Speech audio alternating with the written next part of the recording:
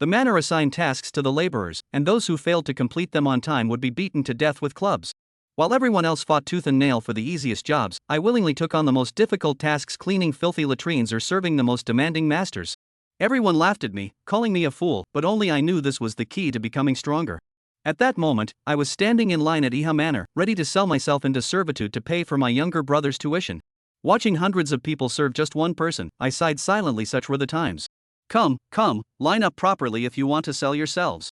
Iha Manor has no use for unruly beasts, barked the overseer, Luo Fong, as he strode forward with a long whip, followed by 7 or 8 lackeys. Amid the jostling crowd, someone suddenly stumbled and fell. Luo Fong lashed out with his whip, striking the man so hard he passed out instantly. Worthless dog. Didn't you hear me say to line up properly? Take him away, don't let such filth offend Madame S.I.'s.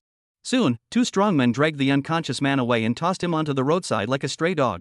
I sighed again, knowing I could only focus on my own survival now. Luo Fong shouted again, our madam is merciful and knows many 1T survive the winter, so she is giving you a chance. We're hiring 30 laborers. The rest of you at the back, scram. Hearing this, a woman at the rear fell to her knees with a thud. Sir, my child has no milk, please let me into the manor. I'll do anything. Get lost. A worthless life like yours starving to death is none of my concern. Then, the accountant spoke coolly, the selling price is 525 copper coins, plus a set of servantess clothing. If you have no objections, sign this indenture contract. Despite being the lowest possible compensation, all the laborers were overjoyed and rushed to sign the contract. I felt a pang of discomfort, but gritting my teeth, I signed the indenture and then took the money home. Little brother, I'm back. Brother, where's the wild vegetables? Why did it take so long today? Forget the vegetables, today we're having meat. Smiling, I took out the pork I had just bought from the market. It wasn't much, but enough for the 2 of us to taste meat. Li Xiaofan shuddered, already guessing the reason. I sold myself to Iha Manor and got a full 525 copper coins, plus a set of clothes. The only catch is I won't be able to come and go freely anymore. Let us have a good meal together. I'll give you father's clothes to wear, and the remaining 500 coins are yours too. Li Xiaofan's eyes instantly welled up, brother. I'm your elder brother, this is the least I can do. Oh, and I've had some new insights into the savage ox fist recently. Let me demonstrate it a few more times for you. Remember, in this world, having some self-defense skills is always good. With that, I took a stance in the room and threw a punch, like a wild ox charging. Suddenly, a piece of information appeared in my mind. Seeing me freeze mid-motion, Li Xiaofan quickly asked, brother, what's wrong? Nothing. At the same time, my thoughts raced. It seemed I wasn't without a golden finger after all. My eyes couldn't help but moisten. Now, at last, there was a glimmer of hope in our difficult life. That night, while my brother slept soundly, I changed into the servantess uniform and returned to Iha Manor. From today onward, I was no longer a free man but the lowest of servants. Yet, when one can't even eat their fill, what use is freedom? I sought neither fame nor fortune, only a place to shelter in this chaotic world. Little did I know, however, that I would one day become a forbidden existence. Standing outside the tall courtyard walls, I sighed quietly, wondering how my brother was faring. You all seem to know your place, no one dared to sneak away. Now that everyone's here, let me teach you the rules of this place. The speaker was none other than Bai Hao, Luo Fong's nephew by marriage, who had appeared during the day. With an air of arrogance, he gestured and declared, Madame Zhuang is away for now, so you lot had better be careful. Offending her will cost you dearly. There was once a servant who stared at her in awe. His eyes were gouged out and tossed into the river. Seeing that his words had sufficiently intimidated the crowd, he finally paused. All right, from now on, work hard if you value your lives. You'll be staying in the servants' quarters. Rise at the 5th watch tomorrow to start your duties. Anyone who oversleeps will feel the back of my hand. Don't say I didn't warn you. The utility room wasn't very large, but it could easily accommodate over 100 people. The smell was unbearable, a mix of foot odor, body odor, and sweat, accompanied by teeth grinding, flatulence, and mumbling. Snoring echoed constantly, creating a lively atmosphere. The beds were crammed together with no space to spare. Words like clean and comfortable were as far away as the moon. Such a large estate treats its servants rather harshly. There were 11 such laborers' quarters, arranged in a row. There were only 5 outhouses for using the restroom. Since we're here, we might as well make the best of it. The next day, Li Xian was assigned to clean the abandoned rooms. The estate had 20 pavilions and 72 elegant cottages. It could be said that the labor was never ending. Li Xian and 2 other new laborers were led by 2 veteran laborers to a house that had been abandoned for years. One of the older laborers ordered, "You, sweep over there." You pull out the weeds. You clean the latrine. One of the new laborers asked, "What about you?"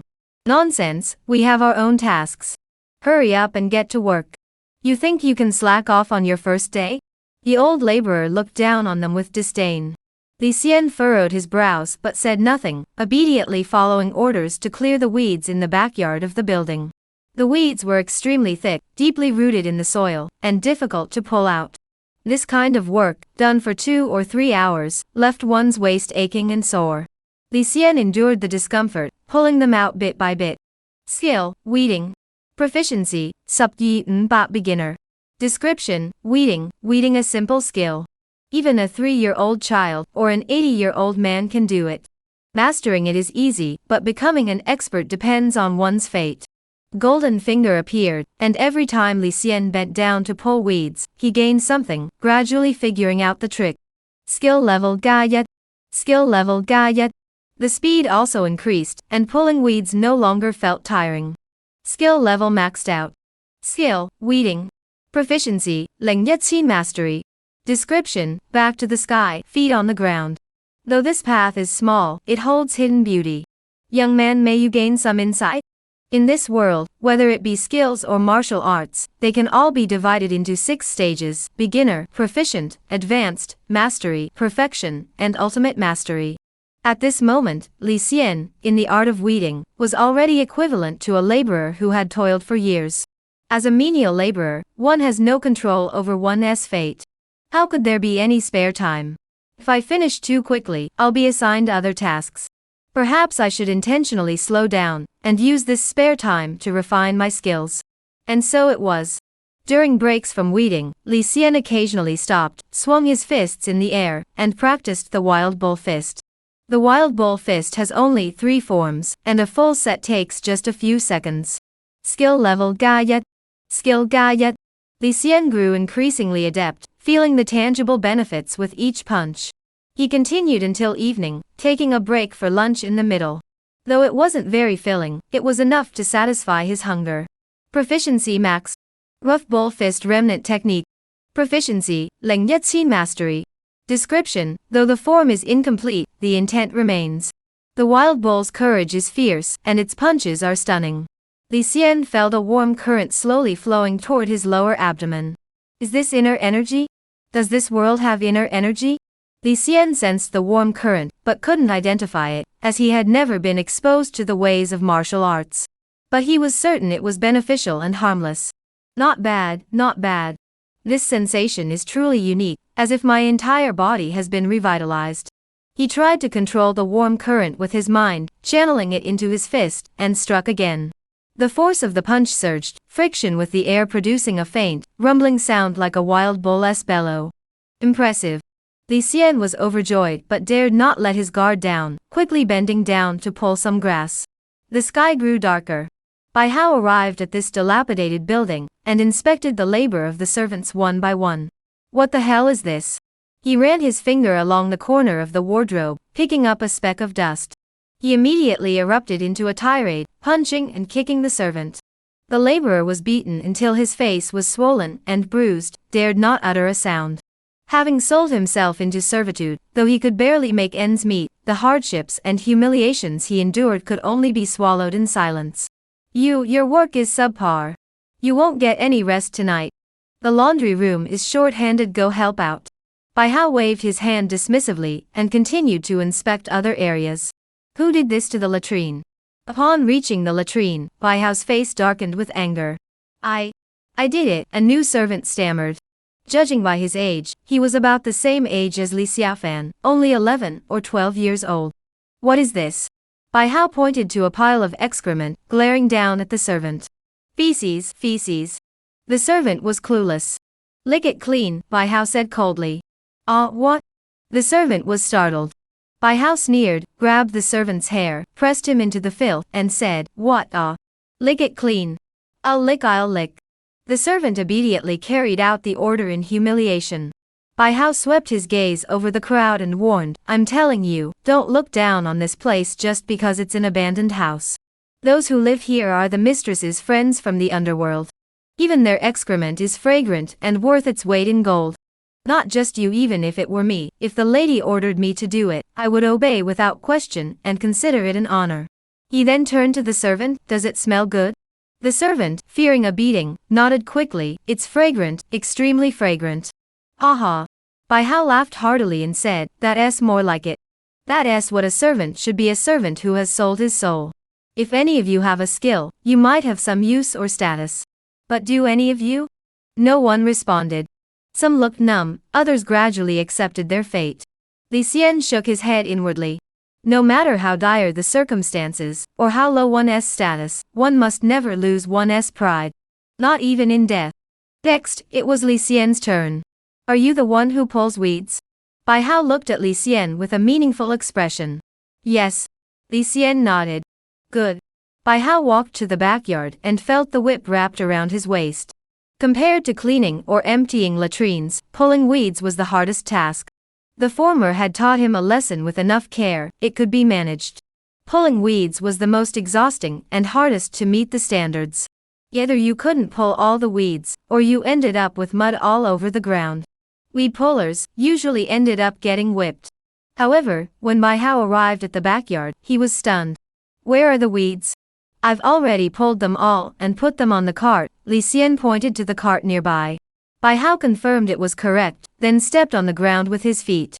He was immediately puzzled. After pulling the weeds, he had even trampled the soil back into place. This young man either had experience as a servant, or was meticulous in his work, considering every detail. Not bad, not bad. What's your name? Bai Hao 罕見地露出了笑容. My name is Li Xian, Li Xian replied honestly. Li Xian? Bai Hao shook his head. That's not a good name for a servant. You did well today. Go to the accounts office to collect your 3 coins as a reward. Rest well tonight. Keep up the good work tomorrow. Thank you, Master Bai, for your praise. Li Xian said as usual. At this moment, his bowed head was not a sign of low self-esteem, but rather a strategic retreat after acknowledging reality. Upon hearing the words, Master Bai Hao felt a surge of satisfaction. He patted Li Xian on the shoulder and laughed. Ha, you're quite the clever one. On the way back, a new laborer approached him. Master Li, how did you do that? Can you teach me? Li Xian saw that they were all pitiful souls, and was willing to guide them, but he couldn't put it into words, so he just laughed and said, there's nothing to it, it's all about practice. Just a sycophant, yet you dare to say, practice makes perfect? An old laborer sneered disdainfully. They had also started as new laborers, and knew how to avoid pitfalls to protect themselves. At the same time, they enjoyed seeing newcomers make mistakes. We're all laborers. Why be so hostile? If you had given them a few pointers during the day, the 2 young men wouldn't have had to endure such humiliation. Li Xian furrowed his brows. Help? Help my ass. The old laborer dismissed the idea with a sneer. Li Gu, don't say anything. At the time, I felt terrible, but now that I think about it, Bai Yi was right. I don't feel humiliated anymore, the dung cleaning laborer said numbly. Li Xian wanted to say something but swallowed it back, sighing that there was truly a malevolent force in this estate. Both the oppressors and the oppressed were intoxicated by power. Numbness and indifference gradually took hold. Feces are feces, no matter how powerful a person may be, feces still stink. Li Xian clenched his fists, his nails digging into his palms, silently reminding himself, one can be humble, but never numb. If one wants a better life, perhaps, one could secretly learn some other skills. Chapter 3, The Lady Returns, The Evil Servant's True Colors Show. Night. Li Xian lay on the bed, with the servants on either side already asleep. Snoring filled the air, and the stench of sweat and feet was unbearable. Servants were not permitted to bathe. Their bodies were filthy, sticky, and foul-smelling, and they could only endure it until the twice-monthly bathing day, when they could quickly wash themselves. He lay awake for a long time, his mind racing. Bai Hao was right. Even as a servant, one must have some skill to rely on. If I could learn a skill like cooking or gardening, life in the mansion would be much better. If I get the chance, I should strive to climb higher. As a time traveler, this ambition seemed a bit too small. But the harsh reality was exactly that. He rested his head on his hands, moonlight shining on his cheek, his eyes unusually bright. I've been here for over half a month, and I still have no idea what this world is really like. He stopped thinking about it and closed his eyes to sleep. Perhaps knowing that his younger brother had no worries about food or clothing, his mind was at ease, and he slept soundly. Before he knew it, it was already the 5th watch of the night, and the sky was still dark. Li Xian woke up first, and suddenly something flashed before his eyes. Skill, sleep. Proficiency, Yi Bat beginner. Description, since ancient times, who has not slept? Do not wait until you are gone to realize the value of sleep. Could there be a secret to something as ordinary as sleep? Before Li Xian could ponder further, the head of the laborers struck the bronze gong. Ding! Clang! Wake up! Wake up! Time to get to work. This was the daily wake-up call. The sound of the gong signaled the start of the day's labor. Since he had done a good job weeding yesterday, Bai Hao assigned Li Xian to tend to the backyard of the abandoned house. He was specifically assigned to the weeding area. This tedious and unpopular task fell squarely on Li Xian's shoulders. Little Li, do a good job, Bai Hao said dismissively before turning and walking away. Li Xian was happy to have some downtime. This patch of weeds was no big deal for him. Now that he was familiar with the task, it was actually much easier than other chores. He rolled up his sleeves, bent down, and got to work. Skill level Gayat. Skill level Gayat. Skill, weeding. Skill level, Subgao Yatsin mastery. The more I pull, the more natural it feels. Each bend of the waist seems to carry a sense of effortless mastery. As evening fell, Bai Hao conducted his routine inspection, and saw that the weeds in the backyard had been cleared again, leaving the area neat and tidy. He nodded approvingly. However, this time, he did not reward Li Xian with extra money. Instead, he said casually, "Good. Tomorrow, go to the neighboring room, and continue pulling out the weeds." This went on for several days. Li Xian had nothing else to do but weed. Others thought he was working hard, but in reality, he had more and more free time. Clearing the weeds from the entire backyard now only took half a day. The remaining half day was entirely devoted to practicing the wild ox fist. That evening. Skill level maxed. Skill, weeding. Proficiency, Leng Nhất Xin Bat beginner. Description, pulling weeds 1,000 times reveals their true meaning. By focusing on your breathing, you may discover the subtle mysteries. According to the description, Li Xian focused his attention on his breathing while weeding. He felt his entire body grow tired, but the fatigue was significantly alleviated. After achieving minor mastery in the art of weeding, it seems to have enhanced my patience and ability to resist fatigue. This effect seems to originate from breathing. He noticed that his breathing felt increasingly smooth and natural, though it was hard to put into words, but it definitely had benefits. Manga fist remnant form. Proficiency, Yasam Gao Yat Ling mastery. In comparison, the progress of the wild bull fist was slightly slower, but still quite notable. He could feel the heat in his lower abdomen growing stronger, expanding from a thin stream to the thickness of a finger. His punches carried more power, and this gave him a sense of security. Pulling weeds every day may give me plenty of free time, but it does nothing to improve my status. How can I break this deadlock?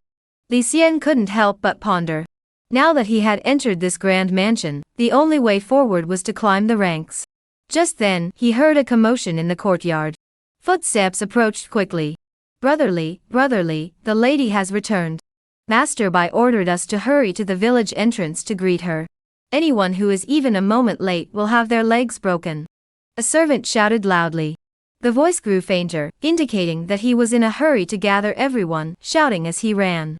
The mistress?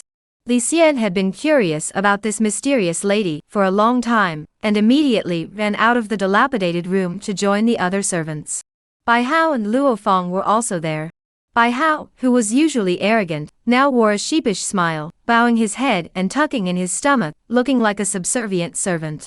His cousin, Luo Fong, also hunching over, dared not straighten up even slightly, appearing extremely nervous. Luo Fong was merely a manager. Above him were the accountant, the head of the guards, and the personal maid. Even with Li Xian's status, he rarely got to see Luo Fong in everyday life. The head of the guards and the personal maid were all figures he could only admire from afar. Sigh, it's just a manor house, yet the hierarchy is already so strict. Li Xian blended into the crowd. Though he was now a servant, his life was not his own, but his spirit remained unbroken. He dared to glance around cautiously, keeping his head bowed. In the distance, on the mountain path, four porters carried a red palanquin toward them. Even before they drew near, a faint fragrance wafted toward his nose. Wow, such a luxurious palanquin. To live one's life to this extent, one truly is in the limelight, Li Xian mused to himself. In the blink of an eye, the palanquin had already come to a stop before the estate. Master, the head guard, Pang Long, stepped forward to greet him, kneeling on one knee. Luo Feng, Bai Hao, and the others knelt on both knees, bending their waists as low as possible, with their foreheads touching the ground. Only in this manner could the hierarchy be clearly demonstrated. On the other hand, the numerous servants, their bodies dirty and disheveled, stood at a distance, heads bowed low. Unaware of what was happening, and with no one to direct them, they stood there dumbfounded. Li Xian made no conspicuous movements, daring only to glance sideways. The vermilion curtains were parted, and a woman in a white dress descended. The woman seemed to have an exquisite figure, with hair flowing like a waterfall, but her features were unclear. Only the hem of her skirt could be seen, pure white and flawless, made of the finest silk brocade, embroidered with gold thread. I have returned from the banquet, and am feeling somewhat tired. Let us keep things simple. There is no need for such a commotion, the Lady Zhuang spoke, her voice as delicate as the sound of a flute. The maid attending her said, Mistress, I have prepared hot water. Would you like to wash up first? Very well, Lady Zhuang nodded. Lady Zhuang and her personal maid departed. The head of the guard followed, then Bai Hao and Luo Feng, uncle and nephew, rose to leave. TV dramas are all lies. True great figures, even if they're right before your eyes, you don't even have the qualifications to look at them. Li Xian, having lived 2 lifetimes, felt more deeply than others and sighed wryly. Madame Zhuang's cultivation seems to have improved again. Uncle Luo, what do you think of Mrs. Zhuang's cultivation now? Has she reached the legendary blood transformation realm? Little Hao, how did I teach you? The mistress's affairs are not something we can discuss. However, I heard that the Songjiang sword sect within the Cheongtianfu once invited the mistress to serve as a guest elder. She refused. The lady travels the martial arts world with many friends and a great reputation. Unfortunately, we are lowly and insignificant, not even worthy of inquiring about her. Little Hao, though you manage the menial tasks for me, you're still just a servant. For people like us, even getting a whiff of a great man's fart is a tremendous opportunity. Luo uncle, to be honest, I once had the opportunity to catch a whiff of Pang De Ren's fart. The smell was more fragrant than any wine or meat. Ha, indeed, indeed. The uncle and nephew's conversation silently influenced many of the menial servants. They felt that such high-ranking officials were like stars in the sky, and whatever they did was right. You worthless brats. What are you still standing around for? Have you finished your work? Don't wait for me to inspect you at dusk, I'll whip you all. Bai Hao, who had been bending over all day, now stood tall once more. He barked orders at the laborers, exuding confidence and vigor. Chapters say, the courtyard guard recruitment, a chance to shine. Skill, weeding. Proficiency, 8671500 beginner level. Description, bending over 1,000 times, enduring the biting cold and scorching heat. What else could possibly stand in the way? Li Xian simply focused on one task, constantly honing his patience. Both his physical strength and mental resilience improved. Though weeding is a minor skill, it can still enhance my abilities. He felt a surge of excitement.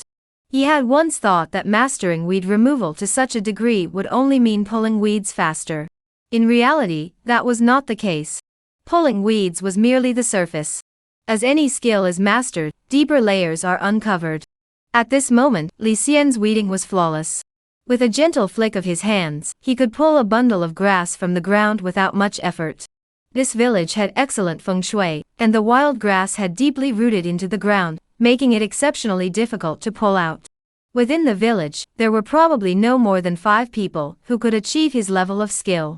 Of course, such menial tasks are only something he would do. It's been a while since I last saw my younger brother. I'll go ask Bai Hao today to see if he can write a letter back. The sky was still bright, and Li Xian had already finished pulling the weeds in this area. He hurried back to the servants' quarters, just about to knock on the door, when he heard voices coming from inside. The voice of the overseer Luo Feng rang out first.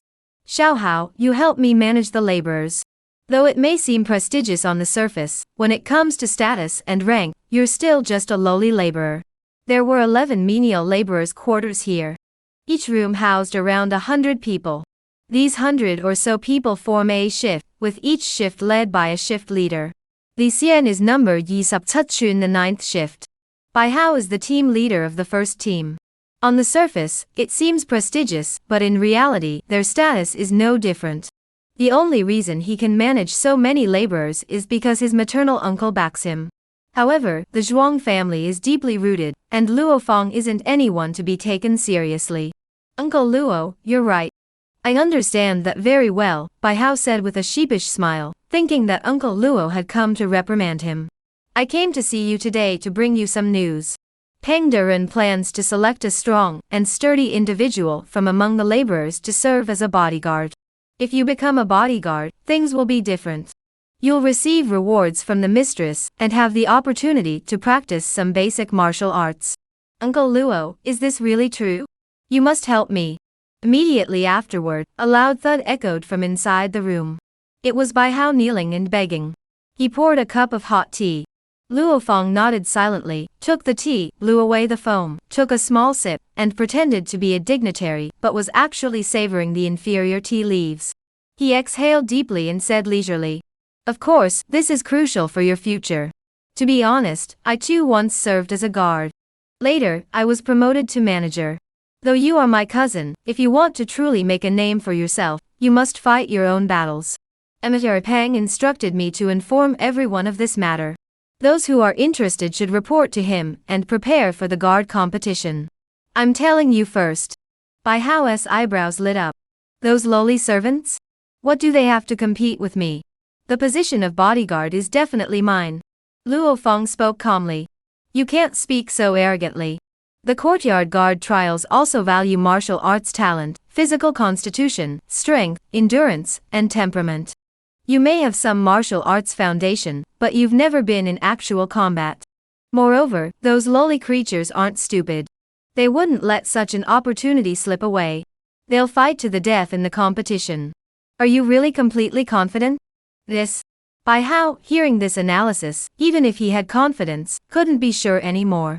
Moreover, your uncle's influence won't hold much weight with Peng Deren. If you fail the selection, this opportunity will be lost forever. Luo Feng spoke with a meaningful tone. Please instruct me, uncle. Your nephew will serve you faithfully in the future, even if it means being a cow or a horse. Bai Hao kowtowed 3 times. This is simple, Luo Feng said. In the coming days, focus on practicing your martial arts. Master the 3 talents fist I taught you thoroughly. Second, arrange for those tall, strong, and energetic lowly creatures to be assigned to the most arduous labor. Wear them out physically. Uncle Luo, this plan is brilliant. Bai Hao smiled broadly. There's more. Luo Feng shook his head and smiled. Peng Deren instructed me to spread the news. I dare not disobey, but I can choose a night when everyone is asleep and mention it briefly. The fewer who know, the better. Bai Hao banged his head 3 times. Uncle Luo, your kindness is beyond repayment. Just remember my kindness, Luo Feng said. There are still 15 days until the recruitment for the guardhouse. Make good use of the time. Uncle Luo, your nephew will see you off.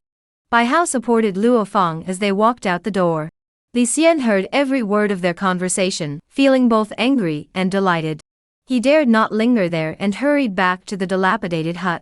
This Bai Hao clearly has considerable strength, yet he insists on using such underhanded tricks. But it's for the best. Now that I know, I'll lie low and secretly sign up too. Li Xian suppressed his excitement.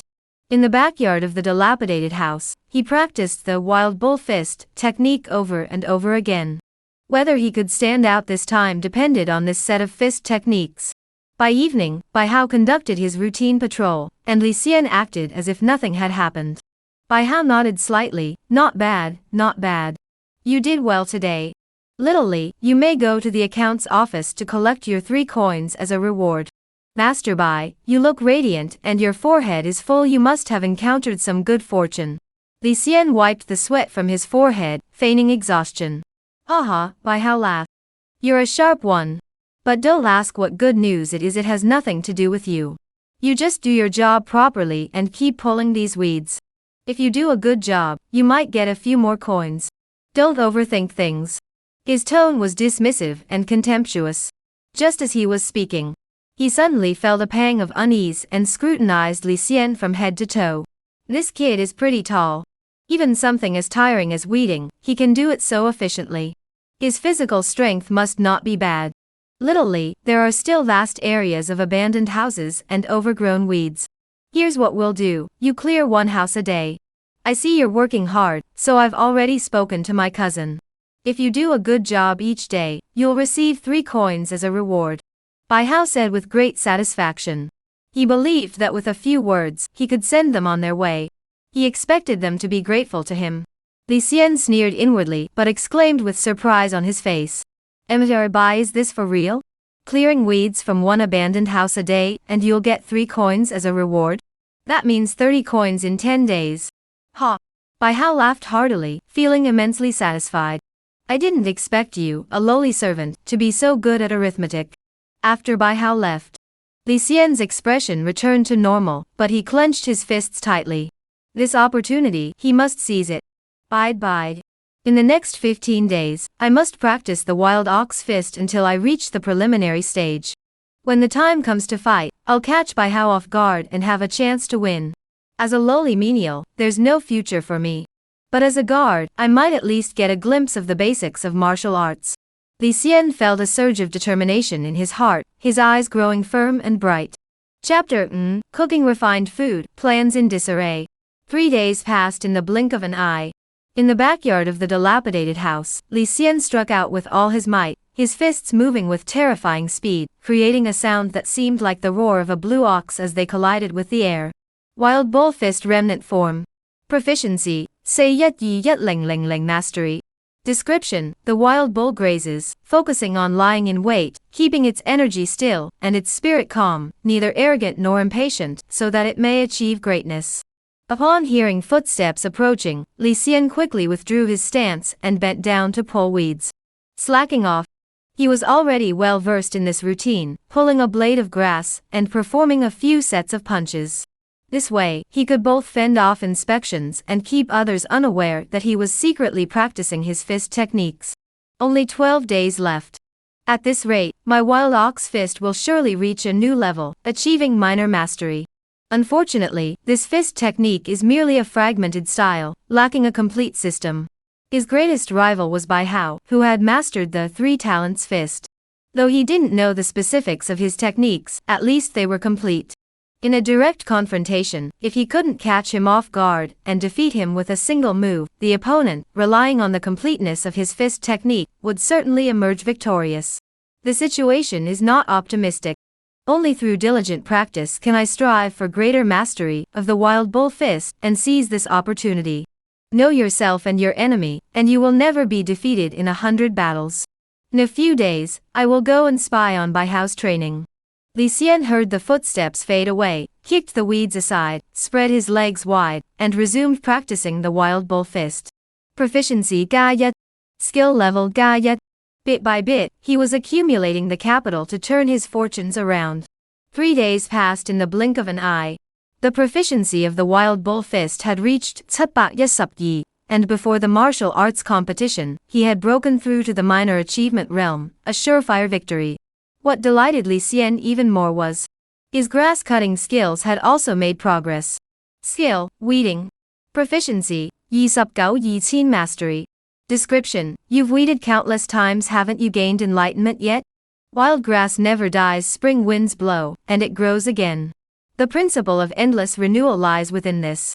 You now possess a resilience that sets you apart from ordinary people. Gaining insights from weeding. In Li Xian's perception, he felt more composed. He endured the monotony and loneliness, and withstood the fatigue and cold. Just as Li Xian believed that everything would continue in this manner. The next day, at noon. Suddenly, the sound of a bronze gong echoed through the air. Li Xian furrowed his brows. This was the signal to gather the laborers. Those who did not assemble after 3 beats of the gong would be executed according to the village rules. What on earth is happening? I've never encountered this before. In front of the laborers' quarters, over 1,000 laborers had gathered, pushing and shoving each other tightly. Everyone had been busy working all day, and had no time to rest. Everyone was covered in dust and dirt, their hair disheveled and unkempt. Even the laborers' coarse garments were gray and tattered.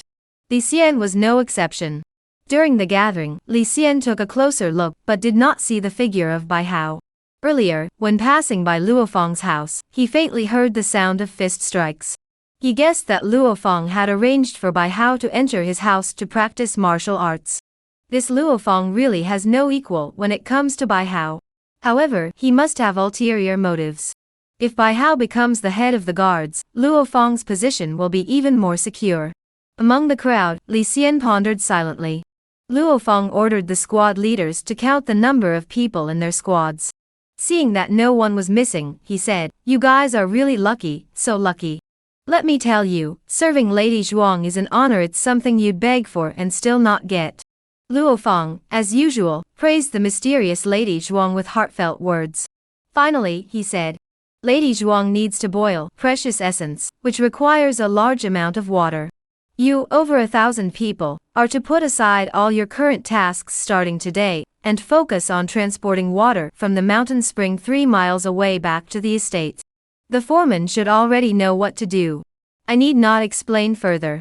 Begin at once." He waved his sleeve and left alone. Li Xian sensed something amiss and pulled aside a servant, asking, "What's going on here? Boiling, Jingbao, really requires over 1,000 servants to fetch water? You're new here, aren't you?" The laborer sighed. "Such high-ranking officials deal with matters beyond our comprehension. We just do our jobs. Asking questions won't do us any good." Confused, Li Xian was swept along by the crowd and exited the compound. He was assigned to stand about 30 paces away from the compound. The foreman of the 9th labor crew said to Li Xian, "Number Yi Sup Tut, wait here.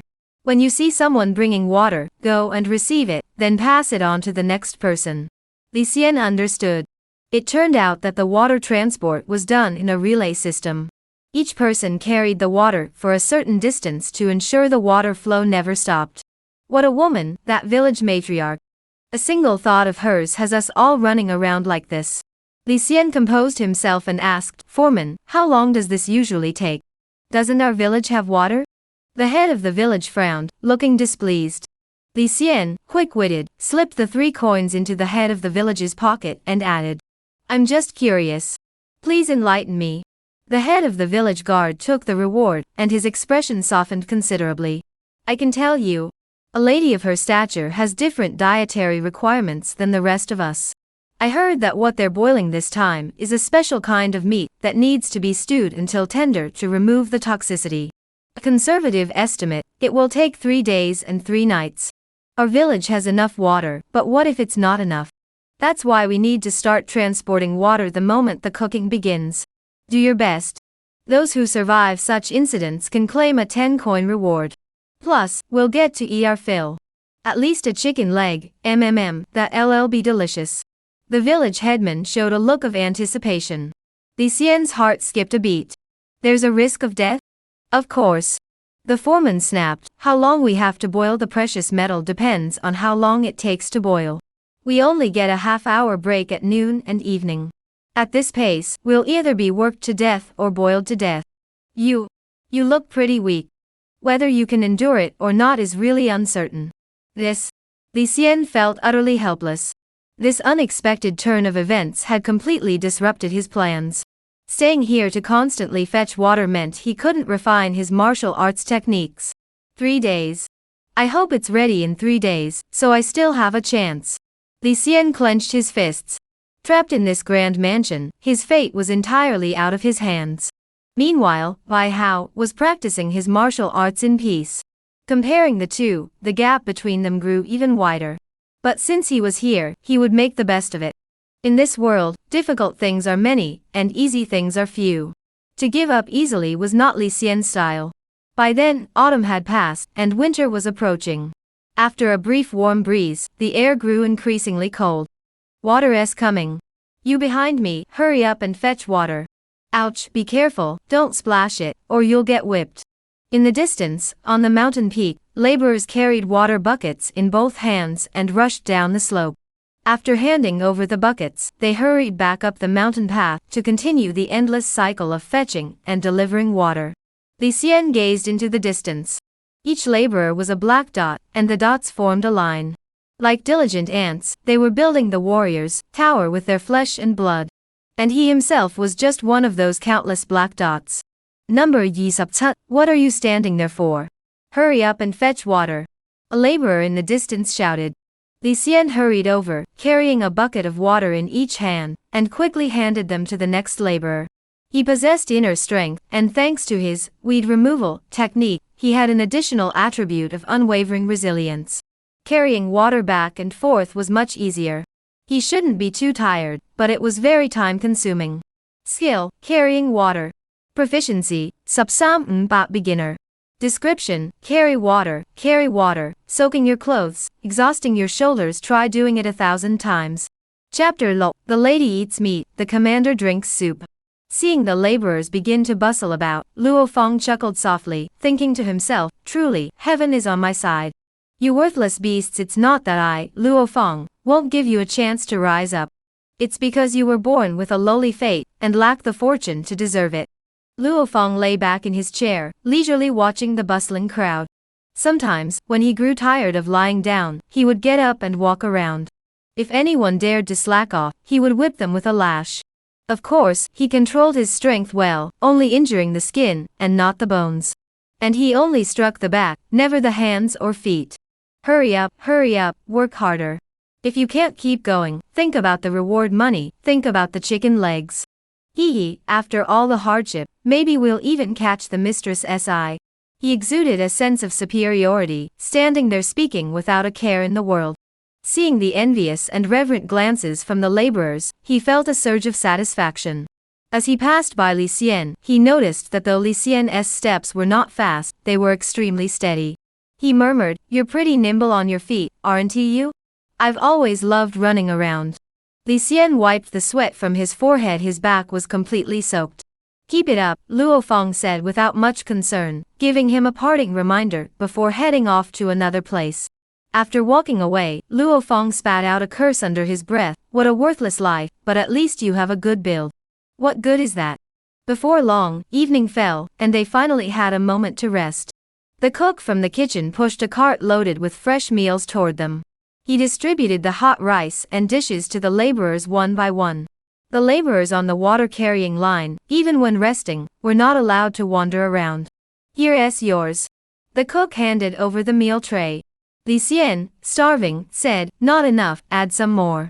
Normally, we'd charge you a coin for extra rice. But never mind, you're all working hard." The cook scooped out a large spoonful. Seeing that Li Xian was young and frail, he felt compassion, and silently scooped another spoonful of vegetables. He added a few more pieces of meat, deliberately picking a fatty one. Li Xian was startled. "Thank you." He wiped the sweat off his hands, grabbed the food, and put it into his mouth. As the vegetables touched his tongue, the taste was noticeably different. It was much salter than usual, but this saltiness was like a life-saving tonic, quickly restoring his strength. After finishing the coarse rice and vegetables, Li Xian picked up the last piece of fatty meat, but just looking at it made his mouth water. In a previous life, I would never have even looked at such fatty meat. But now he could only wish there was more. As the fatty meat entered his mouth, he bit down gently, and the fat filled his mouth. At that moment, the taste was indescribable. Skill, water extraction. Proficiency, Leng Yetsin mastery. Description, after drawing water 1,000 times, one can walk quickly without spilling a drop. Youth, do your waist, arms, and legs feel sore? Even ordinary skills, when mastered to a certain degree, can yield extraordinary results. Weeding instilled in Li Xian extreme resilience and patience. Water drawing, on the other hand, was honing his hand-foot coordination. Today, the wild ox fist showed no progress. Since I cannot change the current situation, I will focus on perfecting water carrying. A resolute gleam flashed in Li Xian's eyes. The path lies beneath his feet, and his legs carry him forward. If he wants to move forward, no obstacles can stand in his way. Get to work, you worthless beasts. Luo Feng swung his whip, making a loud crackling sound in the air. By then, night had fallen, and the water transport route was lit by torches. Li Xian and the others continued their work. Thus, they endured the night in agony. In the midst of extreme exhaustion, the laborers' expressions had grown numb. Suddenly, there was a thud as one of the laborers collapsed to the ground. Luo Feng checked his breath. Though he was still alive, he was clearly beyond saving. Carry him away, carry him away. He's useless trash, a waste of the estate's resources. With one less person on the water-carrying line, the distance between each person naturally increased. The load was evenly distributed among the remaining laborers. From then on, every half hour, someone collapsed. Some collapsed from exhaustion, their hearts failing, while others had their limbs shattered. Li Xian feigned near death, but he did not die. In silence and numbness, 3 days passed in the blink of an eye. During those 3 days, nearly 100 laborers died, and the route had to be redefined. I see you're in pretty good shape. You can endure and endure. From now on, you'll be responsible for this section of the route. Luo Feng ordered Li Xian to fetch water at the village entrance and deliver it directly to the raging cauldron. This section of the route had the highest number of deaths among the laborers. 2 buckets of spring water were handed to him. Li Xian felt extremely nervous as he carried the buckets of spring water into the village, following the instructions and making his way to the cauldron. Only then did he see the end of the water-carrying route. In a spacious courtyard stood a 4-legged square cauldron taller than a person. The furnace flames burned fiercely even from 5 or 6 zhang away. The heat was scorching, burning the skin with intense pain. No wonder. The weather outside is bitterly cold, yet the fire here burns fiercely. The laborers who repeatedly carry water back and forth, exposed to such extreme temperature fluctuations, would naturally find it difficult to survive. Li Xianming realized this, then calculated the days. It had already been 3 days. The martial arts competition at the estate was less than 4 days away. He felt a sense of urgency, but the proficiency of the wild ox fist remained stuck at Cutba Yasupyi. The longer he stayed, the more laborers would die, and the farther he would have to go. Thinking too much won't change the situation, it will only disturb my mind. Li Xian reaffirmed his resolve and continued shuttling back and forth with the water. Finally, he endured the 4th day and night. Gush! The last bucket of water was poured into the bronze cauldron, turning into wisps of steam. The flames died out, and it was finally done. The servant manager Luo Feng, the head of the guards Pang Long, and others all bowed their heads, paying their respects first, to welcome Lady Zhuang's arrival. Li Xian was also there, standing in a secluded corner with his head bowed, staring at his toes. Out of the corner of his eye, he could catch a glimpse of Lady Zhuang's skirt, and her white silk shoes embroidered with phoenix patterns. He could not see her face, only hear her voice. This meat is mine to eat. The remaining broth shall be divided into 10 portions. Peng Long, you take 7 portions and distribute them as you see fit, but do not drink alone. Luo Feng, you take 3 portions and mix them into the soup to be shared among the servants. You have worked hard for me, this is your reward. Her voice was calm yet carried an air of authority that commanded obedience. Before the others could react, a gust of wind swept past, and Lady Zhuang had already vanished. Luo Feng stepped forward and flattered. Commander Pang, we cannot use 3/10 of the soup. We will give the remaining 2/10 to you as a token of our respect. Peng Long, tall and burly with coarse features, gave him a cold glance and said, the lady has made her arrangements.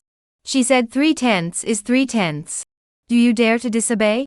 No, no, Luo Feng smiled apologetically, wiping the cold sweat from his forehead, his legs trembling beneath his robe. Peng Long snorted coldly, ordered his men to take the remaining 70% of the soup, and turned to leave. The remaining 3/10 naturally fell into Luo Feng's hands. Luo Feng desperately wanted to keep it all for himself, but since the lady had given explicit orders, and Peng Long was still strictly following them, how dare he disobey even slightly? He muttered to himself. The lady said distribute appropriately. I'll take 1.5 portions. My nephew is in the midst of martial arts training, let him have 1 portion. The remaining half portion I'll mix it with water, boil it into soup, and have the servants eat it. Well, let them have it as a favor. He was lost in his own thoughts.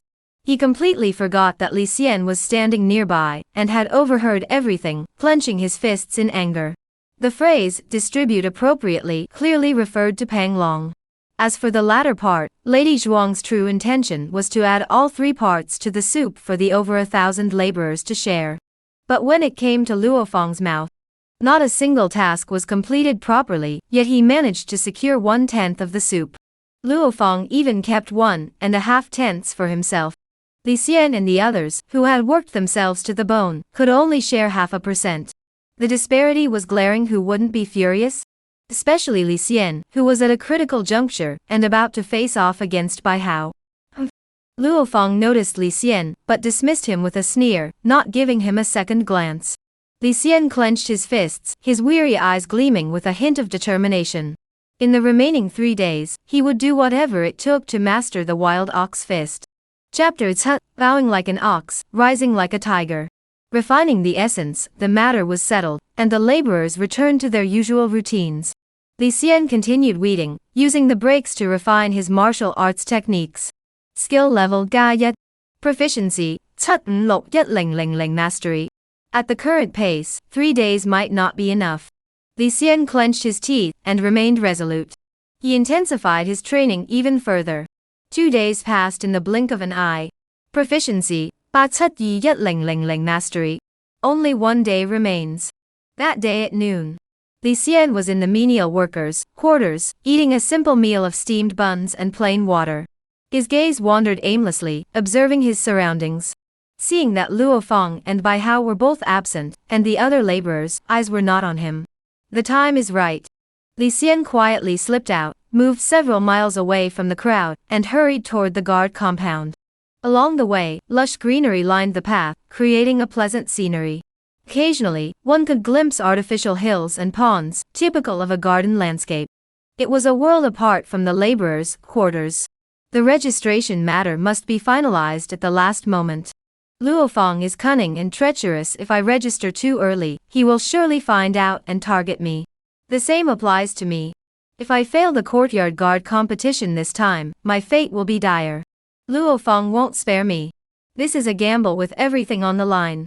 Li Xian clenched his fists, his palms sweaty, but his steps remained steady. What are you doing here, sneaking around? A man reached out to block Li Xian, glaring at him with an intimidating aura. This man was named Xiao Dashi, one of the guards of the Yi Zhuang. Though they were both servants who had signed indentured contracts, there was a world of difference between a guard and a menial laborer. Just looking at their meals made the difference clear. The guards, while not daring to boast about other things, at least had meat at every meal and never went hungry. Brother, I'm here to sign up, Li Xian said respectfully. Sign up? Xiao Dao, with a haughty expression, looked down at Li Xian and casually instructed. You're the right height, but you're too skinny. You're not cut out for the guardhouse. Go back home. Don't waste your time. Li Xian furrowed his brows. This man looked down on him, making him extremely uncomfortable. Aren't you leaving? Xiao Dashi sneered. He had spoken kindly, but this lowly laborer didn't know a good thing when he saw it. He immediately said, I've seen plenty of people like you. As a menial laborer, you spend your days harboring unrealistic fantasies. I, Xiao Dashi, don't need people like you. I say you're not cut out for this. What else could it be? Li Xian spoke firmly. Though I am a menial laborer, I believe I have the right to decide whether to sign up. How you see me is irrelevant. He sidestepped Xiao Dashi and walked straight into the courtyard. You! Xiao Dashi roared, how dare you speak to me like that? You're just a lowly laborer. Just as he was about to teach him a lesson, he suddenly remembered Pang Tongling's instructions. The enrollment of laborers must not be obstructed. Anyone who disobeys will be expelled. Peng Long was seated in the courtyard when he saw a young laborer approaching. He asked, have you come to register? Li Xian nodded. I'm Li Xian, a lowly servant from class Gao, number Yi Subtut. I wish to sign up for the courtyard guard competition. All right. Peng Long cast a glance at him. The young man was dressed in ragged clothes, his face dirty, and at first glance, he seemed no different from the other laborers. However, upon closer inspection, his eyes were sharp and unusually bright. Interesting. For martial artists, a bit of spirit is crucial.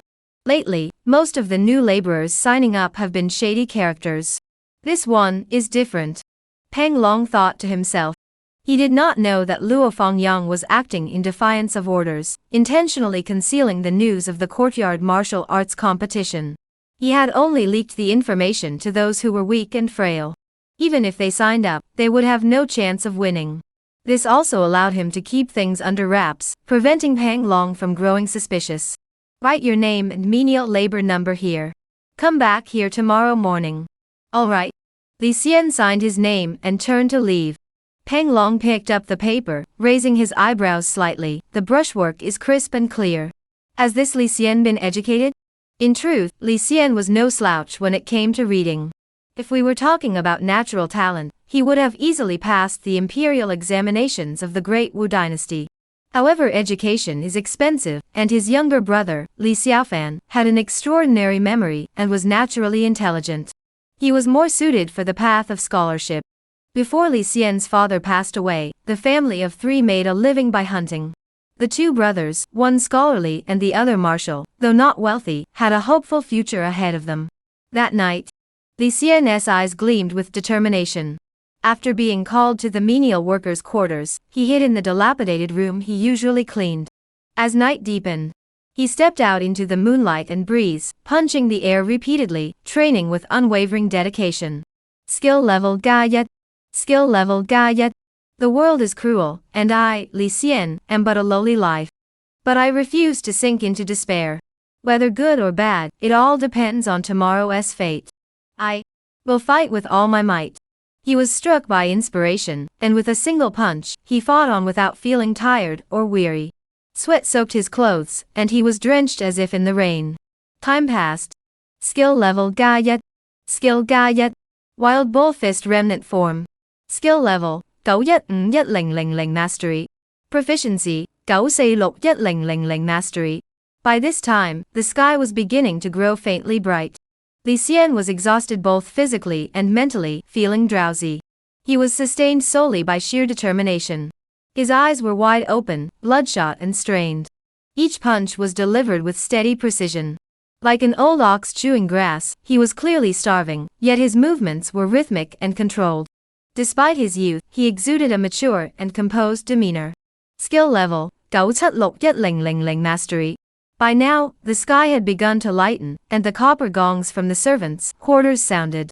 If Li Xian's guess was correct, the foreman was already counting heads at this hour. Luo Feng likely already knew that he had not returned all night.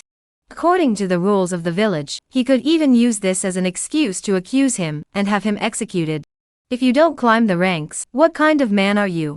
Rules are made to bully the honest. Ignoring the sound of the gong, he continued to swing his fists, over and over again. Skill level 9891000 Mastery. Just a little more. Li Xian had already surpassed fatigue. Class Gao, Student 27. How dare you stay out all night? Luo the overseer said to appear immediately, or you'll lose your life. Where are you hiding? Come out immediately. I know you're nearby. The laborers of Class Gao searched everywhere. Luo Feng managed the laborers under a collective responsibility system. With Li Xian missing, the other laborers of Class Gao were the most anxious. They soon found the area near the abandoned house.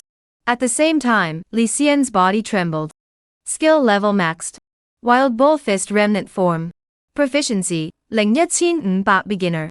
Description: the wild bull is cunning, possessing the honesty of an ox yet retaining the ferocity of a tiger or leopard. When it lowers its head, it is like an ox. When it raises its head, it is like a tiger. With each punch you throw, your strength grows slightly. A warm current 凝聚而不散 his dantian. Heaven rewards those who persevere. After staying up late to practice, he finally reaped the rewards and caught up with his progress. Li Xian climbed over the back wall of the courtyard, evading the search of the servants. As long as I successfully join the guard, I can avoid this crisis. Though I violated the laborer regulations, but Luo Feng is a bully who preys on the weak. He dare not demand the man back from Pang Long. Li Xian was no impulsive fool who acted without regard for consequences. He had his own calculations and understood that, for the sake of his goals, he must bide his time, endure humiliation, and suffer insults. At the guard compound, the guard competition was about to begin. Pang Long sat at the front, with 3 guards standing on either side of him. Bai Hao stood among the other servants. Though dressed in the plain robes of a laborer, he stood out with his tall, straight posture, like a crane among chickens. Peng Long's gaze swept over the crowd, lingering on Bai Hao for a moment. He thought to himself, among this group, Bai Hao is the one with the most presence. The time has almost come. Is there anyone else who hasn't? Peng Long asked one of the guards beside him. Before he could finish speaking, a series of footsteps echoed through the courtyard. Li Xian rushed into the courtyard, panting heavily, and said, "Commander Pang, I'm here." You're not late. Join the ranks, Pang Long said indifferently. Li Xian? How did you end up here? Who sent you? Bai Hao recognized Li Xian, his eyes widening in shock. Li Xian narrowed his eyes. "My brother, I came on my own. We are competitors. I look forward to your guidance when the time comes." "You little bastard. You've been hiding your true colors well. You knew about this too." Bai Hao's heart burned with anger. He turned his head and whispered, "Do you even deserve to be my brother? Very well, appearing here is truly amusing. You have the guts to challenge me. Let's see if I can't finish you off." Li Xian didn't bother to argue, clenching his fists tightly. True man settles things with fists. Chapter Ba, a desperate struggle, fierce yet calculated.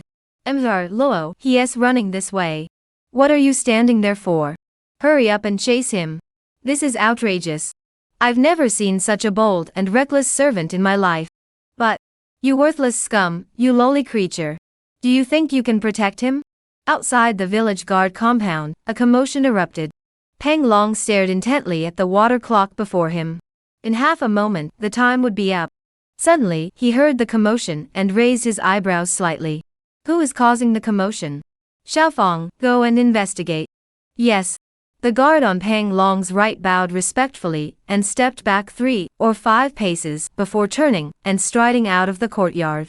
Seeing the crowd of laborers approaching, his brows furrowed immediately. The guard competition is currently underway here. What business do you have here? Luo Feng glared at the head of the 9th group. The latter was certain that Li Xian was in this courtyard. Why is that lowly creature so bold? How dare he stay out all night last night? He had already guessed the reason. Most likely, he had somehow learned of the courtyard guard recruitment, and was attempting to become a courtyard guard, thereby escaping my control. How dare he? Dream on. You worthless creature, dare to mock me, Luo Feng? Just wait and see how I'll deal with you. Luo Feng muttered to himself. When he looked at the courtyard guard Feng Tianyu, however, he smiled kindly. Young brother Feng, here's the situation. There's a young servant in our laborers unit who broke the rules and committed a mistake. To avoid punishment, he wants to use the courtyard guard's recruitment as an excuse to avoid it. What do you mean? Feng Tianyu furrowed his brows. Luo Feng thought to himself, have I never been a guard? You little punk, what gives you the nerve to be so arrogant? But he remembered Pang Long in the courtyard and bowed respectfully, then said, I am Luo Feng. I dare not offend Pang Daiyan. It's just that I have a duty to fulfill, so I had no choice but to come here to ask for clarification. I humbly request that Brother Feng assist in informing Pang the Elder, so that he may make the final decision on how to handle this matter. Feng Tianyu heard this and agreed it made sense.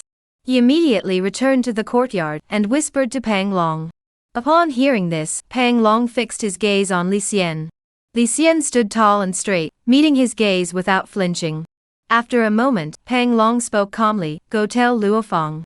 I have no interest in the affairs of the menial quarters. I only know that the courtyard guard selection is currently underway. All non-essential personnel must leave immediately. Yes. Feng Tianyu relayed the message exactly as he had been told. Luo Feng smiled and said, Lord Pang speaks wisely, speaks wisely. He bowed and left the area. Upon returning to the menial workers' quarters, he flew into a rage, ordering the 100 menial workers of the 9th squad to line up in a row. He swung his whip and began to strike them. Does it hurt? Blame yourselves for having a traitor in your ranks. When their skin was torn open, he ordered someone to pour hot water on them, then cold water, ruthlessly tormenting the laborers. You little Li Xian. I'll see what kind of trouble you can stir up. Haha, in the end, you'll all end up back in my hands. Luo Feng vented his anger, threw the whip aside, and stretched his aching wrists. The menial laborers of Class 9, despite their injuries, were sent to perform the dirtiest and most exhausting tasks. Mentioning the name, Li Xian, sparked intense hatred in everyone, making them want to eat his flesh and drink his blood. This matter, when told, was truly strange indeed. Those who beat and cursed them were clearly Luofeng, while Li Xian had only resisted. Yet this hatred was directed solely at Li Xian. Mention the name, Luofeng, and the hatred vanished, replaced by reverence. There was no logic to it. The time has come. Peng Long stood up from his chair and said, "The recruitment competition for the guards begins today. This competition has only one spot available. The rules are simple, a single platform will be set up in the courtyard. The only rule is that participants must stand on the platform for the duration of a single incense stick. The last person remaining on the platform will be the new guard." As soon as he finished speaking, on the platform, a servant rushed forward first, cautiously surveying the surroundings. Soon, another laborer joined him on the platform. Both were laborers, neither particularly strong nor muscular, and their fight was far from entertaining. But there was a fierce determination. Was truly shocking. The first match ended with one laborer biting off the other's ear to win. The defeated laborer rolled off the platform, while the victor was covered in blood. Peng Long nodded approvingly. If a menial servant wants to rise up, it's all about that ruthless determination. The guards watched with great interest. After several matches, the casualties were significant. Li Xian glanced at Peng Long, pondering the rules of the contest. Within the time it takes for a stick of incense to burn, whoever remains standing is the winner. In other words, there's no limit to how many times you can charge the stage. My real opponent is only Bai Hao. Why not go up first, pretend to be unskilled in martial arts, and deliberately mislead Bai Hao, making him underestimate me? Then pretend to be defeated, get kicked off the stage, and lie low. When the incense is about to burn out, I'll go back up and fight for that last chance. Having thought this through. Just then, a challenge match ended. At that moment, Li Xian walked straight onto the stage, and engaged in a fierce struggle, with a servant who was much weaker than him. There was no trace of martial arts technique, resembling a street brawl. Teeth and claws were used without restraint. Striking the groin, grabbing the eyes, everything was employed. Bai Hao crossed his arms, confident and disdainful. Such people are not worthy of competing with me. But Uncle Luo was right. These mad dogs, seeing their only chance to turn the tables, are fighting as if their lives depend on it. What a pity they have no brains. Bai Hao couldn't help but chuckle to himself below the stage. Peng Long furrowed his brows in disappointment. This Li Xian kid, is that all he's got? Thud. Li Xian pushed the opponent with all his strength, sending him flying, then stood up panting and shouted, "Who else is there? I'll go." Another laborer charged onto the stage and lunged at Li Xian. Although Li Xian intended to hold back, he was far from relaxed. Everyone was like a cornered beast in such a situation. The strength one could unleash was truly terrifying. Swoosh. The laborer's nails were extremely long, tearing into Li Xian's arm. Li Xian cursed, "Get out of here." He turned sideways and kicked the laborer off the stage with all his strength.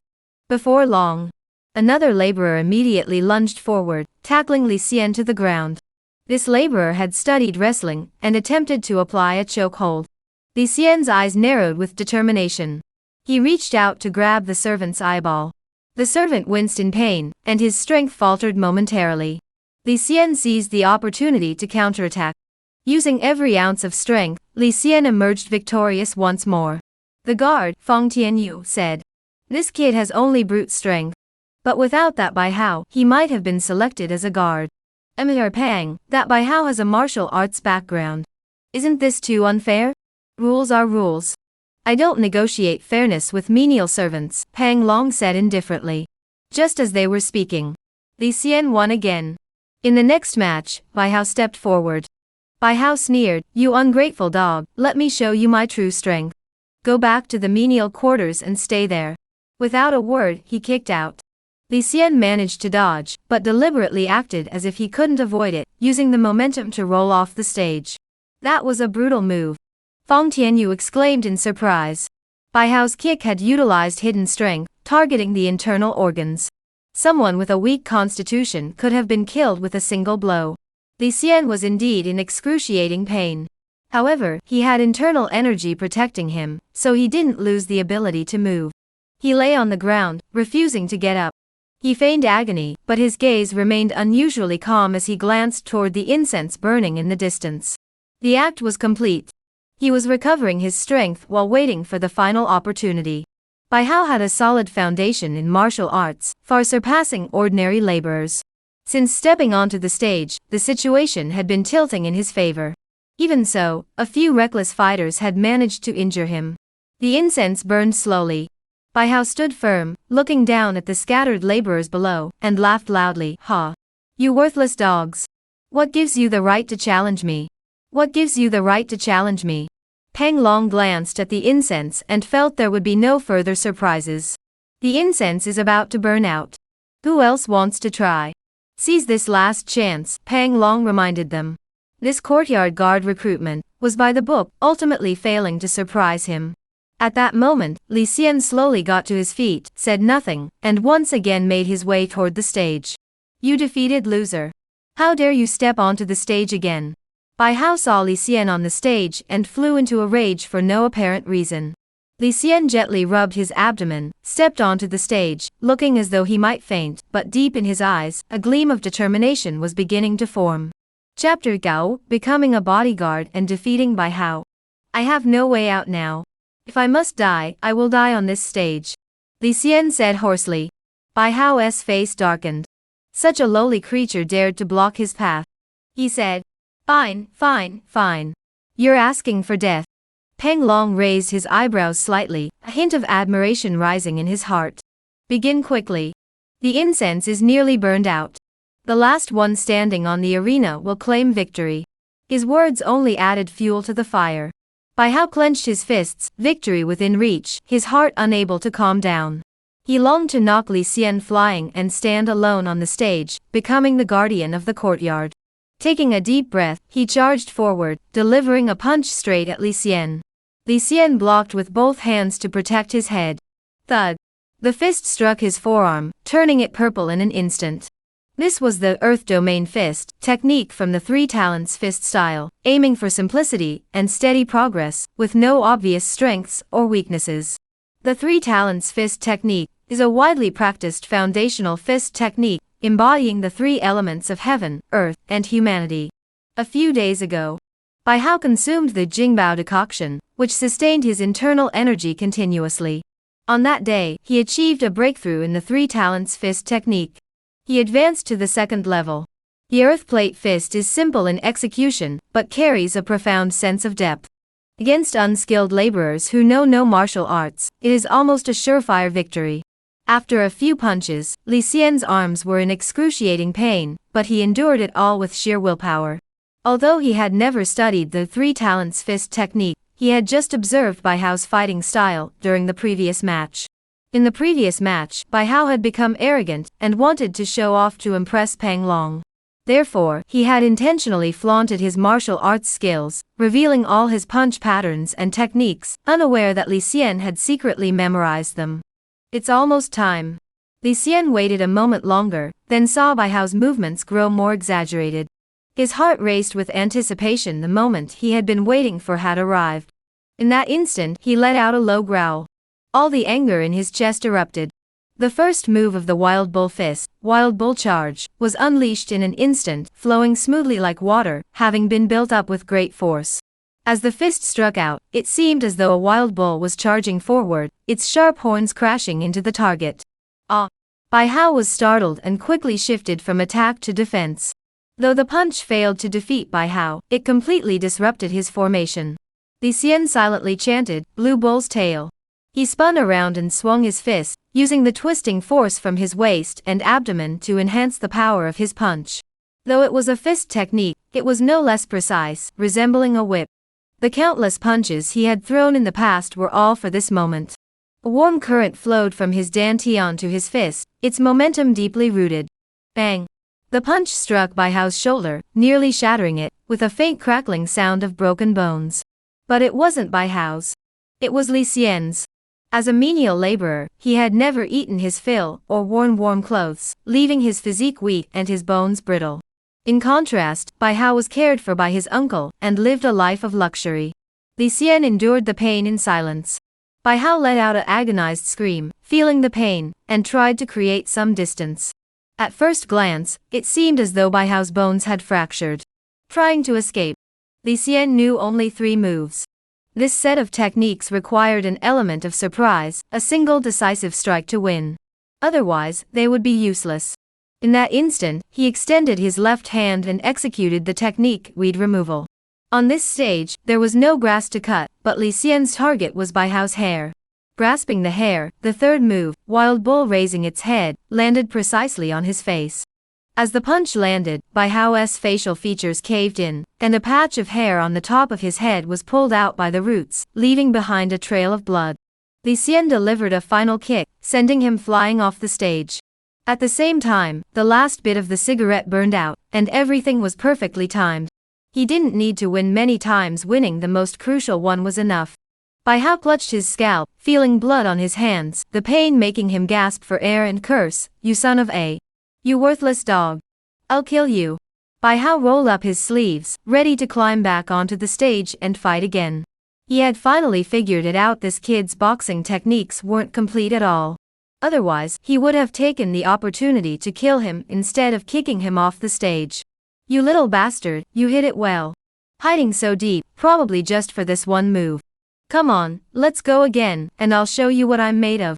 Bai Hao's face was filled with cruelty, and his anger had reached its peak. "The match is over," Pang Long said calmly. Bai Hao froze for a moment before snapping back to reality. He looked at the incense stick beside him. The incense had burned out, and the smoke had dissipated. His heart sank. Forgetting his anger, he suddenly had no idea where he was or what to do next. He spoke in a daze. "I lost?" He repeated the words in his mind, glancing at the crowd. The guards and servants looked at him strangely, none of them expecting such an outcome. The bodyguard lost the match, lost to the most insignificant lowly creature? The truth began to take shape. A buzzing sound echoed in his head. After a moment, a faint glimmer of hope remained in his heart. "Even if I fell off the stage, my martial arts skills are clearly superior. These lowly creatures can't compare. Perhaps I've already caught Commander Pang's eye. If I keep trying, there must still be a chance." He gathered his courage and said, "Commander Pang, rules are made to be broken. My martial arts are superior to his, everyone has seen it. The purpose of the duel is surely to select the most skilled warriors. May I fight that lowly Li brother again?" Before he could finish speaking, Peng Long said indifferently, "The challenge has ended. Li Xian has won. Commander Pang. Commander Pang." Bai Hao grew even more panicked. "You lowly servants, return to your quarters." Peng Long made his decision, and waved his hand impatiently. "But..." Bai Hao clenched his teeth, his heart filled with resentment. "Commander Pang, I object to the rules. This is unfair. I beg you." Peng Long glanced at him but did not speak. Bai Hao suddenly snapped out of it, ducking his head. "Commander Pang has spoken. I've lost." Li Xian exhaled heavily, thinking to himself, "I've finally taken the first step. Today's gamble wasn't in vain. That Bai Hao, no matter how hard he thinks or how many schemes he devises, he probably never imagined that he would end up losing to me. Right now, he must hate me to death." He couldn't help but glance at Bai Hao. "It's all ruined, completely ruined. I prepared so carefully, yet in the end, I still lost. How dare you, being so lowly, dare to compete with me? Why not just be a lowly servant? Damn it, damn it. If Uncle Luo finds out, how will I explain this?" Bai Hao was dazed and disoriented, his mind filled with obsessive thoughts, as if in a dream, his heart in turmoil.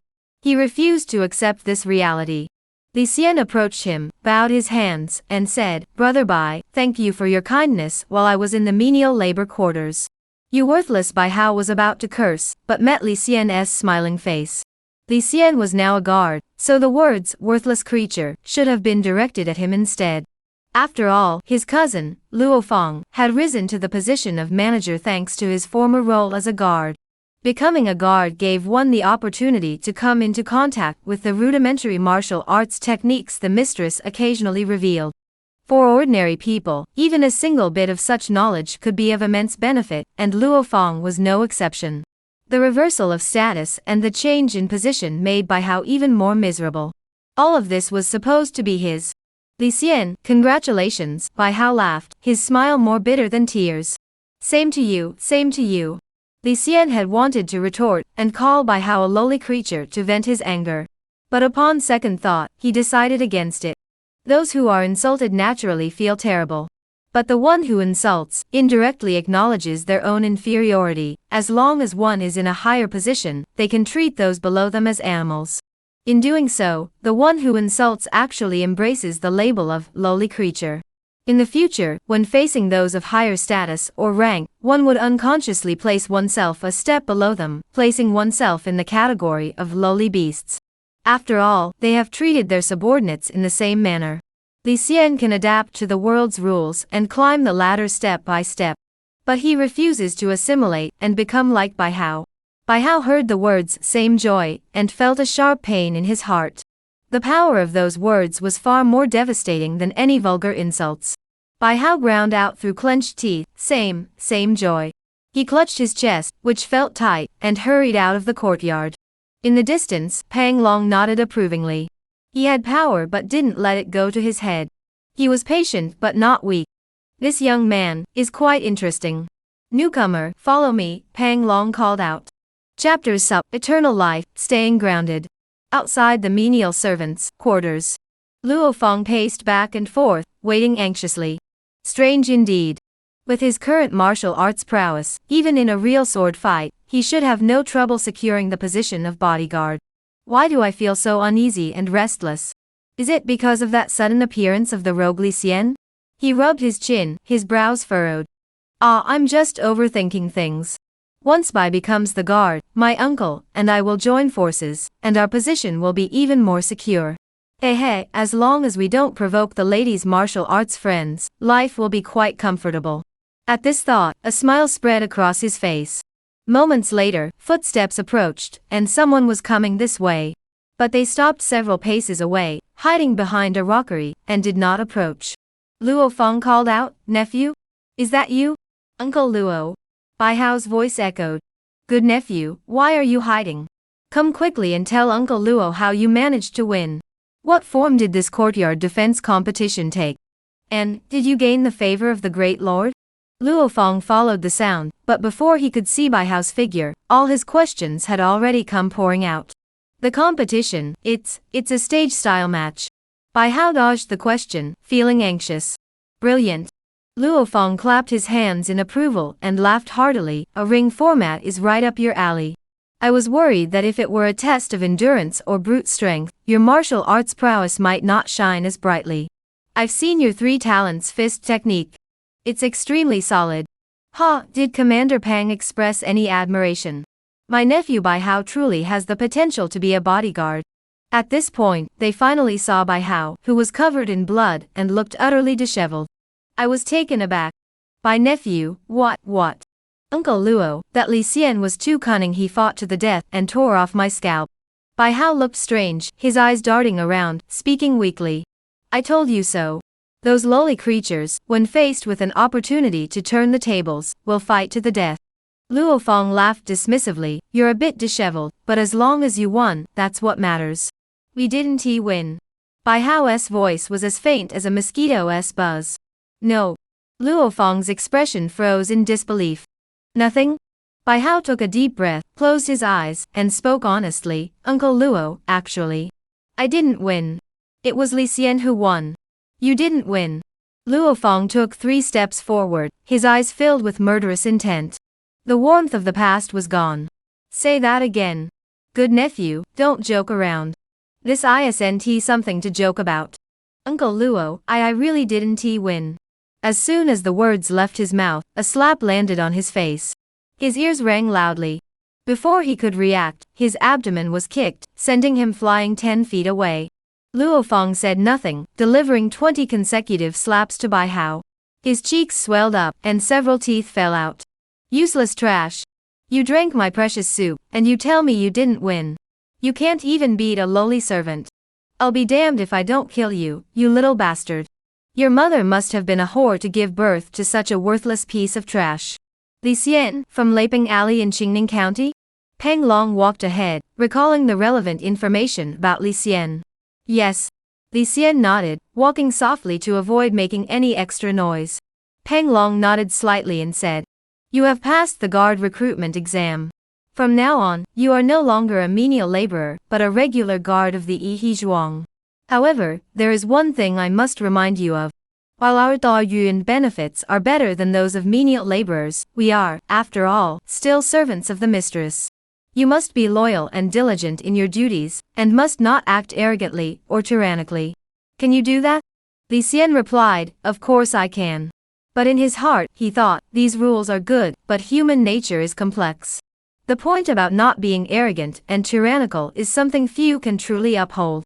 After the fight, you must be hungry.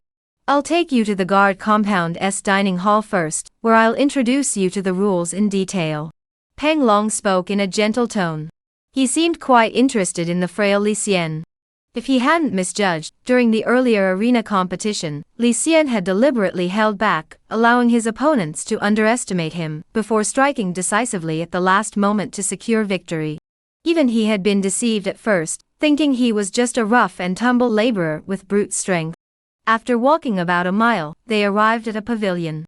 The sign above the door read, "Vegetarian Dining Hall." This building was specifically for the guards, so there were many guards passing by. Mr. Pang. The guards bowed respectfully, and Pang Long nodded slightly. After taking his seat, Pang Long gestured with his hand and said, "Bring 2 portions of the Ding class meal." "Lord Pang, are you also having the 4th class meal?" the cook asked. Of course, Pang Long nodded. Soon, 2 plates of food were brought to the table. Li Xian looked at it and his mouth watered. There were 3 dishes and a soup, 1 meat dish and 2 vegetarian dishes. The meat dish was braised pork chunks, each about 2 fingers thick, with 3 pieces in total. It wasn't lean meat, but rather fatty pork belly with a mix of fat and lean meat. The surface glistened with oil. Ordinary laborers wouldn't get to eat such a meal in their entire lives. The 2 vegetarian dishes were water-boiled bean sprouts and stir-fried radish with green onions. The presentation was average, but the dish was well seasoned with oil and salt, giving it a glossy sheen. It's quite a lot of effort. It's not exactly a gourmet meal. But in this world, being able to eat such a meal is already a rare blessing. Yup, this is the standard meal for the guards. Guards, in simpler terms, are there to protect the mansion for the mistress. Without some martial arts skills, you can't even guard the mansion properly. So now that you've joined the guards, you won't have to do menial tasks. But you must train in martial arts. For warriors, there can be no compromise when it comes to food. Peng Long took a pair of wooden chopsticks, poured the rice and meat into the soup. After mixing it all together, he slurped it up with a loud sound, eating the soup, rice, vegetables, and meat all at once. In just a few breaths, he had eaten half of it. Li Xian didn't rush to eat but asked, "Martial arts training?"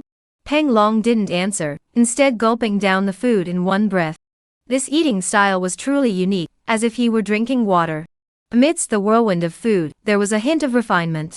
He finished the bowl, leaving it spotless, not even needing to rinse it. Only then did he reply, "Every newcomer is interested in martial arts training. I have no obligation to clarify martial arts for you. But since you're new here, I'll allow you to ask me 3 related questions." Peng Long added, "As long as it's related to martial arts, feel free to ask." Li Xian's eyes lit up. This Commander Peng Long was different from Luo Feng and the others. At least for now, he seemed very different and very strict about the rules. 3 questions? Li Xian thought to himself that since Peng Long had said to ask freely, there was no need to be too formal. He asked, "Does practicing martial arts extend one's lifespan and grant immortality?" Li Xian had just arrived in this world and was currently in a dire situation. How dare he ask for immortality? He asked this question solely to quickly grasp the basics of martial arts. Peng Long was taken aback and looked at Li Xian in surprise. He was curious why such a question would come from the mouth of a menial servant. This young man is truly interesting. As a menial laborer, he can't even eat his fill or keep warm. Now that he has become a guard, his first question is whether martial arts can grant immortality? Peng Long replied, "Of course it can." He did not elaborate further, but instead observed Li Xian's expression. Seeing no signs of fanaticism or excitement on his face, he finally concluded that Li Xian was not someone with unrealistic ambitions. It was simply pure curiosity. Li Xian pondered for a moment. Within 10 miles, can one find a way? Peng Long's expression grew complex. This time, he neither said yes nor no, but replied, it's harder than climbing to the heavens. You have one final question. After asking his 2 questions, Li Xian had a general understanding of the martial arts of this world.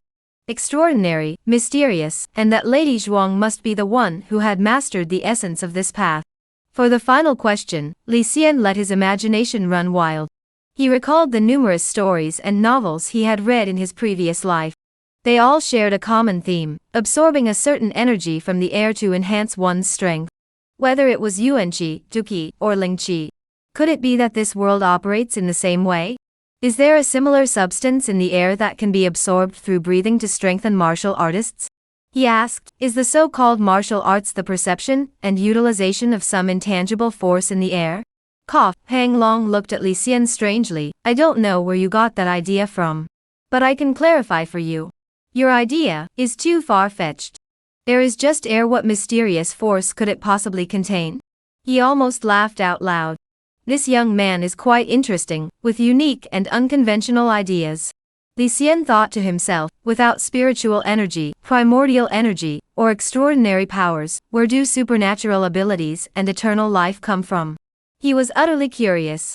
He also recalled the Jingbao that had been boiled in the village recently. Could this have anything to do with transcendence? Unfortunately, that level was still too far beyond his reach for now.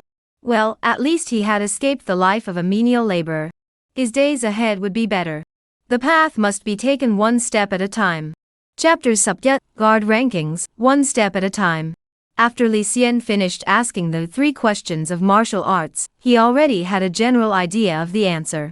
He thanked Peng Long and, unable to withstand the hunger in his stomach any longer, began to eat heartily. A few pieces of fatty meat went down his throat. With his stomach full, he felt energized. He quickly finished his meal, sweeping the plate clean. It was rare for his stomach to be so full, and his mood improved greatly. But he couldn't help but think. I'm full now. But I wonder how my younger brother is faring alone out there. 500 coins is no small sum. Eating meat occasionally shouldn't be too difficult. If I get the chance, I should go back and visit my younger brother. After leaving the vegetarian restaurant, Peng Long suddenly heard the sound of a bell. It was the lady of the house summoning him. He dared not delay and went to see the lady, but leaving Li Xian alone was not a good idea. Just then, a guard approached and called out, Zhao Han, this newcomer is yours. Take him around and show him the ropes. He then hurried away. Young man, hello. I watched the previous duel. I never expected you to be the one who won. The guard named Zhao Han smiled kindly, showing no disdain for Li Xian's humble origins. Li Xian bowed and said, Brother Zhao, from now on, we'll be working together. Please take care of me. Of course, of course. Zhao Han laughed heartily. Noticing Li Xian's tattered clothes, messy hair, and dirty face, he said, Commander Pang instructed me to take care of you, so I must ensure you're well provided for. Come with me. They brought Li Xian some new clothes to change into. I'll take you to the bathhouse to wash up and change into your new clothes. The guard's uniform is made of sturdy material, far superior to the clothes of a menial servant. You won't need to wear those clothes anymore. Once you take them off, just throw them away. Li Xian was overjoyed to hear he could wash. Since arriving in this world, he hadn't bathed once, and his body was filthy, indistinguishable from a beggar. The courtyard guards had a dedicated large bathhouse. Inside were individual compartments. Zhao Han led Li Xian to the bathing room, and then realized he didn't have a bucket, so he said, You don't have a bucket yet. Use mine for now. There was a well beside the bathhouse, and the water used for bathing came from the well. The well water was warm in winter and cool in summer. However, the so-called warm was only relative to the temperature when poured over the body. It was still quite cold. Li Xian took off his clothes, picked up the wooden bucket, and poured it over himself from top to bottom. The cold water soaked him instantly. It was already winter, though no snow was falling, it was still quite cold. However, the cold soon began to fade, and a warm sensation returned, invigorating his spirit. Li Xian endured the biting cold, scrubbing the mud off his body, and combing his tangled hair. Wow, is being a menial worker this tough? This kid, he's actually quite enviable. Zhao Han, standing nearby, couldn't help but shake his head in disbelief, glancing downwards and secretly making gestures with his hands. He then looked at himself, making a futile comparison, and felt a pang of inferiority. After pouring 7 buckets of water over himself, Li Xian's skin turned red from the cold, but his body was finally clean. He then put on his guard's uniform. What a fine young man! Zhao Han's eyes lit up, and he clapped his hands in praise. Clothes make the man, and a saddle makes the horse. In just half an hour, the dirty and disheveled servant had transformed into a dashing young gentleman. Li Xian, you're actually quite handsome. Zhao Han said. Really? Li Xian touched his cheek, seeming to agree. Now you look like a bodyguard. Come, I'll take you around and tell you about the ins and outs of our bodyguard duties. Zhao Han placed his arm around Li Xian's shoulder and walked toward the exit. Our guards are divided into 4 ranks, A, B, C, and D. You've just been assigned, so you're currently at the D rank. I'm in the C rank. The higher the rank, the better the monthly salary and benefits. For example, as a Ding rank bodyguard, you earn 150 coins a month, which isn't exactly bad. Li Xian asked, how does one advance in rank? Smart question. Zhao Han clapped his hands and said, in our village, we hold a guard competition every so often. The rankings from the competition determine the new ranks. So, the competition among the guards is actually quite intense.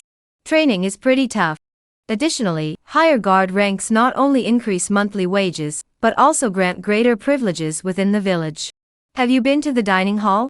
It's divided into 4 tiers A, B, C, and D, and the higher your guard rank, the better the food you get. There are countless such benefits. I won't go into detail, you'll discover them gradually. Just as they were talking, the two approached a row of houses. This is where we will be staying. Zhao Han stopped in his tracks.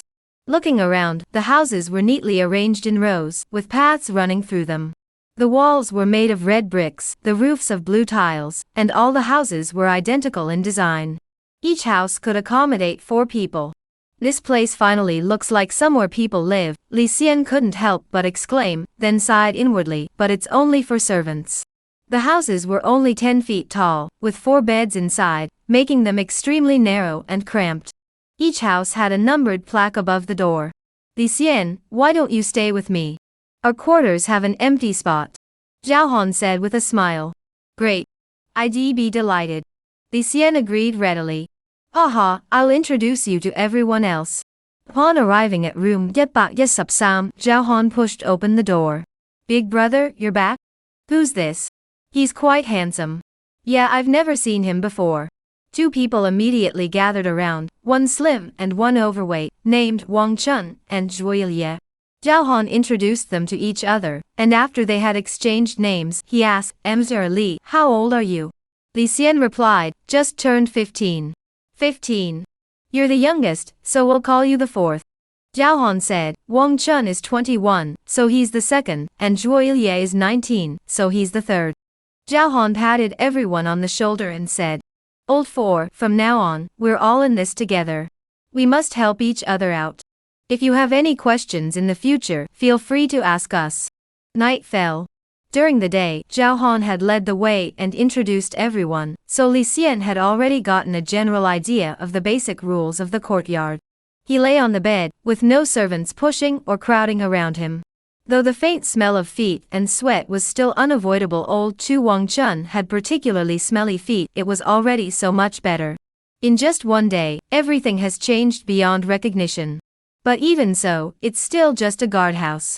Li Xian felt a mix of emotions, unable to say whether he was happy or something else. On one hand, he deeply understood that people were divided into different classes, with varying degrees of status and respect. On the other hand, he was grateful that his life had improved. Zhao Han turned around and saw Li Xian staring blankly at the ceiling. He said, 4th brother, hurry up and go to sleep. There's morning training tomorrow. Li Xian closed his eyes and fell asleep. The next day, dawn broke, and the roosters crowed. Get up, get up. Zhao Han rolled out of bed, dressed quickly, and didn't forget to slap Wang Chun across the face and kick Wang Lai in the back. The two slept like dead pigs, not moving a muscle. Zhao Han sighed, then suddenly thought. Right, old 4 didn't sleep all night.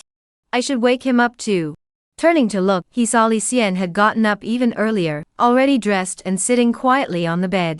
"Fourth brother, you're up early," Zhao Han said in surprise. "When I was a servant, I had to get up even earlier. I'm used to it now." Li Xian shrugged his shoulders and stretched his limbs. Chapter Subyi, teaching martial arts, practicing moves and strength. In front of the village guard compound, there was an open field. Hundreds of guards gathered here. Peng Long stood at the front, counting the numbers to ensure no one was missing, then said calmly, "Today's morning training will begin with 3 laps around the village. Everyone, be proactive and loosen up your muscles and joints. The path of martial arts has no shortcuts. The greatest taboo is to aim too high too soon. If you can master the techniques and develop some strength, you will have some potential." As Peng Long finished speaking, the morning training began. Li Xian mingled among the crowd, ran out of the village gate, and began circling the village, gradually increasing his pace. The laborers who had already started their work early in the morning cast envious glances at the guards. The village was larger than expected, surrounded by mountains and rivers. Running around the village required crossing several winding mountain paths. Suddenly, skill, running. Proficiency, 125 beginner. Description, it's just a matter of taking a step forward with both legs and swinging both arms. It strengthens the body and builds stamina. What's not to love? Proficiency Gaya. Proficiency Gaya. With each step and swing of Li Xian's legs and arms, the sound of progress echoed. His breathing grows steadier, and his pace gradually quickens. After 3 laps, the sky was fully illuminated. Skill, running, has reached proficiency level, Yi Ba Sub Yet. Old 4, you've got good stamina. You're not even tired yet. Zhao Han panted, slightly surprised. Running 3 laps around the village, climbing hills, and crossing streams, that's no easy feat. Moreover, the team was running at a decent pace, and for a newcomer to keep up with the group was already impressive. Not bad. Li Xian wiped the sweat from his forehead. He couldn't say he wasn't tired, but he could still keep going. Save some energy. Later, Commander Pang will probably call you over to teach you a martial art. Zhao Han reminded him, pointing toward Pang Long. Sure enough, Pang Long's gaze swept over the group of guards, and when he saw Li Xian, he clearly paused for a moment. It had only been half a day since they last saw each other, yet the change was so drastic. He never expected that the former lowly errand boy had grown into such a handsome young man. If it weren't for the fact that he was the only unfamiliar face among the guards here, he wouldn't have recognized him at all. "Li Xian, come here." Pang Long beckoned. Li Xian hurried over and said, "Commander Pang. There was an urgent matter yesterday, so I didn't have time to teach you martial arts." Pang Long stood with his hands behind his back and said, "Before I teach you martial arts, I must inform you of something important. The martial arts we have learned were all created by the lady. Those who study this martial art must regard the lady as heaven, and must never disobey her. If anyone disobeys, they shall meet the same fate as this bamboo." He struck out with a palm, hitting a bamboo stalk in midair. A loud crack echoed as the bamboo snapped in 2. Shouts of surprise echoed from the courtyard. Commander Pang's palm strike is growing more powerful. Sigh, I wonder when we will ever reach Commander Pang's level of mastery. It's probably impossible. If I could achieve even a tenth of his skill, I'd be satisfied. Li Xian's eyes widened.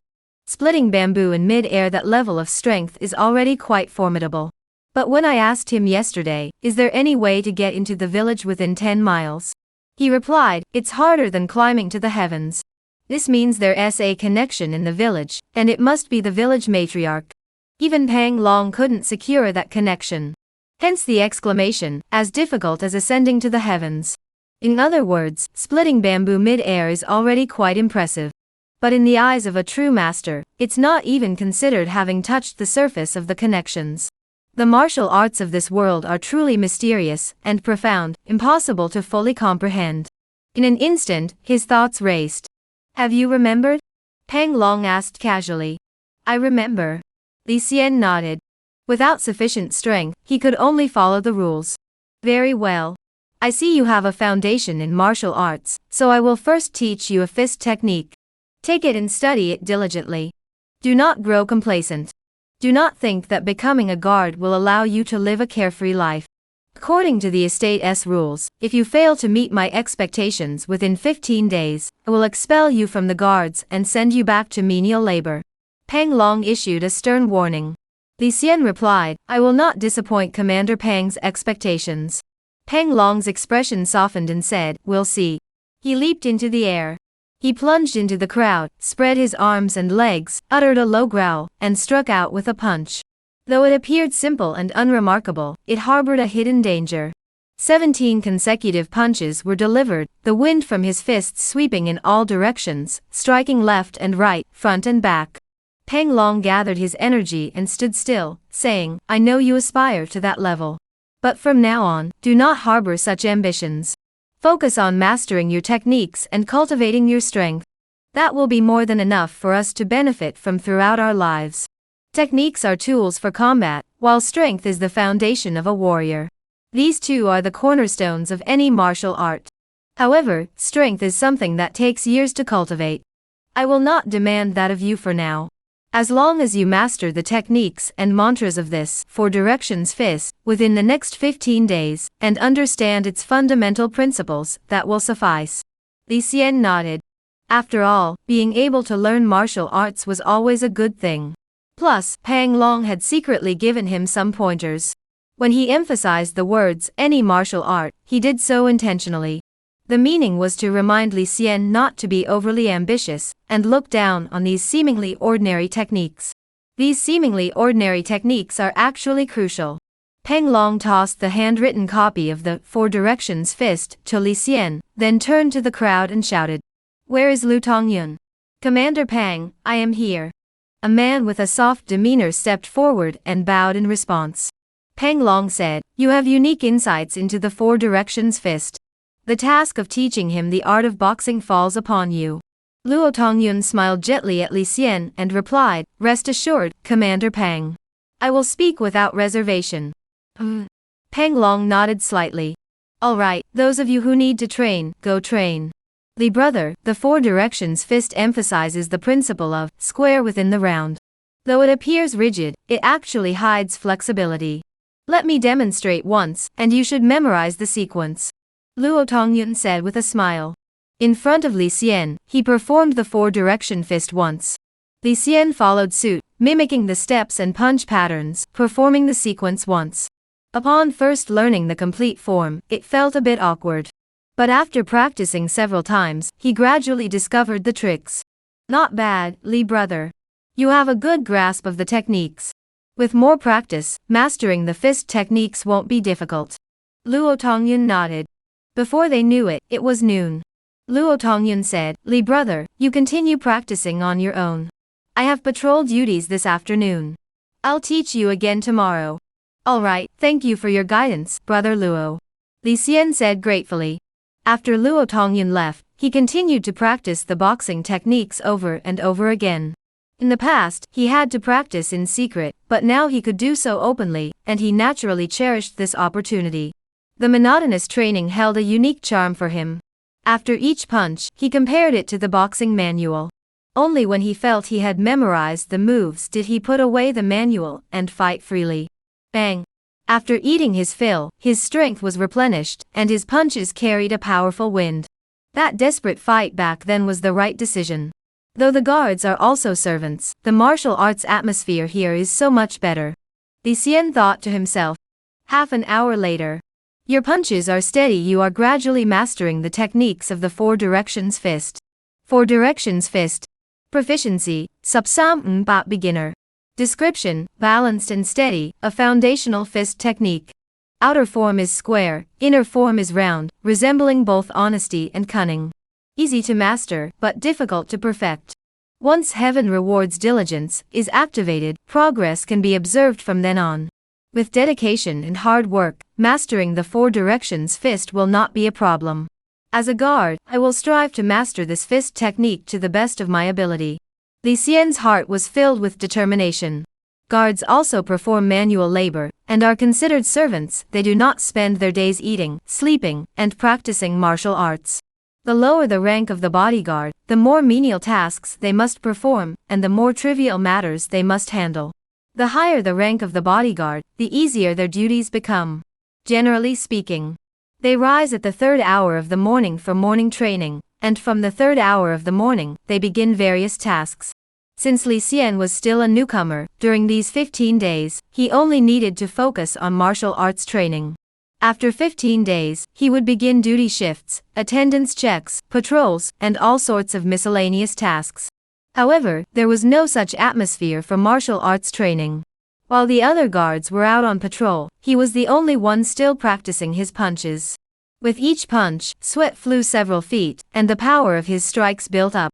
A martial artist practices techniques and cultivates strength. Mastering these two aspects alone can already be considered a master among ordinary practitioners. I won't dwell on those matters of immortality or transcendence.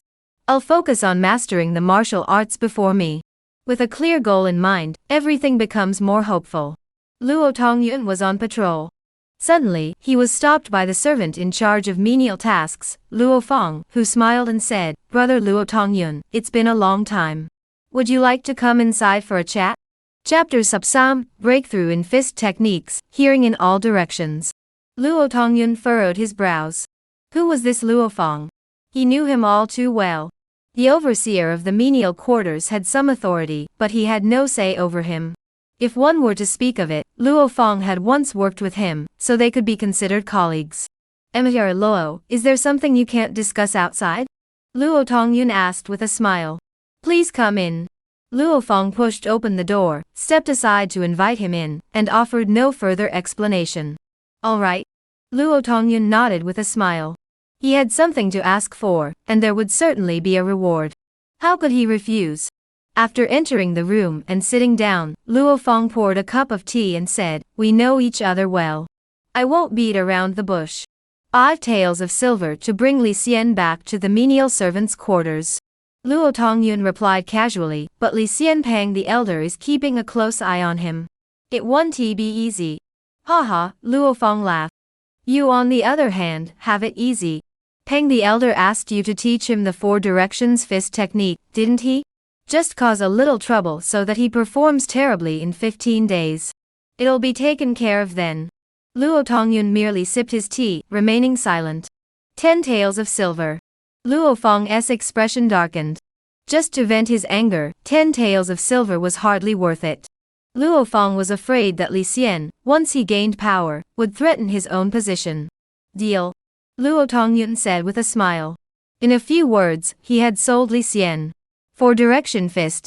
Proficiency, subsay bat beginner. A day of intense training, and progress wasn't too slow. Li Xian felt his muscles growing more refined. Unfortunately, the wild ox fist is merely an incomplete form, otherwise, its power would be truly formidable.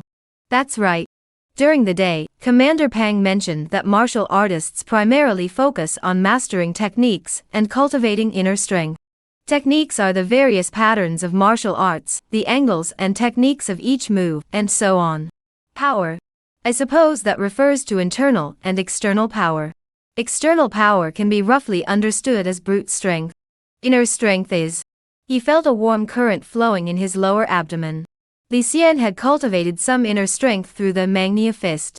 He vaguely understood the connection between martial arts and strength. Only when martial arts reach a certain level of mastery can one cultivate even the slightest thread of force. Through daily diligent practice, one can become a master of internal force. Like Pang Tongling, who could split bamboo in mid-air. I wonder how much internal energy that requires. That empty palm technique, what level of mastery does it represent? The way of martial arts is hard to attain, and there are no easy paths. But now, I've at least touched the edges of it. Li Xian finished his evening meal, and went to the empty courtyard of his residence. He began practicing the 4 directions fist again. Fourth brother, such relentless training will yield no results. Zhao Han returned from his patrol, and saw Li Xian still immersed in his martial arts, unable to resist offering some advice. Martial arts are not achieved overnight. If you train for too long, your body will grow fatigued and resistant. Continuing to train under such conditions may even cause your martial arts skills to regress. That's why some people, despite being extremely diligent, only achieve average martial arts proficiency. Zhao Han truly regarded Li Xian as one of his own. These were words of experience. But to Li Xian, they were completely useless. Skill level ga yet. His arms ached unbearably, but Li Xian persisted, smiling. Big brother, I'm just bored sitting around. Might as well get more familiar with it. It won't hurt. Zhao Han waved his hand dismissively. You should just admit it, you're really a beast. True. If you weren't a beast of burden, how would you have risen from a menial laborer? But as I said, martial arts are sufficient. We're just servants in the courtyard, we don't need to roam the martial arts world. Before long, the next day arrived. After morning training, Li Xian had accumulated a bunch of questions, and immediately sought out Luo Tongyun for answers.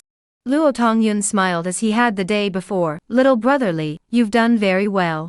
These questions are all quite reasonable. He then answered each one in turn. Li Xiaoxiong, demonstrate the technique in front of me, and I will teach you how to improve your form. Lu Tongyun requested. Li Xian nodded, assumed a fighting stance, and carefully completed the entire sequence, thinking to himself that although his progress wasn't particularly fast, at least he was following the proper form.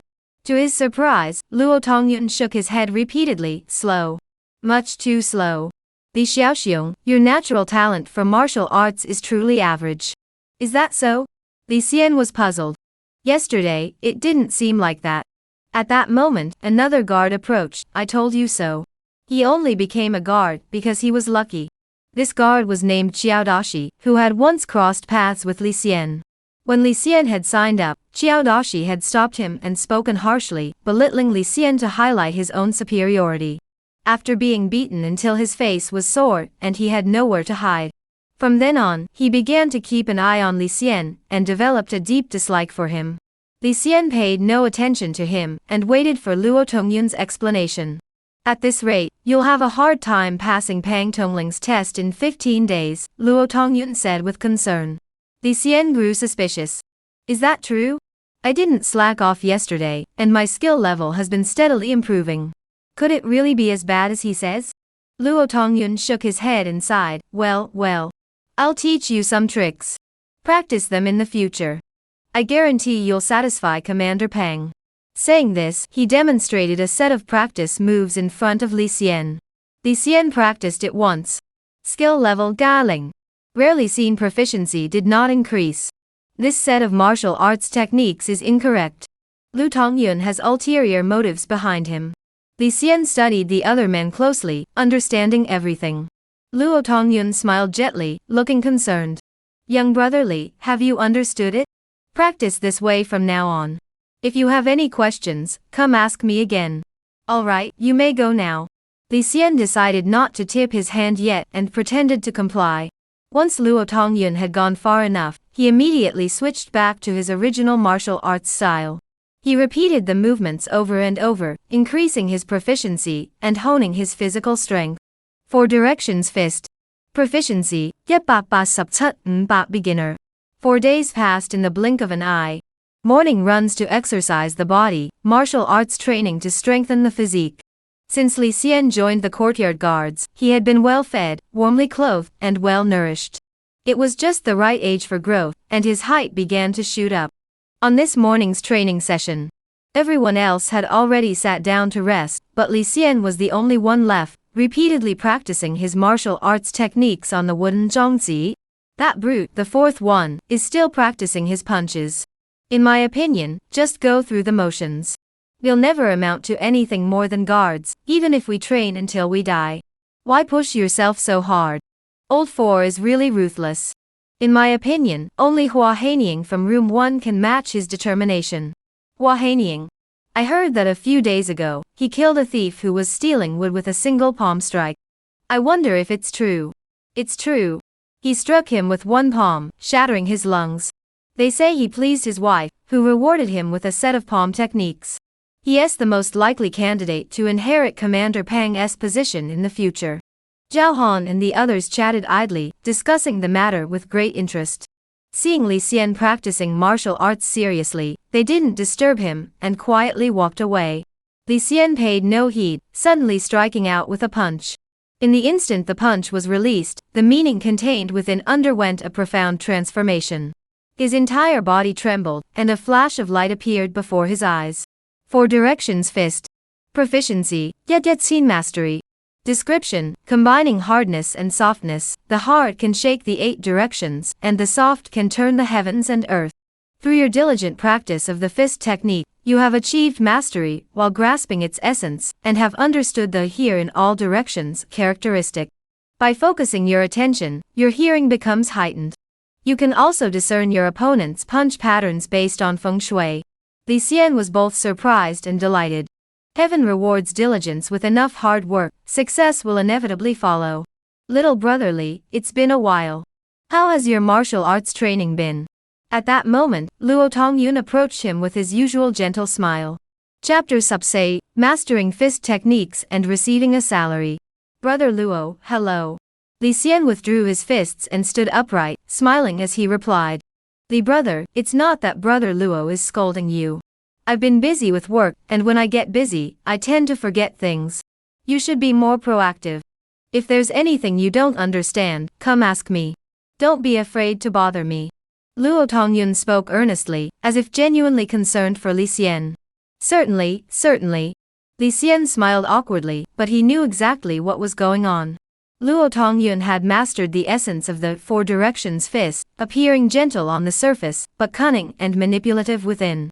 He spoke sweetly but acted dishonorably. Li Xian knew this man harbored malicious intentions. Whether it was because he disliked him or for other reasons, he certainly didn't want him to fare well. But seeking his guidance would be futile. He might as well practice diligently on his own. You, go ahead and demonstrate the fist techniques. Let me see how much progress you've made. Luo Tongyun shook his head and sighed. All right.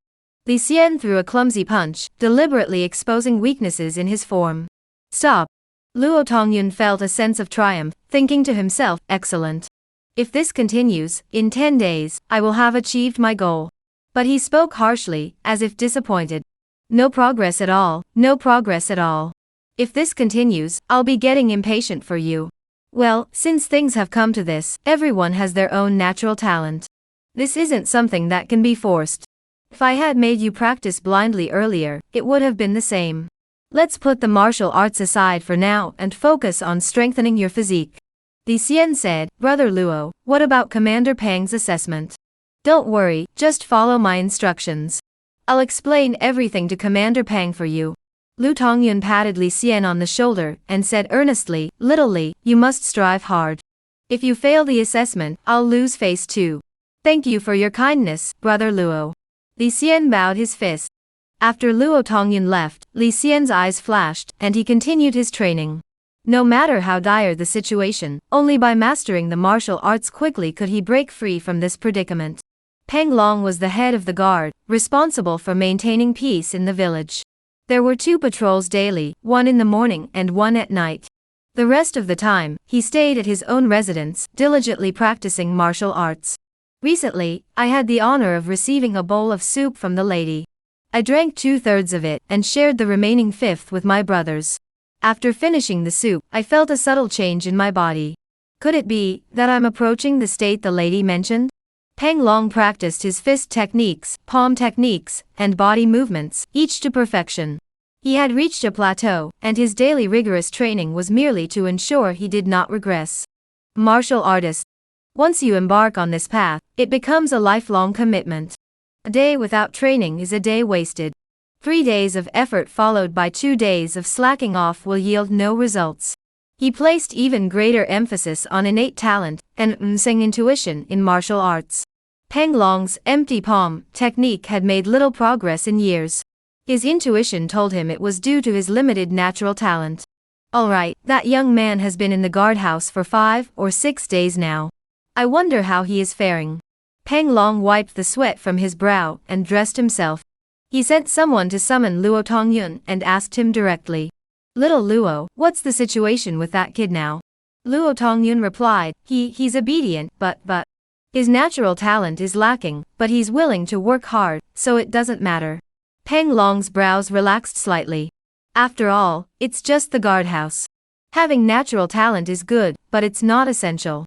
However, Peng Long couldn't stand those who were dishonest, lazy, or took shortcuts. Luo Tongyun said. His natural talent is decent, but he's a bit careless. In the past 5 days, he rarely asked me for guidance.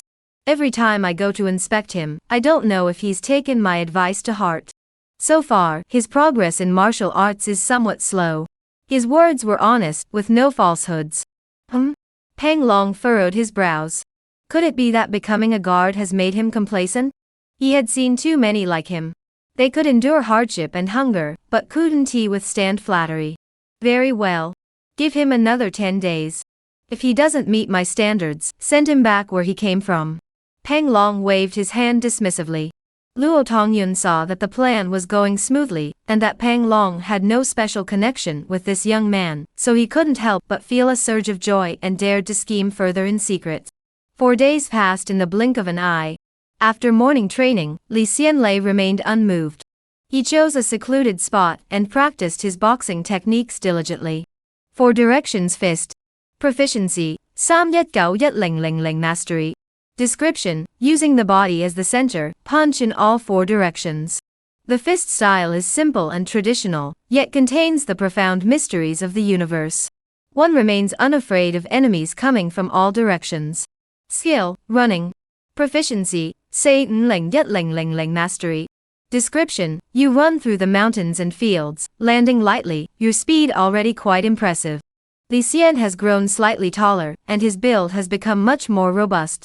His daily morning training, morning run, has already reached an above-average level in terms of speed and endurance. If he were to sprint all out, aided by the resilience trait derived from weed removal, few of the hundreds of guards could outrun him. Li Xian felt the warm current in his dantian had grown as thick as 2 fingers. Drip by drip, his internal energy was accumulating. It was already winter. When he circulated his internal energy, it could dispel the cold, making it extremely useful. Li Xian thought to himself, if I can truly master this one day, I too would like to venture into the martial arts world. 4th brother, still practicing your kun. Zhao Han placed his arm around Li Xian's shoulder, feeling extremely happy. Big brother, you're in such a good mood today. Is there something good happening? Li Xian had just started his boxing stance when he saw Zhao Han, Wang Chun, and Zhuo Yilie approaching. He stopped and asked curiously. Wang Chun said, I told you 4th brother had practiced boxing until he went mad. How could he forget such an important day? Old 4, today is the day we collect our monthly wages. Zhao Han said with a smile. Ah, so that's it. Li Xian counted the days and said, but I've only been in the village for less than a month. Do I also get paid today? Of course, of course. Stop practicing martial arts and go collect your wages. Zhao Han slung his arm around Li Xian's shoulder, almost dragging him along. Thus, the 4 people from the same house set off together toward the accounts office. Outside the accounting office, there was a long line. After waiting for half an hour, it was finally Li Xian's turn. Li Xian, formerly a menial laborer, with a monthly allowance of 50 coins. Now a 4th-class guard, with a monthly allowance of 150 coins. During your time as a laborer, you performed well, and received a total of 37 coins in bonuses. This month's wages, including bonuses, total 117 coins. The accountant couldn't help but take a second look. From menial laborer to bodyguard, that was quite rare. He had a vague recollection of this young man. At the end of autumn, he had signed a contract selling himself into servitude, and his handwriting was quite neat. Here is your salary. Take it carefully. A green cloth bag contained over 100 copper coins. Li Xian took it, felt its weight, and couldn't help but smile. Penny can stump a hero. At least there's money in my pocket now. This world, this era money is truly too important. Zhao Han, a 3rd-class bodyguard, receives a monthly salary of 220 coins. For full attendance during patrol duty, an additional 50 coins. When he added it all up, Zhao Han's monthly salary came to a full 300 coins. Almost 3 times that of Li Xian. Li Xian sighed inwardly. Even within Qingning County, those who earn 300 coins a month aren't exactly common. Madame Zhuang is truly wealthy. If only I had that much money. Chapter 7, Brotherly Bond, Seeking a Peace Amulet. Please continue reading.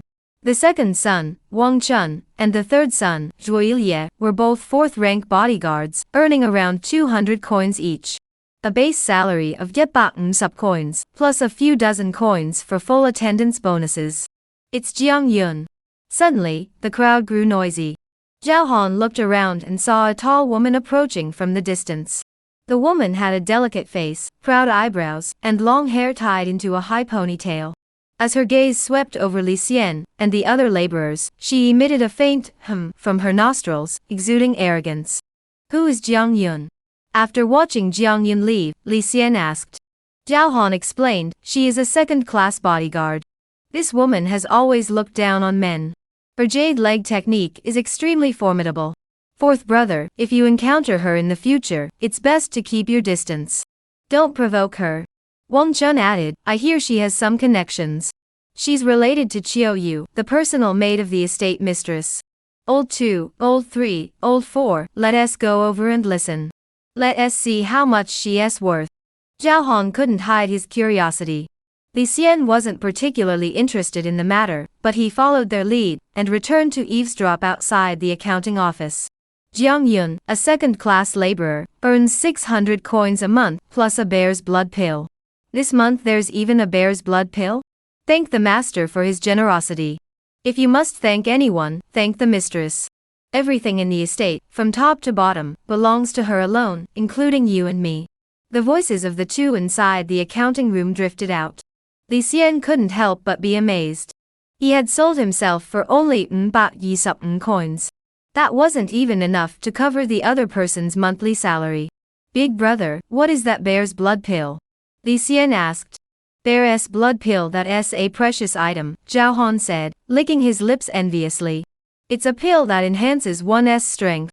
We train hard every day, but it might not even match the effects of a single pill. Wang Chun said, Boss, try your best to become a second-class bodyguard. Maybe then you'll have a chance to taste the bear blood pill. Exactly. Even without the bear blood pill, a second-class bodyguard can at least get some deer blood pills every month, Zhuo Yilia chimed in. Difficult, difficult, difficult. Zhao Han sighed deeply.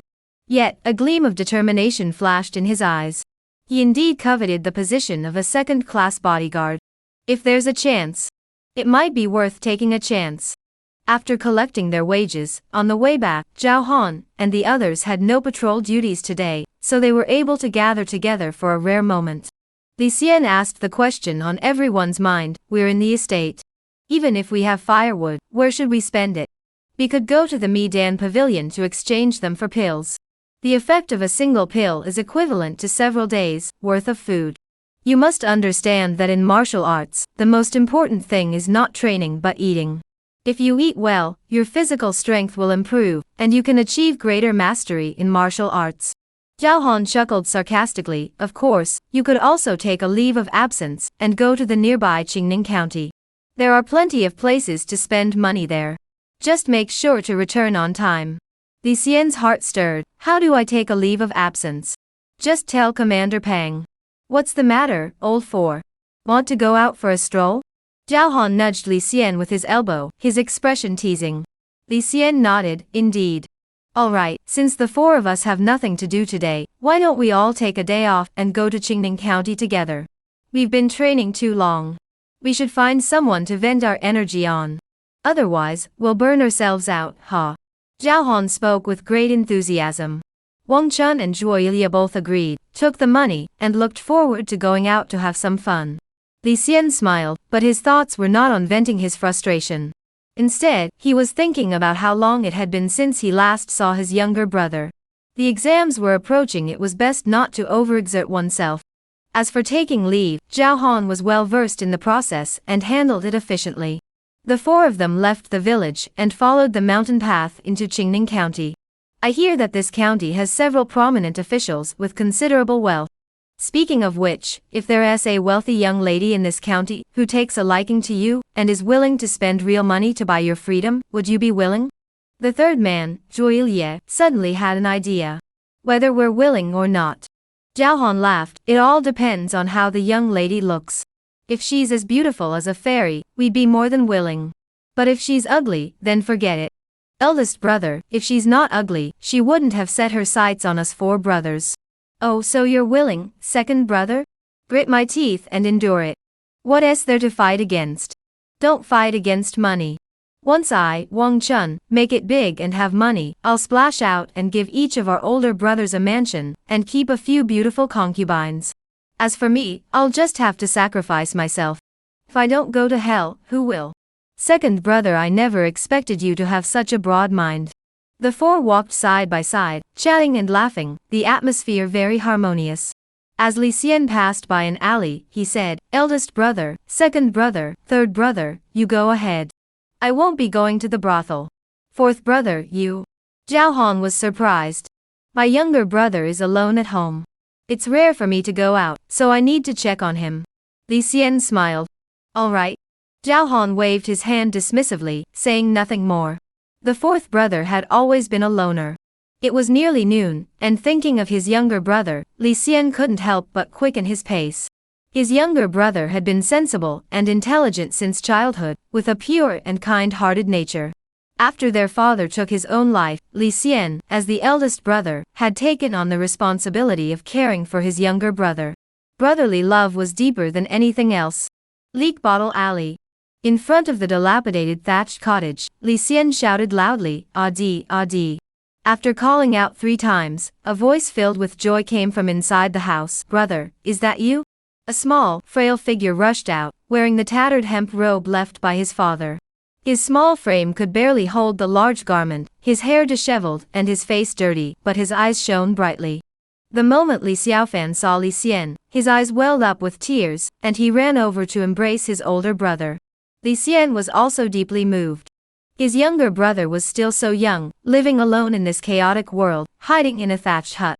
Li Xian feared his clothes would be stolen, his coins taken, and that he would be bullied. Upon returning and seeing his younger brother safe, he finally felt at ease. "Safe and sound, that's good, Li Xian sighed. "Brother, you've gotten so much taller," Li Xiaofan said admiringly, his eyes sparkling. "Of course I am. Your older brother isn't just anyone," Li Xian laughed. "Once your older brother has money, we won't have to be bullied anymore. Brother, I know you went to work as a laborer and must have suffered a lot. I got a talisman for safety. Take it with you." Li Xiaofan pulled out a triangular yellow talisman. "Did you go to the temple?" Li Xian was startled. "That's over 20 miles away from here. I went to buy books and stopped by to get the amulet," Li Xiaofan smiled. "You little rascal, trying to trick your older brother? You're still too young for that." Li Xian gently tapped Li Xiaofan on the head, his tiger-like eyes growing moist. "Brother, I'm not stupid. In this world, we only have each other. You've joined the cooperative. Recently, I heard that many laborers in the cooperative have died from overwork. I'm truly worried. I can't sleep at night. The only thing I can do is ask for a talisman for your safety," Li Xiaofan said. "Your brother is now a guard, he's not as hard off as the laborers." Li Xian gently stroked Li Xiaofan's head and said, "Don't do such foolish things again." "Hee, maybe the amulet is working," Li Xiaofan said with a mischievous smile. But a determined gleam flashed in his eyes. "This winter exam, I will not let my older brother down." Chapter Suplok. Farewell to my younger brother, the day of the exam please keep reading. Li Xian patted Li Xiaofan on the shoulder, but even through the torn hemp robe, it felt rough to the touch. Seeing his younger brother's skinny frame and malnourished appearance, he felt a pang of pity. Li Xian asked, "I've been in the village for nearly a month. Little brother, have you eaten any meat?" "Brother, I'm not stupid. I spent all my money on books, and whatever was left, I used to buy meat. I've even had some fatty meat a few times." Li Xiaofan gave a sheepish smile. "Is that so?" Li Xian raised an eyebrow. "How much is left?" Li Xiaofan shrunk his head and said nervously, "Most of it is already gone." Li Xian reached out and snatched the money pouch from Li Xiaofan's chest. "Brother." Before Li Xiaofan could react, he had already untied the string, revealing 380 coins inside. In the past month, only 120 coins had been spent. Li Xian calculated. Pork jerky from the west of the city sells for 50 coins per pound. If we buy some offal or scraps, 30 coins would be enough. If you ate meat every 2 or 3 days, it would be impossible to spend only 120 coins. And you still need to buy books. Brother, your health is your most valuable asset. You must never skimp on food. Now that you have money, you should eat meat when you want to. Why save? Li Xiaofan lowered his head and didn't argue. The money his older brother had sold himself for, how could he use it to buy meat? That would be no different from eating his own brother. Therefore, he ate his meals every day outside the city walls, digging up wild vegetables to fill his stomach. Every penny had to be spent wisely. Only then could he feel he was doing right by his older brother. Li Xian looked at him and sighed deeply, then smiled and said, let me take you out for a meal, and get you some new clothes. Half a day passed. Li Xian accompanied Li Xiaofan, and had a meal of fatty pork. Considering that winter had already arrived, and there were no blankets or windproof items in the room, he also bought a coat. Life was tough. Wearing new clothes would surely attract envy, so Li Xian told his younger brother to wear the new clothes underneath, and wrap his father's hemp robe over them. Avoid going to unfamiliar places. After finishing these tasks, Li Xian visited his neighbor, Ms. Lu. He gave her 30 coins and asked her to look after them for a while. Lu Dama was a kind-hearted woman. After receiving the money, she readily agreed and praised Li Xian for being so promising, calling him a fine older brother. Brother, are you leaving again? Li Xiaofan's eyes welled up with tears, knowing his older brother wouldn't stay long. Li Xian gave all the money he had earned this month to Li Xiaofan, and solemnly instructed him, this is 80 coins. Remember to eat meat, eat meat, eat meat. I know, Li Xiaofan clenched his fists tightly. I know you're smart, but you can't fool your older brother. Li Xian smiled and said, repeat it 3 times. Eat meat, eat meat, eat meat. Li Xiaofan obediently repeated, brother, I remember. Alright, it's getting late. Go back quickly. Li Xian waved his hand and turned to leave in a hurry. His figure turned the corner of the alley and disappeared completely. Li Xiaofan ran a few steps after him, his expression darkening, and returned to the small, dilapidated hut. The room was bare, with only a rickety wooden bed. He lay on the bed, took out the crumpled book, and settled down to read. Only through reading could there be a way out. On a mountain path 3 or 5 miles outside the village, cold wind blew, adding a touch of desolation. 4 people walked together, their voices occasionally drifting through the air. Fourth brother, you should have come. You wouldn't believe how seductive the women there are. They say brothels are dens of vice, and that's certainly true. Yeah, when that woman blew on me, I felt like I was melting. Sigh, thinking about it now, I really regret it. I couldn't control myself, and I blew all the money I'd saved for half a month. On the way back, Zhao Han and the other 3 talked about the debauchery in the brothel, the beautiful women in their arms, their breath fragrant, and the lingering scent in their noses, still savoring the memories. Unfortunately, as lowly laborers, their ranks were too low and their authority limited.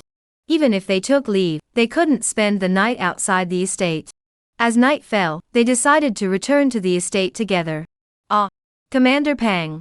As they approached the estate gates, Zhao Han, still slightly intoxicated, caught sight of Pang Long's figure. The alcohol vanished instantly, and he hurried forward to bow in greeting. Pang Long glanced indifferently at the 4 of them. You took the money to request a day off. Was it to go to a brothel for entertainment? Yes. Zhao Han scratched his head. As long as you don't violate the village rules, I have no right to ask where you're going. Pang Long said indifferently. His gaze then fell on Li Xian, his brows furrowing.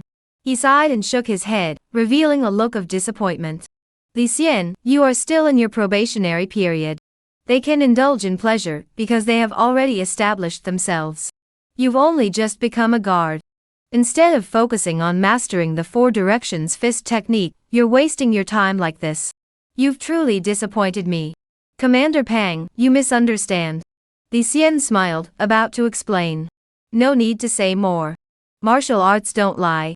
Pang Long waved his hand dismissively. On the day of the assessment, I will be there in person. If you fail to meet my standards, you will be sent back to menial labor. He turned and walked away in large strides. Li Xian watched Pang Long's departing figure, hearing the disappointment in his voice, yet his heart remained calm. Being recognized by others is certainly the best outcome. But to forge iron, one must first be strong oneself. Rather than exhausting oneself trying to impress others, it is better to walk one's own path firmly. He knew what he wanted and what he was doing. Fourth brother, why don't the 3 of us go explain things for you? Zhao Han said awkwardly. No need. What's there to explain? Li Xian shook his head and smiled. Besides, as a man, what's wrong with visiting a brothel?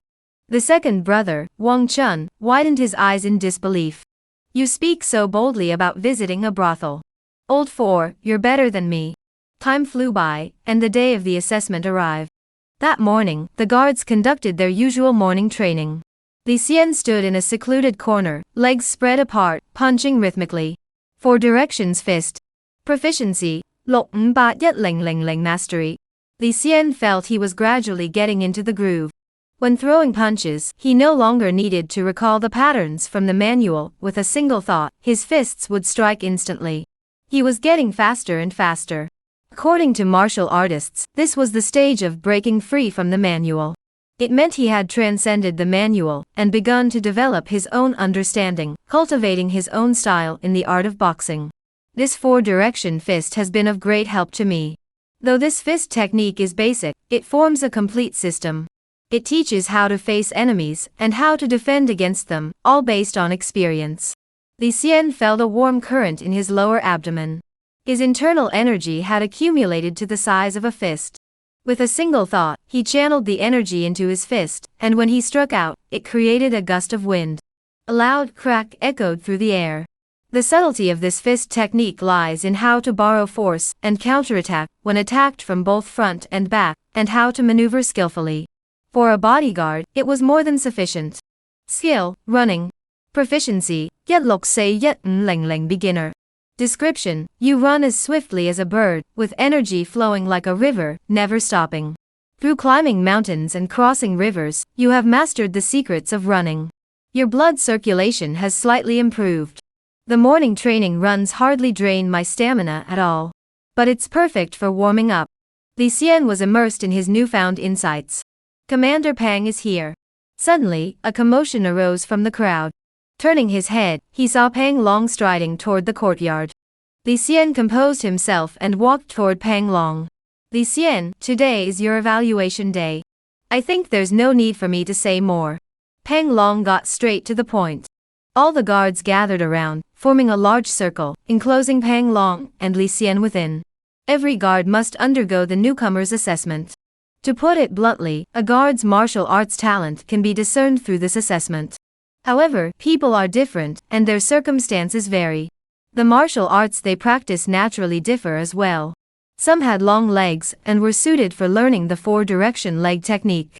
Others were short and stocky, so they practiced the ground-hugging technique. Some had sturdy skulls, so they trained in the iron head technique. Commander Pang, I understand, Li Xian nodded firmly. Ah. Luo Tongyun sighed appropriately, revealing a look of regret.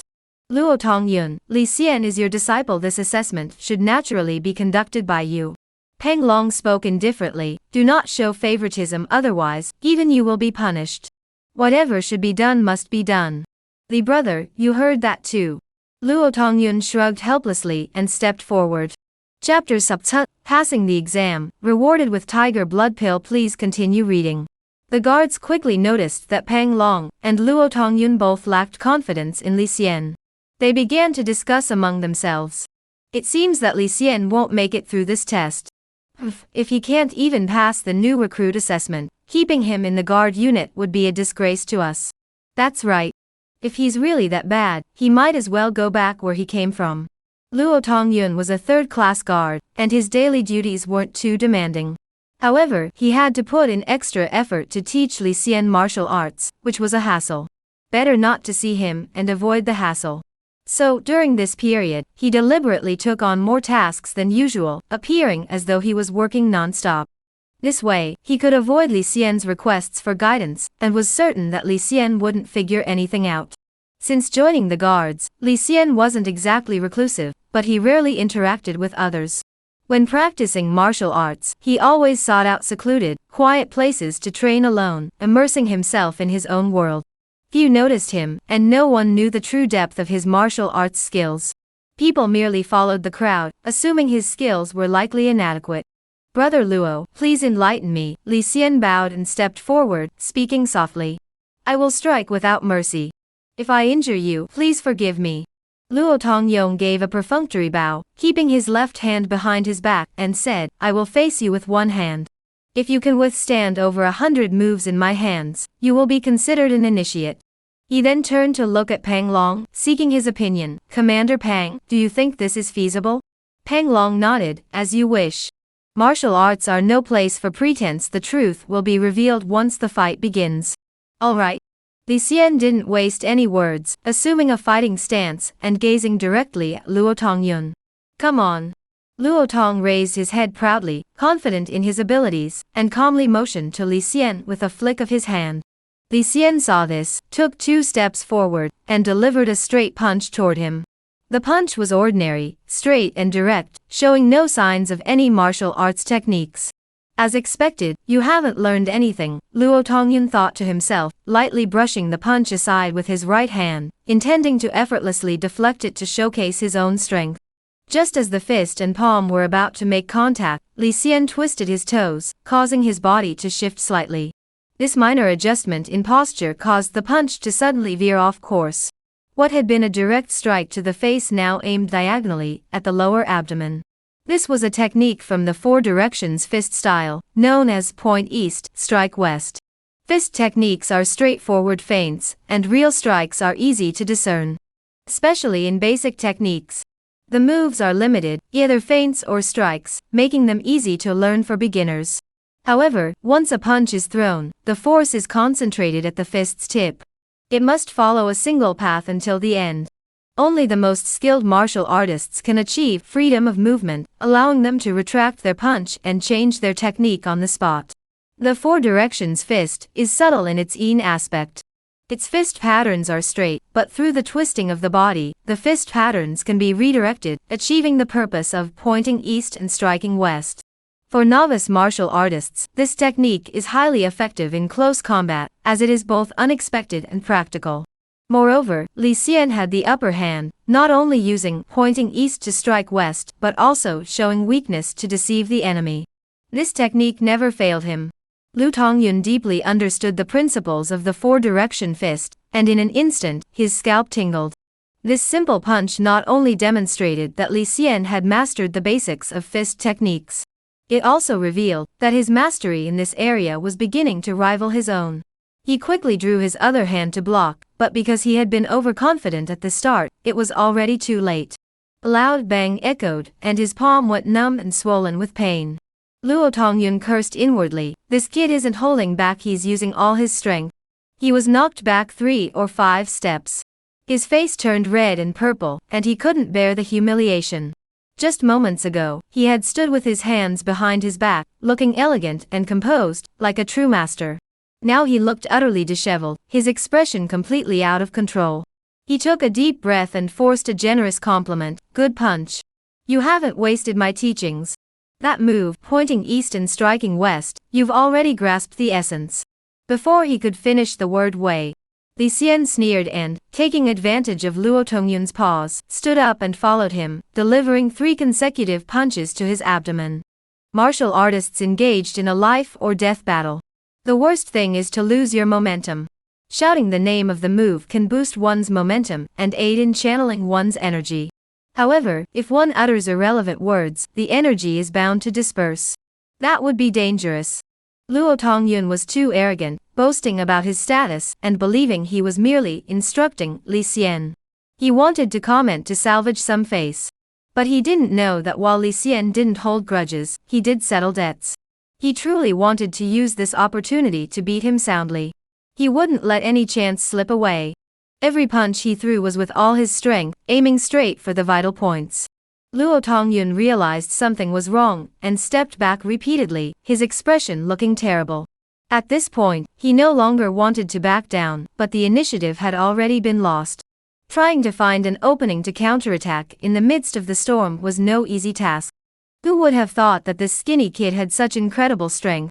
Martial arts combat is a matter of life and death, victory or defeat. Martial arts skills are only one of the factors. For warriors like me, what truly decides victory or defeat is on-the-spot adaptability, as well as seizing the initiative and controlling the rhythm. Li Xian exploited the advantage of the first move to its fullest. At the peak of his momentum, he delivered a strike called Fist Shakes the 4 Directions. This punch was a risky move, even more treacherous than feinting one way and striking another. Even those who practice boxing can be deceived by this move. This technique, fist shaking the four directions, though it contains the word fist in its name, is actually a leg technique. A leg technique was incorporated into a fist technique. Those who did not grasp the essence of the technique would practice it as a fist technique, unable to unleash its true power. As the kick was delivered, Luo Tongyun was completely caught off guard, struck in the chest, his chest cavity trembling, and he spat blood. He was kicked flying 3 zhang away. Unable to steady himself, he crashed to the ground with a thud and rolled 3 times. Everyone was speechless. What's going on? Isn't the master supposed to let the disciple go first? How did it end up like this? Good. A loud voice of praise rang out. It came from Pang Long, who stood up, his expression excited. Excellent. Your mastery of boxing techniques has surpassed my expectations. The moment he saw Li Xian's leg strike, Pang Long had completely taken notice of him. Because the Four Directions fist was created by Lady Zhuang in her spare time. At the time, she had a sudden inspiration and incorporated leg techniques into the fist techniques to achieve a surprise effect. This secret was known only to Pang Long. When he taught the Four Directions fist to the guards, he did not mention it deliberately. To this day, only Li Xian has been able to execute this leg technique. This alone was enough to catch Pang Long's attention. Excellent, Li Xian, you have passed the test. Pang Long strode forward, gave a hearty laugh, and slapped Li Xian's shoulder hard. Li Xian smiled but said nothing. How did you discover that the Four Directions fist is actually a leg technique? Pang Long asked.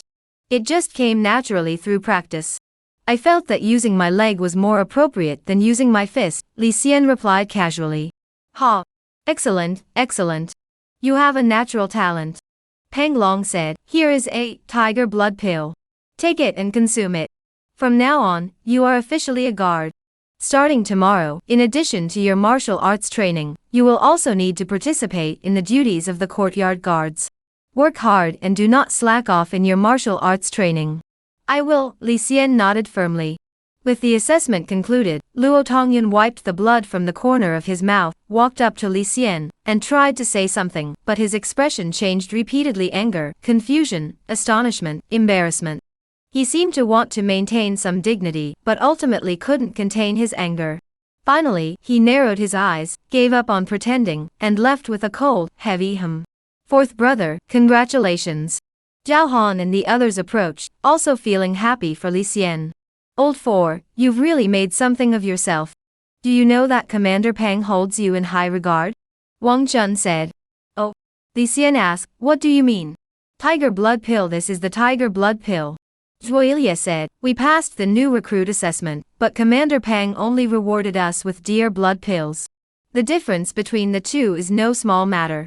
Old Four, Zhao Han said solemnly, you should take this tiger blood pill and consume it immediately. Otherwise, it will attract unwanted attention. No sooner had the words left his mouth. A figure blocked the path ahead.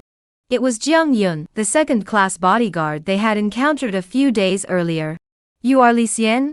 Jiang Yun approached quickly and said indifferently, are you selling this tiger blood pill? Chapter Sabbat, forcing the sale of the tiger blood pill, and slapping Zhao Han. Please continue reading. It turned out that the guardhouse's evaluation trials were approaching, and Jiang Yun wanted to take another step forward to become a first-class guard. The news that Li Xian had obtained the tiger blood pill spread like wildfire, and soon reached Jiang Yun. She thought to herself, the tiger blood pill can strengthen the body and generate blood. If I obtain this pill, my chances of success in the guard assessment trials will be significantly higher. She immediately sought out Li Xian and got straight to the point, demanding to buy it. I'm sorry, I won't sell it, Li Xian replied apologetically. Though polite, he did not seem humble. You won't sell it? Jiang Yun narrowed her eyes. You're just a lowly 5th-rank guard. Taking the tiger blood pill would be a waste of such a precious item. Are you sure you won't sell it? I'll give you 500 coins. Zhao Han whispered, Miss, the tiger blood pill, shouldn't it be at least 700 coins? No sooner had the words left his mouth. 2 loud slaps echoed, and Zhao Han's cheeks puffed out. Jiang Yun, without a word, slapped him twice. Her movements were extremely swift, and Li Xian didn't even see how she did it. Zhao Han was slapped so hard he nearly fell to the ground. Jiang Yun looked disgusted. The value of the tiger blood pill. Why are you butting in? Do you think I don't know its worth? She then stepped forward aggressively. Are you selling it or not? Li Xian shook his head and said, sorry, I won't sell it. Aren't you afraid I'll slap you again? Jiang Yun said coldly, her strength already gathering in her palms. If you want to slap me, go ahead. I can't beat you now, so I'll accept it. If you want to take it, go ahead. I can't beat you now, so I'll accept that too. Li Xian spoke calmly. But he wouldn't back down. He would definitely come back stronger in the future. You little brat, Jiang Yun gritted her teeth, momentarily at a loss. How could she not want to take it? But just moments ago, Pang Long had bestowed the tiger blood pill, and she had already snatched it away. That was simply too brazen. Jiang Yun saw that she was about to leave in disappointment, and was furious. Just as she was about to act, she noticed that Li Xian looked calm and unafraid. Suddenly, she had an idea. Instead of hitting Li Xian, she turned and slapped Wang Chun and Zhuo Yilie, smack, smack, each receiving 4 slaps. The speed was so fast that by the time she stopped, the two of them gradually felt the burning pain on their faces. Remember this beating is because of him. If you dare tell Pang Tongling about today's events, I will make you practice palm techniques with me every day. Jiang Yun strode away, glaring fiercely at Li Xian. She intentionally sowed discord, causing the 4 to develop mutual animosity. That woman, such a cunning mind. Li Xian furrowed his brows and asked with concern, big brother, second brother, third brother, are you all right? We're fine. Wang Chun forced a smile. We're not. Zhao Han wiped away tears. It wasn't tears of sorrow, the pain in his cheeks was so intense it stung his eyes, causing tears to well up. This woman's Bai Luo palm technique has reached the pinnacle of mastery. Zhao Han said angrily. Bai Luo palm? Li Xian asked. It's a lower-tier martial art, far more powerful than basic martial arts, with completely different power and effects. The force generated by this martial art is extremely ruthless. Zhao Han touched his cheeks, his eyes bloodshot, his expression looking somewhat terrifying. If I'm not mistaken, it won't be long before our 3 faces swell up even more. The force of the Bai Luo palm lingers between the flesh and blood. Eventually, it forms permanent palm patterns. If we can't dispel that force, the 3 of us will be disfigured. Li Xian couldn't bear to see this. Is there any way to counteract it? There is. Zhao Han forced a bitter smile. Have Jiang Yun help us dispel it. Reverse the force and slap us a few times. But, is that even possible? Jiang Yun is infamous for her cruelty. Wang Chun covered his cheeks, realizing the gravity of the situation, his expression growing somber. Or, perhaps. He trailed off, the atmosphere growing eerily silent. Li Xian understood his meaning. Jiang Yun suddenly appeared, her goal was the tiger blood pill. As long as Li Xian complied and agreed to sell the tiger blood pill to Jiang Yun, everything might be resolved. Li Xian clenched his fists and looked at Zhao Han and the others. Their cheeks were swelling, already the size of fists, looking like pig heads. In a moment, their appearance would be even more terrifying. Their silence spoke volumes of their inner turmoil. Tell Pang Tongling, is there any way to resolve this? Li Xian asked. Zhao Han shook his head.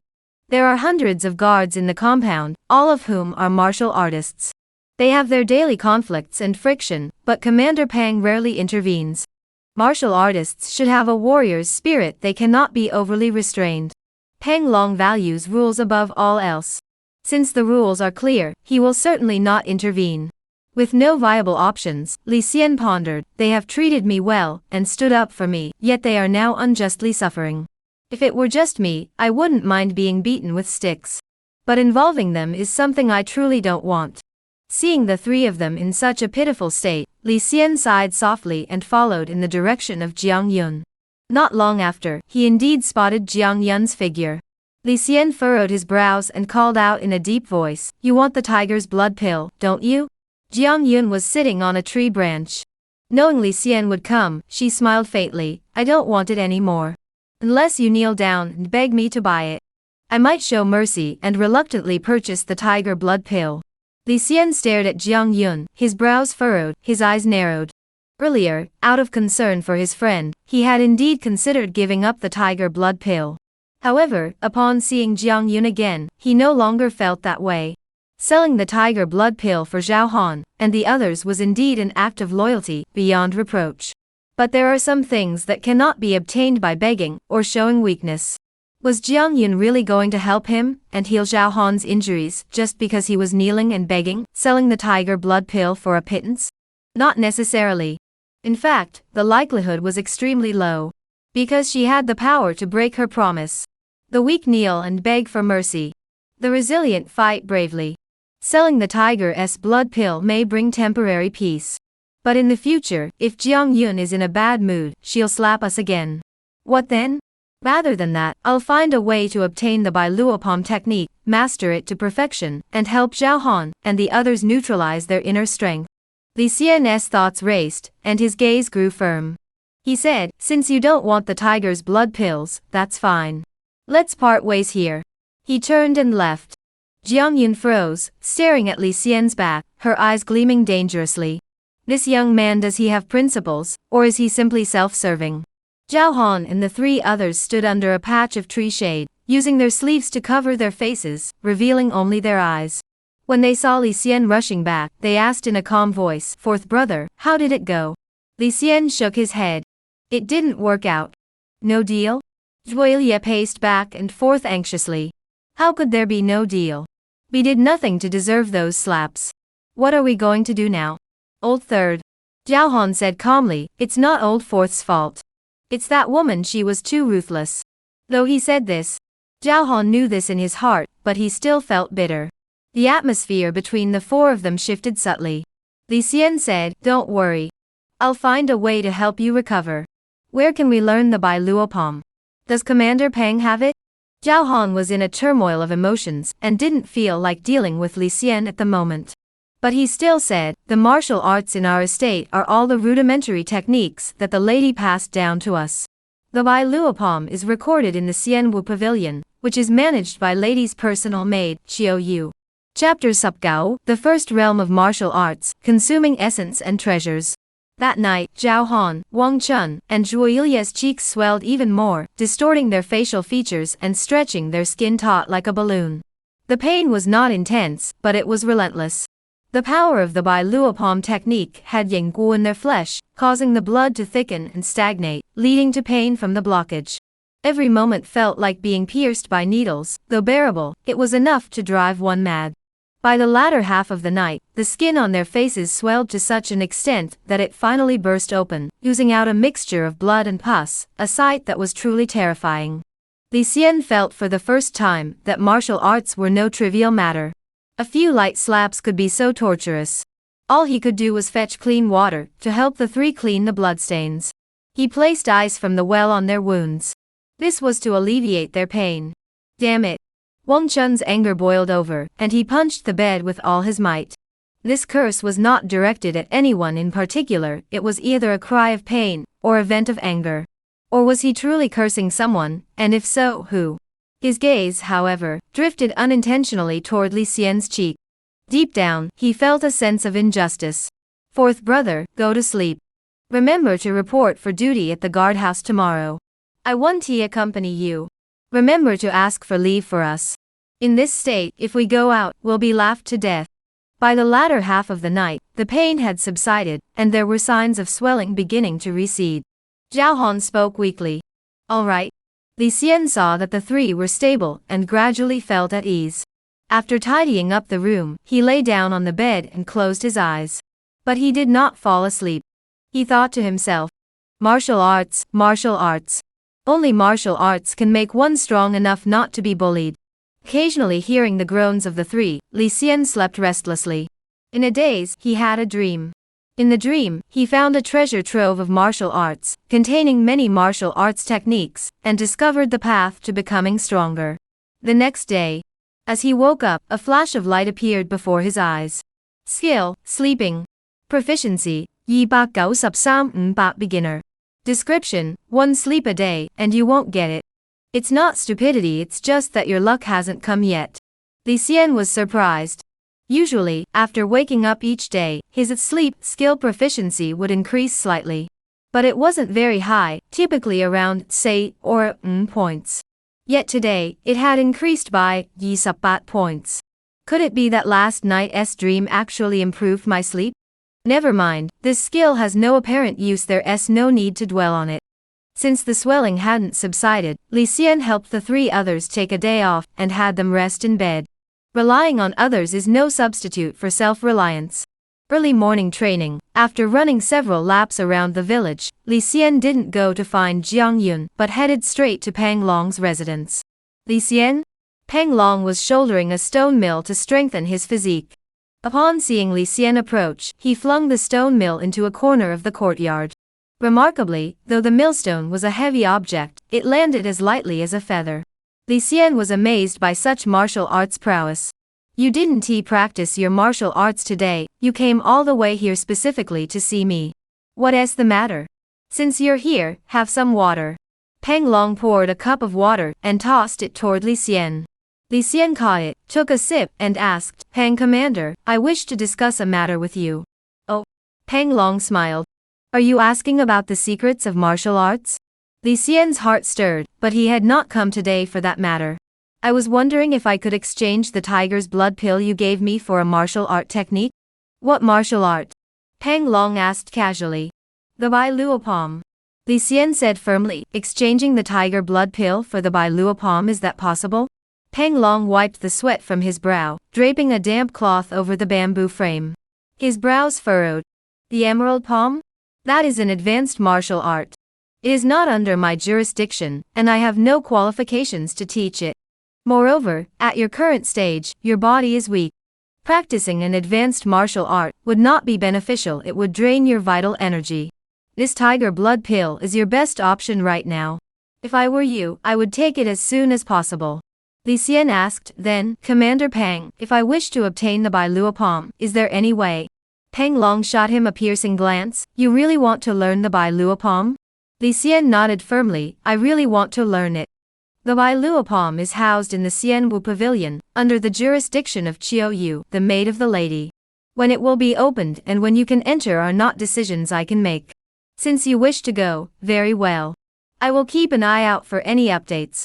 For now, focus on your martial arts training, and fulfill your duties as a guard. Among all the guards, I see you as someone who could strive for advancement. Pang Long said, walking over to pat Li Xian on the shoulder. Thank you for your kindness, Commander. Li Xian, hearing that there was no immediate hope, could only suppress his desires for now. How about it? Do you still have any questions about martial arts? Pang Long asked with a smile. Commander Pang is willing to speak? Li Xian was naturally eager to hear more. It's not that I don't want to talk about it, but I vaguely touched upon that realm.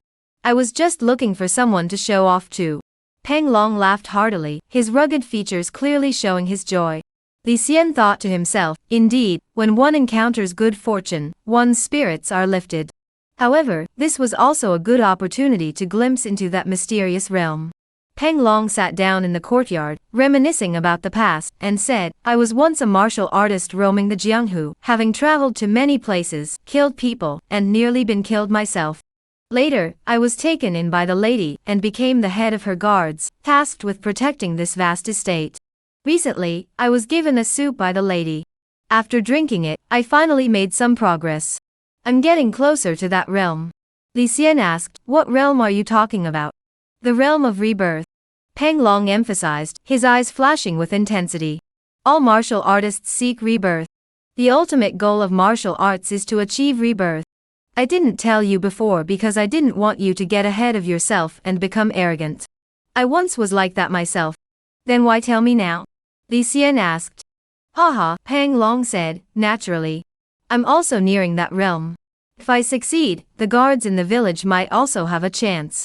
That wouldn't be setting your sights too high, it would be having a goal, and pursuing it. Pang Long said, martial arts. Absorbing the essence of heaven and earth, drinking the brilliance of the sun and moon, to strengthen oneself. This I've begun to grasp it. Martial artists don't rely on breathing techniques, they rely on what they eat. They rely on training. The martial artists are born as clay figurines, also known as clay embryos. Through diligent practice of martial arts, we strengthen our bodies and accumulate inner strength. When we reach a certain level, our inner energy becomes powerful, our physique becomes robust, and our martial arts attain a deep level of mastery. When this clay embryo is thoroughly refined, it can transform the medicinal properties of essence food.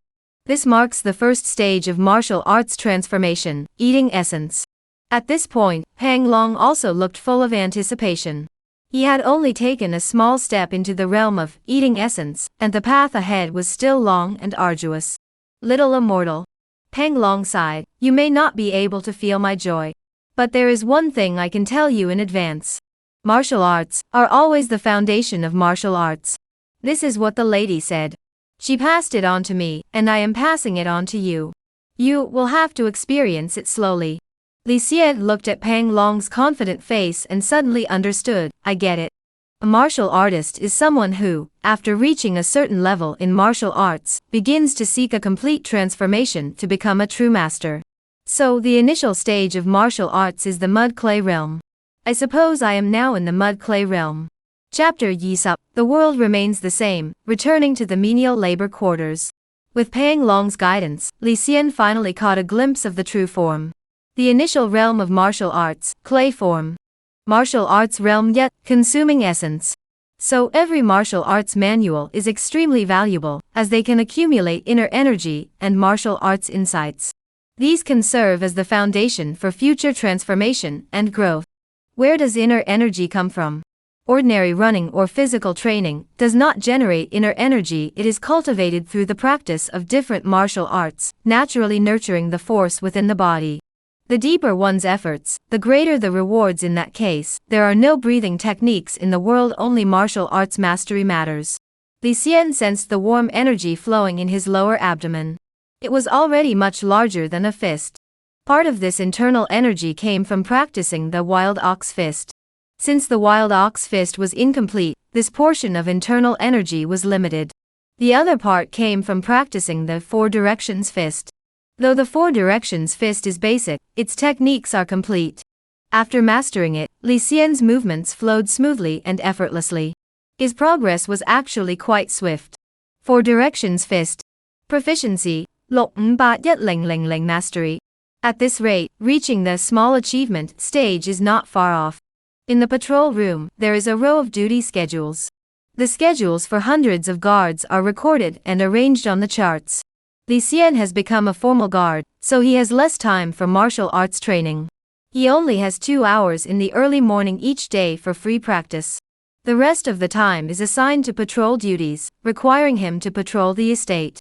Sometimes, if he was unlucky, he was assigned many patrols and couldn't sleep even at midnight. Indeed, a guard is still a servant, though far better than the menial laborers. But he is still a servant. Li Xian's patrol duties for today are fully booked, or rather, they are almost always fully booked. The early morning hours of the second and third watches were designated for martial arts training. Patrol duty began at the fourth watch, with a brief 15-minute break at noon. The fifth, seventh, and eighth watches required patrols in various areas. At the hour of the dog, he could rest for an hour and have dinner. But at the hours of the pig and the ox, he had to patrol again. Tomorrow would be slightly better. He wouldn't have to patrol during the hour of the ox, so he could finally get a good night's sleep. In total, there are 3 hours of rest and 2 hours of martial arts training. The rest of the time is spent on various chores. But it's still much better than being a menial laborer. Miscellaneous tasks start at the fifth watch, when the guards are still sound asleep. The treatment is completely different, with food and lodging far superior. If I could become a third-class guard, my patrol duties would be greatly reduced. Li Xian noticed on the duty roster that the higher the guards rank, the more free time they had. A first-class guard might only patrol once every few days. After receiving his guard token and a waist sword, Li Xian set off on his patrol. In the morning, he patrolled the eastern part of the estate, an area he had never been to before. The greenery was lush, and the scenery was beautiful. What is this? Li Xian suddenly stopped in his tracks, seeing a large tree that had been split in half from the middle. The stump was extremely thick, requiring 7 or 8 people to stretch their arms wide to barely encircle it. Yet such a massive tree had been split in two, with the dunhao flat, and showing no signs of sword or axe marks. Clearly, it was done in a single strike. What incredible power! Even with the advanced technology of his previous life, it would have been impossible to create such a smooth cut using technological means. Li Xian couldn't help but step closer to examine it, feeling even more astonished. Such a large tree had such vigorous vitality that even after being split in half, its life force remained. It would grow new branches next year. But the stump here showed no signs of regrowth, as if its head had been severed. Its vitality had been completely severed. What level of martial arts mastery is required to achieve such power? Could it be the work of that lady? Li Xian dared not linger any longer, and continued his patrol along the designated route. Who? Li Xian's ears twitched slightly. After mastering the Four Directions fist, and gaining its ability to hear in all directions, his hearing far surpassed that of others. He heard faint movements in the distant grass, his expression hardening as he approached cautiously. He used his waist knife to part the weeds and saw a small beggar, bare-chested with torn pants, cowering in the corner in fear. It was already winter, though frost and snow had not yet fallen, and the temperature was growing colder. The beggar looked at Li Xian with eyes filled with despair. He clamped his mouth shut, refusing to make a sound, but he had already been scared to tears. Li Xian couldn't help but think of himself and his younger brother. Are you here to steal something? The beggar shook his head, but fearing Li Xian would strike him, nodded instead, and said pitifully, I didn't steal anything. Sir, I won't dare again. Please spare my life. This work is impossible in winter. My sister, can't survive anymore. That's why I came here. Please spare my life. I won't dare again. The beggar, emaciated and gaunt, kept bowing his head. How did you get in here? Li Xian furrowed his brows. I crawled in through the dog hole. My body is too thin. The beggar trembled. Where did you come from? Get out of here. If I ever see you again, I'll beat you to death. Li Xian said coldly. What? The beggar couldn't believe it. Sir, you're really letting me go? He had several companions who had also sneaked into the estate. They were discovered by the guards, some beaten to death, others tortured to death. Their deaths were horrifying. Li Xian furrowed his brows, showing his displeasure. All right, I'll leave right away. Master, you're a good person. The little beggar was about to crawl through the hole and leave. Li Xian looked around and saw no guards. He called out, wait. The little beggar was so scared he almost peed himself, but unfortunately, his stomach was empty and he couldn't go. Here, take these stale buns and get out of here. Li Xian pulled out two soft, warm buns from his robe. Since they had been kept close to his body, they were still slightly warm. The beggar dared not take them. Li Xian simply tossed them at his feet. The beggar saw that the buns were dirty, but he still hugged them to his chest, trembling as he looked at Li Xian. He then took a bite of each and slipped through the wall crack to leave. Ah, my extra meal is gone. They were still fragrant meat buns. I snatched them secretly. Li Xian felt a pang of sympathy, used some stones to block the wall crack, then covered it with weeds, and continued his patrol. The world was still so cruel. But Li Xian's situation was slightly better than before. Guard no.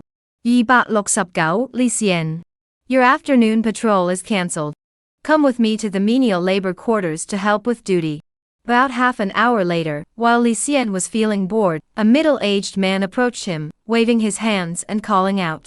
This man was also a fourth-rank bodyguard, named Zhao Dachuan. He was a seasoned veteran among the bodyguards, with average martial arts talent, and had long since stopped advancing in rank. Li Xian, right? Zhao Dachuan said bluntly, I'm Zhao Dachuan. Brother Zhao, hello, Li Xian nodded. I was wondering why we suddenly have to go to the utility room for duty. Zhao Dachuan explained, what else could it be? The lady wants to renovate the alchemy pavilion, but we're short on wood and stone. We recently purchased some wood and stone from the Lin family in Qingning County and the Blackwood Gang. They're piled up 3 miles outside the estate. Now that winter is approaching, we need to hurry and transport the stone and wood back to the estate. Have the laborers in the laborers' quarters do the work, and the two of us will supervise. Li Xian said, so that's the situation. This is a good assignment. It's much easier than patrol duty. Zhao Dachuan laughed, we're lucky. We can just loaf around and get by. I didn't expect we'd be returning to the laborers' quarters so soon. Li Xian smiled suddenly. Chapter Yi Sup Yet, beating up by Hao and regaining dignity. Since the task of guarding the menial workers' quarters would take several hours, Li Xian and Zhao Dachuan first went to the vegetarian restaurant to have a hearty meal. After filling their stomachs, they headed to the menial workers' quarters. Before the work began, they first had to hand over duties to the laborer supervisor Luo Fong. Mr. Luo, it's been a while. Seeing Luo Fong again, Li Xian smiled meaningfully. Their statuses and circumstances had changed significantly. While he couldn't exactly say he had regained his dignity, it was at least a small victory. Luo Fong smiled without any warmth, hesitating to speak. Now that Li Xian was an official bodyguard, there was nothing he could do about it. Thanks to your kindness, Mr. Luo. Otherwise, this position as a guard would have nothing to do with me. Li Xian said indifferently. Ha, that's right. Luo Fong clenched his fist tightly, his heart filled with resentment. You lowly creature, just because you've gained a little power, you dare to come back and gloat over me. Zhao Dachuan interjected, Mr. Luo, organizing the laborers is your responsibility. We're just here to keep watch. Please hurry up, otherwise, we won't finish the work in time. After a brief handover, Luo Fong struck the bronze gong to summon the laborers from all shifts. Jingning County lacked everything, but it never lacked people. During this period, Luo Fong had recruited nearly 100 more laborers, keeping the total number around 1,300. Li Xian's gaze fell on the 9th group of laborers. But he only gave them a casual glance before looking away. The laborers of the 9th group did not recognize Li Xian. They looked up at him with admiration and envy, whispering among themselves that they had never seen such a handsome guard before, so divine and majestic, as if he were a god. Luo Fong gave the order. The laborers began moving timber and stone. Smaller pieces of stone were transported on wooden carts. However, the timber was much harder to move. Even the smaller pieces of timber were over 10 feet tall, requiring 7 or 8 people to carry them together, step by step, back to the estate. The 3-mile-long journey was truly arduous. Watching the laborers, drenched in sweat and gritting their teeth as they worked, Li Xian felt no relief or joy at escaping his own hardships. On the other side, Luo Fong found Bai Hao and asked, My dear nephew, how is your injury? Last time, Bai Hao had lost a fight, which had angered Luo Fong. Since then, Luo Fong had changed his attitude toward Bai Hao, often slapping him. Bai Hao began to fear his uncle, his eyes darting around nervously. Upon seeing Luo Fong approach, he took 3 steps back, covering his face with both hands. Uncle. Uncle, what's wrong? Do you want to take revenge? Luo Fong asked with narrowed eyes. Revenge? Who? Bai Hao suddenly had a flash of insight, and hatred flashed in his eyes. Could it be that traitor Li Xian? Luo Fong nodded, that's right, it's him. You said last time that Li Xian's martial arts skills are far inferior to yours. Is that true? Luo Fong asked seriously. Of course it's true. Bai Hao slammed his fist on his thigh, his teeth clenched so hard they bled. That bastard. If we fight again, I'll avenge this. Excellent, the opportunity has arrived. Luo Fong pointed at the distance and sneered, that man is Li Xian. After being a bodyguard for a few days, he's started to look the part. Go find him and challenge him to a fight. Beat him and humiliate him. Afterward, I'll use this opportunity to manipulate things further. Hee hee. Bai Hao exclaimed joyfully, then I can become a bodyguard. That's wonderful. I've been dreaming of becoming a bodyguard. Luo Fong spat, you're dreaming. That kid has established himself. Unless he makes a mistake, he won't be replaced. Bai Hao was deeply disappointed and looked at Li Xian, startled. Uncle, is he really Li Xian? Luo Fong nodded. Absolutely certain. Bai Hao looked at Li Xian, who was dressed neatly, with a handsome face and a certain air of distinction. He had grown much taller and stronger than before. Thinking of himself, though he had his uncle's protection, he was still just a menial. Moreover, his uncle's attitude toward him had changed drastically, often beating and scolding him, which wasn't exactly kind. Instantly, resentment filled his heart. If it weren't for you, none of this would have happened to me. Good nephew, this time it's up to you. Luo Fong patted Bai Hao on the shoulder. And remember, don't be careless this time. That kid has mastered the 4 directions fist, otherwise, he wouldn't have passed the exam. That Lu Tongyun must be up to something. I'll find him and demand back the 10 taels of silver. Uncle, my Senkai fist isn't bad either. Bai Hao's voice was hoarse. The uncle and nephew finalized their plan. Luo Feng waited for the right moment, tapped the bronze gong, and signaled for the laborers to take a brief break. During the break, the two uncle and nephew worked together, speaking in veiled terms, all aimed at provoking Li Xian. They wanted him to fight Bai Hao again. Oh. Li Xian looked at Bai Hao. "Bai brother, were you still unsatisfied with the last duel?" "Lord Li." Bai Hao bowed his head. "It's not that I'm unsatisfied, but as the saying goes, martial arts are gained through practical experience. I've had some recent gains and would like to seek your guidance. Of course, if you fear a mere servant like me, you may refuse." Li Xian said, "Exchanging blows is commendable, but fists and feet have no eyes once the fight begins." "No problem. I, Bai Hao, am just a lowly servant. You need not hold back." Bai Hao immediately pressed his advantage, blocking all the steps.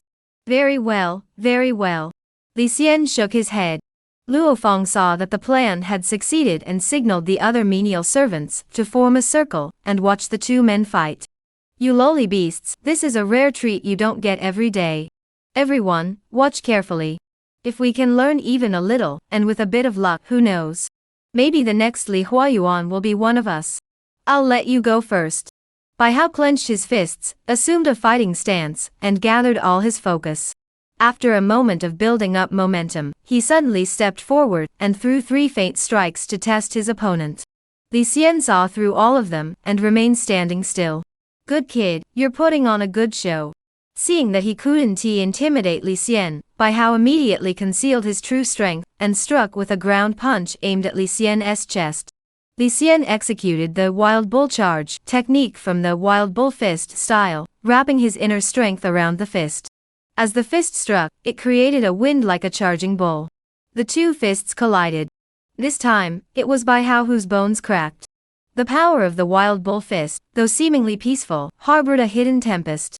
In a one-on-one fist fight, even the Four Directions fist would struggle to prevail. Li Xian sneered, "You brought this upon yourself." As the Wild Bull Fist's momentum faded, it immediately transitioned into the Four Directions fist, targeting the opponent's face. Bai Hao hurriedly raised his hands to defend, but saw the fist's trajectory change, striking his shoulder instead. Li Xian unleashed 9 consecutive punches. Each punch was unpredictable and executed with masterful precision. With several loud thuds, Bai Hao was defeated. This battle would leave the loser bedridden for at least a month. Li Xian narrowed his eyes. "If these uncle and nephew ever get the chance, they will surely take my life. I won't hold back either." His final punch aimed for Bai Hao's throat. "Uncle." Bai Hao was terrified, sensing that his life was in danger. "You dare." Luo Feng flew forward in anger, reaching out to protect Bai Hao. Knowing he couldn't take Bai Hao's life, Li Xian's body trembled, causing his fist to shift again. The blow landed squarely on Luo Feng's face. This punch unleashed 7/10 of his inner strength, leaving Luo Feng's face swollen and several teeth loose. That was no light blow. Li Xian furrowed his brows, withdrew his fist, and felt a tingling numbness in his arm, temporarily unable to muster any strength. At the moment his fist struck Luo Feng's face, counterforce had been transmitted back.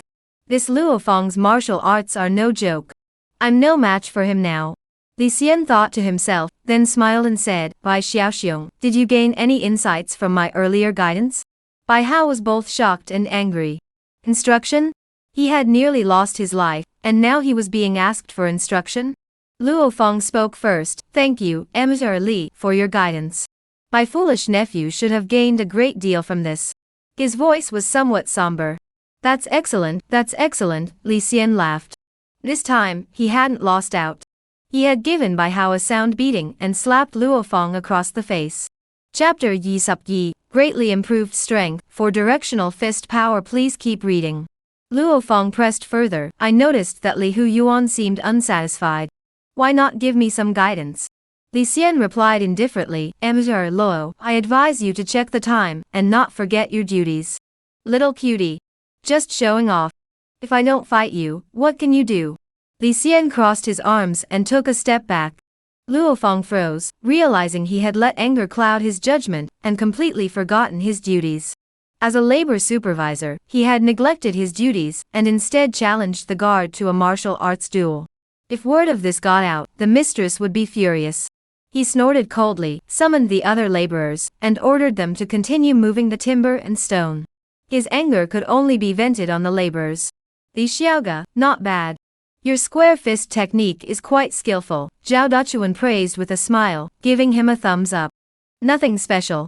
Li Xian smiled modestly and looked for an open area. He could both practice his fists and keep an eye on his surroundings. He quickly assumed a boxing stance and began practicing. He's diligent, but I wonder if this kid can make it to the next level. If he becomes a third-class bodyguard, his life would be much more comfortable. Zhao Dachuan glanced over and didn't bother him further. Your mind is clear, your boxing intent has grown, and your proficiency has increased by say. Heaven rewards diligence. After thousands of punches, your movements flow like clouds and water. Proficiency Ga Yi. You persevere without rest, earning Ga Sei proficiency. In the afternoon, Li Xian rested for no more than 15 minutes. The rest of the time, he devoted entirely to mastering the four directions fist. Bai Hao, severely injured, could only lie on the ground in pain. Seeing Li Xian's relentless efforts, he couldn't help but feel despair. Those with more talent than you work even harder. How can I possibly make a comeback? Useless trash. If I had known this, I should have trained him instead. You're just a worthless piece of trash. Luo Fong compared the two and felt a pang of regret. Martial artists view people as clay figures. Through martial arts training, they transform this clay figure into something greater. Peng Tongling said that warriors, whether they have already undergone a complete transformation, or are still struggling in the mud, struggling in this corrupt world, are no different from others. It all boils down to 4 words: eat, train, rest, and soak. At present, the only thing I can control is practicing martial arts. I must master it to the extreme. Li Xian swung his fist, feeling the progress within himself. That night, Li Xian dragged his weary body back to his hut. The room was already dark, with only a faint glow from the extinguished lamp. The sound of snoring could be heard. It seems things went well today. They've already gone to sleep so early. I still have to patrol tonight, so I should rest soon as well. Li Xian moved quietly, unsheathing the long sword at his waist and placing it on the table. He noticed the candle still had some heat left. It seemed as though it had been extinguished only moments ago. It seems she didn't go to sleep early. She must have blown out the candle on purpose when she saw me return. Jiang Yun's move was too ruthless. There's a rift between them, which is understandable. Li Xian saw through it but said nothing, closing his eyes and lying down on the bed. By midnight, he went out on patrol for an hour and encountered no incidents. He returned to his room for another nap, then rose at dawn to prepare for morning training. This schedule is really tough on one's willpower. If I get the chance, I must quickly advance to the 3rd rank guard. Li Xian made up his mind. Brother, are you taking the day off today? Before leaving, Li Xian walked over to Zhao Han's bedside and asked in a low voice. Let's take another day off, Zhao Han replied groggily. All right. Li Xian stepped out of the house. After the footsteps faded away, Zhao Han sat up straight. The second in command, Wang Chun, and the third in command, Zhu Ilye, were also wide awake. In fact, the 3 of them had not slept all night. It turned out that although the swelling had subsided by the previous afternoon, all 3 of them still had purple-blue handprints on their faces, looking hideous and terrifying. Seeing each other's faces, they felt a pang of guilt, and the more they thought about it, the more they couldn't sleep. Yesterday, because they had visited Pang Long, they had missed morning training, and had not taken the tiger blood pill. Today, after Li Xian ran 3 laps around the village, during his free practice, he took out the tiger blood pill from his robe. This pill strengthens bones and generates blood. It is a treasure of martial arts. After taking it, I wonder what changes will occur to this clay body of mine. He swallowed it in one gulp. It tasted extremely bitter and foul, with a putrid odor rising up his nostrils. It felt as though he had stuck his head into a tiger's mouth, filled with the stench of decay and blood. As the pill was absorbed, its effects began to take hold.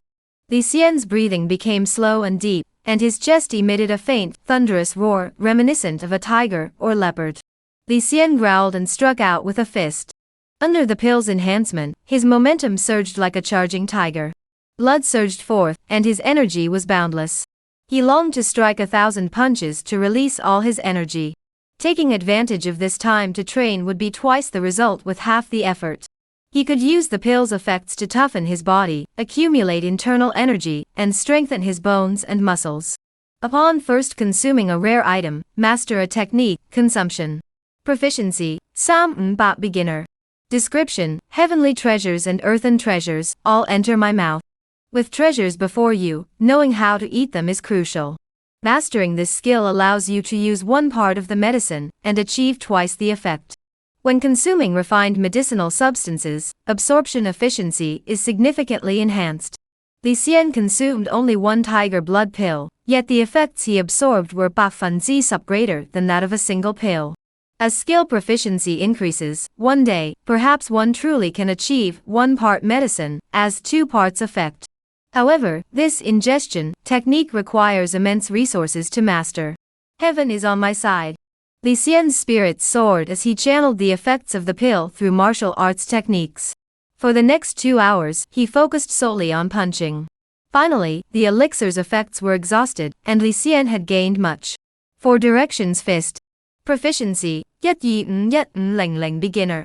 Description, a long and arduous path of fists, taking a small step forward. Though the achievement is small, it is enough to be proud of. You have diligently practiced the 4 directions fist technique, and gained enlightenment in the 4 directions fist power, achieving minor mastery in this art. Within his dantian, internal energy had accumulated to the size of 2 fists. The 4 directions fist is renowned for its external square and internal round form, appearing simple and moderate on the surface, yet cunning and treacherous in nature. When combined with the 4 directions fist power, your strength reaches a new level. Not only that, the tiger blood pill also has the effect of strengthening bones. At this moment, Li Xian's entire body aches, but it is not due to injury. Instead, his body is growing, and his bones are gradually becoming stronger. No wonder martial artists are so powerful. It's not just martial arts skills that surpass ordinary people. It's this physical constitution, this clay body, that is forged through martial arts training in an extraordinary manner. Before long, it was afternoon. 4th brother. Old 4, come here for a moment. Li Xian was on patrol, keeping his eyes and ears open. He appeared to be very serious, but in reality, he was slacking off. His mind was elsewhere, reliving the techniques of the martial arts he had learned. Suddenly, he heard several shouts and turned to look. Behind a large tree, 3 figures were hiding. It was Zhao Han and the other 2. They were wearing guard uniforms, but their hands were covering their faces, hiding in the shadows. Li Xian walked quickly over. Aren't you supposed to be on leave? Why are you out here? Come here and talk. Zhao Han grabbed Li Xian and pulled him into a corner. 4th brother, our 3 brothers. He took a deep breath, removed the covering from his face, revealing a bruised and swollen face. His face was ugly and grotesque, with palm lines that were dense and unbroken. Li Xian had expected this, but he didn't expect it to be so shocking. Zhao Han said, to be honest, this morning, we went to find Jiang Yun. Li Xian looked at the 3 of them in confusion. Wang Chun hurried over to rub Li Xian's shoulders, apologetically saying, 4th brother, we're brothers, right? We shouldn't have kept this from you, but, you saw how bad we were. Li Xian asked, what did you say to Jiang Yun? Zhao Han sighed bitterly, rubbing his cheeks, you saw it yourself. We're in no condition to go out. We know that Jiang Yun is after the tiger blood pill. Since you couldn't reach an agreement last time, the 3 of us thought we'd go talk to her again on your behalf. The tiger blood pill is indeed precious, but old 4, please spare your brothers some consideration, and go see Jiang Yun again? Chapter Yi Subsam, collecting rent outside the village, demons and monsters appear. Li Xian furrowed his brows. Jiang Yun is deliberately making things difficult. She has no integrity at all. What did you tell her when you went to see her? Zhao Han sighed lightly and said angrily. That Jiang Yun is indeed despicable, but, what can we do? She's powerful. Such is the way of the world, we must accept it. There's nothing we can do. When we went to find Jiang Yun, she deliberately refused to see us at first, forcing us to kneel and kowtow before she would speak to us. You knelt? Li Xian asked. We're just servants, how much more could we kneel? Zhuoilia suddenly interjected, Jiang Yun forced us like that, we had no choice but to kneel. We begged her to spare us, but she just kept laughing. Wang Chun said, there was no other choice. We proposed offering the tiger blood pill as a condition. She said, as long as we present the tiger blood pill, everything will be settled. Li Xian asked, is that really what she said? Did she really say that? His eyes were filled with scrutiny. Though he had only met Jiang Yun twice, he knew she was not someone easy to reason with. Sigh. Zhao Han sighed lightly, took up the topic, and spoke honestly. Jiang Yun's exact words were, you three are quite amusing. First, have Li Xian kneel down and kowtow, then hand over the tiger blood pill obediently. We'll discuss the rest later. That's likely what the second in command intended. Jiang Yun didn't he even give a promise, and you believed her? Li Xian analyzed calmly. Her words, we'll discuss the rest later, clearly indicate she intends to renege later. If we believe her, the tiger blood pill will be lost, and will be humiliated for nothing. Zhao Han clenched his teeth, punching the wall in frustration and helplessness. I know that too, but there's nothing we can do. We can only pray that Jiang Yun will show mercy, take the tiger's blood pill, and let us go. Fourth brother, don't worry. As long as you agree, we'll cover the next 2 months' wages for you. Consider it our way of buying your tiger blood pill. What do you need my salary for? Li Xian shook his head gently. He patted the three on the shoulders, offering comfort. Desperate times call for desperate measures. It's easy to lose one's composure. If you trust me, bear with it a little longer. To be honest, I went to see Commander Pang yesterday, and asked about the way to enter the Xianwu Pavilion. Though there's no response yet, it's better than pinning our hopes on Jiang Yun. Li Xian's voice was deep and soothing, as he tried his best to calm the three of them down. However, the three of them avoided his gaze. Suddenly, there was a thud as Wang Chun knelt down, pleading, fourth brother, please, we're begging you. Take the tiger blood pill, and go see Jiang Yun. Li Xian was startled, quickly grabbed Wang Chun's shoulders, and used his inner energy to help him up, saying, second brother, I'll be honest with you. I've already taken the tiger blood pill, so there's no way I can meet Jiang Yun now. What? The three of them were startled. Zhuo Ilia exclaimed, fourth brother, you must not be deceiving us. Last night at dawn, I saw your chest pouch slightly bulging. The tiger blood pill was still there. I took it this morning, Li Xian admitted. This. Zhao Han and the others looked at each other, unsure of what to do. Li Xian knew that saying more would be useless, but he still said solemnly, believe me. Zhao Han and the others forced a smile, hesitated to speak, grew even more silent, and finally left in a daze. From that moment on, Zhao Han and the others began to intentionally or unintentionally distance themselves from Li Xian. They took 2 consecutive days off, which was already generous of Pang Long. On the 3rd day, they resumed their usual routine, participating in morning training and martial arts practice together. The purple-blue handprints on their faces were no longer concealable, drawing mocking laughter and ridicule from the other guards. The three felt ashamed and utterly humiliated. Li Xian saw this and knew that arguing was useless. He became even more determined to train harder and improve his own strength. He frequently visited Pang Long's residence to inquire about the idle martial arts pavilion. Thanks to Pang Long's influence, Jiang Yun hadn't come looking for trouble. In this manner, 3 days passed in the blink of an eye. Though there was no news, his strength had improved greatly. Li Xian's skill in running had reached mastery. He moved swiftly and lightly, with extraordinary speed and endurance. Even rugged terrain like mountains, forests, and swamps, which were difficult to traverse, could be easily overcome. During his daily morning training runs, he could leave all the guards far behind, using the extra time to practice his boxing. 4 directions fist. Proficiency, 7-1-1-0, minor achievement. The internal energy in his dantian is now the size of 3 fists. The flowing internal energy can strengthen the mind, invigorate the body, and ward off illness and keep warm. Its applications are endless. It is said that those who excel in martial arts can manipulate their internal energy in countless ways, beyond description. After morning training that day, Li Xian exhaled the stale air, feeling greatly enriched.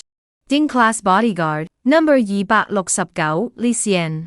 A voice called out from behind him. When he turned around, he saw 7 people approaching. Among them were 2 familiar figures, Xiao Dashi and Zhao Dachuan. Zhao Dachuan smiled and said, Li brother, your patrol duty today has been cancelled. We must have a connection. We've run into each other again. Oh. Li Xian asked, is there another mission? We need to go out of the village to help the lady collect rent. Zhao Dachuan seemed well versed in such matters. The guards of the village usually patrolled the area when they had nothing else to do. However, at the end of every few months, most of the guards had to go to the villages to collect rent. We're splitting into groups of 8.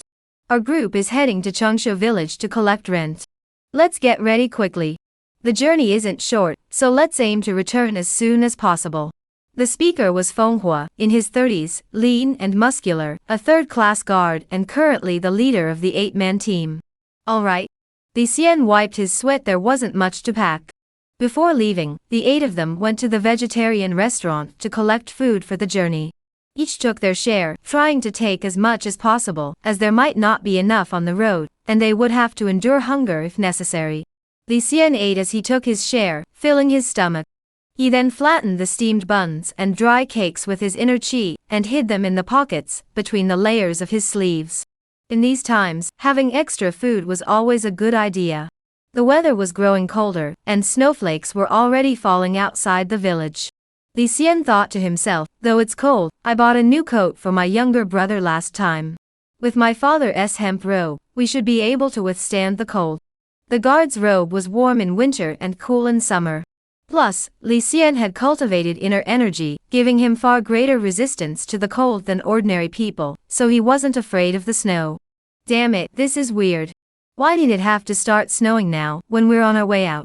Manhwa spat angrily, brushing the snowflakes off his shoulders, and said to the others. The village of Changsha is 30 miles away from the village. Be careful on the road. If the snow stops, that'd be best. But if it keeps falling, it'll only get worse. Don't say I didn't warn you. There are plenty of strange things out there. If we encounter bears, leopards, or tigers, that's not so bad. We all have some martial arts skills to defend ourselves. But what we really fear is encountering strange, supernatural phenomena. In such cases, there's little chance of coming out unscathed. Furthermore, if we're blown off course by demonic winds and get lost in the snow, we'll be in real trouble. Calling Heaven 1T help, and calling Earth 1T respond. Manhwa reminded them. He was mainly speaking to Li Xian. The others, upon seeing the snow, all wore solemn expressions. Whether they had experienced anything strange or not, they likely knew that snow-covered mountain paths were extremely treacherous. The world is not at peace. Demons and monsters roam freely. Li Xian saw everyone's serious expressions, and dared not take it lightly, taking Manhwa's warning to heart. Chapter Yisupse, Strange Events on the Snowy Path, the Relationship of Support. After leaving the village, they came to a path leading up the mountain. The path was covered in snow, with a sheer drop on the right side. Every step had to be taken with utmost caution. A single misstep could send one sliding down the cliff. Li Xian brushed the snow off his shoulders, shook his hair, and gazed into the distance. The mountains were covered in snow, a breathtaking sight. In the distance, vast fields stretched out before them. The bodyguard traveling with him explained that nearly everything in sight belonged to the estate of the estate mistress. Every blade of grass and every tree belonged to Wen. Lady Zhuang refers to the mistress of the Zhuang estate. She does not actually bear the surname Zhuang, but rather Wen. Where did this lady come from? She must be incredibly wealthy. Li Xian couldn't help but exclaim repeatedly. Having lived 2 lifetimes, he had seen his fair share of the world. This world, whether in terms of population or other aspects, is far more vast. A low-ranking guard, shivering with cold, his martial arts skills lacking, with little inner energy to withstand the cold, was freezing to the bone. He muttered angrily. These worthless peasants. Can't they just come to the estate to pay their rent? Now we have to come all the way here ourselves. Xiao Dashi immediately chimed in, exactly. The point is, we go through all this trouble to visit them. They don't even bother to serve us a proper meal, yet they cry and make a scene. Who are they putting on a show for? If I encounter such people, I'd slap them twice. They're just good for nothing. They won't learn unless they're hit. Another man laughed. The guards chatted animatedly among themselves. Li Xian didn't know them well, and didn't want to join in, so he kept his head down and hurried on his way. We're lucky today. After walking another 3 or 4 miles, the snow began to ease slightly. Manhwa's furrowed brows relaxed a bit, and he finally had the leisure to chat and joke with his brothers. Feng, you've been a bodyguard for a long time. I've heard you've encountered many strange things. Yes, we're all bored on this journey. Why don't you tell us some stories to liven things up?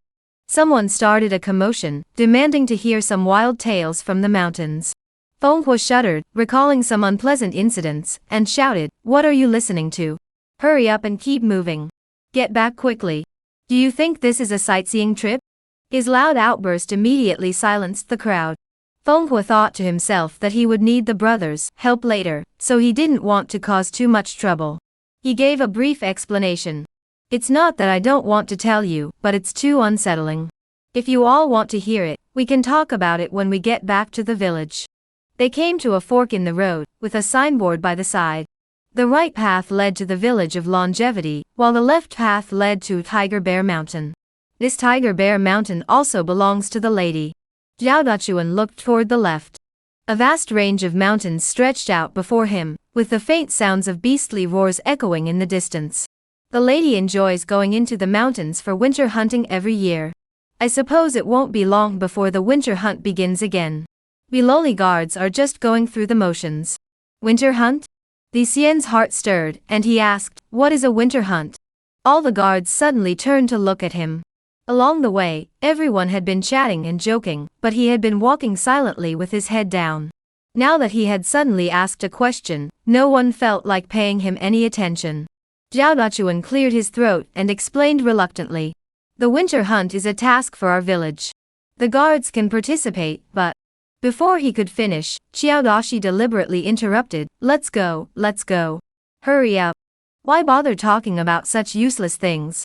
Zhao Dachuan gave an awkward smile, and shifted the conversation to other topics.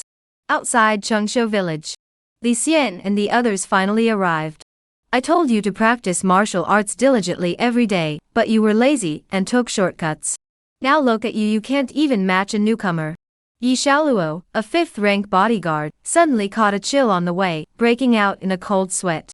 By the time they reached Chengshou village, his complexion looked off. Manhwa channeled his inner energy to warm him up. However, this ordeal would leave him bedridden for 3 days. Yi Xiaoluo was weak and exhausted, his legs trembling. He glanced at Li Xian and muttered under his breath, "Animal." After walking dozens of miles of mountain roads, he couldn't even catch his breath.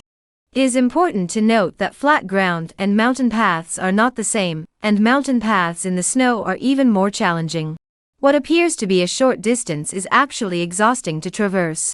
"I was fine just now, but after a gust of wind, I started feeling worse and worse." "Enough, stop complaining." Manhwa waved his hand dismissively, unwilling to listen further. He turned to the others and said, "Regarding the rent collection, pair up in groups of 2. The new guy, you'll be paired with Zhao Dachuan. If you have any questions, just ask him." The guards dispersed in a hurry, each of them clenching their fists, as if ready for a fight. "Is this entire village made up of the ladies' tenant farmers?" Li Xian asked Zhao Dachuan as they walked together. "Haha," Zhao Dachuan pointed to the distance, "not just this village. The neighboring villages of Changming, Fuliang, and Wangjia, every single one of them relies on the lady for their livelihood. Tens of thousands of acres of fertile land, someone has to tend to them, right?" Li Xian couldn't help but be amazed. Zhao Dachuan counted on his fingers and said, "Conservatively speaking, there are over a dozen villages, all of them the ladies' tenant farmers. What kind of rent do we collect?" Li Xian asked. "Winter rent." As they spoke, the two had arrived at the door of a house. Zhao Dachuan straightened his clothes and tidied his hair. "In our village, we collect rent 3 times a year.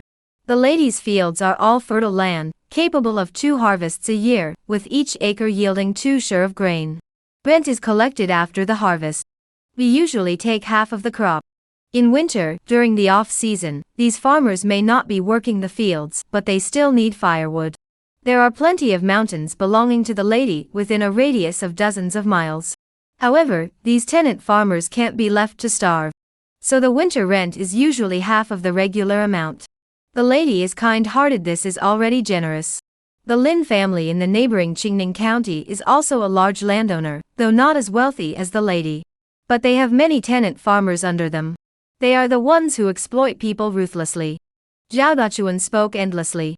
Li Xian thought to himself, "Your mistress isn't much better." Li Xian asked, "Why does the lady need so much money?" Zhao Dachuan shook his head. That's beyond my imagination. But I've heard people mention it in passing. Someone like the lady, who's as beautiful as a fairy, earns a lot, so she spends a lot too. Besides the tens of thousands of acres of land, she also has other businesses, shops, and properties in the surrounding counties and cities. That's right. A martial artist without a large family estate or substantial wealth couldn't possibly afford to undergo rebirth and wash away this clay body. Li Xian suddenly understood. A warrior who has undergone complete transformation and transcended the ordinary requires support. Whether it's the 1,000 or so laborers, the villages, or even his own guards, they are all part of the process of supporting the lady.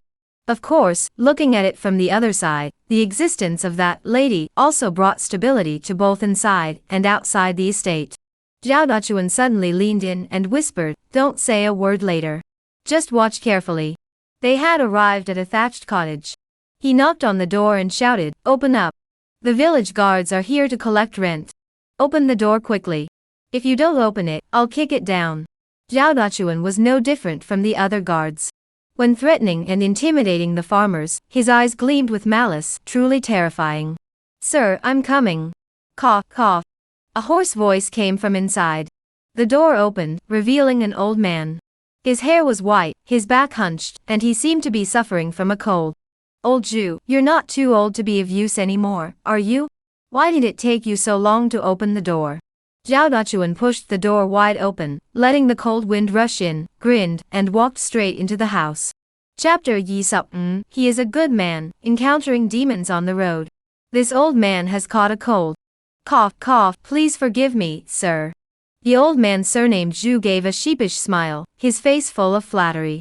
On the bed lay a child of about 3 or 5 years old, huddled under the blankets, shivering with fear as he looked at Li Xian and the others.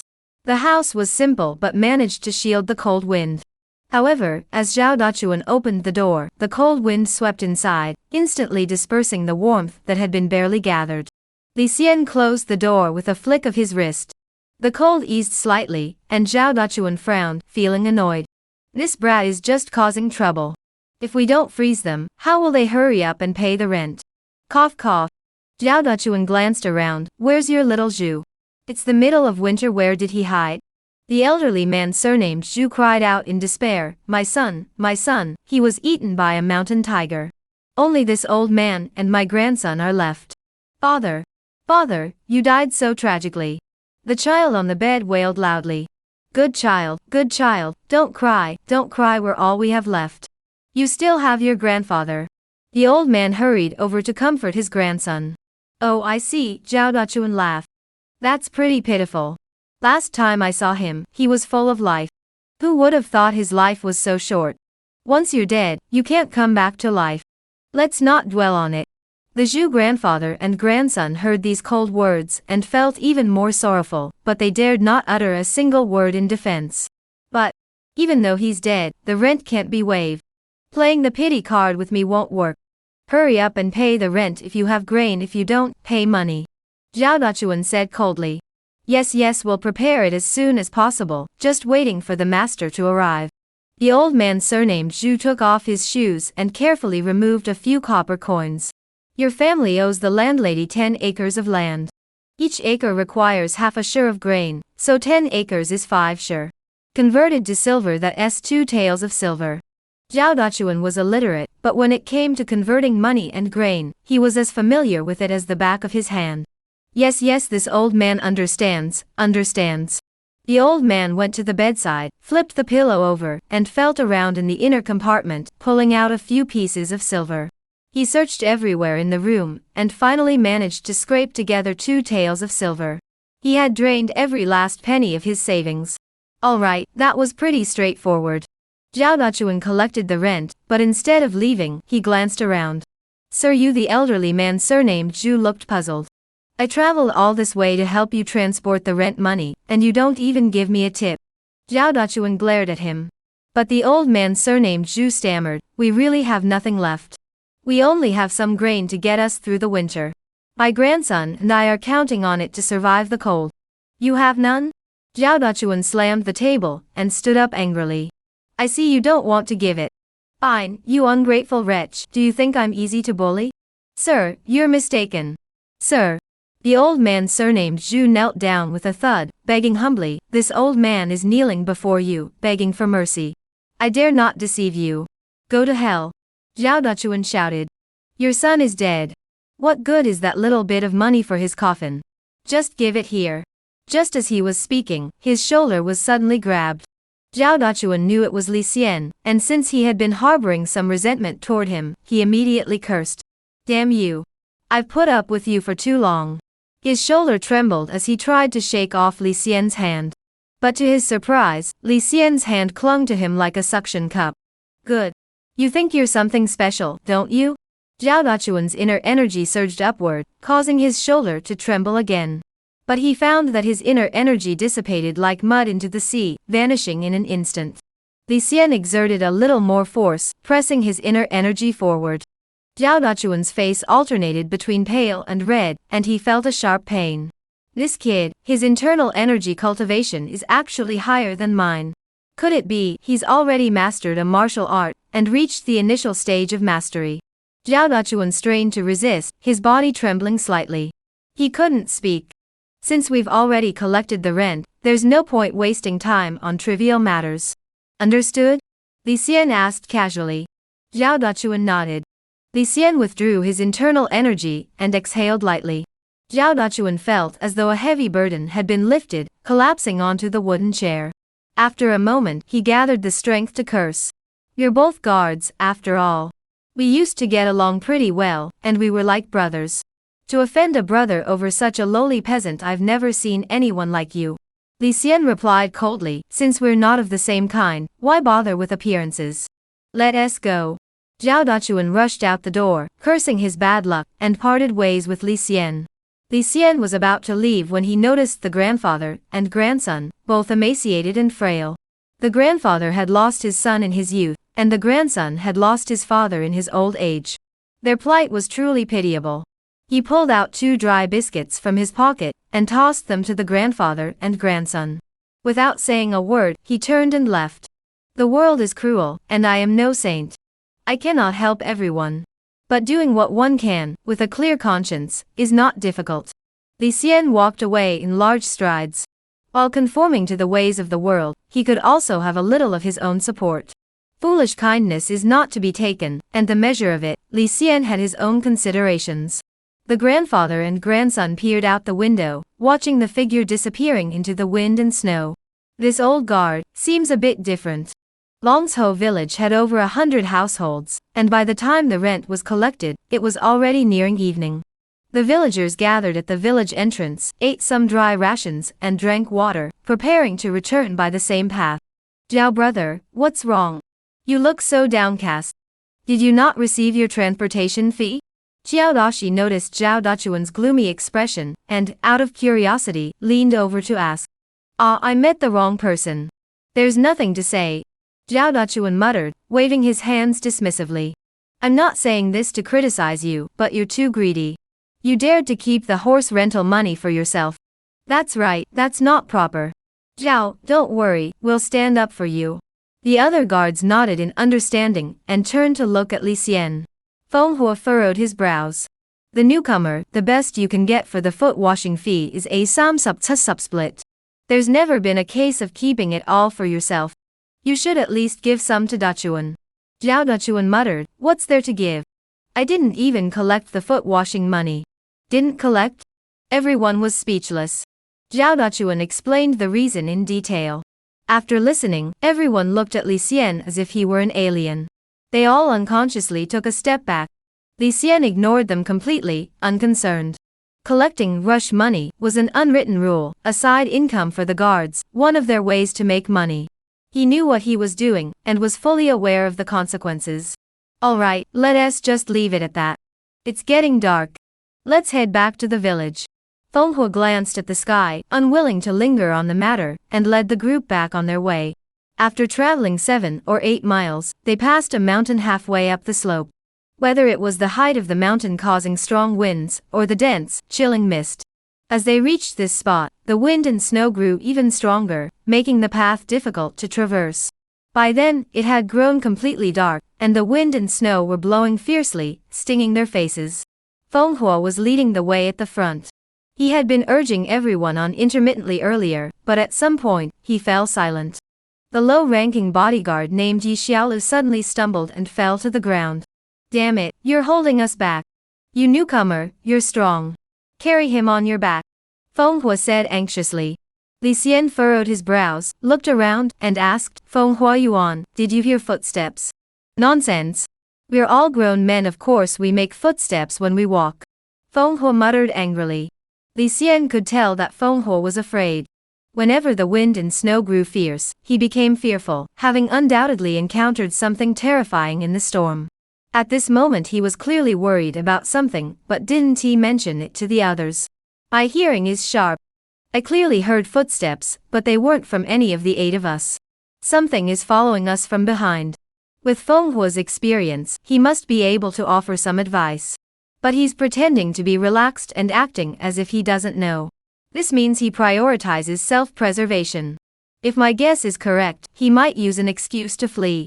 Li Xian narrowed his eyes. Sure enough. Damn it, I drank too much water earlier and really need to pee. You all wait here, I'll go take a leak. Feng Huo muttered angrily. Self-preservation first. Li Xian glanced at the others and exaggeratedly shouted, oh no, I need to go too. Emitar Feng, wait for me. Chapter Yi Sup Lo, Terrifying Demons, Desperate Escape. Lazy people have a lot of bowel movements. Zhao Dachuan harbored resentment and harbored ill will toward Li Xian. Seeing this, everyone stopped.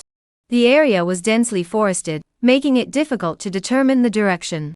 Feng Huo was familiar with this path, so no one dared to wander off before he returned. Stop fooling around. Xiao Dashi felt someone tapping his shoulder. He shrugged and scolded the person. Soon, the sensation returned. He turned around impatiently and cursed, are you done yet? Is this fun? Why are you tapping my shoulder? The bodyguard behind him was startled and asked, what's wrong with you? Oh, you won't admit it? I think you're asking for a beating. Xiao Dashi felt inexplicably annoyed. Come on then, are you afraid of me? Let us warm up a bit. The bodyguard responded in kind. Just as they were about to fight, a sudden gust of hot wind blew down from above. An instinctive sense of danger made both of them's hairs stand on end. Looking up, they couldn't help but sigh in relief. Above them was a large tree, its leaves all fallen, with only clumps of snow clinging to the branches. There was nothing unusual about it. After this distraction, the two lost their desire to fight. Xiao Dao's fear dissipated, and his anger returned. He kicked the tree and cursed, what the hell took so long to pee? After a few more kicks, the snow on the tree scattered. Xiao. Xiao, you. The atmosphere suddenly turned icy cold, colder than the biting wind. One of the guards' legs gave way, and he fell with a thud into the snow. His trembling fingers pointed toward the top of the tree. Damn it. You think you can scare me? Let me tell you, I'm furious right now. Come at me, and I'll kill you, whether you're a god or a Buddha. Scary me? Look, I'll slice him in two with one stroke. Saying this, he drew his guard's sword and swung it through the air a few times. Suddenly, a warm breeze blew down from above. In this climate, the warm breeze didn't bring any warmth, but rather a chilling cold that made the hair on the back of one's neck stand on end. This. Xiao Dao's hands were drenched in cold sweat, and his heart felt like it was about to leap out of his chest. He couldn't move his body, so he could only turn his wrist and use the blade of the sword to look up at the treetops above him. The blade wasn't wide enough. All he could see were a pair of crimson pupils. The eyes were round and large, with a playful, teasing expression. That thing was hanging upside down from the tree. Its head was facing downward, staring at the group. In an instant, screams and shouts erupted simultaneously. On the other side, Feng Huo would rather break the village rules than risk his life. When he suddenly encountered the storm, he didn't know if that thing had reappeared. I'll use the excuse of needing to urinate to escape, leaving everyone behind and returning to the village. If that thing doesn't appear, I'll claim I got lost while relieving myself. If something goes wrong, you'll have to delay them for me. After breaking away from the group, his steps grew faster. But he kept hearing Li Xian calling from behind, Emitar Feng, why did you run so far to urinate? I'm doing this on purpose. Don't follow me. Feng Hua quickened his pace, walking even faster. Li Xian furrowed his brows, feeling the sense of danger closing in. Listening carefully in all directions, there was only the sound of him and Feng Hua moving. That thing hadn't followed them. It must be with the other 6. New guy, follow me. I can't pee. Can you move away? Feng Hua realized he couldn't shake off Li Xian and grew both angry and annoyed. Coincidentally, I'm scared alone. I need someone to accompany me to pee, Li Xian said in a low voice. The two hurried on, their steps growing faster and faster. Though they claimed to be relieving themselves, they had already walked over a mile away. Just then, suddenly, a piercing scream echoed from behind them. Damn it, I'm so unlucky. I've run into that thing again. He was supposed to be near Wangjia village. How did he end up here? Feng Hua's hair stood on end. He didn't care about anything else, and began to flee for his life at full speed. Li Xian heard the screams and felt terrified as well, thinking, a demon? Or something else? Without hesitation, he followed Feng Hua and sprinted away. Soon they ran out of the woods, and then a second scream rang out. Feng Hua was so scared his legs went weak, and he nearly fell. Feng, what's going on? You must have known this was coming, right? Li Xian asked as he ran. He hadn't heard the creature's footsteps, so he was temporarily safe. But it had only been a short while, and there had already been 2 screams. The situation didn't look good. Come here. I'll tell you once you're here, Feng Hua said. Li Xian furrowed his brows, thinking that Feng Hua had abandoned everyone and fled alone, clearly intending to use them as bait. Therefore, he remained vigilant and pretended to be out of breath, saying, Feng, slow down. I can't keep up. Hearing this, Feng Hua felt reassured and didn't respond, instead focusing all his energy on running as fast as he could. Soon, the 3rd scream echoed through the air. Of the 8 companions, 3 had already been killed. Soon after, the 4th scream echoed through the air. Li Xian's scalp prickled, and he let out a scream, sprinting with all his might. At that moment, his running technique proved invaluable. The nearly perfected running technique allowed him to treat the mountain path as flat ground, landing naturally, with endurance and steady breathing. The distance between him and Feng Hua quickly closed, but Li Xian, though giving it his all, did not rush to overtake Feng Hua, instead maintaining a safe distance. If I overtake him, he might not hesitate to attack me from behind. I must wait for the optimal moment to overtake him in one go. Thus, when the 5th agonizing scream rang out, Feng Hua was so frightened that his legs gave way, and he lost his composure. Li Xian seized the opportunity and sprinted past him. Newcomer, didn't you say you couldn't run anymore? Wait for me. Feng Hua's eyes widened in panic, desperately trying to catch up with Li Xian. At the moment of life and death, his speed was astonishingly fast. Li Xian charged forward with his head down, channeling his inner energy into his legs, taking enormous strides. For a moment, they chased each other, unable to gain any distance. Damn it. How the hell are you running so fast, you brat? Feng Hua cursed in frustration. Though he was fast, his endurance couldn't match Li Xian's, and the distance between them gradually widened. Don't, The 6th agonizing scream echoed through the air. This meant out of the 8 bodyguards, only Feng Hua and Li Xian remained. Zhao Dachuan, Xiao Dashi, Yi Xiaolu, and the rest were all dead. Here they come. That thing is so fast. Li Xian listened intently in all directions and detected a faint unusual sound. He dared not turn his head, as it would slow him down. Besides, he could hear Feng Hua's fearful breathing and curses. Damn it. You're the one who killed me. Even as a ghost, I won't let you off. Li Xian ignored him, his steps growing faster. By now, he could already see the lights of the village. Piercing scream echoed through the air as Feng Hua was knocked to the ground. The sounds of flesh being torn apart, hearts shattering, and blood spattering filled the air. Next it's my turn. Li Xian remained calm, feeling the long knife at his waist. If he was caught, he would cut him down no matter what, just to get his revenge. Skill, running. Proficiency, 1481500 beginner. Description, a desperate dash for survival. Life is precious.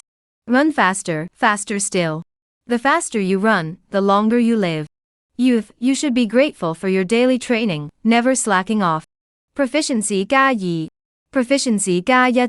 Li Xian's running skill, which was already nearing mastery, reached perfection at this moment. Fatigue vanished instantly, and he sprinted forward with unmatched speed. But this was still insufficient. That thing was moving even faster, at an unimaginable speed. Running is not lightness technique, there are limits to how much it can be improved.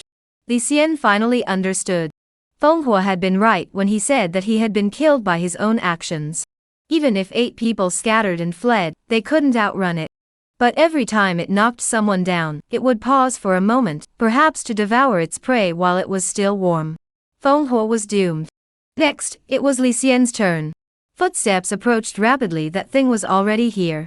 Chapter Yi Subtut, Escaping Death, Turning Misfortune into Fortune. Please keep reading. Damn it. Li Xian felt a surge of blood in his veins, drawing his sword first. Though his heart raced with fear, he vowed to die with honor. But suddenly, he heard footsteps slowing down. What is he afraid of alerting the villagers?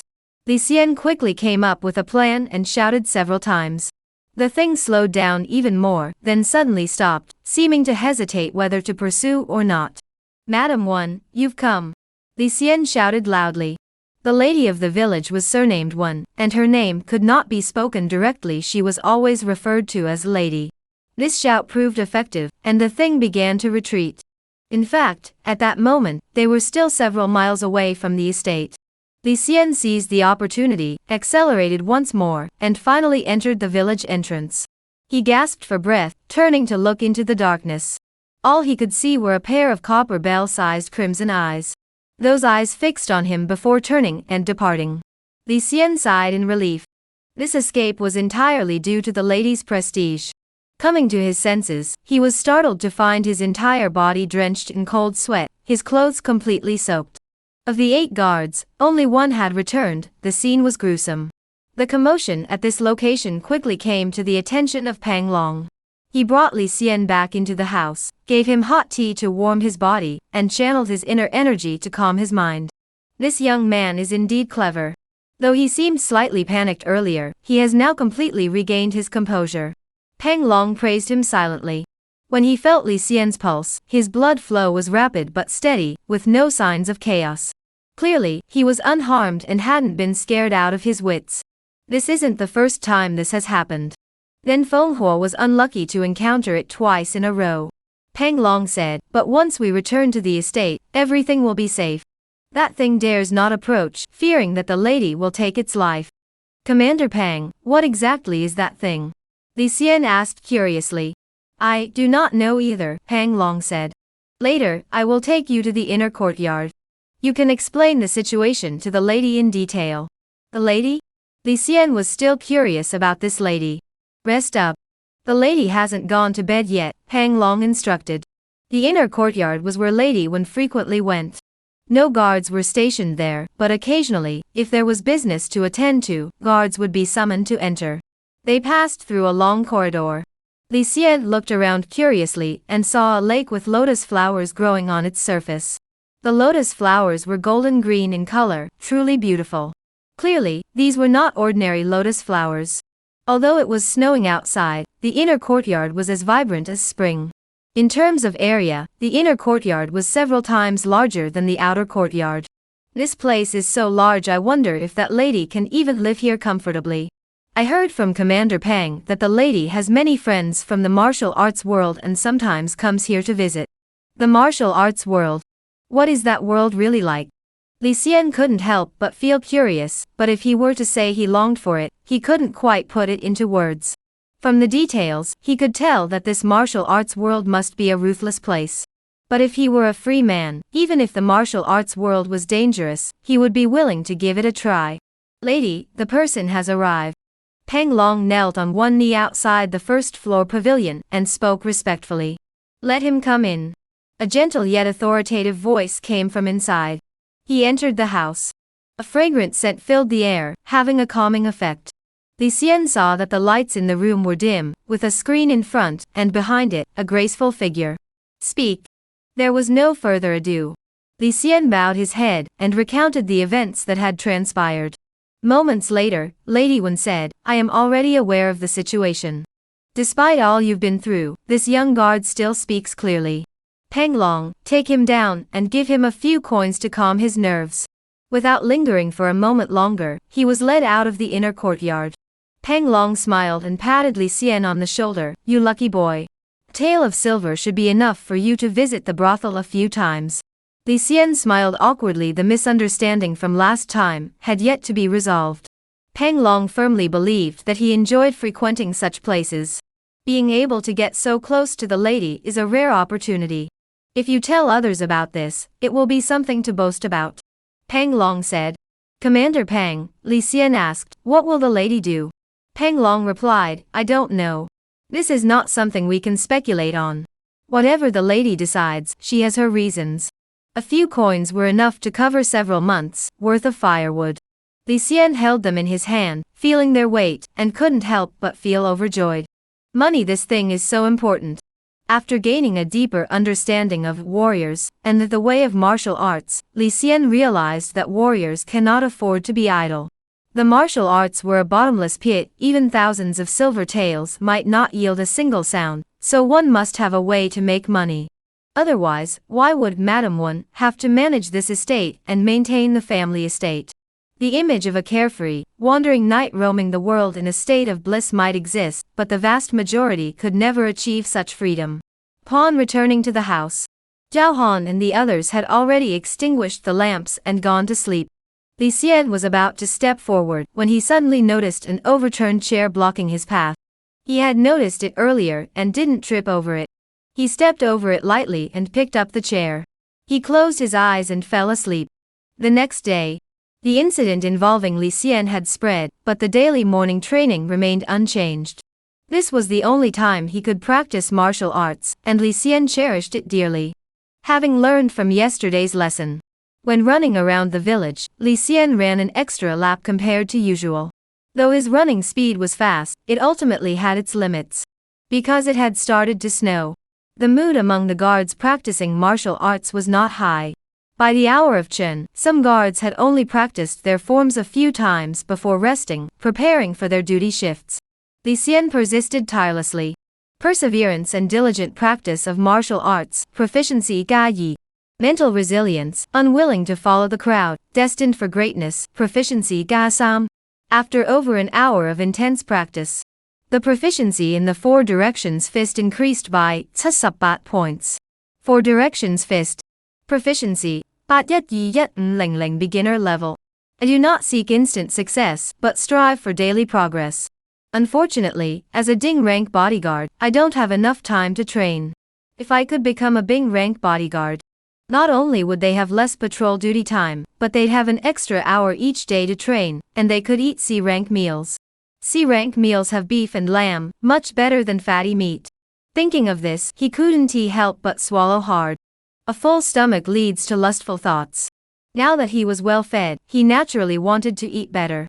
He might as well bring his younger brother along so he could eat better too. The bodyguard trials are held once a month. It seems to be coming up soon. If it weren't for the guard competition, Jiangyin wouldn't have set her sights on my tiger blood pills. Today, Li Xian's patrol duty was cancelled again. Peng Long wore an ancient-looking copper bell at his waist as he followed Li Xian along the same route from last night. Commander Peng, if that thing appears, can you handle it? Li Xian asked. I don't know, but with this bell, that demon won't dare to show itself. Peng Long shook the bell. A dull sound echoed, but it carried far and wide. Peng Long said, a village and hundreds of taels of rent, we can't just let that go to waste. The lady bestowed this bell upon us, instructing us to walk the path and retrieve the rent if found. If we encounter any remains, we are to bury them there. We can't let them become wandering spirits. Li Xian asked, Commander Peng, do you know what that is? Well, Peng Long looked at Li Xian. I heard the lady mention it briefly. Chapter Yi Sup cutting ties and participating in the grand competition. Please keep reading. The lady is a martial arts master with vast experience. She has participated in all sorts of heroic events and gatherings of martial artists. What she has seen and heard is truly vast as the sea. Had it not been for the lady's accounts, I would never have known that such things exist in this world. Peng Long felt deep admiration from the bottom of his heart. Every mile he walked, he shook a bell. The sound of ding-dong echoed, evoking an indescribable feeling.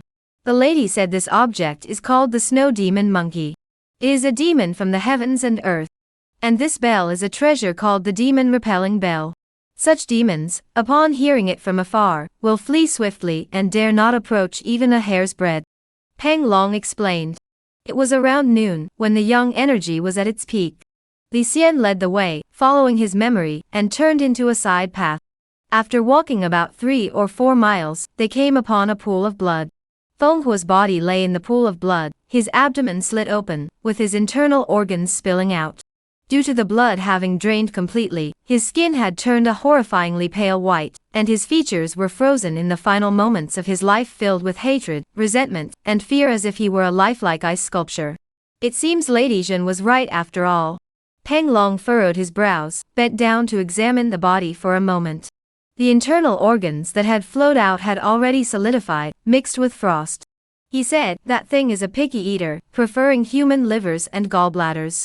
Feng Hua's gallbladder and liver were already removed and eaten while still warm.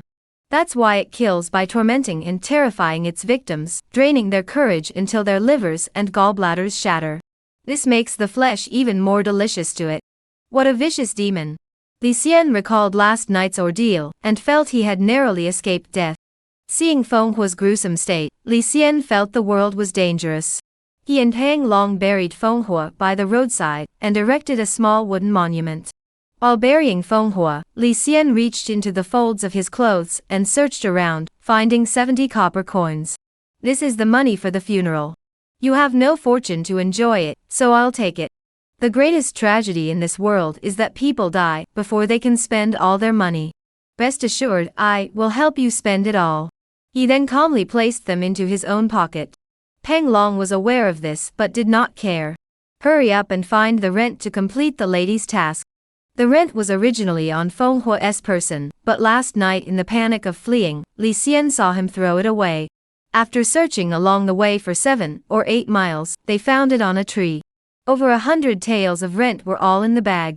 The bag was tied tightly, and no money had fallen out. Upon counting carefully, the amount matched exactly. Pang Long said, since we're here, let us bury the bodies of the other men as well. All right. Li Xian nodded, thinking to himself, the money for the horses should still be there. The two continued forward and discovered the bodies of Zhao Dachuan, Yi Xiaoluo, Qiao Dashi, and others. Their pupils were dilated, and their excrement and urine had soaked the ground. The 7 bodies were all buried. Feng Hua had 70 coins, Yi Xiaoluo 40 coins, Qiao Dashi 60 coins, and although Zhao Dachuan hadn't received any transportation fees, he had over 100 coins in savings. Combined, the 7 had roughly 500 coins. All of it went into Li Xian's pocket. Pang Tongling, if you don't want it, we can split it evenly. Li Xian scratched his nose, ultimately unable to bring himself to keep it all. Keep it, Pang Long waved his hand dismissively. Upon returning to the estate, Pang Long left Li Xian behind and hurried straight to the inner courtyard. Madam, it was exactly as you predicted, it was indeed that snow demon monkey. Pang Long approached a pavilion, knelt on one knee, and reported the situation truthfully. The pavilion stood 7 stories tall, each story 3 zhang high, towering majestically. Plaque at the front read, Quiet Contemplation Pavilion. This building was the lady's secret place, and no one was allowed to enter. After speaking, Pang Long did not wait for a response and dared not leave on his own. He remained kneeling there. After a long time, a voice echoed down from the tower. I am aware. Pang Long finally stood up, bowed respectfully toward the pavilion, and turned to leave. Meanwhile, on the other side, Li Xian returned to the village, thinking about the unexpected windfall, and the chance to rest for a day. He planned to treat Zhao Han, and the others to a good meal. As he pushed open the door of the house, he saw the 3 of them already there. Li Xian was about to speak, but he was interrupted by a somber atmosphere. Zhao Han rubbed his cheeks and said, Li Xian, since the 3 of us are here, we have something to discuss with you. All right, go ahead. Li Xian closed the door. Wang Chun's eyes were bloodshot. Did Feng Hua, Zhao Dachuan, and Yi Xiaolu really die yesterday? That's correct. Li Xian nodded. Zuoya glanced at Li Xian's face without a trace of emotion, and muttered under his breath, Why didn't you die? His eyes held a hint of hatred. Zhao Han said, "It's like this. According to the village rules, your bed should not be here. You were only staying here temporarily, and I didn't make that clear to you." "No need to explain," Li Xian said indifferently.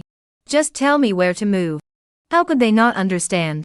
The rift between them was too deep. The three of them no longer wished to share the same roof with Li Xian. Room 147, Zhao Han said. "Since our ties are severed, a man should be magnanimous. No need to be so coy." Li Xian bowed to the three of them. "I know your thoughts. Hate me if you will, scold me if you must. From now on, we are strangers. But I will still honor our previous promises. There's no point in saying more. Let's part ways." Li Xian had little to pack. A blanket, a bucket, a handkerchief, and a set of clothes. He packed quickly and pushed open the door. The three were left staring at each other in silence. "Spit. He sure is carefree. It's not him who'll suffer." Wang Chun punched the bed. "We shouldn't have let him in the house in the first place," said Julia. Zhao Han remained silent. His rational mind told him that the real culprit behind this was the domineering Jiang Yun. But he couldn't stay rational. He still took it out on Li Xian, choosing to out of sight, out of mind. "Poor us three brothers will probably have to live with these palm lines for the rest of our lives." Zhao Han sighed deeply. The next day. 4 Direction Fist. Proficiency, 816100, beginner level. After an hour of intense practice, the 4 Directions Fist had made steady progress. Li Xian was confident in his martial arts skills, which were already quite good. With the upcoming courtyard guard competition approaching, he thought to himself, "I should participate in the courtyard guard competition as soon as possible. If I can be promoted to a third-class courtyard guard, I will have more time to practice martial arts. I currently have a few hundred coins. How should I use them wisely?" At noon, Li Xian took advantage of his break to find Pang Long, intending to sign up for the guard competition and purchase some elixirs. However, Pang Long was immediately surprised upon hearing his intention to participate in the competition. Pang Long asked again, "You've only been a guard for less than a month, and have only learned one martial art technique.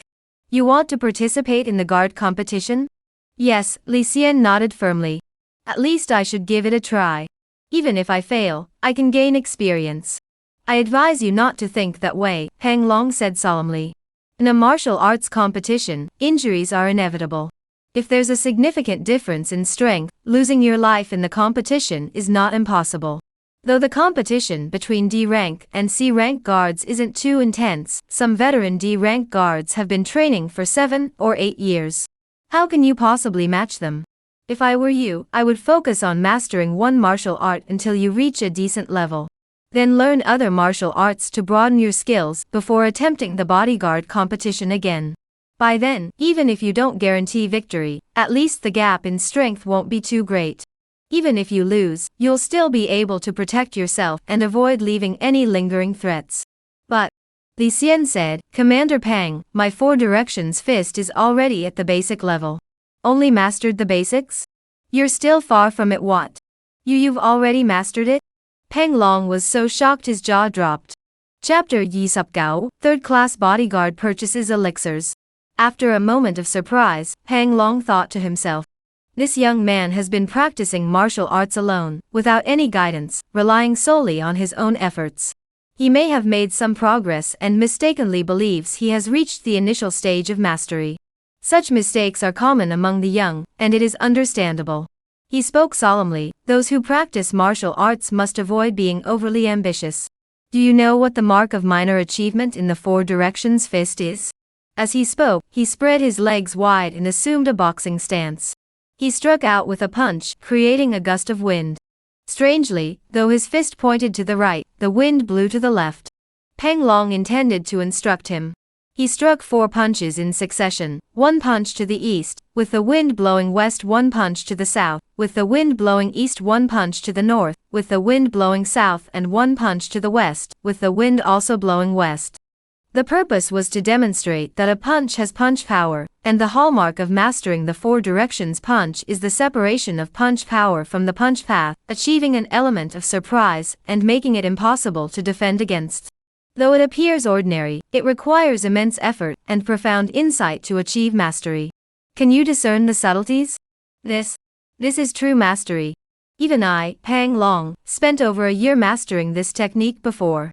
As Pang Long was speaking, he suddenly saw Li Xian assume a boxing stance and strike eastward with a punch, yet the wind from the punch came from the west. Though his form was not as refined as Pang Long's. However, the difference did not lie in the technique, but in the vast disparity in their internal energy. Li Xian then threw 4 more punches, each toward the east, west, south, and north, replicating Pang Long's earlier move, and said, I understand now. The mark of mastering the 4 directions fist is to comprehend the 4 directions fist's power. The fist techniques concluded. Li Xian withdrew his chi inward, recalling that Pang Long had not finished his words, and asked, Commander Pang, please continue. Cough, cough. Pang Long hurriedly turned away, supporting his chin, his rugged features betraying his embarrassment. I spoke too soon. It was truly embarrassing. Wiping the sweat from his brow, he thought to himself. As a commander, if this youngster finds out that I spent a year to achieve this level of proficiency, and he managed to reach such a high standard in less than a month, wouldn't that be utterly humiliating? Pang Long spoke sternly, very good, very good. It seems you have indeed made some progress. You may participate in the courtyard guard competition. Thank you, Commander. Li Xian was overjoyed. However, though you've achieved a small breakthrough, don't get too cocky. Pang Long said, you have some natural talent in martial arts, which is good. But there's one thing about the ways of the martial arts world that I need to teach you in advance. Li Xian listened attentively. As martial artists, we seek to wash away the mud of our mortal bodies and undergo a complete transformation. The greatest taboo in martial arts lies in overmeasuring. Overmeasuring? Li Xian pondered the meaning. Pang Long nodded. It means measuring and comparing martial arts, cultivation levels, and experience using a ruler. Treating them as the ultimate standard. For example, if you have mastered the 4 directions fist technique, but face an opponent who has just begun learning it. You know in your heart that their technique is inferior to yours. After secretly measuring their strength, you naturally begin to look down on them. In most cases, that is indeed true. But one must understand that martial arts combat is a matter of split-second changes. The true outcome of victory or defeat is unpredictable. Li Xian understood clearly the meaning behind Pang Long's words. There are 4 days left until the courtyard defense trial. Prepare yourself. I'll tell you, this opponent is no pushover. Even if your fist techniques are somewhat mastered, you may not be able to defeat them. Pang Long said with interest. Commander Pang, can you give me a hint? Li Xian asked with a smile. Pang Long said, this isn't any secret. I can tell you. Besides, I've heard that you, young man, aren't very popular among the guards. If I don't tell you, no one else will. Li Xian paid no heed to the mention of average popularity. Martial arts are precious in this world. Generally speaking, a 4th-rank courtyard guard must work full-time for a year and master the current martial art before they can learn the next one. After each promotion, guards can also receive an additional basic martial art. The more martial arts one masters, the stronger one's raw power becomes, let alone other aspects. This time, there are 3 spots available for 3rd-class bodyguards. However, your opponents are 7 extremely skilled individuals. Pang Long's extremely formidable was relative to Li Xian. Li Xian asked, who are they? I won't mention their names. You'll find out on the day of the trial. Pang Long said. Among the 7, 4 have served as guards for 6 years and mastered 6 martial arts. 2 of them were demoted from the 3rd-class bodyguard ranks, so their strength goes without saying. They should be on par with the previous 4. There is 1 more who has only served for 5 years, with slightly weaker martial arts foundations. However, he has mastered a powerful body-strengthening martial art to an exceptional degree. He must not be underestimated. Li Xian heard this and felt deeply troubled. However, those who practice martial arts to improve themselves would never fear strong enemies. With no fear in his heart, he would not retreat. From Pang Long, he learned that if one wished to purchase elixirs, one could go to the Xian Dan Pavilion to buy them oneself. Both the Xianwu Pavilion and the Xian Dan Pavilion have the character Xian in their names. This signifies that they were created by the lady during her leisure time. The Xianwu Pavilion houses martial arts techniques, which were either created by the lady during her free time, or deemed useless by her. The leisure in Xian Dan Gu refers to the various Dan Yuk Dan Du Si refined by the lady during her leisure time to hone her alchemy skills. Since they were of no use to her, she decided to incorporate them into the estate's operations. Next to the Xian Dan Pavilion. A pavilion is under construction, known as the Alchemy Pavilion. Li Xian heard that the lady had 3 alchemy pavilions, the Spring Pavilion, the Autumn Pavilion, and the Winter Pavilion. Each corresponds to a different season for alchemy. Alchemy is a highly mystical art, requiring the perfect alignment of heaven, earth, and humanity. The climate and feng shui vary with the seasons of spring, summer, autumn, and winter. The Summer Pavilion originally existed as well. It was said that the lady failed in her alchemy, causing a fire that reduced it to ashes. It was only in winter that they suddenly remembered and sent people to repair it. Emitter Luo, it's good to see you again. Li Xian greeted him. You? Luo Feng asked warily, what are you doing here? To purchase elixirs. Li Xian turned and entered the Xian Dan Pavilion. You brat, you're getting more and more formidable. Luo Feng felt a sense of crisis. Since their last meeting just a few days ago, this young man had become even more energetic and powerful. Useless trash. Thinking of his nephew still lying in bed, Luo Feng cursed angrily, once you're healed, don't even think about revenge, you won't even be worthy of tying someone's shoes. One mistake leads to another. Back in the leisure Dan Hall, the scent of Dan filled the air. Ding, the guard? The Xian Dan Pavilion had over a dozen servants. They were primarily responsible for cleaning, arranging items, receiving guests, and keeping records. Though they were subordinates, their status was not that of menial laborers. The one speaking was Xiao Qing, the left pavilion manager of the Xian Dan Pavilion. She had once been a maid in the laundry, but had ingratiated herself with the lady's personal maid, Chiu Yu, and was assigned to the Xian Dan Pavilion to serve as a half-manager. She got up from her chair and walked toward Li Xian, her eyes darting around before settling on his face. You have a fine face, Xiao Qing thought to herself. I'm here to purchase elixirs, Li Xian said honestly. As a 5th-rank bodyguard, we have limited supplies of elixirs, and there are no discounts. The cheapest elixir costs 500 coins. Do you have enough money? Xiao Qing said indifferently. Seeing Li Xian nod, Xiao Qing beckoned him, follow me. Chapter Samsup, Purchasing Elixirs, Bodyguard Competition. Please continue reading. Have you been here before? Xiao Qing led the way, passing through a long corridor, and suddenly asked. This is my first time here, Li Xian replied honestly. It seems you're unfamiliar with many of the rules here, Xiao Qing smiled. I have some time today, so I'll take the opportunity to explain them to you. Li Xian replied solemnly, thank you. Having someone willing to explain and offer guidance on these rules was certainly a good thing. Xiao Qing waved her hand dismissively, simply because she found Li Xian handsome and well-mannered. Bored and looking for something to talk about, she began explaining some of the rules of the Dan Pavilion, such as not touching the pills, not haggling over prices, and so on. Some of these details, if overlooked, could lead to being forced to buy pills one didn't want. Moreover, not all the pills in the Xian Dan Pavilion were fully effective. Some were failures or substandard products, with weak effects but potent toxins. If you don't want to buy such pills, you must discern them on your own. Afterward, you must not cause trouble at the Xian Dan Pavilion, otherwise, you will violate the estate's rules and face a grim fate. Generally speaking, a level D guard can only purchase elixirs once within 3 months. 3rd-class guards can do so once a month, 2nd-class guards 3 times a month, and 1st-class guards 5 times a month. You only have one opportunity to purchase pills. Think carefully before deciding. She stopped in her tracks, facing a wooden rack with numerous wooden boxes on it. The elixirs were inside, but their quality varied greatly. Oh, I see. Li Xian hadn't expected there to be so many restrictions. Of course, if you're capable, you'll find a way to purchase more pills. Xiao Qing reminded him. Oh. Li Xian's mind quickened, and he immediately understood the meaning. The so-called finding a way meant commissioning 3rd-class or 2nd-class guards to help procure the pills. It seems you've already thought of that. Therefore, it's best to maintain good relations with other bodyguards, especially those of higher ranks, Xiao Qing kindly advised. D-rank bodyguards only report every 3 months, which is far too infrequent.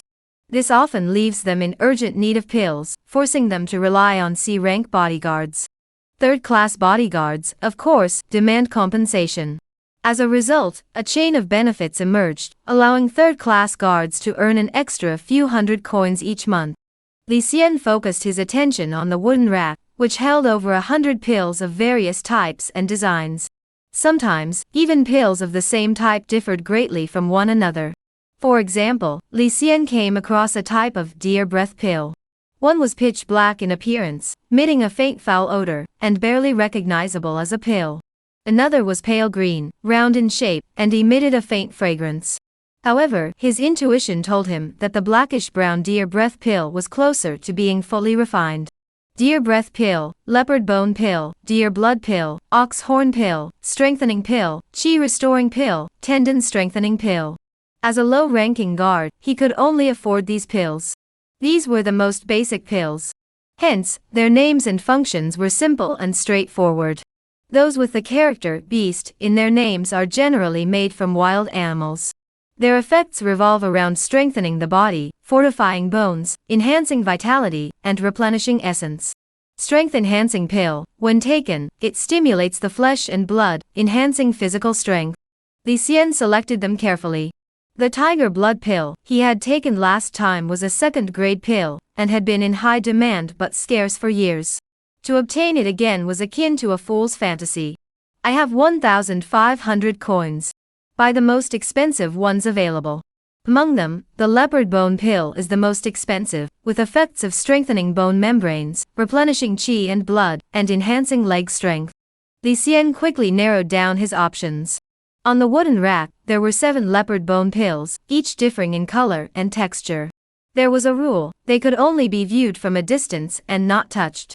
If anyone touched the pills, they would have to purchase them. Have you decided? Xiao Qing urged. I'll take that one. Li Xian pointed to the leopard bone pill in the upper right corner.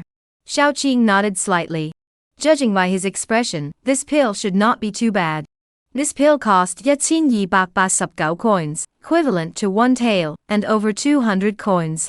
Li Xian's money pouch was empty, and he felt even more acutely the importance of advancing to a third-class bodyguard.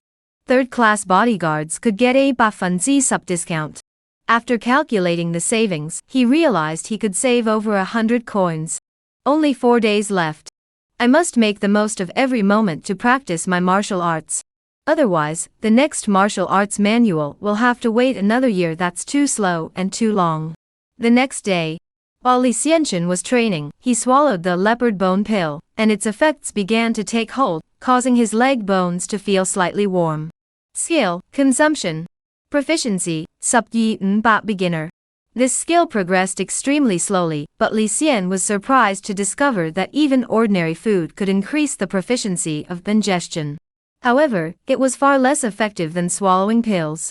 The potion's energy circulated throughout his body, making his blood and qi more vigorous.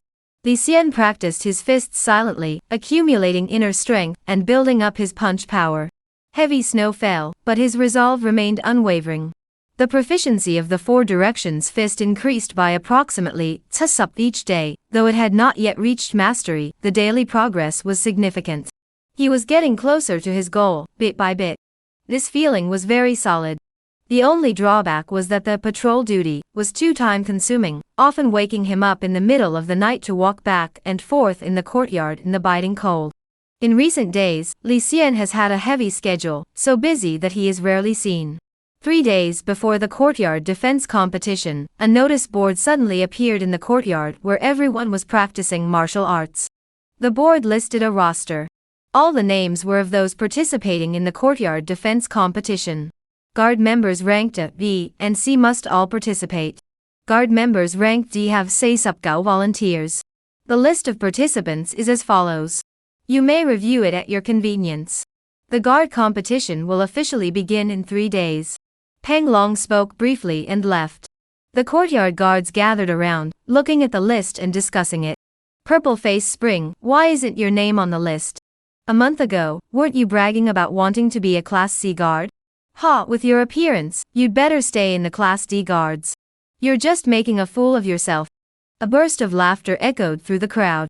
Wang Chun, the second in command, used to enjoy joining in the commotion, but recent events had cooled his temper.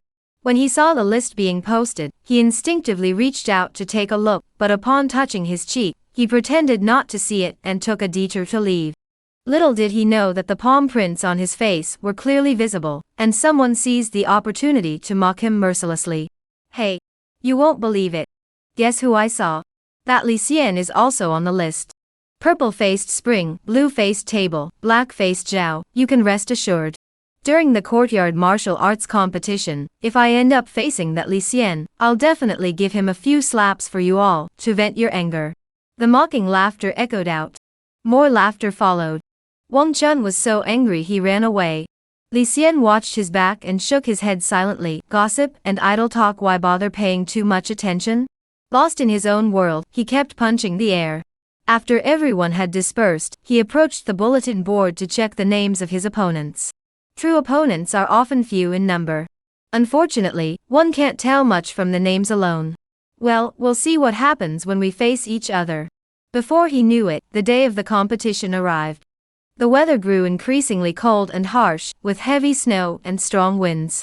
The mountains outside the village were already covered in snow. He village was some distance from Qingning County.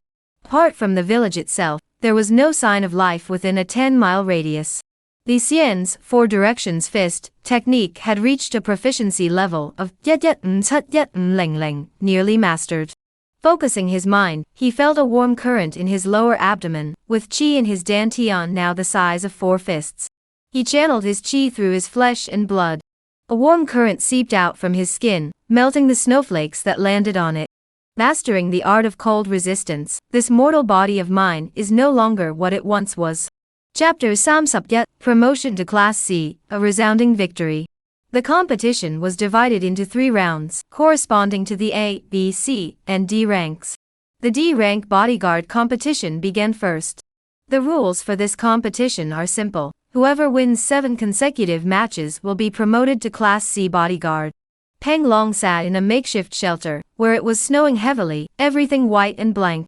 He had a warm stove by his side and a cup of green tea, feeling quite at ease.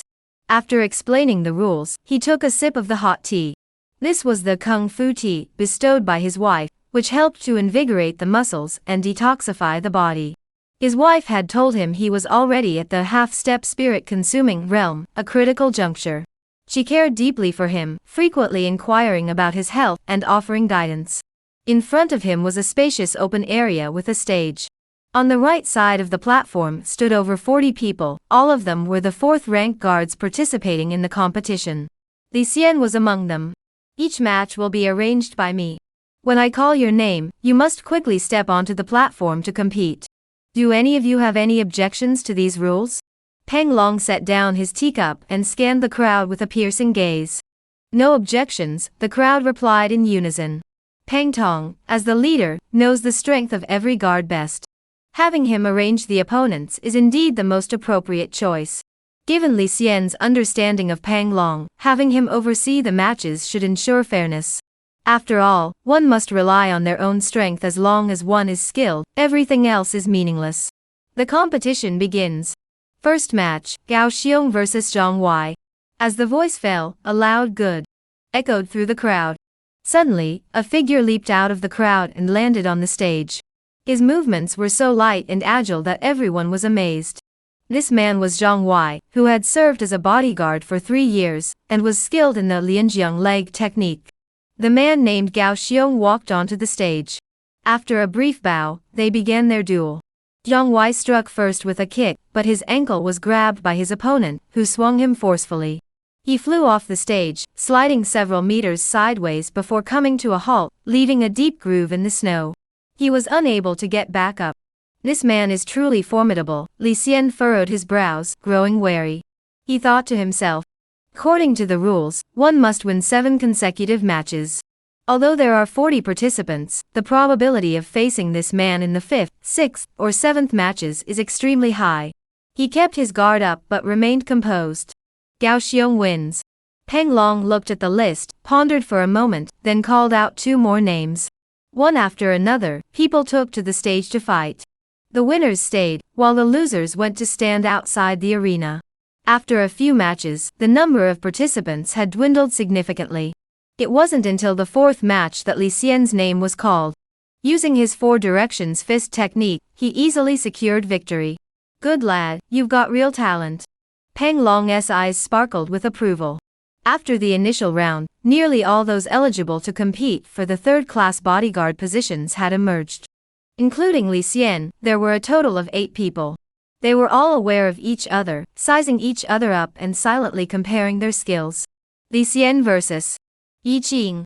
After Li Xian won 4 consecutive matches, Peng Long called out his name again. This time, his opponent was a 7-year veteran bodyguard who mastered 7 martial arts, one of the strongest opponents mentioned by Peng Long. Excuse me. The two met on the stage, exchanged bows, and then engaged in a fierce battle.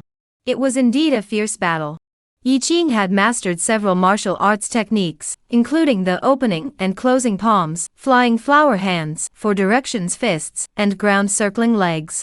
Though he had only reached the mastery level in these techniques, the internal energy he had accumulated from practicing multiple martial arts was quite impressive.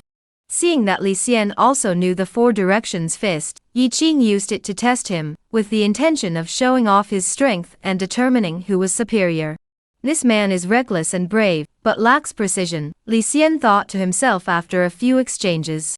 Yi Qing exchanged a few blows with his fist techniques, but realized he couldn't match Li Xian in this style. He immediately changed his tactics and switched to the opening and closing palms. This palm technique emphasized wide, sweeping movements combined with internal power. If it had been used from the start, it could have overwhelmed Li Xian. However, he had first used the 4 directions fist to engage Li Xian in combat. This allowed Li Xian to fully understand his fighting style. By the time he changed his technique, Li Xian was already on guard. Naturally, Li Xian's fist techniques adhered to his body, preventing his opening and closing palms from fully unfolding. The fight became extremely frustrating, as the opening and closing palms lacked the necessary opening and closing, reducing their power to a fraction of its original strength. Yi Qingxin grew increasingly frustrated. Seeing that the opening and closing palms were ineffective, he immediately switched to the ground leg technique. This was his downfall. As he changed his technique, Li Xian struck with both fists, sending a flurry of snowflakes flying. At first glance, the 2 fists seemed to split into 4. Yi Qing hurriedly blocked, but couldn't discern the true nature of the attack. Bang! He was thrown out of the ring. Li Xian bowed in salute, declaring victory. Yi Qing's internal energy is indeed powerful, but unfortunately, he couldn't capitalize on his advantage. Li Xian felt even more confident. It seems these old bodyguards lack combat experience. Even with my limited foundation, I still have plenty of room to maneuver. After this battle, Li Xian had won 5 matches. The 6th match was against Gao Xiong. This man was a formidable opponent, far more challenging than Yi Qing. He possessed immense natural strength, and though his movements appeared clumsy, they were extremely difficult to defend against. He had mastered 3 martial arts, 1 external cultivation technique, golden fist, and 2 grappling techniques, dragon catching hand, and crane catching hand. The golden fist technique focuses on external strength, brutalizing the body, and strengthening the physique. The dragon catching hand and crane catching hand techniques are both aimed at grappling. This clearly shows that his approach is to seize the enemy's limbs, and then use his immense strength to win. He does not seek to defeat his opponent through martial arts techniques, but rather to throw them off the stage. Li Xian first used the 4 directions fist to confuse Gao Xiong, making him unable to distinguish between real and fake punches. When Gao Xiong tried to reach out and capture him, it was extremely difficult. After several attempts, Gao Xiong grew increasingly frustrated. At this point, he suddenly unleashed the powerful, wild ox fist. He skillfully combined the 2 styles of fist techniques. With a final punch to Gao Xiong's face, he once again emerged victorious. Impressive. Peng Long nodded repeatedly. In these few matches, Li Xian had both advantages and disadvantages, but he skillfully avoided his weaknesses and exploited his strengths. He won decisively and elegantly. Don't underestimate this simplicity. Peng Long had also practiced boxing in his youth and knew well that boxers relied on raw power. When punching, one relied entirely on instinctive reactions to counter the opponent. As one grows older, one's mastery of boxing techniques deepens, and one learns to control one's strength and conserve energy when striking, making one even more adept and at ease. It was only then that they gradually incorporated thinking into their boxing techniques. They learned to analyze strengths and weaknesses, and how to outmaneuver their opponents in combat. To achieve this, one is already capable of defeating the strong with the weak. This young man. I didn't misjudge him. He truly has a keen mind. Peng Long was now certain that one of the 3 spots would go to Li Xian. Li Xian's final opponent was far inferior to Yi Qing and Gao Xiong. Victory was secured. Peng Long announced, in this courtyard defense competition, the first to be promoted to 3rd rank courtyard guard is Li Xian. As the words fell, all the other guards present looked at Li Xian with envy. This Li Xian is truly a prodigy. He's only been here for less than a month, and has already become a Class C guard, something that's never happened before. He already had a foundation in martial arts, and his 4 directions fist technique was incredibly powerful. Winning wasn't surprising. A 3rd-class guard. I've always dreamed of becoming one. At such a young age, to become a 3rd-class bodyguard, he truly has a bright future ahead of him. The crowd buzzed with excitement. Li Xian, since you've won, come inside and sit down. Come over and warm yourself by the fire. Peng Long called out. All right. Li Xian quickly ran into the hut, shook the snow off his body, and exhaled softly. From today onward, he had taken another step forward, ascending another rank. He was now a 3rd-class bodyguard. Chapter Samsupyi, Mastering the Fist Technique, Internal Chi Doubles.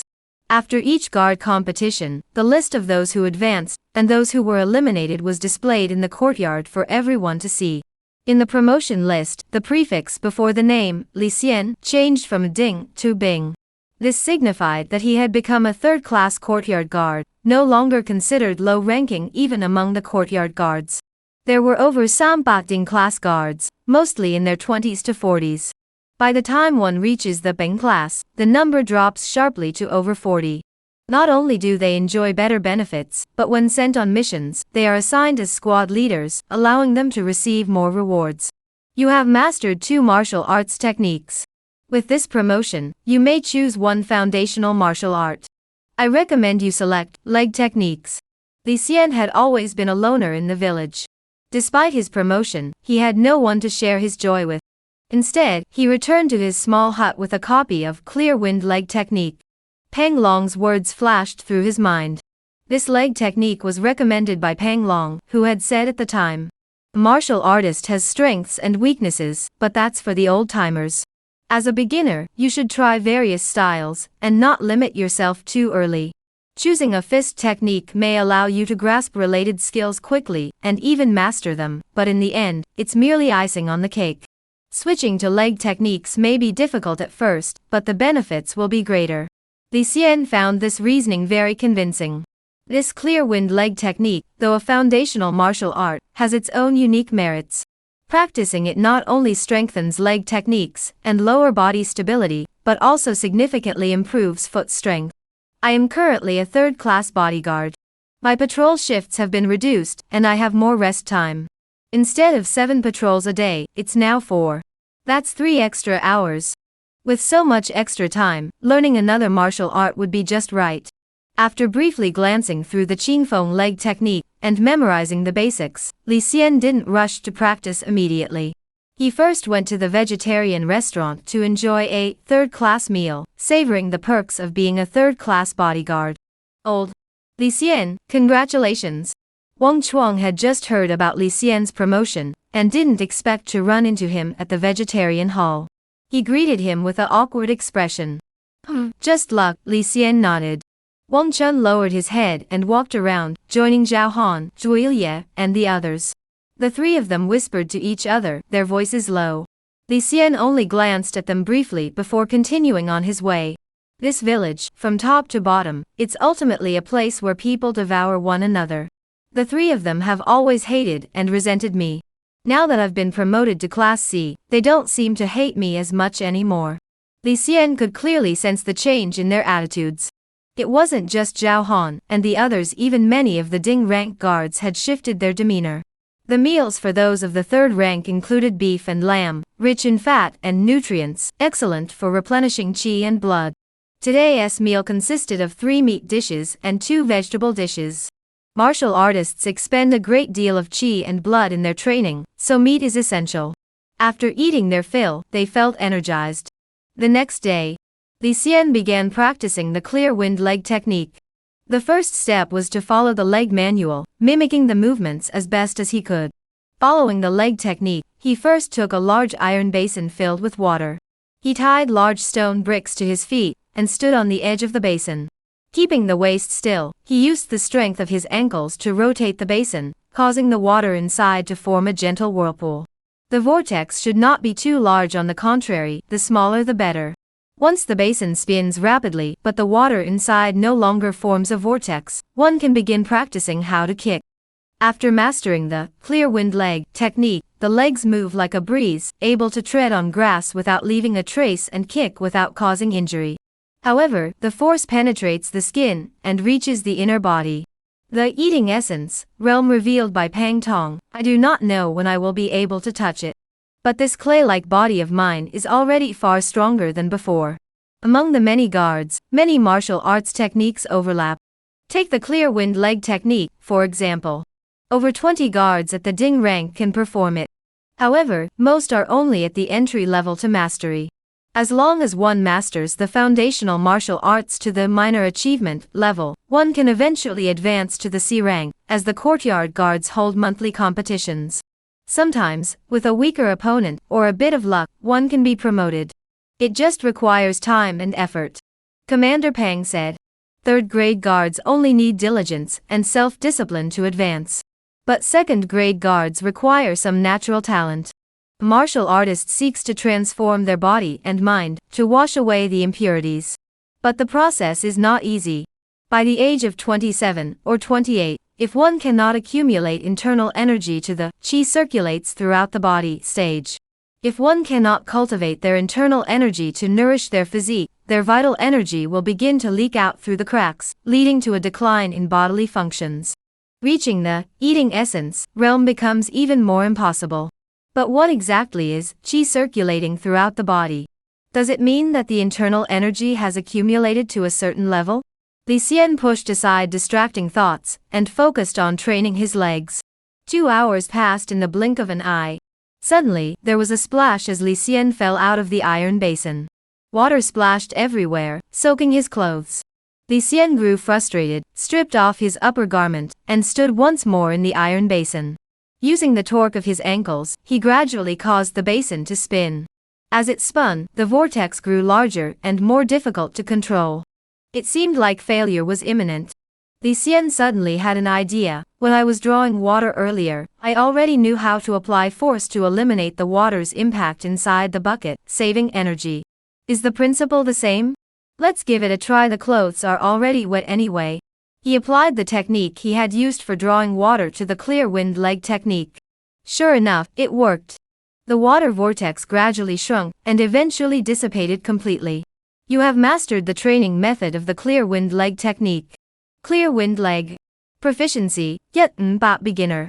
As the prompt from the fate of heaven and earth appeared, Li Xian's mind paused, and he couldn't help but feel a sense of accomplishment.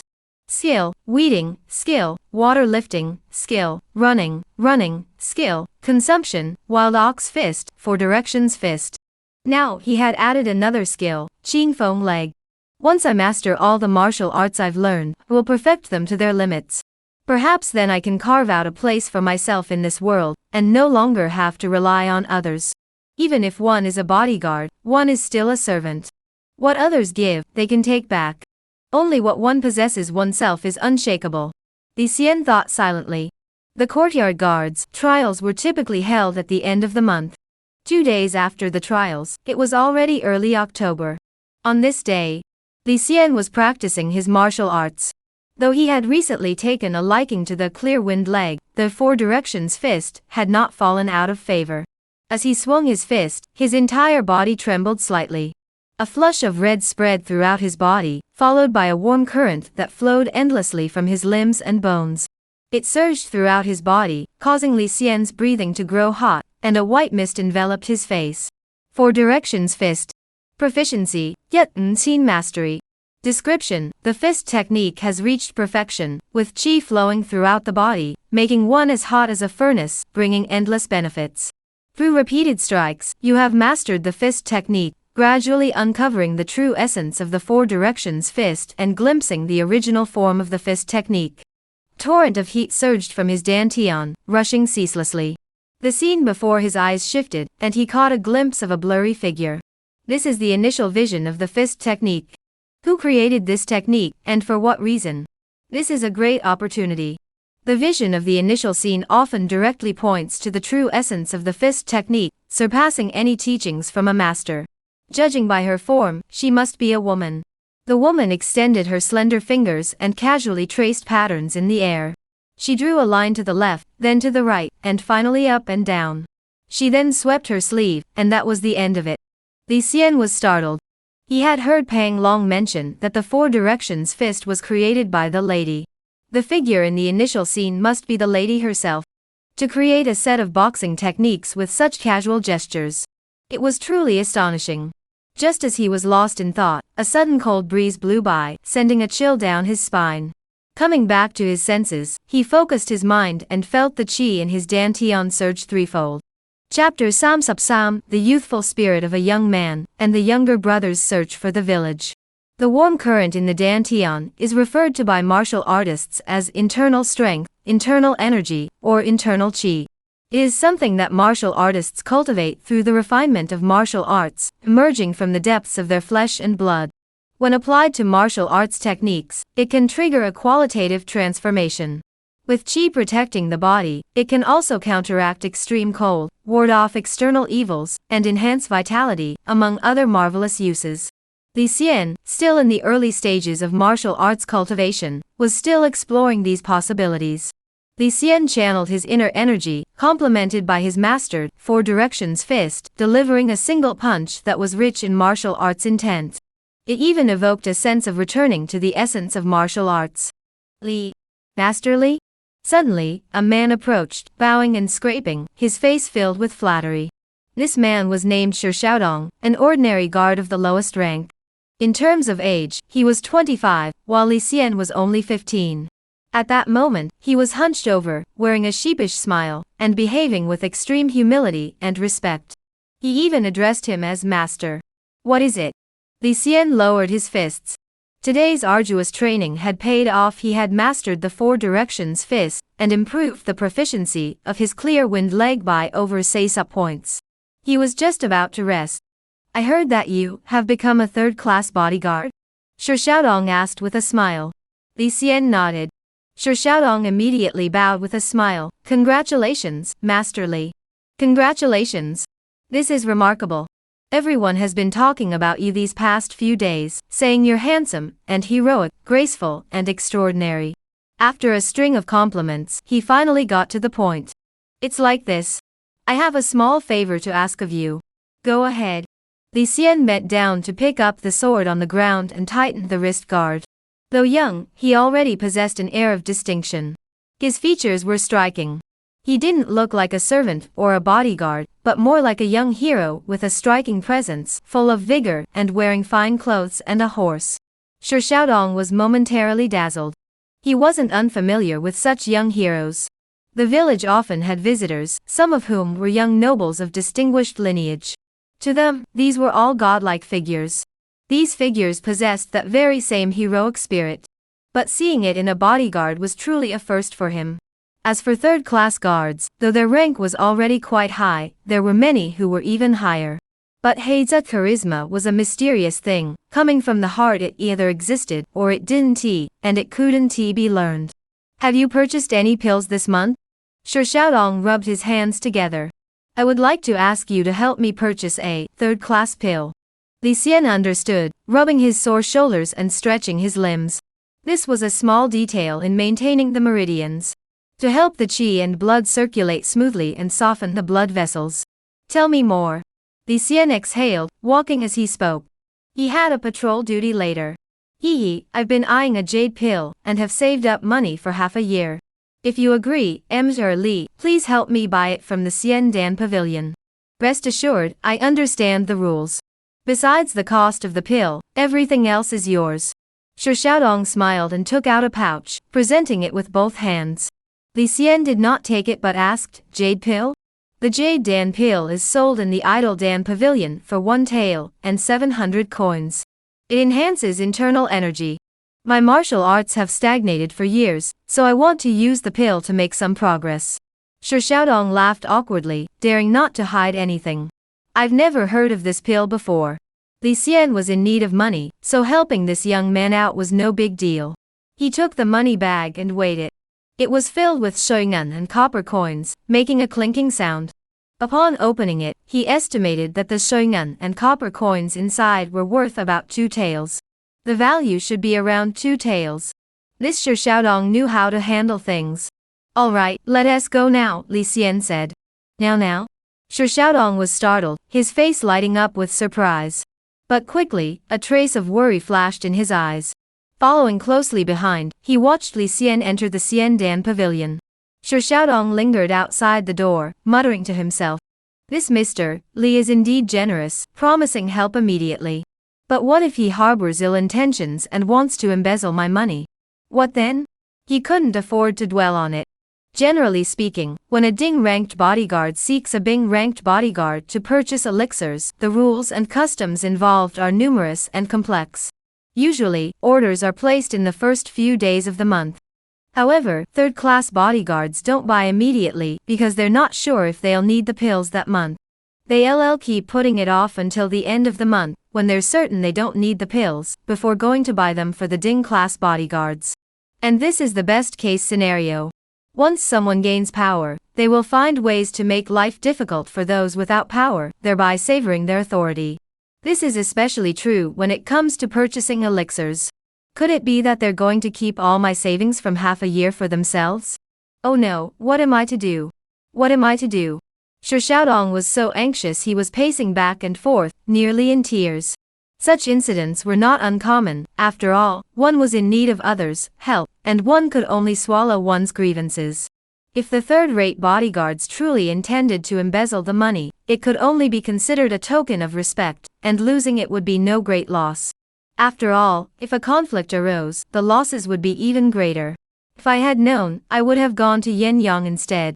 After all, he's a seasoned third-class bodyguard, though he charges exorbitant fees, and often delays payment for months. But at least they've never swindled anyone out of their pills. Shi Xiaodong, you were so clever, and now you've suffered a great loss.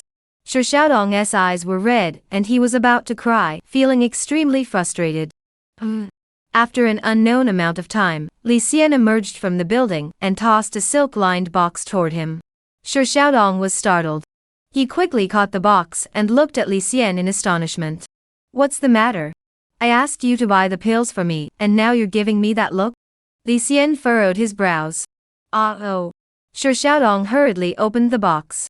A fragrant aroma wafted out, revealing a pale green pill inside. It was indeed the jade pill.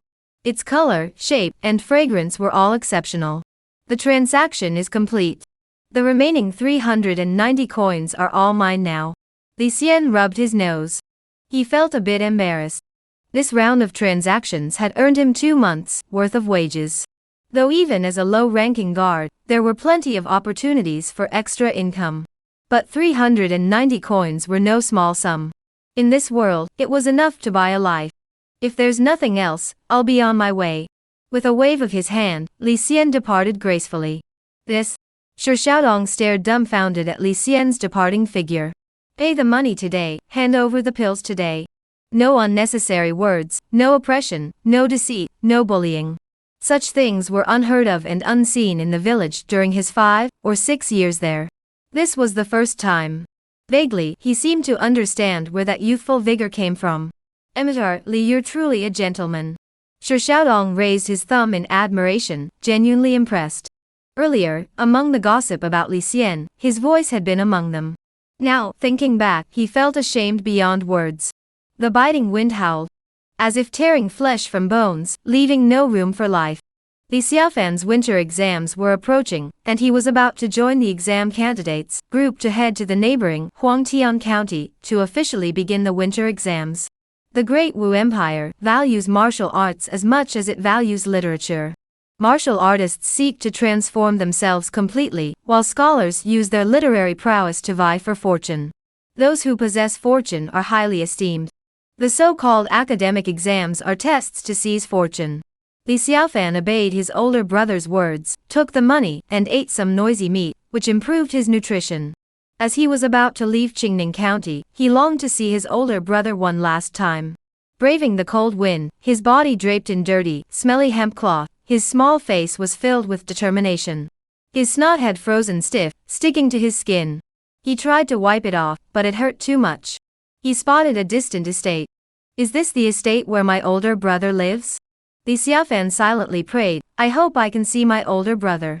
Chapter Samsupse, forced to sign a slave contract, immediate suicide. Please continue reading. What a majestic stone lion. The village gate appeared small from afar, but grew larger upon closer inspection. Standing tall at over 10 feet, the copper hinges and red lacquer on the gate exuded an air of authority. It resembled an open maw, ready to swallow anyone whole. Li Xiaofan stood outside the gate, feeling oppressed. Thinking of his older brother living in such a place, his resolve grew even stronger. After a moment's hesitation, he gently knocked on the door. In the middle of winter, who might be the honored guest? A murmur came from inside, followed by the door opening. It was a group of lowly laborers responsible for clearing the snow from the courtyard. The melted snow would stick together, making it difficult to sweep. However, compared to other menial tasks, this was already much easier. Those who managed to secure such tasks were seasoned laborers with seniority. These laborers, who had been bowing and scraping with fawning smiles, immediately changed their demeanor upon seeing the visitor's dirty, ragged clothes, realizing they were even lower than him. "Who are you, kid?" A laborer barked impatiently. "We're not hiring laborers right now. Looking at your frail build, you'd collapse at the slightest breeze. You can't do any real work. Get out of here before you die at the estate gate. We'll have to clean up after you." Another laborer chimed in. Saying this, he tried to close the door. "Sir, you've misunderstood."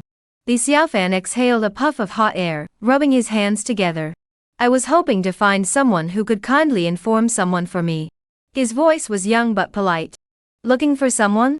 The laborer furrowed his brow and turned to shout toward the back, "Miserable, there's an outsider here looking for someone. Should we send him away, or?" Bai Hao, leaning on his cane, rose from the wooden chair. He had been severely injured in his last duel with Li Xian, and had only recently been able to get out of bed. "Looking for someone?"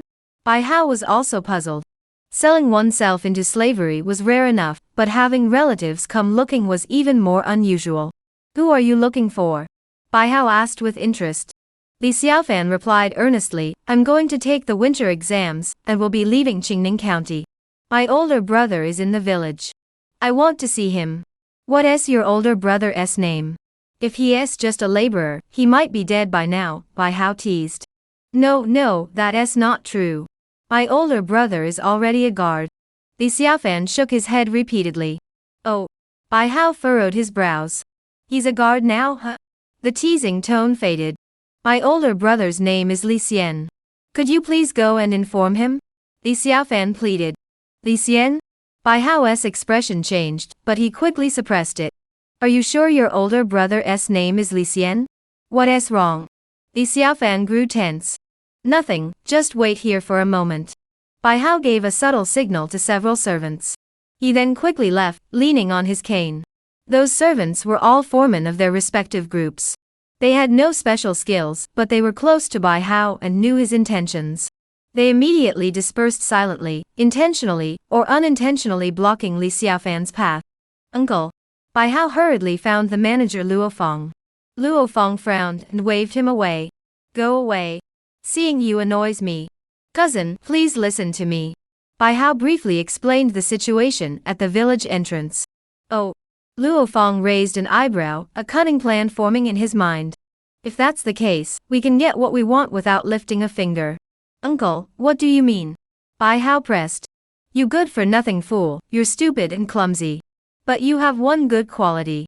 Luo Fong stood with his hands behind his back, pacing back and forth as if plotting a strategy, then continued. You're obedient. You never act on your own. Let Li Xian's younger brother come out.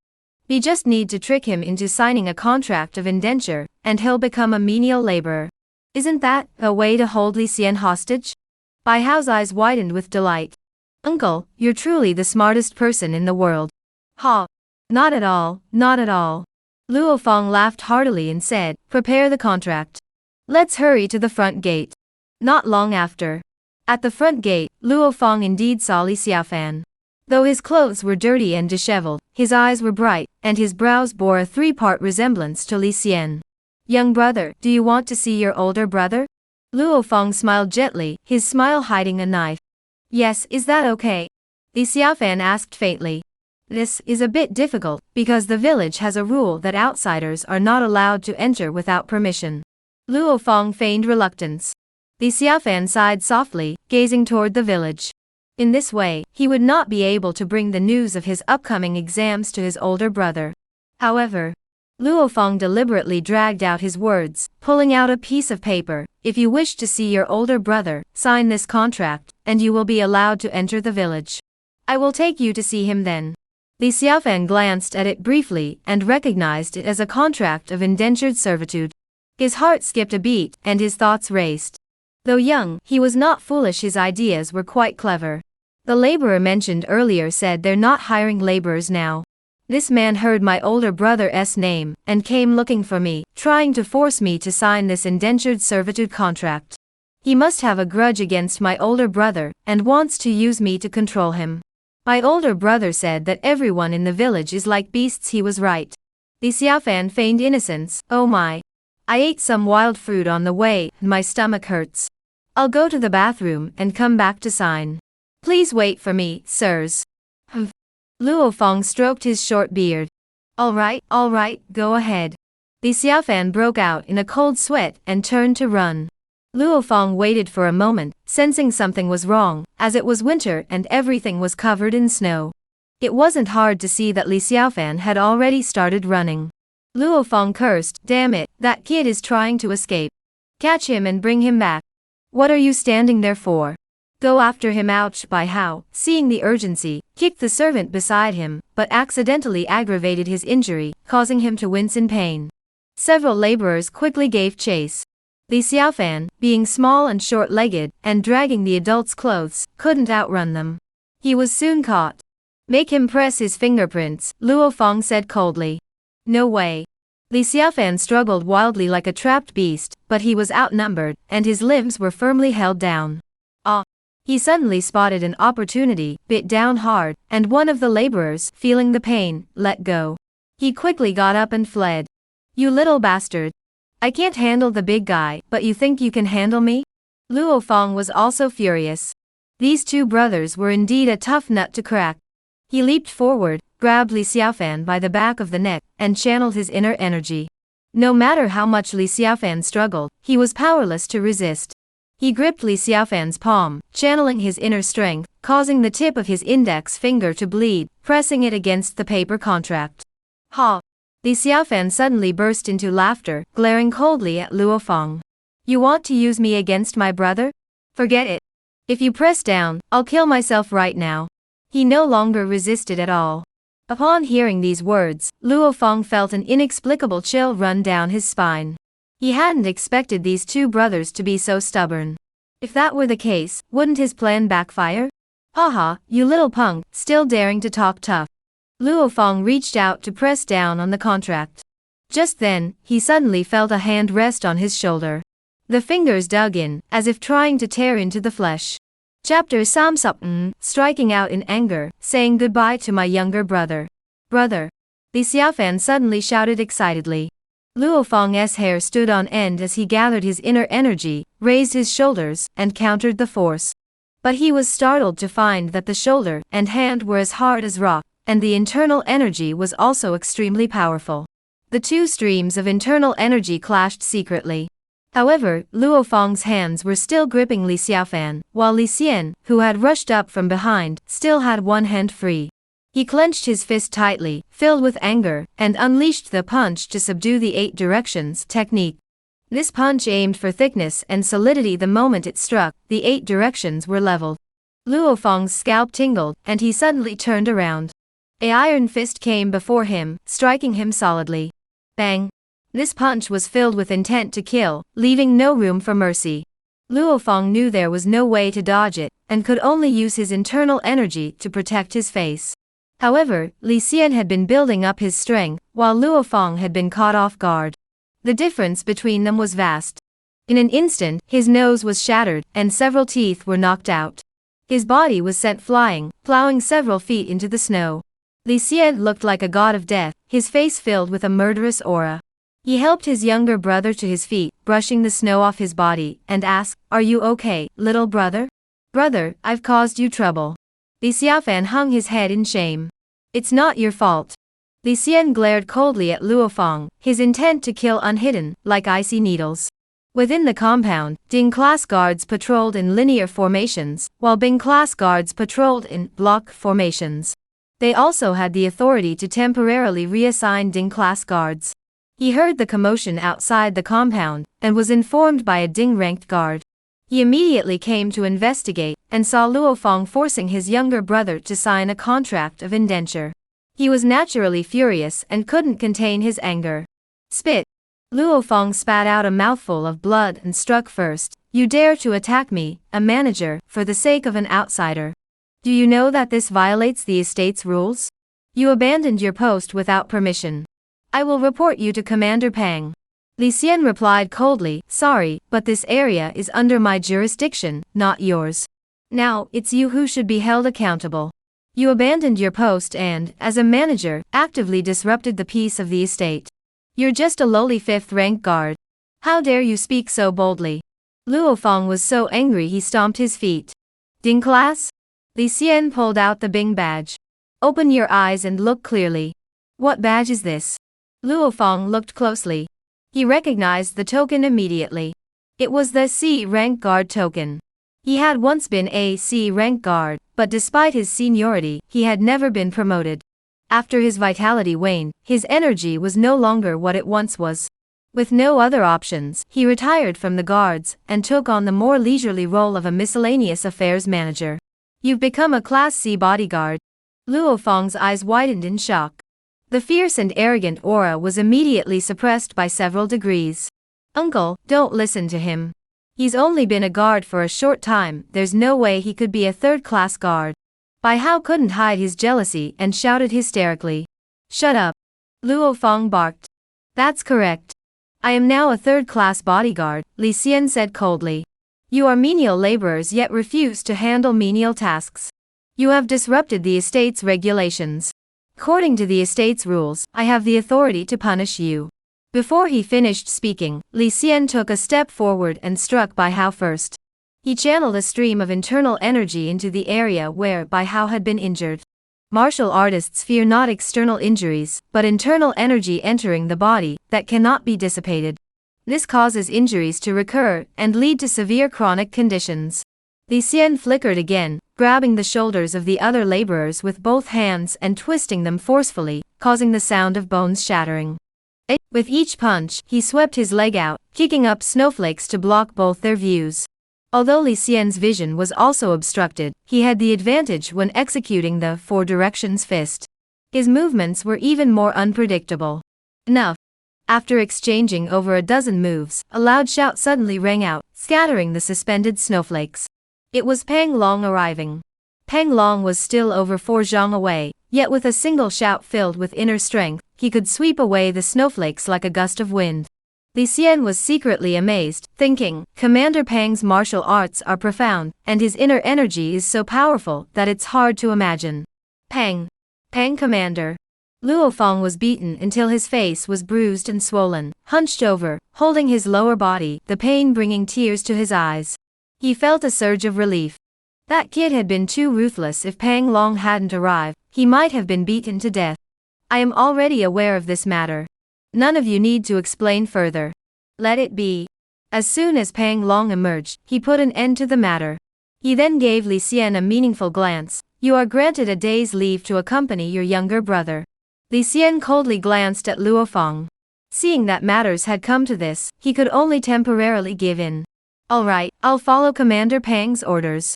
Brother, the winter exams are approaching.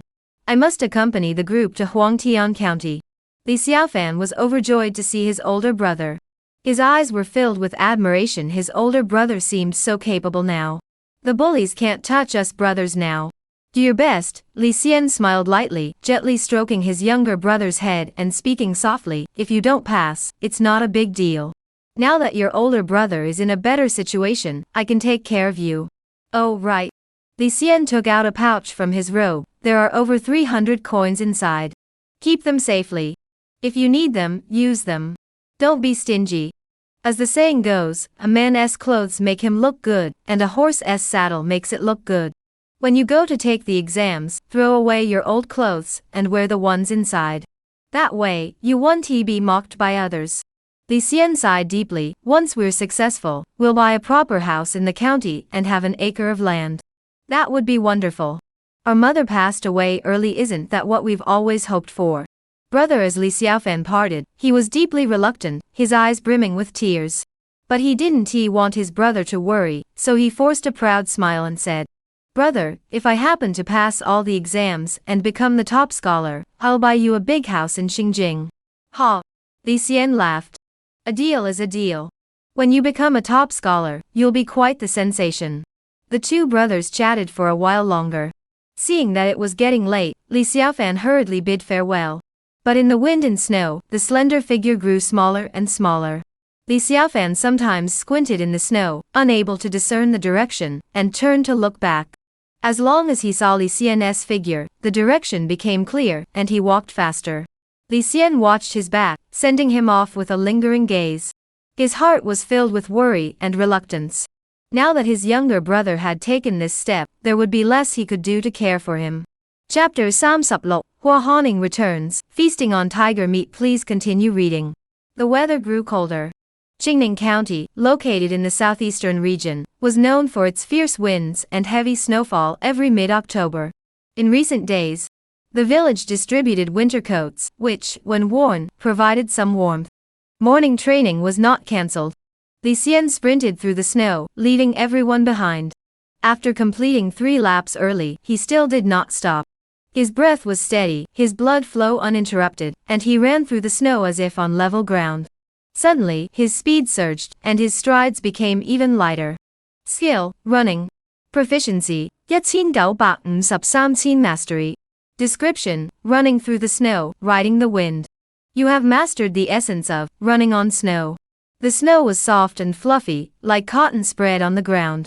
With each step, he inevitably sank into the snow. As a result, the ground offered no resistance, and running felt unnatural. Speed cannot be increased further. The greatest obstacle to running in the snow is precisely this. The treading snow trait treats the snow as a slippery surface, using each step with precision. Instead of compacting the snow, one uses its softness to glide forward, covering more distance. This is more energy efficient and allows for greater speed. Li Xian's mind paused for an instant, and in that moment, his speed increased by a full 70%. When it comes to running in the snow, even the wild beasts of the mountains couldn't outrun me. Within the village guard compound, Pang Long ordered his men to boil warming soup. The village guards returning from their morning run each drank a bowl, their bodies quickly warming up. They then began their training in the courtyard. Li Xian's clear wind legs and 4 directions fist techniques improved steadily each day. As the hour of the snake approached, Pang Long suddenly approached the group with great enthusiasm. Hey, you guys are lucky. Last night, Hua Haning killed a mountain tiger. You're the lucky ones. Today we'll have tiger meat to eat. Hee, this is a rare treat. The mountain tiger is the king of the forest beasts. Eating its meat strengthens the bones and muscles. Pang Long raised his thick eyebrows and laughed.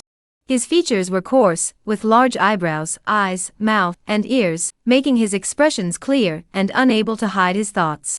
He was genuinely happy. Eagle Master? Eagle Master is back? The guards exclaimed in surprise. This Hua Han eagle was a first-class bodyguard. The lady owned tens of thousands of acres of fertile land, as well as mulberry fields and tea gardens.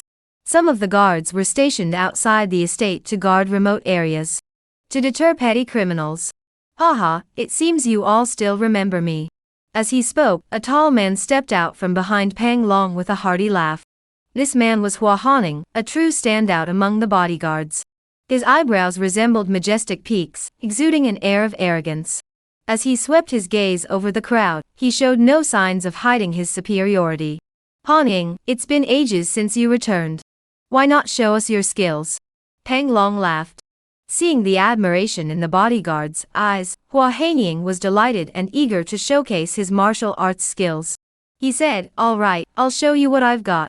He walked into the crowd, assuming a fighting stance. His martial arts were well trained, with a solid foundation. Even with just a few moves, it was clear he was no pushover. Suddenly, he leaped into the air and clawed at the ground with a mighty strike. A loud boom echoed, sending snow flying several meters into the air, causing the crowd to gasp in astonishment. "Master Eagle, we're impressed." The guards all cheered. However, upon closer inspection, everyone was even more shocked. The snow on the ground had been cleared away, revealing yellowish-brown soil. The scent of burning wafted from the soil, and the inner sides of the claw marks were charred black. "Eagle Master, your fire eagle claw is truly formidable. If that claw hit a person, they'd be finished. Eagle Master, you're unbeatable." From among the crowd, Li Xian nodded in approval. This claw strike was indeed formidable. Struck from such a height, the force, angle, and use of inner energy were unmatched except by Pang Long. Now that I have mastered the four directions fist technique, I can finally see some of the secrets. Li Xian thought to himself. "Haning, you've truly mastered the fire eagle claw." Pang Long walked over, patted him on the shoulder with a smile, and praised him generously. "Excellent, excellent. I must thank Commander Pang for your guidance," Hua Haning replied with a faint smile. "Have there been any recent movements from the Mountain Wind Fortress or the Hongquan gang?" "Thank you, brother," Li Xian said with a hearty laugh, then carried the bowl away. The tiger meat was extremely tough and chewy, making it difficult to chew, especially for those with poor teeth. The taste was also quite ordinary, with a faint, indescribable fishy odor. "You have eaten tiger meat before, consumption, skill gaten." But it was indeed a highly nourishing dish. At 15 years old, Li Xian's body could quickly make up for previous deficiencies by eating such wild meat. The more he ate, the brighter his eyes became. His body was well nourished, and after eating his fill, he felt strong and capable of accomplishing tasks with ease. After finishing the meal, Li Xian drank the soup clean, asked for a large white steamed bun, and wiped the bowl clean, leaving not a single crumb behind. "Can I have another bowl?" Li Xian had a thick skin. "You brat, all right." The kitchen staff hesitated for a moment, before serving Li Xian another bowl of soup, along with a piece of tiger bone the size of a fist. The tiger bone contained bone marrow, a milky white gelatinous substance that had been boiled until it separated from the bone. With a forceful suck, it all went into his stomach. Consuming tiger marrow strengthens vitality, nourishes the body, and enhances physical prowess. Consumption, skill galo. This mouthful was truly the essence of the essence. After devouring everything, Li Xian's body emitted waves of heat, and an endless stream of internal qi began to generate within him, gathering in his dantian. It's the consumption technique that enhanced the efficacy, helping me absorb it faster and more efficiently. Additionally, my previous malnutrition meant that the internal energy I had cultivated couldn't regenerate. Now, by feasting on tiger soup and tiger meat, I've made up for the previous deficiency, so the internal energy is now nourishing me. In the time it took to finish the meal, the internal energy had increased by 30%. It seems that my vision and hearing have become more acute.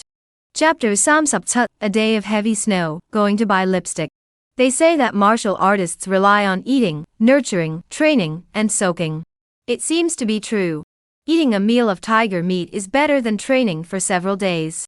Li Xian, having eaten his fill, stepped out of the dining hall, feeling his strength endless and inexhaustible. By the time the third-class guards had finished eating, the fourth-class guards rushed in. They could only scoop up half a bowl of soup and some scattered bones and scraps. That day, whether it was routine patrol duty or martial arts training, he was full of energy and in top condition. For directions fist, proficiency increased by 116 points.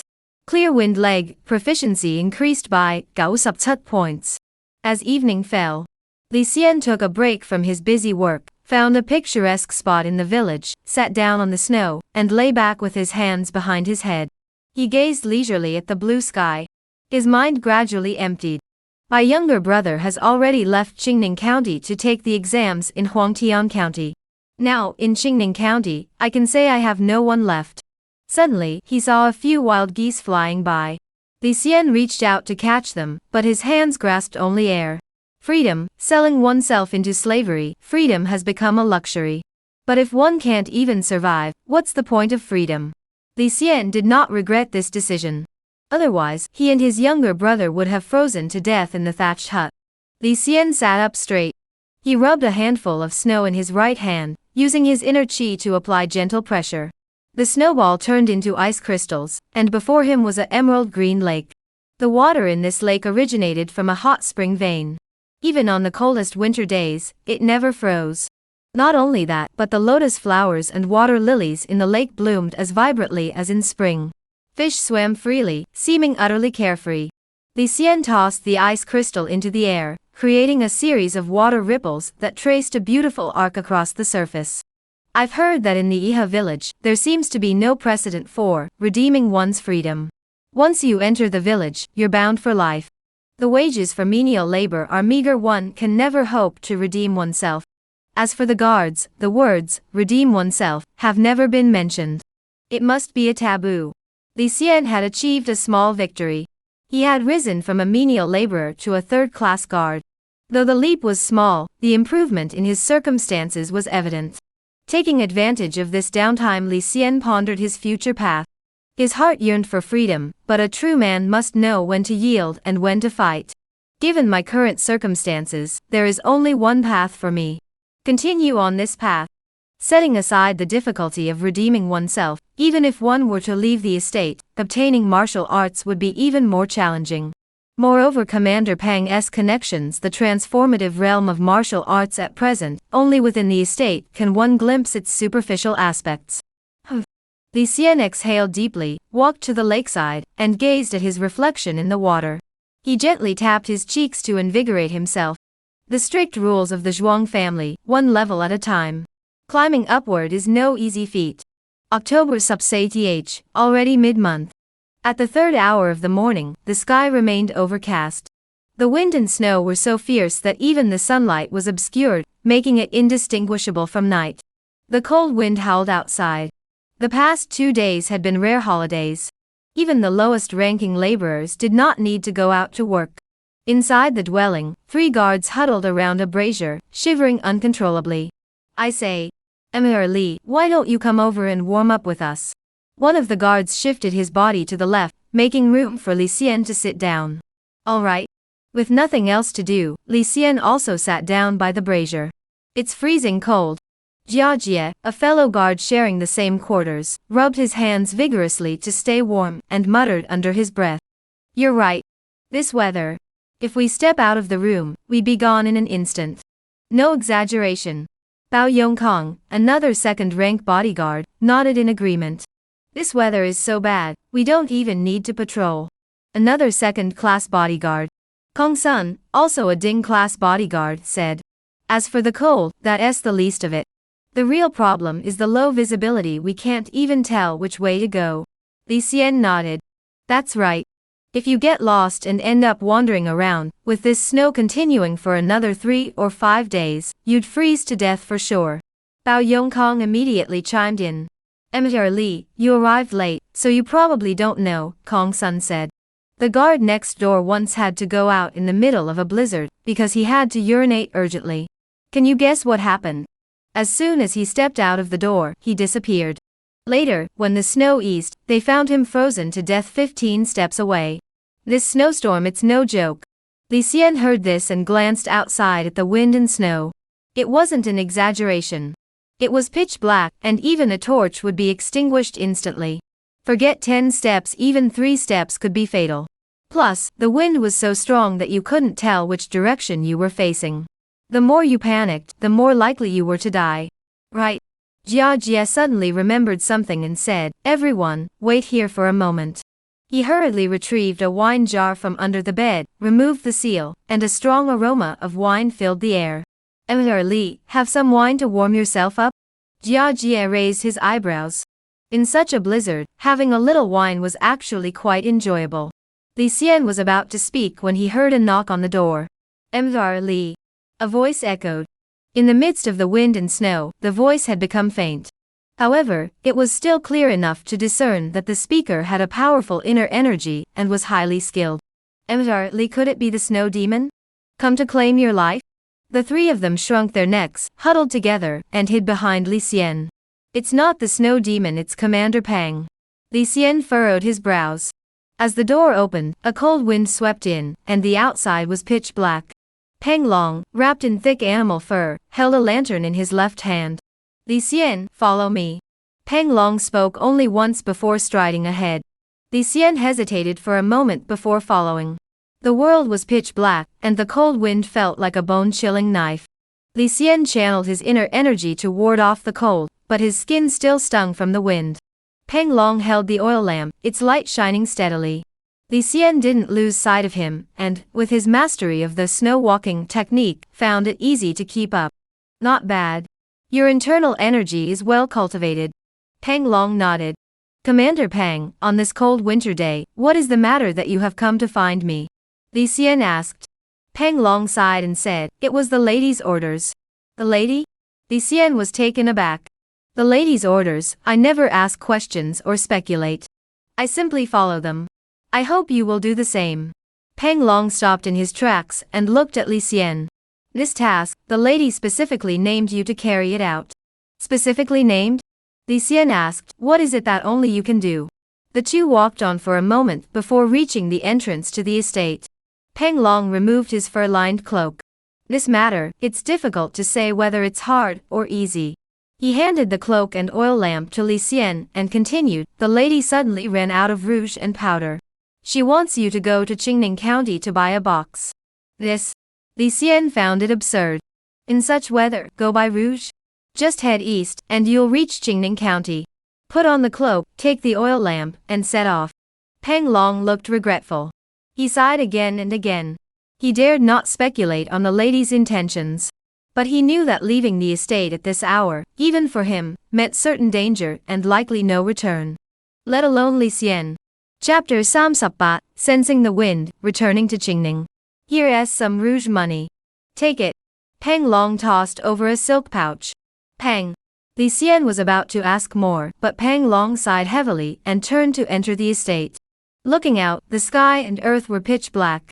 Buying rouge was as impossible as a fool dreaming of the moon, harder than climbing to the heavens. The distance from the village to Qingning County was over 30 miles. Though not a mountain path, it was an official road paved with shoisek and gravel. However, with such heavy snowfall, the road had already been completely buried. Without a clear path, venturing out would inevitably lead to getting lost. Li Xian understood the situation and exhaled softly. He forced himself to stay calm and began to think of a plan. I am still at the village entrance, where there are landmarks to orient myself. Once I step into the snowstorm, there will be no landmarks to guide me. Regardless, I must first put on the animal fur cloak to maintain body heat. This silk pouch feels cold to the touch, it must belong to the lady. Opening the silk pouch, he found 3 taels of silver inside. Though the world is in chaos, cosmetics are still very expensive. These few pieces of silver can buy some cosmetics, but not the finest quality. It seems the old man's intentions were not what they seemed. Li Xian carefully put away the silk pouch. Seeing that the estate gates were tightly closed, he knew there was no point in staying longer. He picked up the oil lamp and began walking along the courtyard wall. After walking over a mile, he came to a corner. Li Xian knew that if he continued to follow the wall, he would end up circling the estate. He would never reach Qingning County. How to break this deadlock? Li Xian emptied his mind, calmed his heart. Suddenly, an idea struck him.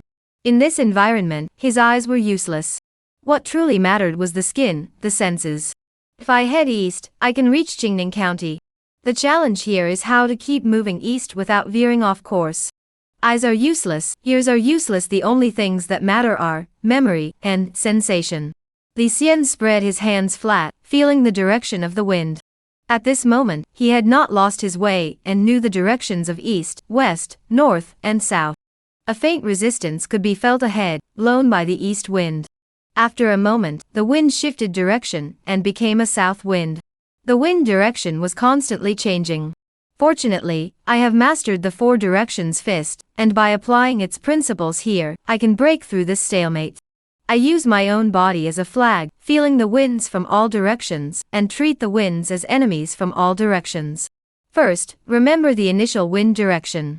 Then, based on changes in the wind direction angle, you can infer the direction of the wind at any given moment. Use the wind direction as a reference point to determine the cardinal directions. As long as you constantly determine the wind direction, you won't get lost in the wind and snow. In simple terms, it's a world devoid of objects, pitch black, with only the wind as a reference point. However, the wind is constantly changing, and once you enter the wind and snow, you can't distinguish between east, south, west, and north. How can you tell what kind of wind is blowing? Moreover, the wind can blow one's footsteps off course, causing one to turn without realizing it. Trying to keep moving eastward is incredibly difficult. The only solution is to firmly remember the initial direction of the wind and then, based on sensory perceptions in the wind, continuously estimate the new direction in real time. In the vast, swirling snowstorm, one must find this moving, sole reference point. Li Xian took a deep breath. He calmed his mind, letting go of all thoughts. He took a step forward, stepping into the wind and snow. The wind suddenly shifted direction, blowing in from the southwest. It's a southwest wind. Using the wind as a guide, he determined the direction of the east and began to move forward. It's changed, now it's a southeast wind. Adjust the direction again. The most challenging aspect of this method lies in memory and confidence. Even if the method is feasible, walking alone in such an environment inevitably leads to doubt and a wandering mind. Any mistake, oversight, or momentary distraction along the way can lead to a complete misjudgment, causing one to unknowingly start circling and lose direction entirely. Li Xian closed his eyes, shut out all sensory input, and focused his mind. He turned the winds that disrupted his direction into markers that locked him onto his path. Step by step, he walked on, unaware of how long it had been. What is this? When he opened his eyes again, he saw the towering gates of Qingning County standing before him. We've made it. Li Xian was overjoyed, as if he had escaped death.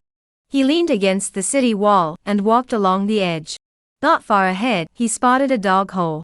He punched twice, causing his inner energy to surge, scattering the snow blocking the dog hole.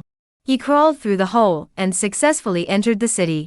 The lady specifically sent me to buy rouge. What is her true intention?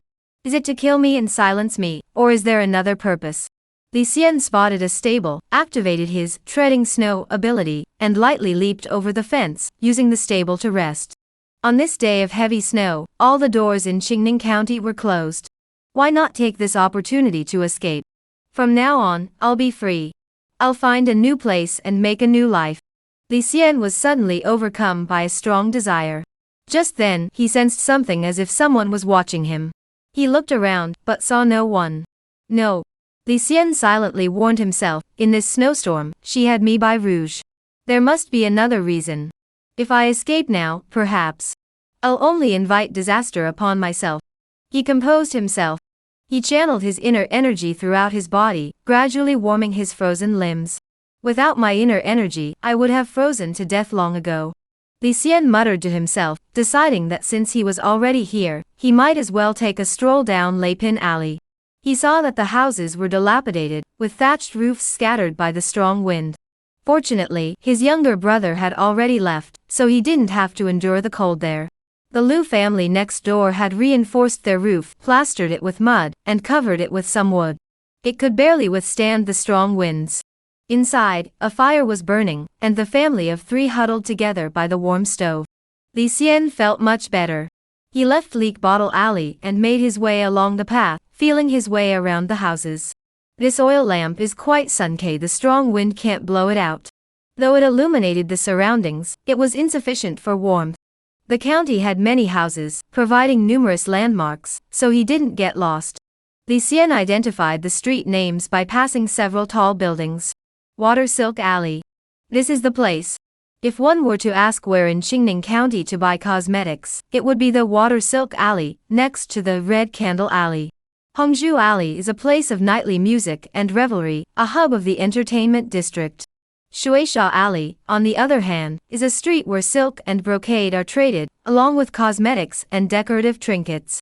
It was completely different from Leak Bottle Alley.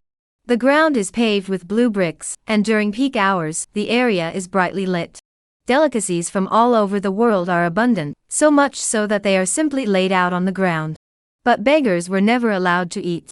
Each of the buildings had hired a group of thugs. Anyone daring to pick up leftovers would be beaten. They simply won't let you eat. What can you do? However, when the snow accumulates like a carpet, the blue bricks are no longer visible. Dream Pavilion. Let's just buy it here. Li Xian knocked on the door, but there was no response. He knocked again, this time harder. Bang bang. After a long while, someone finally responded. Get out of here. Freeze to death somewhere else. Do you think I'll bury you? No way. The voice was quite harsh. Open the door.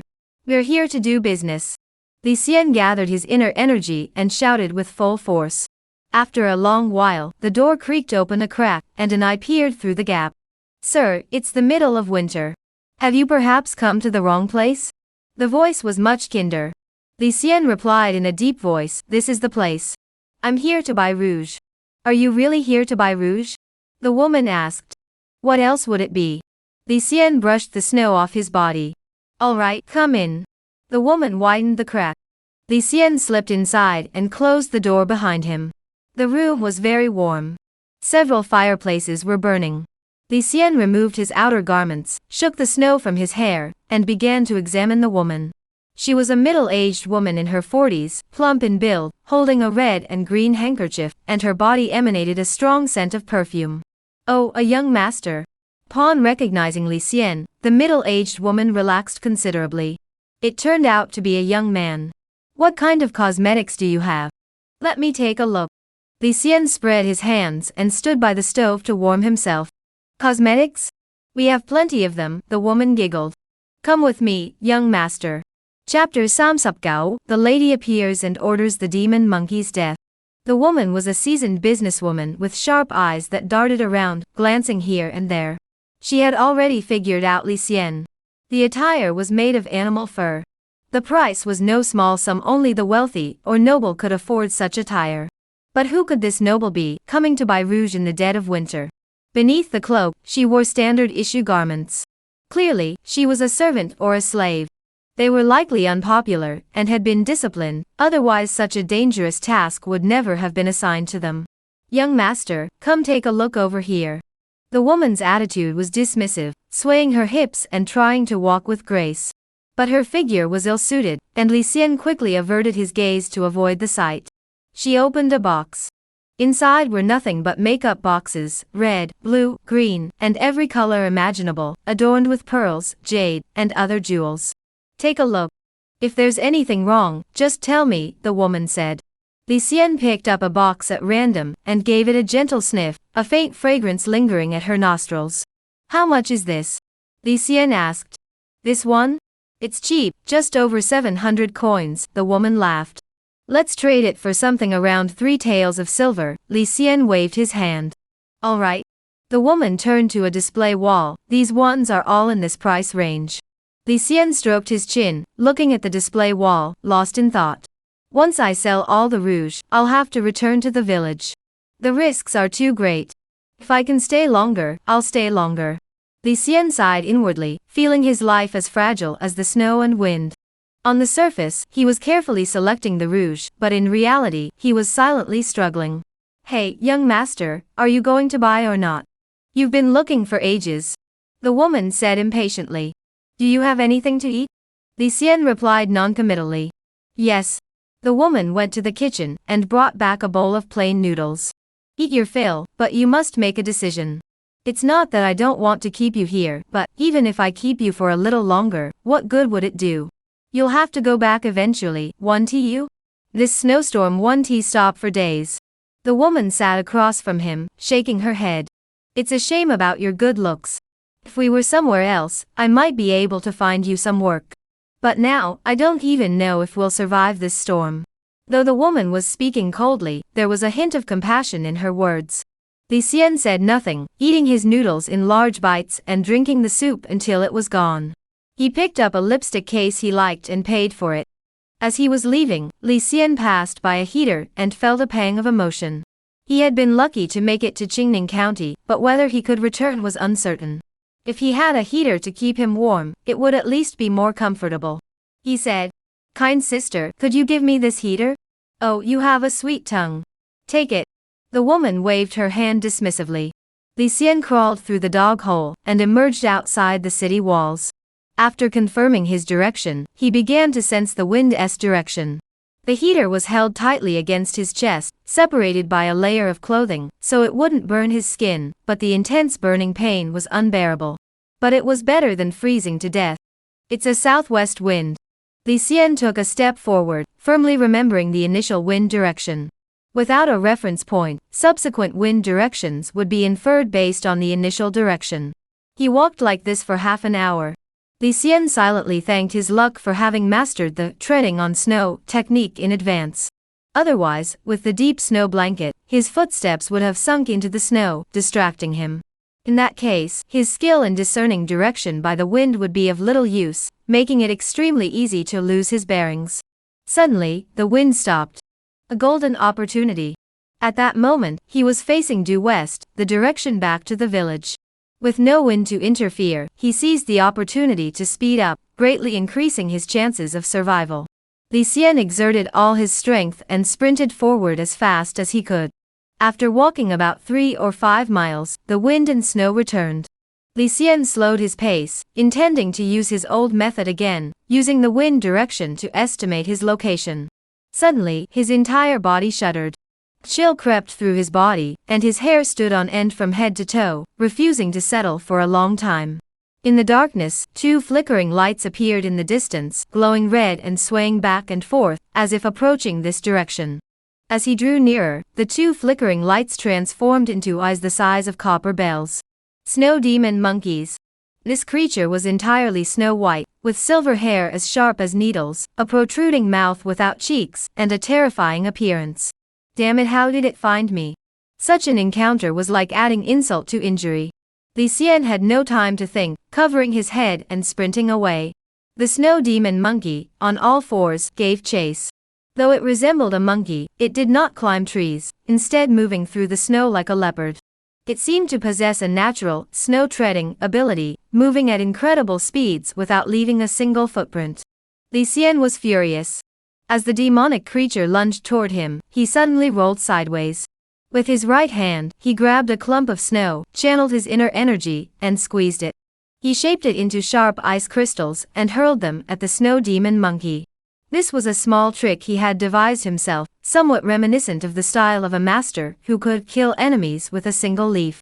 Unfortunately, his strength was insufficient, and the ice crystals shattered into dust upon impact with the snow demon monkey. Run! With danger closing in, Li Xian sprinted again. His speed was much faster than before, but compared to the snow demon monkey, he was still far behind. In his panic, he had long since lost his way.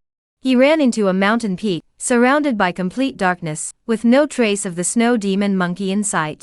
"Human! You are..." Suddenly, the snow demon monkey's voice echoed from above. Li Xian looked up and saw it hanging from a sheer cliff, its copper bell-like red eyes curiously examining him. It seemed as though it wanted to communicate. "Is it greeting me?" Li Xian's hair stood on end as he saw its expression shift from curiosity to mockery. He added the last 2 words. "Delicious." He leaped forward. "Damn it, you can't scare me. I'll fight you to the death." Li Xian erupted with a burst of ferocity, grabbing the heater with his right hand, his palm sizzling and smoking. Having left in a hurry, he hadn't brought his sword. He could only use the stove as a weapon, prepared to fight to the death. Just then, "You wretch, you finally showed up." A cold voice drifted from the distance. The snow demon monkey, hearing the voice, fled in panic like a stray dog, disappearing in an instant.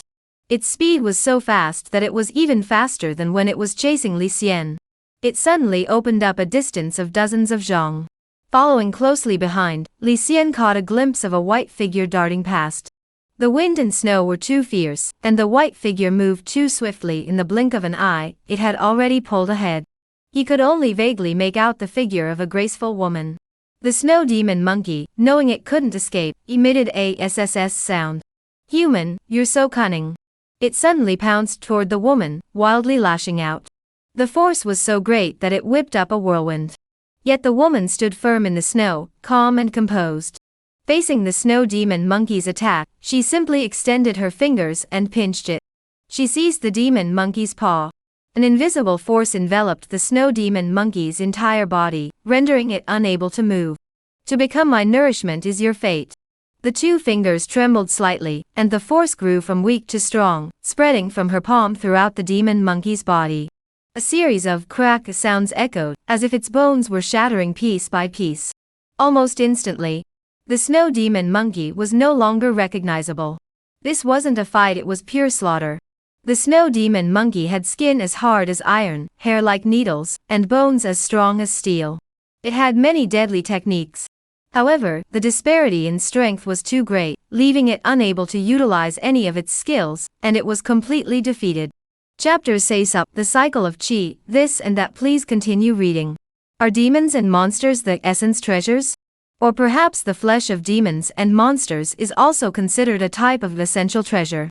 Li Xian was already intelligent upon seeing this situation. He immediately guessed the reason behind it. When the lady summoned him earlier, she was not concerned about the casualties in the courtyard, but rather to confirm the demon lead. Afterward, she dispatched Pang Long and Li Xian to leave the estate together to collect the overdue rent. The beast-repelling bell that Pang Long obtained was likely fake. It should have been a beast-attracting bell instead. However, this snow demon monkey was extremely intelligent and highly sensitive to danger, so it did not reveal itself. It must be that during that outing, the lady was also following behind. And now, with the snowstorm raging fiercely, the lady sent Li Xian to purchase rouge, once again using it as bait to lure the snow demon monkey out. The fierce wind and snow can serve as cover, making it difficult for the snow demon monkey to detect her presence. As for why Li Xian?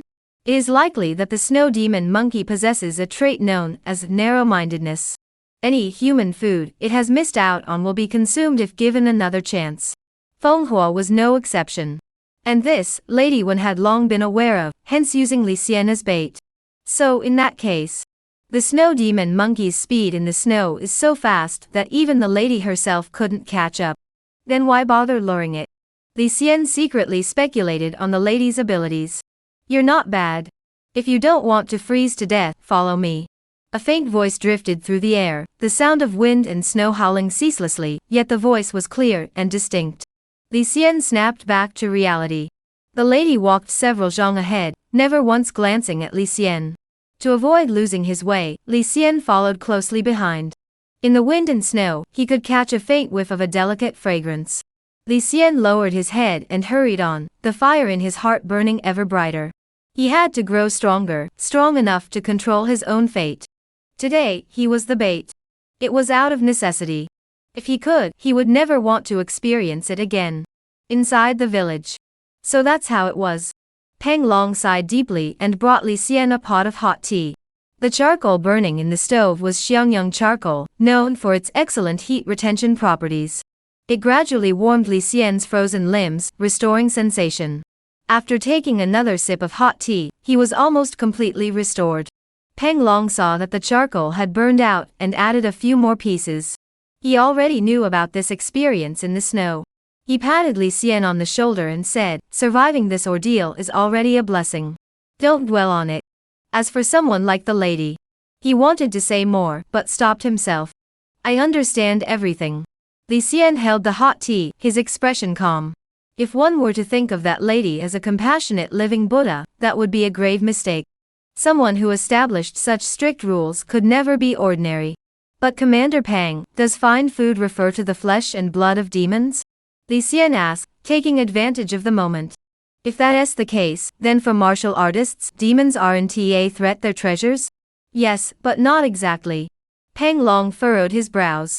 Li Xian was only a third-class bodyguard, and had no right to inquire about such matters. However, after some consideration, Pang Long said, it can only be considered inferior essence food. The flesh and blood of demons often contain toxins. If used as refined food, they must be boiled over high heat to remove the toxins. The world is vast and full of wonders. High-quality spiritual treasures are born from heaven and earth, but such treasures are so rare that even we can only dream of tasting a single bite. As for the taste, it's indescribable. Moreover, demons and monsters also feed on humans.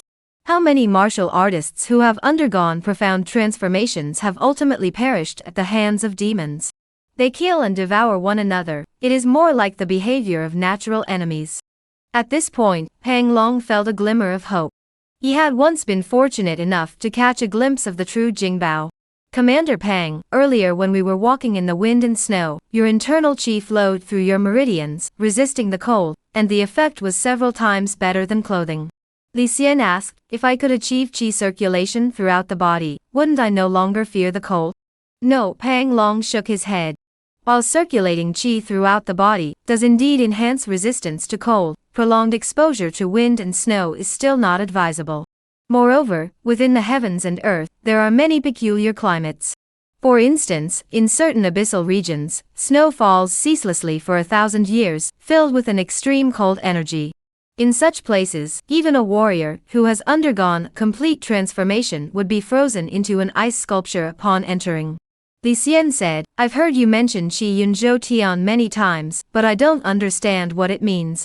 Commander Pang, could you explain it to me? At that moment, snow and wind swirled outside. Li Xian, having narrowly escaped death, was even more eager to enhance his strength, and would not miss this opportunity to seek further guidance from Pang Long. He asked the questions that had been building up in his heart. These questions seemed like common knowledge. Yet they were often difficult to grasp, requiring both opportunity and the mood of those in power. Even Pang Long was quite stingy in this regard. Whenever asked about related matters, he would hide the details, and even if he revealed anything, it would be only a glimpse of the truth. After all, these insights were something he had painstakingly gleaned from others and meticulously compiled and organized. What is this so-called chi circulation through the heavens? Pang Long stood up, seeing that Li Xian had done a favor for his wife, and intended to pass on his knowledge as a form of compensation. He shook his body lightly, and a faint white membrane appeared on his skin. It vanished in an instant, and he said, the human body has a total of 360 acupoints. Starting from the Dan Tian, the internal chi flows like a thread, circulating through the acupoints. When the internal chi remains uninterrupted, undispersed, unsinking, and unweakened, forming a continuous loop, it is referred to as chi circulation of the heavenly cycle. Ordinary martial artists, upon reaching this level, can already lock their chi and blood. The rate of decline in chi and blood is greatly slowed. The lifespan of martial arts practitioners becomes much longer.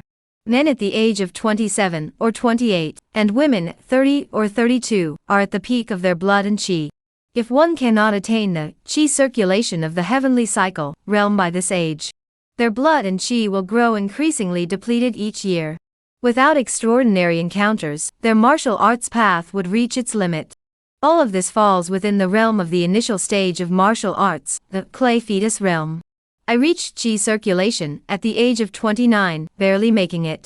So keep training diligently. You have good talent, persist, and you might achieve my level of accomplishment. Pang Long laughed. Chi circulation has reached the heavens. Once you reach this level of mastery, though you are still a mud embryo, your vitality, blood, and recovery ability will far surpass those of others. Li Xian listened intently, forgetting to drink his tea. How does one achieve perfection? Is it simply by practicing martial arts and accumulating internal chi? It's both yes and no. Pang Long furrowed his thick brows, pondered for a moment, then continued. This is hard to say. Take the young masters of prominent clans, for example. They have abundant resources. With proper diet, cultivation, training, and socializing, a month of their efforts can match a year of our arduous practice. Such people need only master 3 or 5 basic martial arts to the level of minor achievement to achieve chi circulation throughout the body. Or there are those with innate martial arts talent. We were born as clay, but they were born as copper, silver, gold, jade, phoenix, or dragon. How can we possibly compare? At this point, Pang Long downed his tea like wine and sighed. Sometimes, the gap between people is wider than the gap between humans and pigs. Pang Long looked at Li Xian. Take you, for example. You're the kind of person who can accomplish great things. You've been through 2 life-threatening situations, and look at you, you're so calm. If you had been born into a better family, who knows? You might have become a dragon yourself. But what can you do about a bad fate? But it's not so bad now. Stay steady and focused, your top-notch material. Li Xian shrugged it off and asked, Commander Pang, based on your experience, how long does it take to complete the qi circulation cycle? Pang Long glanced at him and said, for martial artists, the greatest taboo is to aim too high. Let's not talk about others. Take me as an example. Before I could circulate qi throughout my body, everything I had learned was basic martial arts. 2 mastered, 3 advanced, 5 proficient. I studied roughly 10 martial arts. The internal qi I accumulated was just enough to achieve the qi circulation cycle. 10 martial arts. The first one took me 3 years to master, and it was a fist technique. After that, I applied what I had learned to other techniques, and my progress in basic fist techniques became extremely rapid. Within a year, I mastered another fist technique to the minor achievement level, and another to the mastery level. After that, I continued to train diligently. By the 9th year, I had mastered 1 martial art to the advanced stage, 4 to the intermediate stage, and 5 to the proficient stage. However, I still couldn't circulate my qi throughout my body. So I took a desperate risk and practiced martial arts in a self-mutilating manner. Finally, I mastered another martial art to the advanced level, achieving the circulation of qi throughout the body, and locking the flow of qi and blood. So that's how it was. Li Xian nodded silently. It all makes sense now. Chapter 6. After a day of wind and snow, cook some more refined food. All matters were temporarily settled. Li Xian returned to his residence, sat cross-legged on the bed, and recalled Pang Long's words. The realm of refined food is ethereal and intangible. Witnessing Lady Wen's display today truly broadened my horizons. Such a demonic being was easily slain, with just a flick of the fingers. It was a glimpse into a battle that transcends the ordinary. These things are still too far beyond my reach. Mastering the circulation of qi throughout the body is my current goal. He immediately focused his mind. He channeled the qi within his dantian, condensing it into threads that circled through the acupoints, and slowly extended along the meridians. Li Xian had mastered 3 martial arts, the advanced fist technique, 4 directions fist, the intermediate fist technique, wild ox fist, and the basic leg technique, clear wind leg. The internal qi originated from the martial arts. It gathered in the dantian. This internal energy would be depleted, but it would naturally replenish to its peak with food and rest, much like an endless source of vitality. Condensing the energy into threads, it circulates throughout the body. When the qi travels through the 81 acupoints, the dantian is completely empty. The internal qi has been depleted, making it impossible to circulate through the major acupoints of the body, thus unable to achieve qi circulation throughout the body. It seems I still have a long way to go before achieving qi circulation through the great meridians. But as long as I persist, this level is still within reach. Li Xian had a goal, and his eyes shone brightly. He longed to get out of bed and practice martial arts immediately, but his dwelling was cramped, and with 4 beds already placed, there was no extra space. Having narrowly escaped death today, he was indeed exhausted, and could only rest for a day, closing his eyes and falling asleep. The next day, around dawn, Li Xian awoke naturally. Skill, sleep. Proficiency, 278 beginner. Description: you have gradually mastered the art of sleep, allowing you to ignore surrounding noises and sleep soundly until dawn. During sleep, your energy, vitality, and physical strength are slowly restored. Open the window slightly. Snow mixed with wind blew in, causing the temperature to drop sharply. Who's there? Opening the window in this weather must have lost your mind. Bao Yongkong, who shared the dormitory, was hit by a cold breeze. He jolted awake, all sleepiness gone, and angrily reached for his mouth to curse. But upon seeing it was Li Xian, he immediately stopped himself, gave a sheepish smile, and covered himself with the blankets to continue sleeping. Despite the heavy snowstorm, Li Xian refused to waste time, and remained focused on his martial arts training. The dormitory was cramped, barely able to accommodate 4 people resting. There was no extra space for Li Xian to stretch out his limbs. Moreover, it would disturb Sun Kong, Bao Yongkong, and Jia Jia's rest, and Li Xian was not the type to act so selfishly. Suddenly, he had an idea and looked outside the house. Who says one can't practice martial arts on a snowy day? He tied a rope around his waist, about 2 zhang long, and secured the other end to the door. Then he stepped out into the storm. Braving the biting wind and snow, he began to practice his martial arts. Though the heavens are cold, your heart burns like fire. Though the circumstances are harsh, your will remains firm. You endure the biting wind to master the 4 directions fist, gaining ga gao proficiency. You gain a new understanding of the vastness of the world and gather new strength. You refine the clear wind leg technique in the sudden snow, gaining ga subya proficiency. He continued his arduous training without pause. Kong Sun, Jia Jie, and Bao Yongkong muttered under their breath, freaks, beasts.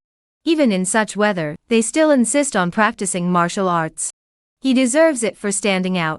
Li Yi is Li Yi. Kong Sun wanted to follow suit, but as soon as he took a step, the cold made him shiver uncontrollably. Forget about practicing martial arts, or boxing. Even taking 2 steps was difficult. Li Xian's eyelashes were covered in frost, his skin cracked from the cold, yet his expression remained unwavering. Practicing martial arts in the snow was indeed extremely difficult to adapt to. The biting cold made even the flow of internal energy feel obstructed. The movements were stiff and lacked flexibility. This method of martial arts training, for others, is actually counterproductive, akin to forcing growth. It's like the gentle breeze leg. This leg technique aims to achieve lightness, like a gentle breeze caressing willow branches. The movements don't need to be fast, but they must be smooth. However, in the midst of wind and snow, the joints and limbs become stiff, making it impossible to achieve smoothness. Such practices will have the opposite effect. In fact, the more one practices, the worse one becomes. However, Li Xian is different. His destiny is one where heaven rewards diligence, so every effort he makes yields corresponding results. As long as the method is correct, martial arts will only progress and never regress in the slightest. In such weather, isn't this precisely the opportunity for me? The perfect opportunity to surpass others? Li Xian suddenly thought of this, and though the world was cold, he felt it held endless hope. With so much time to focus on martial arts, with no one to disturb him, his progress was swift. 4 directions fist could increase proficiency by 260 points per day, and a clear wind leg could increase proficiency by 190 points per day. Master Li, please sit down, warm yourself up. Kong Sun and the others were completely convinced. Every time Li Xian returned to the house, the 3 immediately gave up their warmest spots. Anyone with eyes could see it. Such a person, if not killed, would surely climb higher. It was best to curry favor with him quickly. It's fine. You don't need to go out of your way for me. Li Xian waved his hand dismissively, acting very casual. After warming up, he continued his martial arts training outside. When he was freezing, he returned to the house to warm himself by the fire. This went on repeatedly. 4 days later, the wind and snow began to ease, and Li Xian muttered to himself, what a pity.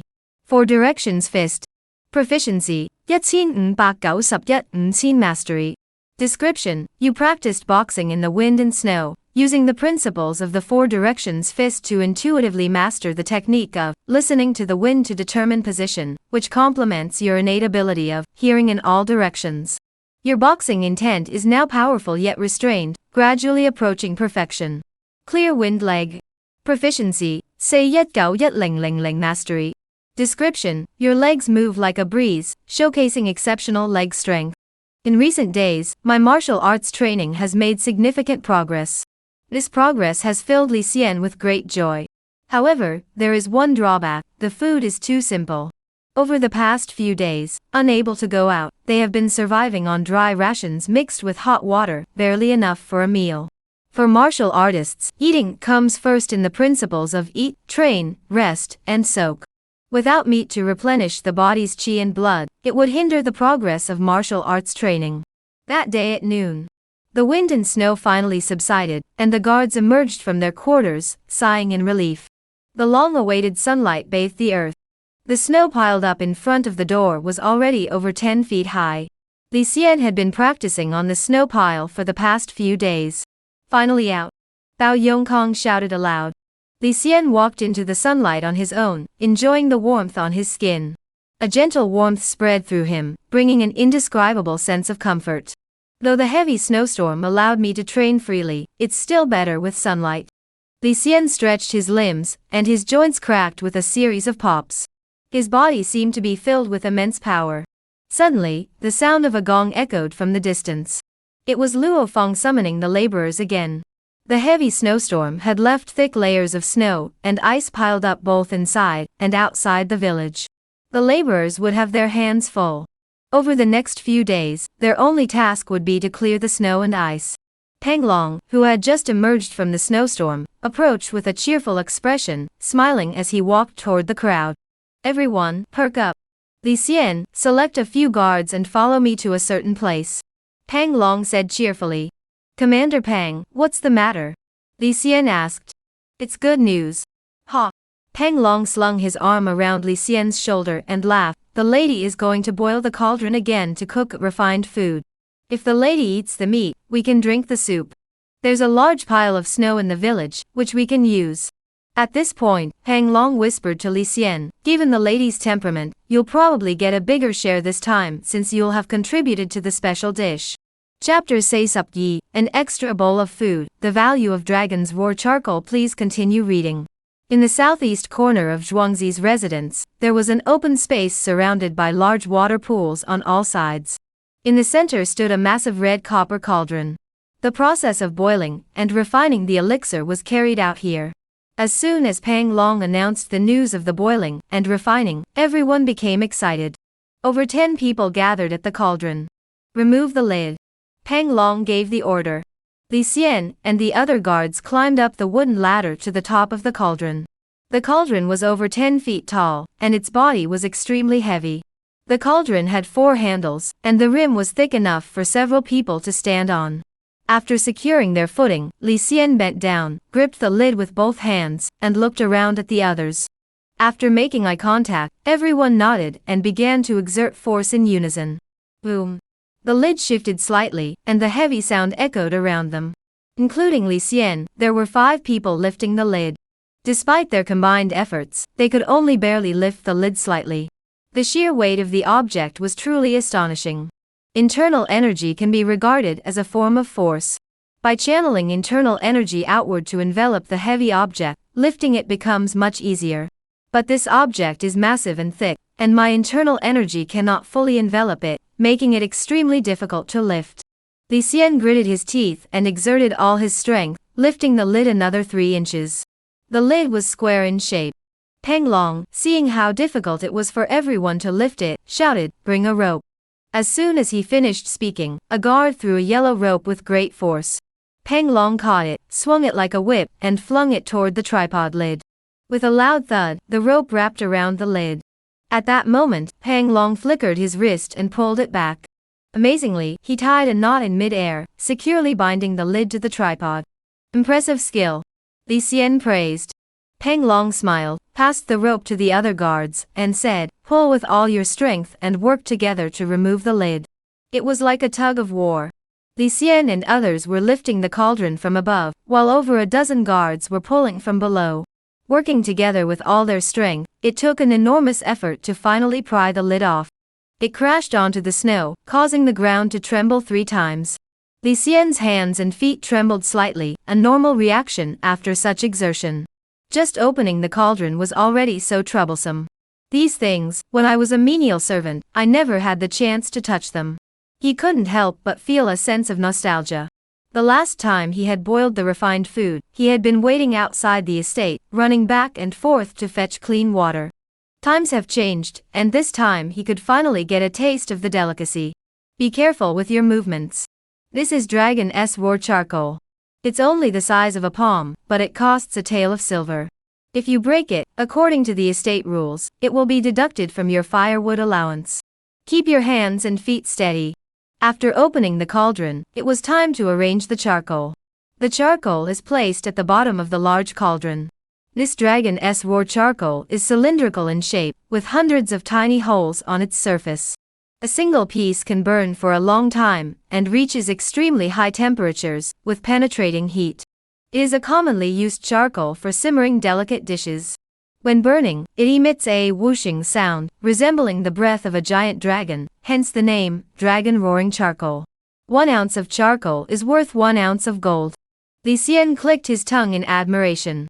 It seemed that anything related to the lady was extraordinarily expensive. He gained a deeper understanding of the phrase, spending money like water. There were roughly 1,000 pieces of charcoal arranged in a shape that was wider at the bottom and narrower at the top. Pang Long then adjusted the fire. The flames raged fiercely, distorting the air around them. The fire from the dragon's roar charcoal was highly unusual, with flames that were pale yellow tinged with purple. Though they burned fiercely, they clung tightly to the sides of the cauldron. At first glance, it resembled a layer of flame patterns on the surface of the cauldron. After completing these tasks, Li Xian and the others finally finished their work. Pang Long walked straight to the inner courtyard and returned with 4 pieces of meat in his hands. The meat had an unusual color, grayish-brown. 1 was large and 3 were small, with the large one roughly the size of 3 fists, and the small ones about the size of a thumb joint. Once the cauldron was scorching hot, Pang Long tossed the meat into it, producing a sizzling sound. A greenish smoke rose from the cauldron. Li Xian sniffed it forcefully, finding it quite pungent. "Don't smell it. This thing is poisonous," Pang Long warned. Li Xian startled, immediately stepping back 3 paces to distance himself from the fiercely burning cauldron. "Commander Pang, was that the meat of the snow demon monkey you just threw in?" Li Xian asked curiously.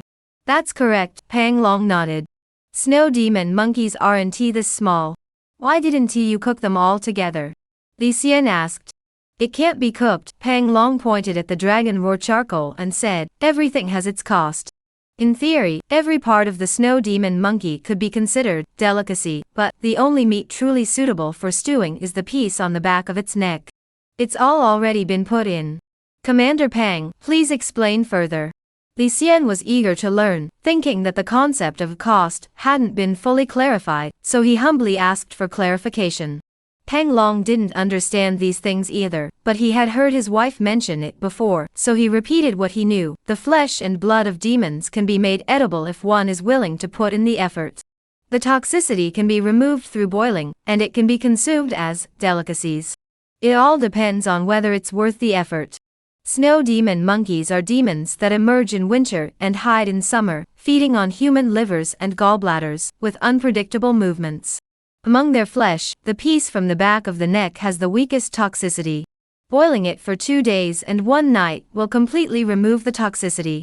However, other parts have toxicity that multiplies, requiring 6 days and 6 nights to completely remove the toxicity, after which it can be consumed as essence food. This is not very cost-effective.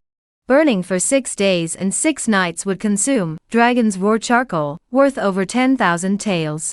Moreover, this snow demon monkey is not a particularly valuable delicacy, and its medicinal benefits are limited. There is no need to spend so much money on it. Li Xian quietly noted this, realizing that even martial artists value cost and cost-effectiveness. He looked at the copper cauldron burning before him and estimated that this batch of refined food was worth over 1,000 taels of silver. Warriors who undergo a complete transformation, the expenses involved are truly beyond imagination. I am merely a lowly guard. It seems that the gap between me and the first realm of martial arts, where one consumes refined food, is truly vast. This gap cannot be bridged by mere hard training. It requires opportunity, luck, and more. Li Xian felt like a frog in a well, gazing up at the vast sky, yet the well was 1,000 feet deep. To become the frog that escapes the well was no easier than ascending to the heavens. After waiting for half an hour, Pang Long began to call the laborers to shovel snow, sift snow, and transport snow. The sifted snowflakes, crystal clear, were poured into the large cauldron, sizzling as they melted into water droplets. As the water droplets multiplied, they condensed into scalding hot broth. In the raging flames, it boiled vigorously, consuming the water at an astonishing rate.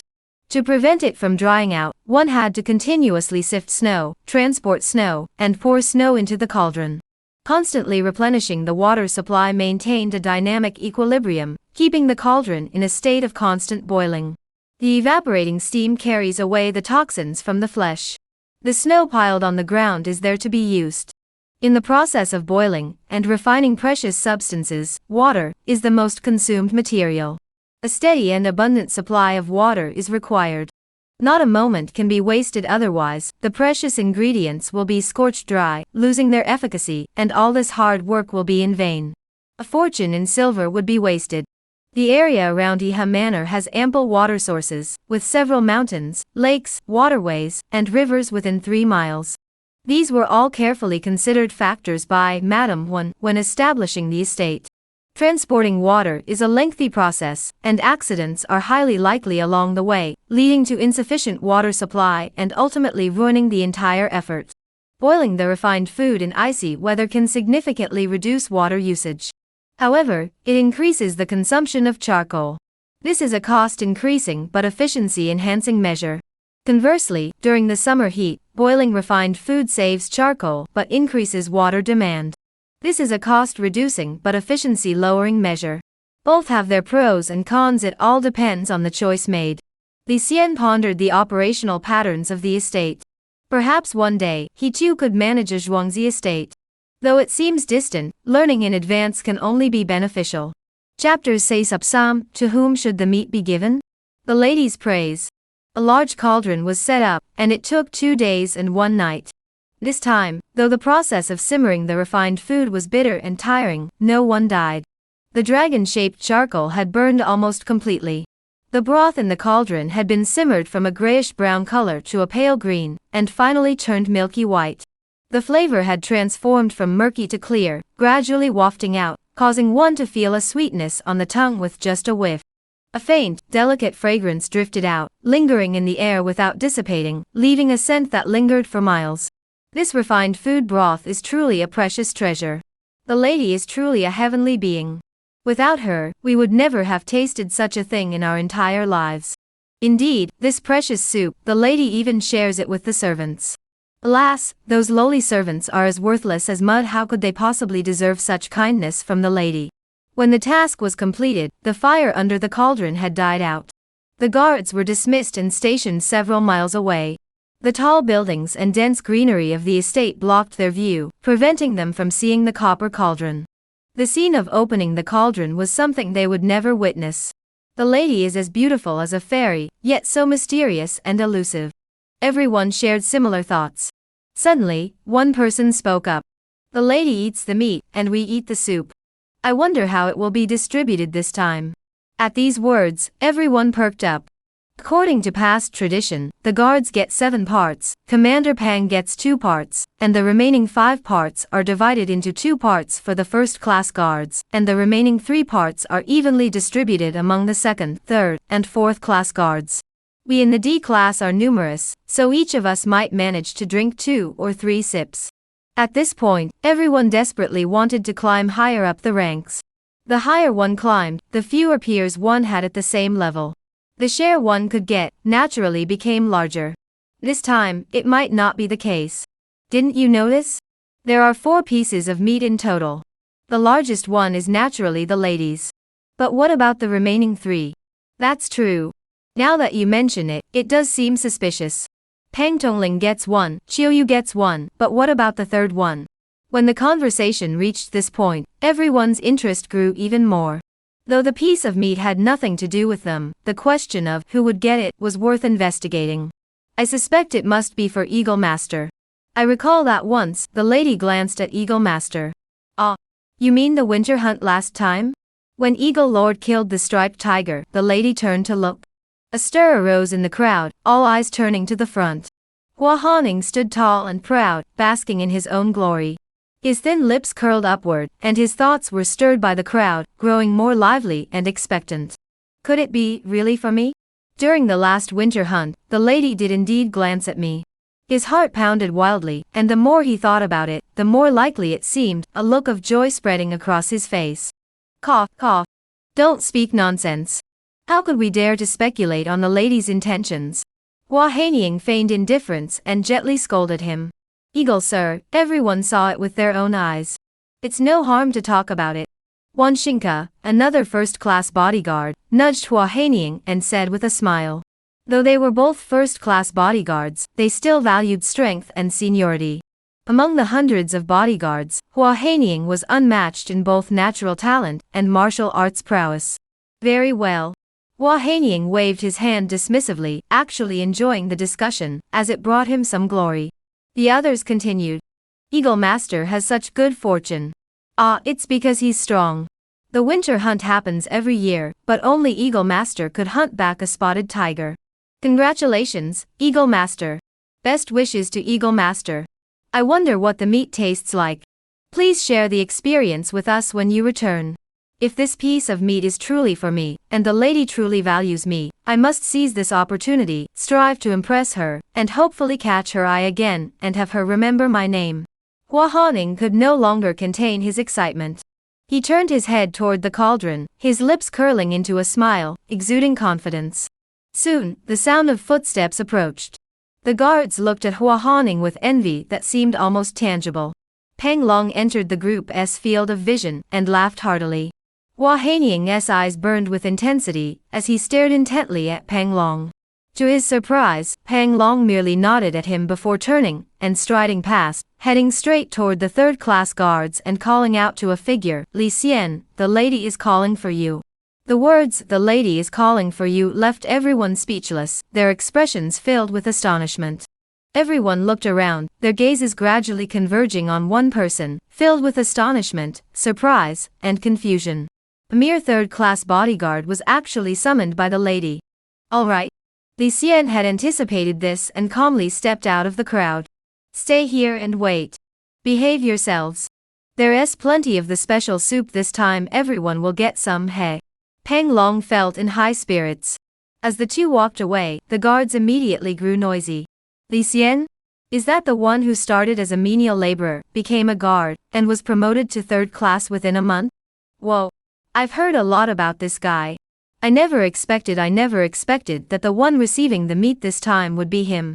In my opinion, while Li Xian has potential, he's still too inexperienced compared to Eagle Lord. By rights, he shouldn't have been chosen. I suspect that Li Xian has some hidden connection with Commander Pang. Last time he was promoted, Commander Pang gave him a tiger strength pill. If that's the case, perhaps this meat offering was also strongly recommended by Pang Darren. Sigh, with such connections, we can't compare. The words were laced with bitterness and resentment, tinged with a hint of defiance. Enough.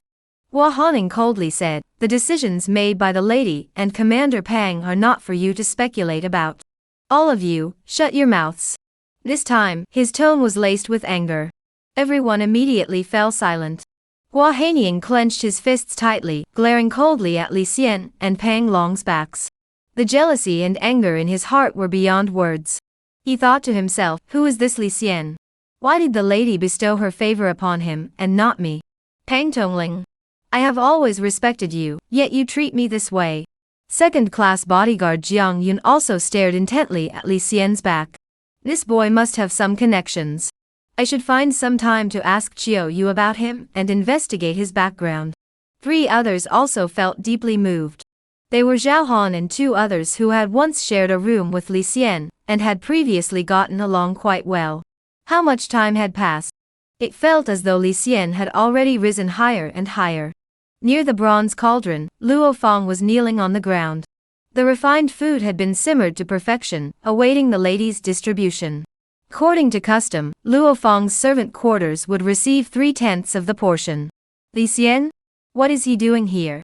Suddenly, a familiar figure approached. Luo Fang's heart raced wildly, but he forced himself to remain calm and secretly observed the situation.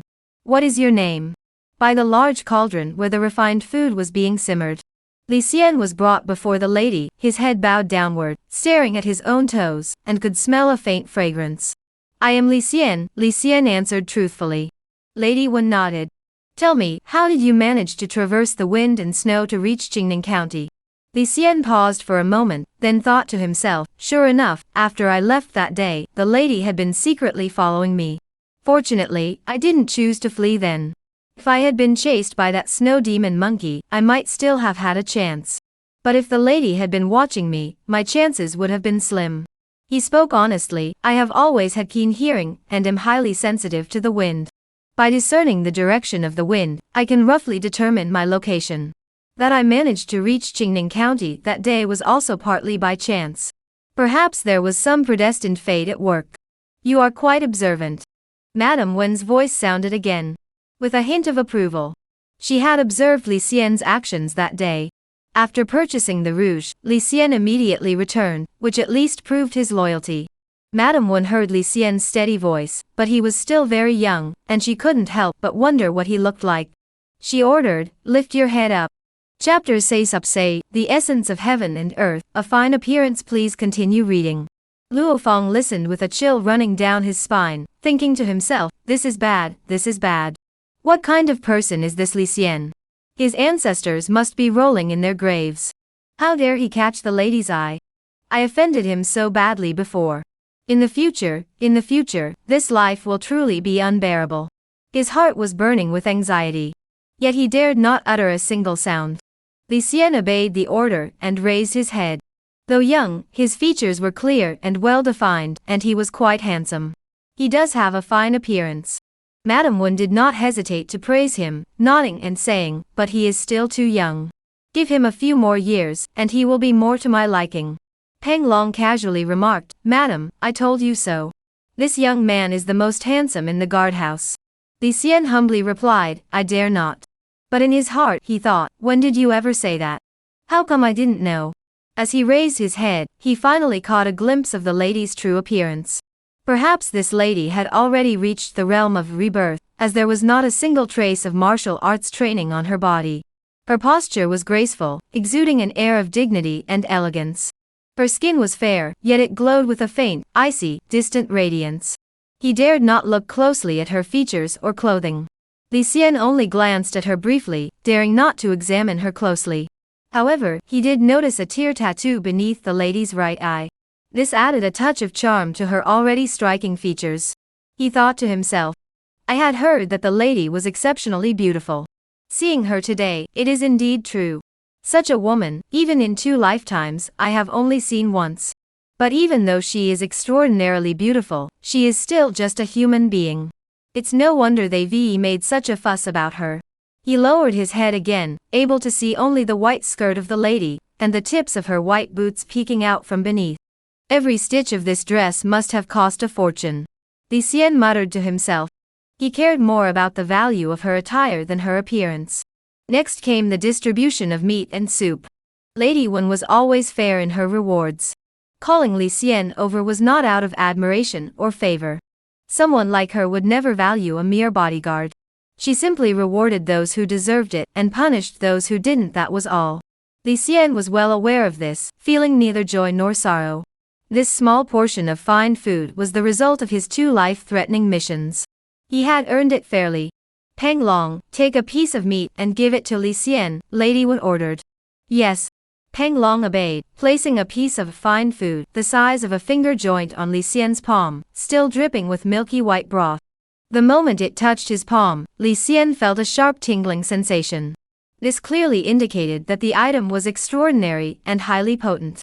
After distributing the meat, Lady Wen waved her hand, the remaining soup should be distributed as usual. She moved gracefully, her figure flickering, and in an instant, she was gone.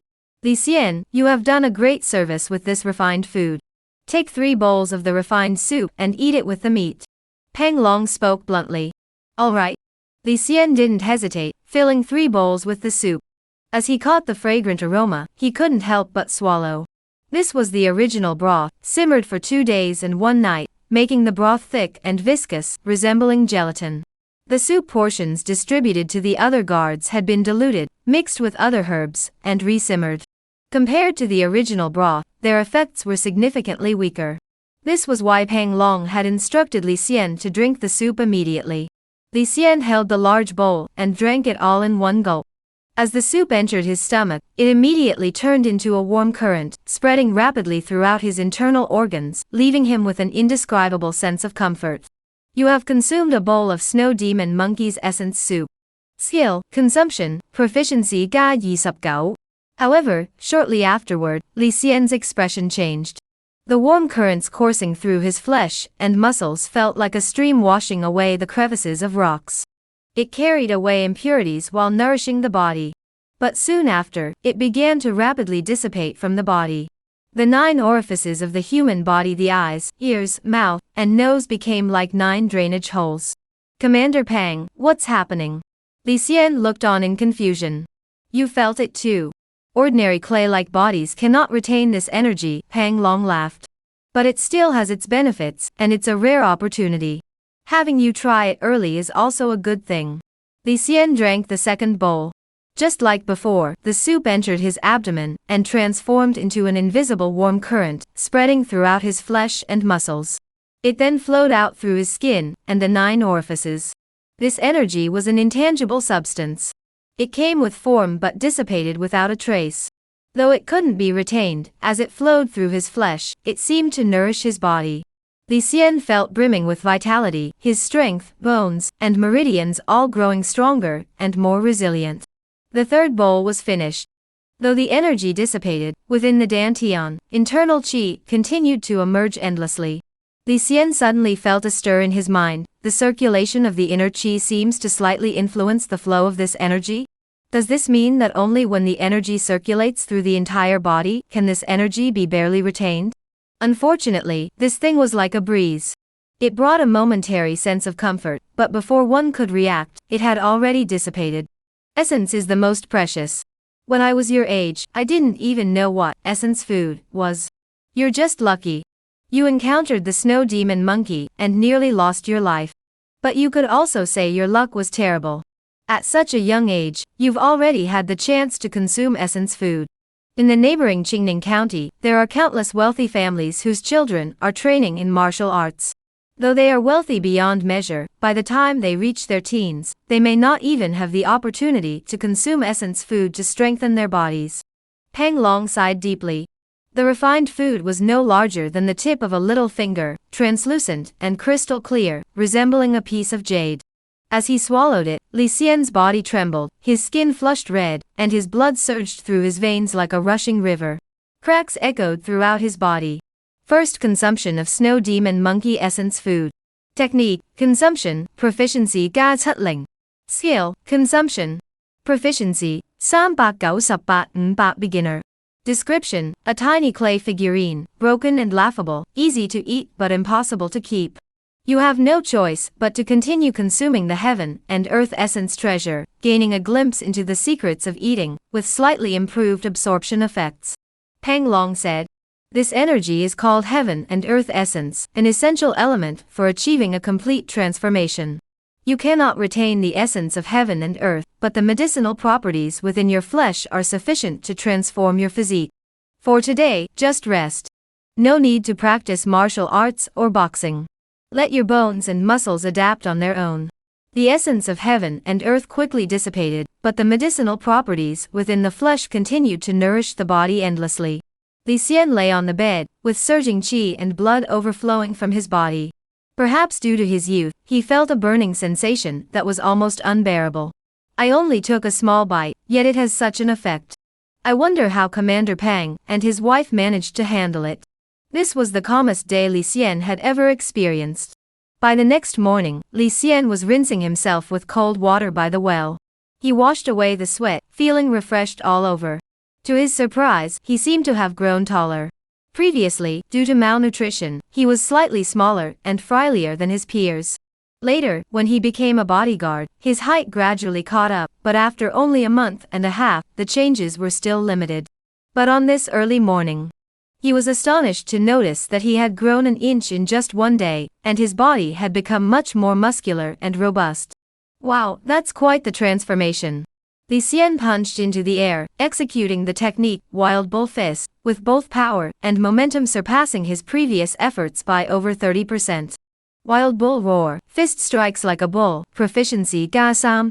The difference wasn't in his mastery of the technique. Li Xian hadn't even used his inner qi.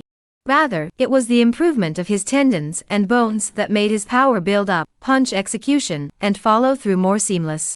Additionally, my internal energy has also increased significantly. I wonder how much further I am from achieving the qi circulation cycle. Chapter Say Sup. Winter hunting approaches, meeting old friends. Li Xian condensed his qi into threads, starting from his dantian, and attempted once more to circulate the qi through the celestial circuit. Circling the major acupoints of the great circulation, she reached the Yet Yth acupoint, when the qi in her dantian was completely depleted. The qi could no longer maintain its form and dispersed into her flesh and blood. The distance to completing the qi circulation is still very far. But compared to last time, the progress is already quite evident. Second-class bodyguard Jiang Yun was originally a starving refugee from Zhejiang County. Fortunately, she was taken in by Qiu Yu, the personal maid of Lady One, who had some connection to her family. Through Qiu Yu's recommendation, she was able to enter the estate and serve as a guard. In the vast estate, she was second only to the mistress. Having said that, what brings you here? In a picturesque stone pavilion. Jiang Yun bent over, her face innocent and obedient, offering tea with a bow. Qiu Yu took the tea slowly, glancing at Jiang Yun before asking casually. Sister Qiu Yu, I failed the guard competition again last time. I still can't advance to the top rank. Jiang Yun spoke with obvious nervousness. Oh. Qiu Yu shook her head and said, it's not your fault. You're a woman after all, and your martial arts talent is average at best. If it weren't for my consideration of our relationship, and my support for you, you wouldn't even be able to reach the second-class rank, let alone the first-class rank. Yes, it's all thanks to senior sister Qiu Yu's kindness. Jiang Yun hurriedly thanked her. Furthermore, as a woman, you'll always be at a disadvantage in a martial arts tournament. Qiu Yu took a sip of tea, furrowing her brows. What kind of tea is this? It's Mingxiang tea. Especially. Before Jiang Yun could finish, a slap landed on her face. Qiu Yu scolded, such inferior tea. It's disgusting. She angrily smashed the teacup, shattering it into pieces on the ground, with tea splashing everywhere. Impatiently, she said, what do you want to ask? Speak quickly. Yes. Jiang Yun dared not anger her further and stammered, it's like this. That young man named Li Xian has been quite active lately. I had a falling out with him recently. What should I do? Him? Qiu Yu naturally remembered him. She had been present during the food distribution incident. Qiu Yu waved her hand dismissively, don't bother with him. He's just a minor figure. Jiang Yun, hearing this, felt a weight lifted from her heart. There's also the matter of the winter hunt. Speaking of the winter hunt, I remember now. Qiu Yu motioned for Jiang Yun to come closer, and lowered her voice. This winter hunt might be your chance to take a different path, and advance to the first rank. The lady is in a good mood lately, and the winter hunt is her favorite activity. Make sure to perform well. Jiang Yun's eyes lit up. She pulled out a piece of gold and jade from her bosom, and presented it with both hands. Thank you for your advice, Sister Qiu Yu. This is a token of my respect for you.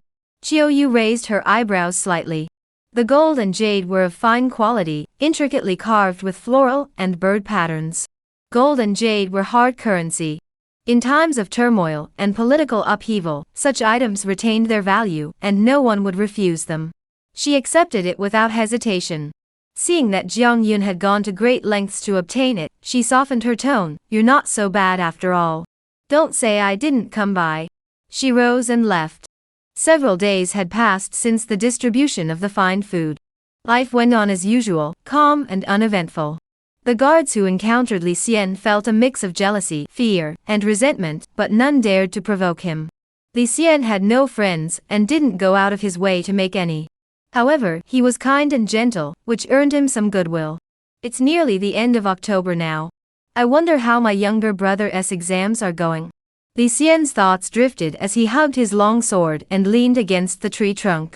Masterly, after we finish our patrol, let's head up the mountain. At that moment, a figure ran over. The man was named Loji Tao, also a third-class bodyguard. After the incident involving the distribution of meat, he had actively sought to befriend Li Xian. Both were third-class guards, with plenty of free time on their hands. Sometimes after patrols, Loji Tao would seek out Li Xian to dine together at the vegetarian restaurant.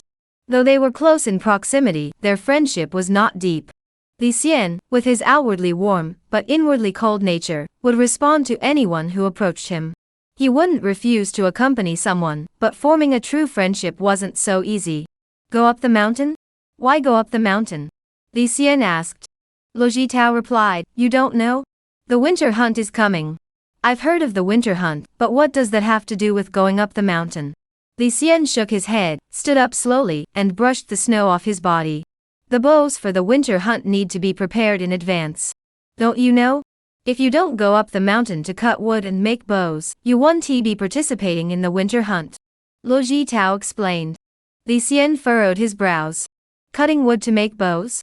A set of bows is a complex craft, taking at least several weeks. Making bows now is surely too late, isn't it? There's a rare type of wood on the neighboring mountain peak. Its branches are sturdy and elastic. All you need to do is bind them with ox tendons, and there you have a bow. Lo Jitao said matter-of-factly. Li Xian muttered under his breath, it's more like a toy. The feel of a bow and arrow is crucial. The bow arms and string are secondary. The harmony between the archer and the bow is the most important thing. One must understand the bow, and the bow must understand the person, to achieve perfect accuracy.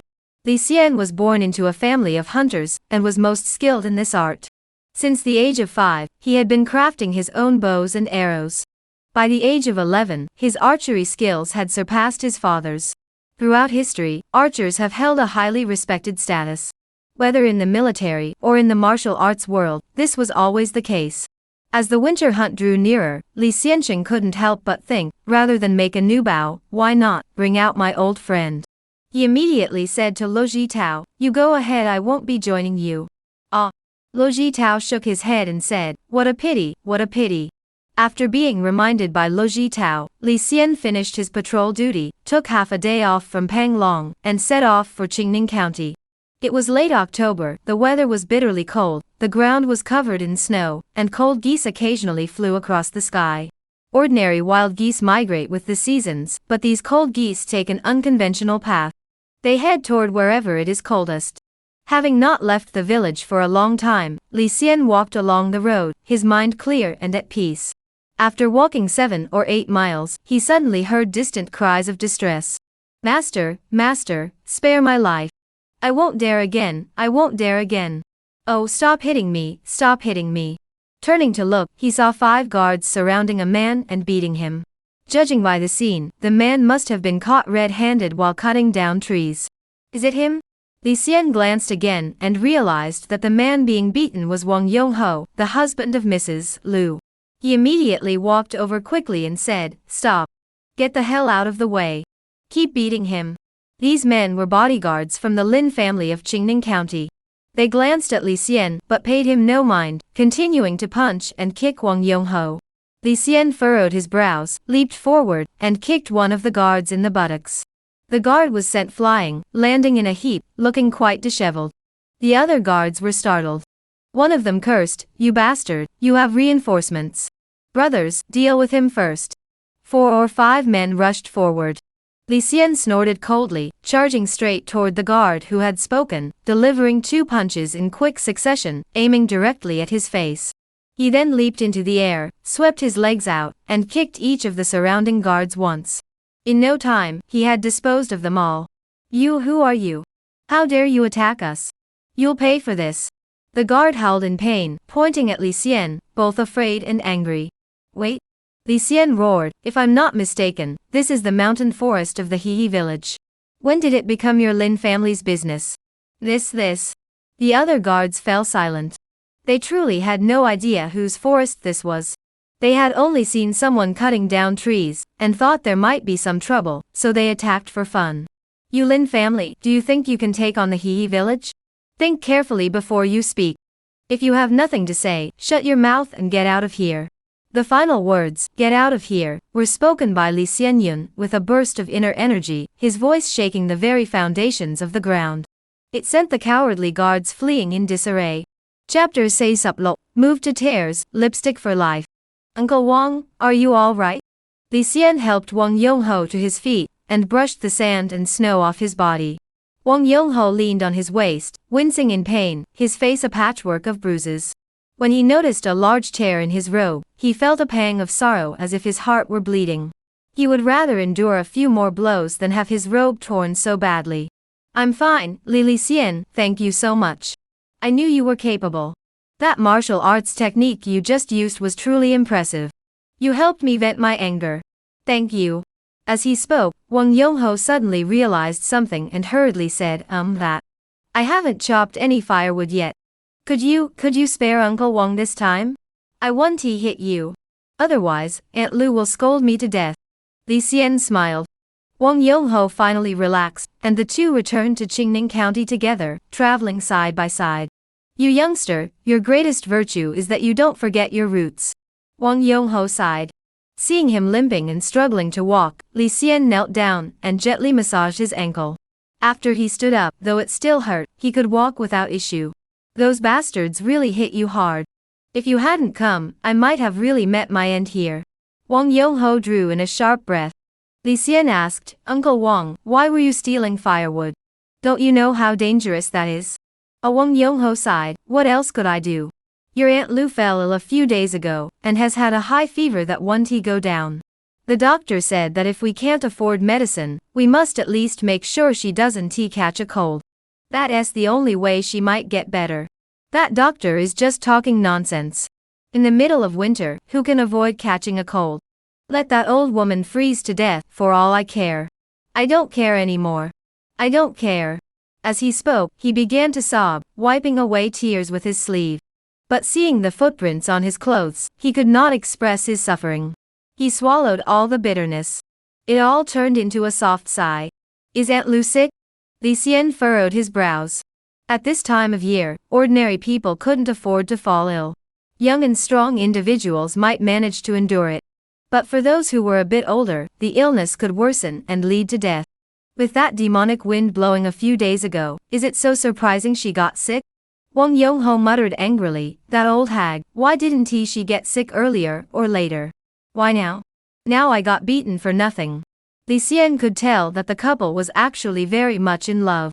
Wang Yongho cursed, but he still went out of his way to steal firewood for Lu Dasa, walking over 10 miles.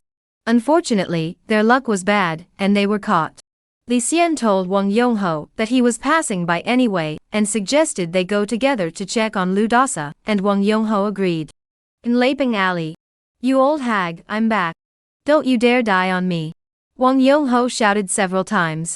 A faint cough came from inside the house. Damn it, you're going to curse me to death, Lu Daseo muttered weakly. Wang Yongho gently opened a crack in the door, almost crawling into the room, trying to avoid letting the cold wind in. But the house was already freezing cold. What good would that do? Li Xian also squeezed into the house. Oh, it's little Xian. Lu Dasa was startled and hurriedly added, don't come too close to me. If you catch it from me, that wouldn't be good. Your son, Xiao Fan, went to take the winter exams a while back. Who knows?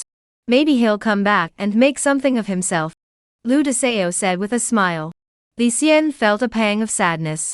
Since his father had died by suicide after accumulating gambling debts, the two brothers had been relying on each other to survive, and they were able to get by thanks to Lu Dasa's kindness.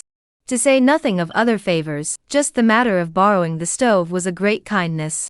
Every time the two brothers came to borrow the stove, Wang Yung would curse and complain, but Aunt Lu would take it upon herself to agree to lend it to them. Aunt Lu, how's your health? Li Xian leaned closer.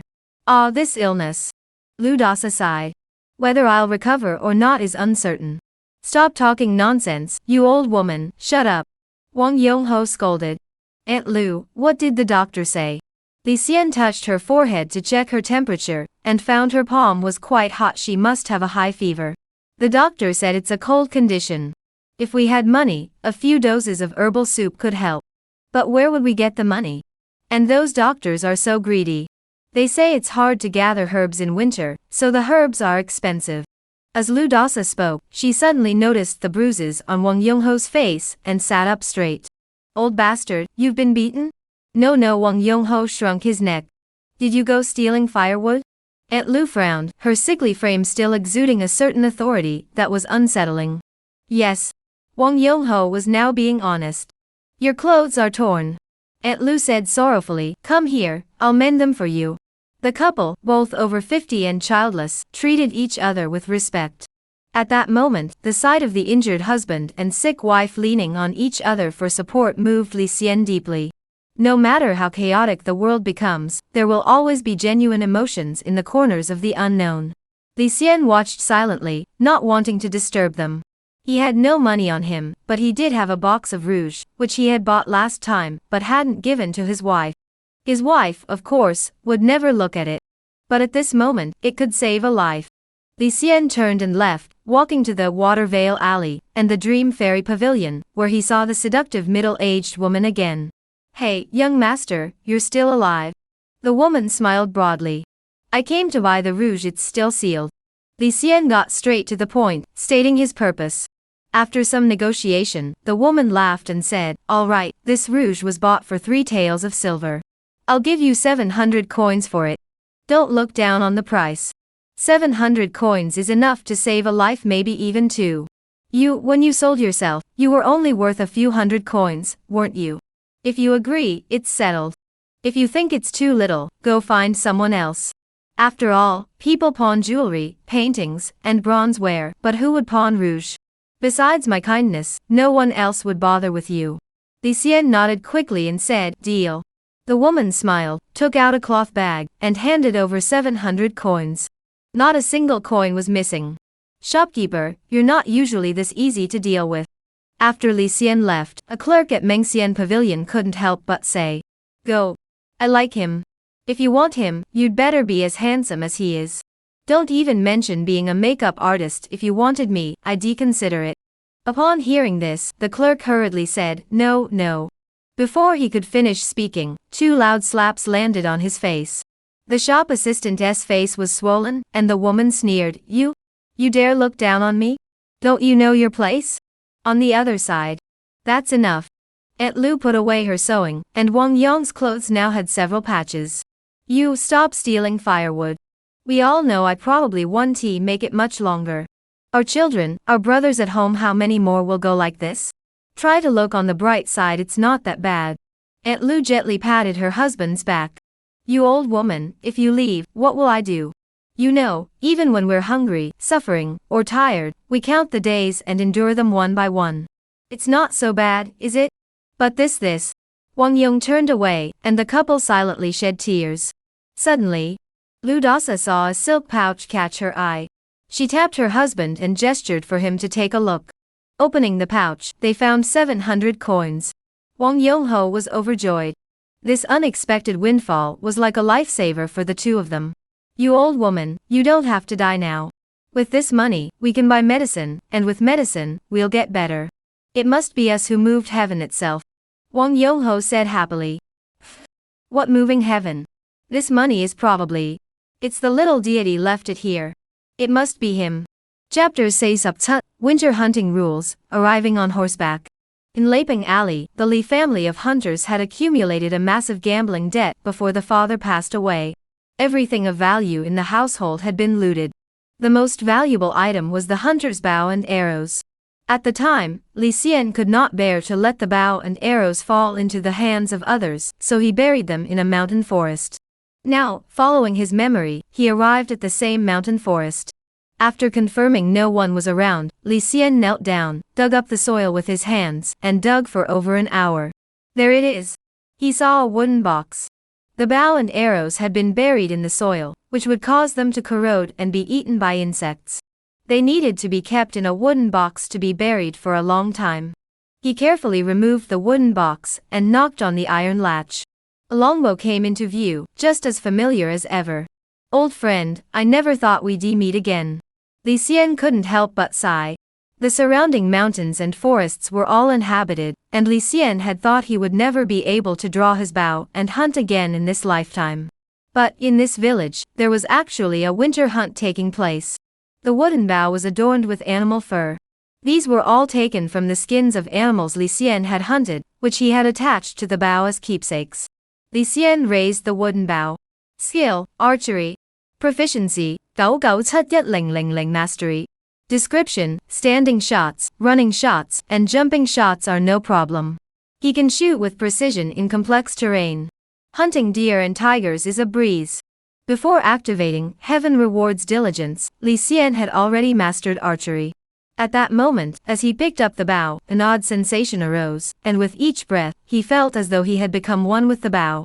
A skilled archer must cultivate exceptional martial arts. The body is like a bow, the tendons like strings. Breathing must be steady. The eyes are secondary. Inside the wooden box were 3 more wooden arrows. Li Xian skillfully drew the bow and released the arrow. With a whistling sound, it flew out. The arrow flew several miles, accurately hitting a falling leaf. Archery intent is natural, a born marksman, skill level gasupn. Skill, archery. Proficiency, beginner. Description, arrows fly like shuttles. Your arrows will become more accurate, faster, and more powerful. You have mastered the breath of the arrow, allowing you to sharpen your senses through rhythmic breathing. Li Xian's eyes lit up. He drew his bow again, slowing his breath. Everything around him seemed to slow down. He twitched his ears and could hear the faint buzzing of a fly's wings. His eyes swept across the landscape, detecting the distant deer, the contraction of their muscles as they ran, and the changes in their posture. He then predicted the next landing point. He released his fingers, and the arrow left the string, striking the previous arrow directly. Snap! The rear arrow splits the front one. The difference in timing between the 2 arrows was significant. What appeared to be a progression from mastery to proficiency actually concealed a gap as wide as a chasm. Li Xian's archery had stagnated at this level for years. He had been unable to break through to the next level, stuck at a bottleneck. Yet now, this bottleneck was broken through with such ease. 7 days later, the sky was bright, and we were at Xionghu Mountain. The sky was slightly overcast, with a few dark clouds gathering. This place had a unique geography, a feng shui layout conducive to nurturing fierce beasts and monsters.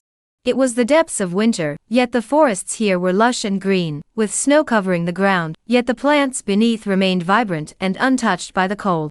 Standing at the entrance to Xionghu Mountain, looking inward, one truly did not know what to say. The scenery of spring and winter blended together, appearing breathtakingly beautiful. Yet, looking further into the dark, gloomy depths of the forest, one couldn't help but shiver. And then there's the occasional roars of bears and tigers echo through the air, shaking the heart and soul. You asked me last time how to enter the Xionghu Pavilion? Now I have the answer. Peng Long wore a tight-fitting outfit, carrying a massive bow on his back, his rugged features betraying his excitement. The annual winter hunt was the liveliest event in the village. Because the lady of the manor enjoyed it. Li Xian had once caught a glimpse of the lady. From her appearance alone, she was dignified and elegant, calm and noble, not the type to enjoy hunting. Commander Pang, what do you mean? That's right, it's the winter hunt. You'll see soon enough. Peng Long stretched his limbs, his muscles crackling with tension. He had been preparing for this winter hunt with all his might. By the way, your bow and arrows look quite unique. Peng Long noticed Li Xian's wooden bow. Does it have a name? My bow is called the giant stone bow, and it can pull 5 stones. Li Xian couldn't help but be impressed. A single arrow like that would easily snap trees in half and reduce game to mincemeat. How could that possibly be considered hunting? My bow is called the deer shooting bow. It only has 2 stones worth of draw, but it's sufficient. Li Xian smiled. 2 stone, a bit weak, but it still works. The two chatted for a moment longer.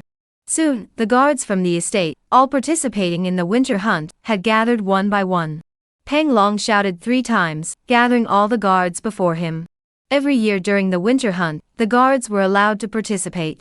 However, the guards like Dante had to be divided into groups, and couldn't all rush into the Bear-Tiger Mountain at once. At that moment, Li Xian recognized several familiar faces. Hua Haning, Feng Tianyu, Jiang Yun, and others had all arrived at the scene. Their bows and arrows were of various types, and their quality seemed quite impressive. The lady has issued her orders. This year's winter hunt offers generous rewards. For each deer shot, a reward of 700 coins for each tiger shot, a reward of 1 tael, and 2 coins for each bear shot, a reward of 1 tael and 5 coins. As for ordinary small game, rewards will be determined based on the situation. Those who shoot 3 deer will be awarded an additional deer blood pill. Those who shoot 3 tigers will be admitted to the Leisure Martial Arts Hall, where they may choose a martial art, and receive a tiger blood pill. Those who shoot 3 bears will receive an additional bear gall pill, and have their guard rank promoted by 1 level. If you are a first-class bodyguard, you will receive other rewards instead. Peng Long read out the rules of the winter hunt. The guards listened intently, their eyes burning with desire. Wild deer are rare treasures, every part of them is valuable, worth at least 10 taels of silver. In the end, these so-called rewards are just a few drops of oil squeezed from the lady's fingernails. Li Xian couldn't stop thinking about the reward money. But then he thought, the entire mountain belongs to the lady. The deer, tigers, and bears in the mountain all belong to the lady as well. Commander Pang, tigers, deer, and bears are massive creatures. Even if we hit them, it would be difficult to transport them back from the mountain, wouldn't it? Li Xian asked. There's no need to worry about that. Let me finish explaining. Peng Long continued, according to the lady's regulations, first-class guards are rewarded with 20 Lingyu arrows, second-class guards with 15, and third-class guards with 10. As for the fourth-class guards, they receive only 5 Lingyu arrows. Only game hit by Lingyu arrows counts as true game. However, you may also bring your own bows and arrows to harass the game. But whoever uses a Lingyu arrow to kill the game first, the game belongs to them. The lady does not approve of deceit. Do not attempt to deceive her. The lady is no ordinary person, she can discern the angle and manner of your shot simply by examining the arrow marks. Peng Long praised them again. Finally, he took out dozens of small, leather pouches. This is called a meat shrinking bag, made from the stomach sac of a greedy python. Once you've caught the prey, simply wrap the meat shrinking bag around it. Then use your inner chi to compress it, and the prey will shrink to the size of a fist. Li Xian was startled by this. He recalled the last time in the snowstorm, when the lady had slain the snow demon monkey, and in the blink of an eye, the demon monkey's corpse had vanished. It was likely that this item had been used to contain the snow demon monkey. Just as he was distributing the shrinking meat bags, the lady arrived on horseback from the distance. Chapter Seisappa, the lady arrives, hunting the great beast. Please continue reading. There she was, the lady, her shoulders draped in a fox fur cloak embroidered with auspicious clouds symbolizing longevity. She rode a majestic red stallion, its hooves leaving tracks in the snow. She carried a perfume pouch, a jade sash, and various exquisite ornaments. Her long hair was tied up, giving her an heroic demeanor, and her charming face seemed almost divine. On the right side of the saddle hung a longbow, adorned with numerous ornaments. The most eye-catching was a tiger-shaped yellow jade, which the lady held in her hand, gently caressing the tiger's head with her fingers. On the left side is a quiver containing 50 arrows. The maid Chiu Yu leads the reins in front, though her attire is also elegant, she can only serve as a supporting role beside the lady. The lady is also participating. Li Xian thought to himself. Have the rules been made clear to them? Lady Wen asked casually. Peng Long replied respectfully, they have been informed. If that is the case, let us begin. Lady Wen said. This so-called winter hunt was, at its core, something she wanted to enjoy. These guards were merely there for show. As soon as she finished speaking, Lady Wen clenched her legs, and the crimson-blooded steed charged into the Bear Tiger Mountains. The mountains were densely covered with tangled branches and trees, but the steed moved as if on level ground, disappearing in just a few breaths. The Xionghu Mountains were a vast mountain range, with lakes, rivers, cliffs, and dense forests, offering a complete range of terrain. Otherwise, the lady would not have chosen it as a hunting ground. The winter hunt lasted 3 days, but in reality, many of the lower-ranked bodyguards returned within half a day. Most of them only managed to shoot wild rabbits or birds. The reward money was pitifully small, but at least it could be used to make soup or stew, providing a hearty meal enough to call it participation. The lady rode off at full speed. Li Xian and the other guards also entered the mountains. In addition to the light feather arrows bestowed by the lady, he had also prepared 200 arrows. I only have 10 Lingyu arrows, which means I can hunt a maximum of 10 game animals. Aim for the larger ones. Li Xian made his way through the forest. The terrain here was extremely complex, with both snow-covered areas that were difficult to traverse and dense forests that added to the challenge. Fortunately, Li Xian mastered the treading snow technique, which saved him a great deal of effort and trouble. Suddenly, a wild rabbit jumped across his path. Li Xian quickly drew his bow and fired an arrow. The force was perfectly controlled, piercing the rabbit's heart and pinning it to the ground. The rabbit's hind legs twitched once, and it died instantly. It seems there are plenty of game animals here. Li Xian's eyes lit up. He had been worried that this mountain range had few game animals, and that searching for them would require a lot of effort. But he had only been in the mountains for a short while, and had already spotted a wild rabbit. Where there were wild rabbits, there must be predators that fed on them. Seeing the signs, he realized that this forest was rich in resources. To truly hunt down a large prey, we must venture deeper into the forest. This opportunity must not be missed. Though my martial arts may not be the strongest, my hunting and archery skills are certainly no worse than anyone else's. Keep trying. Killing 3 large bears might not be impossible. Li Xian moved deeper into the forest. After walking for about 2 hours, he had entered the innermost part of the forest. He could clearly feel that there were far fewer people around. Many low-ranking guards had no intention of hunting large game. Naturally, they wouldn't risk venturing deeper into the primeval forest, where anyone could become prey. Retreating in the face of danger was a wise choice to preserve one's life. Phew. Li Xian stopped, found a flat spot, gathered some dry wood, and lit a campfire. He skinned the wild rabbit he had hunted that morning, removed the innards, and placed them over the fire to roast, keeping his strength up. Hunting isn't something to rush. Unfortunately, this hunt only lasts 3 days. If it had lasted longer, I could have tried setting traps. Li Xian chewed on the rabbit meat. Without any seasoning, it tasted like dry wood, but once it went down, his stomach warmed up, and he felt a bit more energized. It's a water source. After eating his fill, he continued on his way. Li Xian spotted a river and immediately lit up with joy. Wild beasts also need water. As long as they stayed near the water source, they were sure to encounter large prey. There are also claw marks. Judging by their depth and size, it must be a large beast. It must weigh at least several hundred pounds. Li Xian was thrilled and hid himself in a patch of weeds, waiting patiently. Unfortunately, no large beast appeared, but he did spot a wild deer. Li Xian hesitated for a moment before deciding to kill it. He first used a regular bow and arrow to pierce the deer's heart. Then he pulled out the Lingyu arrow and fired another shot. The deer's blood flowed freely. This was a highly nourishing substance, and Li Xian didn't waste a drop, drinking the deer blood raw. You drink the deer blood, mastering the technique of consumption. Skill level ga. Proficiency ga yi. Proficiency ga ya. Skill, consumption. Proficiency, 379 beginner. Li Xian looked like a wild beast drinking blood, with bloodstains around his mouth. But the benefits were also evident. Within his dantian, the internal qi flowed like a trickle, slowly seeping out. It grew even more powerful. If only I could eat deer blood every day, that would be wonderful. I've heard that soaking one's body in deer blood can also strengthen the flesh and blood. Unfortunately, it's too luxurious. I can't even afford to eat it, let alone use it to soak my body. Li Xian took out the shrinking flesh bag. This material was unique in texture. When infused with internal energy, it became soft and pliable, capable of being stretched and expanded at will. When the internal energy was withdrawn, it gradually contracted until it was the size of a fist. The vast world holds no end of wonders. Even from the bottom of a well, I can see a glimpse of the moon. He covered the deer's body with the shrinking flesh bag, stepped back 3 paces, and the bag began to shrink until it was the size of a fist.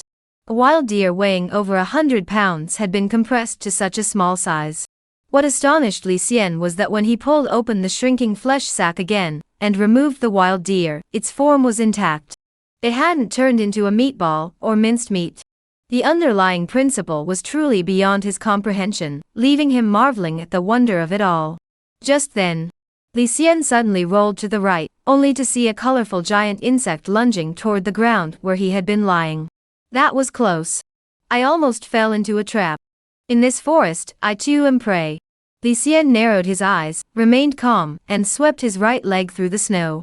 He executed the clear wind drifting technique from the clear wind leg series. The leg wind generated by this move blew the accumulated snow into the tiger's eyes, instantly blinding it. Although Li Xian had made significant progress in his martial arts, with his internal energy now well cultivated, fighting a tiger bare-handed would inevitably put him at a disadvantage. He immediately turned and ran. The tiger roared and charged forward. Li Xian dodged around a tree, channeling his internal energy into his legs, and leaped into the air. He leaped over 10 feet into the air, grabbed a vine, and swung himself forward. He flew out a considerable distance. In mid-air, Li Xian spun around, drew his bow, and fired an arrow. His fingertips moved swiftly, and 3 arrows flew out one after another. However, the fierce tiger was no pushover. Despite its massive size, it was incredibly agile. It twisted left and right, dodging the first 2 arrows, but the 3rd arrow came from a tricky angle. It was Li Xian's fatal strike. With a thud, the arrow pierced the tiger's leg. The beast, in pain, began to retreat. Li Xian cursed, "You wretched beast, you think you can escape?" He reached out with his right hand and drew 5 arrows. However, the 5 arrows simultaneously technique was difficult to control accurately, and with limited arrows, he had to use them sparingly. Although Li Xian drew 5 arrows, he fired them one at a time. His movements were fluid, 2 arrows blocking the direction, 2 feigning an attack, and the last arrow was imbued with his inner energy. Hidden within was a deadly intent. As expected, though the giant insect was cunning, it had no idea how to respond to such an assault. Hit by the arrows, it fell to the snow. The first giant beast was slain. Chapter Seisupgao, obtaining the tiger's stone, and slaying the demon-patterned tiger. Li Xian fired another Lingyu arrow. Tiger blood flowed everywhere, and seeing no way out, he finally approached to investigate. The massive beast had a slightly swollen lower abdomen. It was a pregnant female tiger. I wonder if this counts as 1 tiger or 2. The tiger's blood was too bloody to drink raw, so Li Xian immediately wrapped up the tiger's corpse. In this way, within a day, he had already hunted 1 tiger and 1 deer, a harvest that could not be called meager. I wonder if it's just good luck, or if there are simply too many tigers and beasts in this area. Back when I hunted with my father, it took at least 10 days of tracking to kill a large tiger. Li Xian exhaled lightly. The tiger and the deer, weighing at least several hundred pounds, were packed into the shrinking meat bag, yet they felt light as a feather. They didn't hinder their movements at all. If I had such a treasure back then, hunting in the mountains would have been so much easier. After hanging the meat-shrinking bag on his waist and securing it with a rope, Li Xian suddenly had an idea. He thought to himself, as the saying goes, 1 mountain cannot hold 2 tigers. But this bear and tiger mountain was clearly a gathering place for fierce beasts. Since this large tiger has a tiger cub, finding its den might yield an unexpected reward. He followed the tracks, gradually moving away from the riverbank.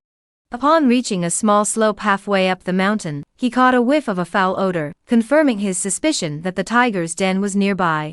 Tigers are wild beasts with a strong sense of territory. This urine-like scent was a marking sign. He had already entered tiger territory, and must be extremely cautious, moving quietly and listening carefully in all directions. There it is.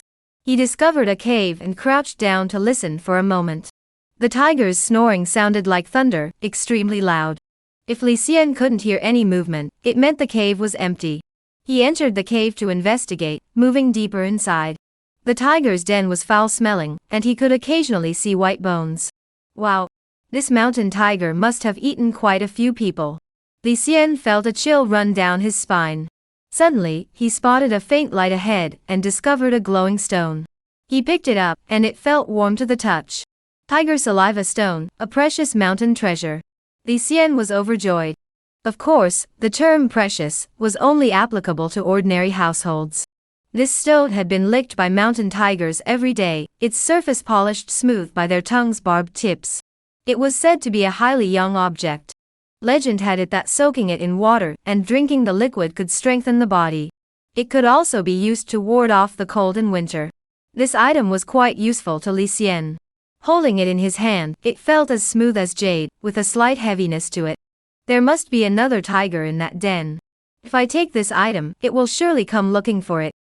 Let it come if it wants to. It'll just give us another chance to meet. Li Xian carefully put away the tiger saliva stone, and quickly left the cave. He looked around, searching for a suitable location. The tiger beast was extremely sensitive to the scent of the tiger's saliva stone. Even though Li Xian had discarded it, his body still carried the scent. The tiger beast would still come looking for it. About half an hour passed. A loud tiger's roar echoed through the forest, and Li Xian knew that the male tiger had returned to its den. That roar, like a muffled thunderclap, rolling toward us. This male tiger must be even more powerful. Li Xian's expression grew solemn. It didn't take long. The sound of branches snapping could be heard in the distance. Li Xian looked in that direction and saw the bulging back of a tiger. What is that? Li Xian's body tensed. As a hunter by trade, he was well versed in the habits, patterns, and forms of tigers. This mountain tiger's markings were unusual. It was likely not a tiger, but a leopard. And it was the dreaded, ghost-patterned biao. This wild beast resembled a tiger in size, but was even larger, with patterns on its body resembling ghostly faces. It was renowned for its ferocity.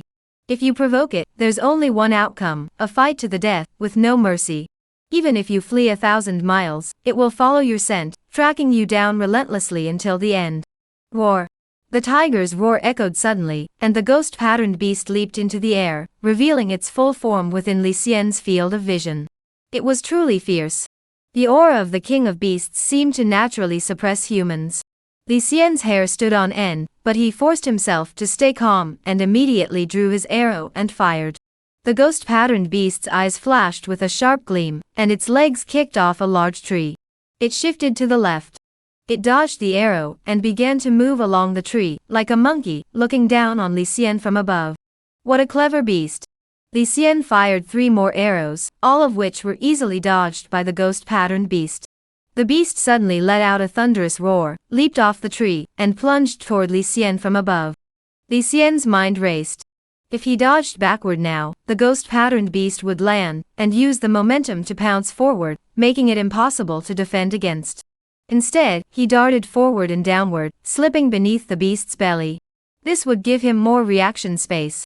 In the blink of an eye, Li Xian made his decision, diving forward and sideways, just managing to dodge under the ghost-patterned beast's lower abdomen.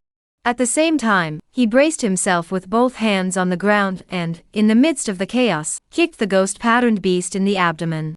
Clear wind leg. Proficiency, 719100 mastery. The leg power of the clear wind leg technique penetrates from the surface to the core, appearing light and airy, but inflicting damage deep within the internal organs. Against such thick-skinned beasts, it can be used to great effect, catching them off guard. A loud howl erupted from the ghost-patterned beast, its anger intensifying. It attempted to turn and lunge, but its momentum from the previous attack was too great, causing it to slide several zhong across the ground before coming to a halt. As it turned to pounce, little did it know, this move was already within Li Xian's calculations. By then, Li Xian had already created some distance, slowed his breathing, sharpened his senses, and swiftly fired 2 arrows. Blood spattered everywhere. One of the arrows struck the left eye of the ghost-patterned beast. But what shocked Li Xian was that the beast was only blinded, not killed. What a formidable physique! Li Xian sprinted forward.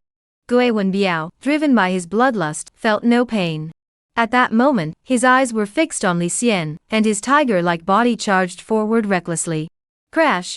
It collided with a large tree, and the immense force actually knocked the tree over. Wow, that's fierce. This guy is something else. Li Xian sprinted toward a spot, suddenly leaping into the air. The ghost-patterned beast followed closely behind. Suddenly, both of them found themselves hanging in mid-air. They had landed on a cliff face over 10 zhong high.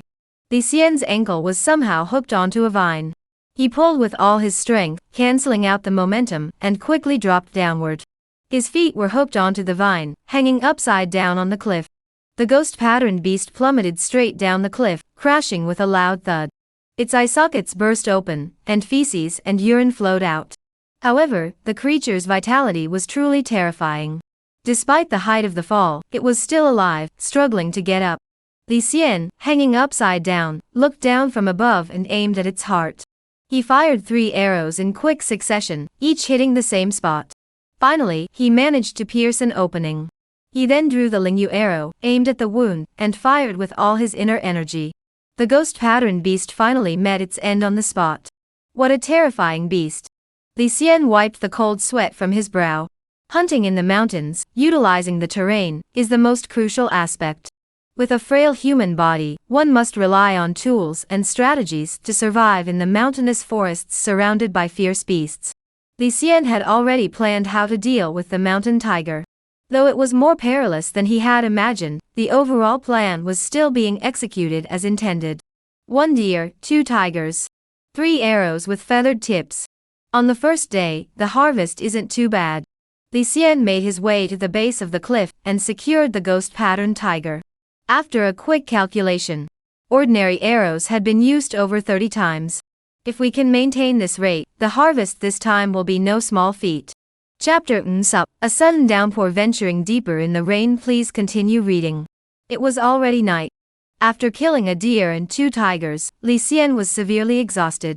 He found a quiet spot, lit a campfire, and lay down on the snow to rest.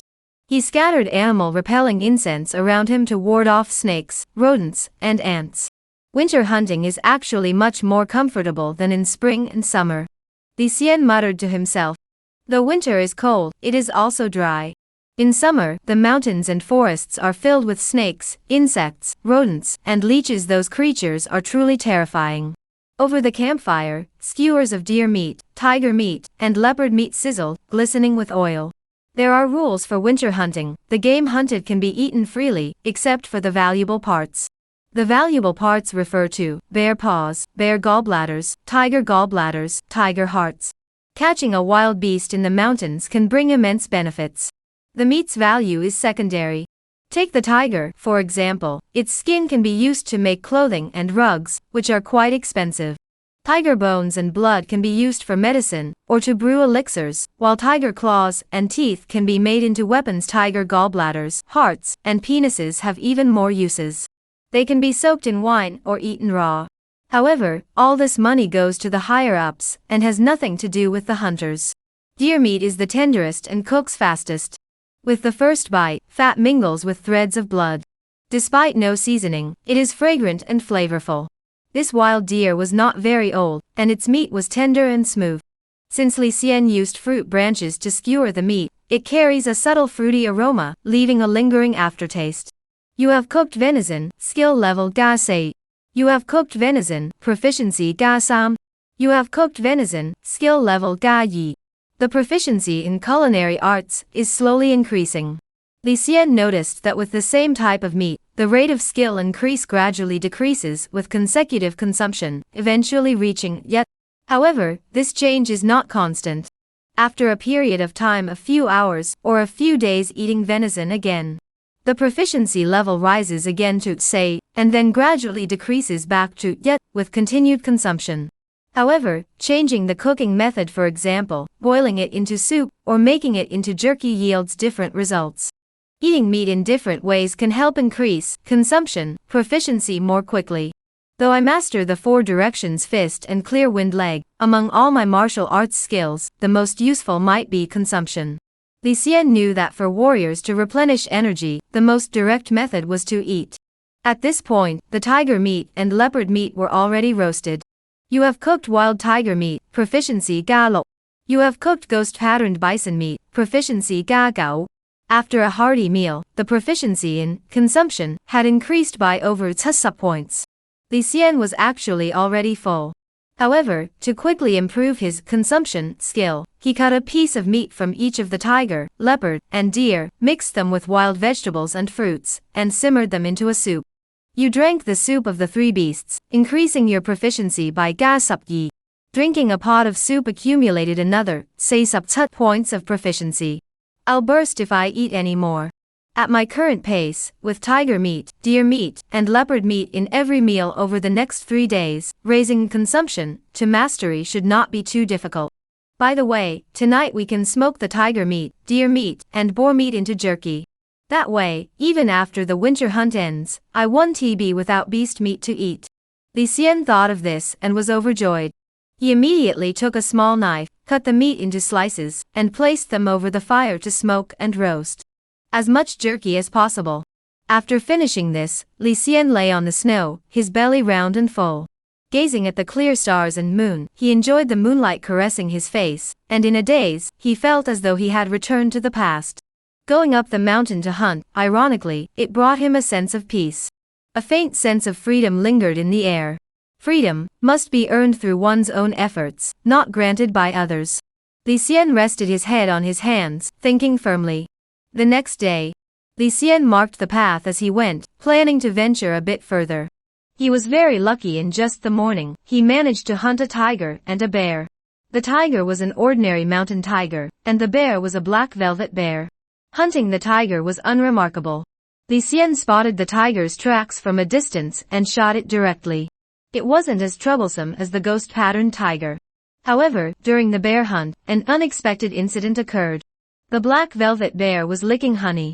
It was honey from black needle bees, a type of venomous bee that fears no cold and carries a potent toxin. After Li Xian killed the black velvet bear, he was chased by the black needle bees and finally hid in an ice river, narrowly escaping with his life. Fortunately, his internal energy was well cultivated, and he knew how to withstand the cold. Otherwise, he would have frozen to death in the river.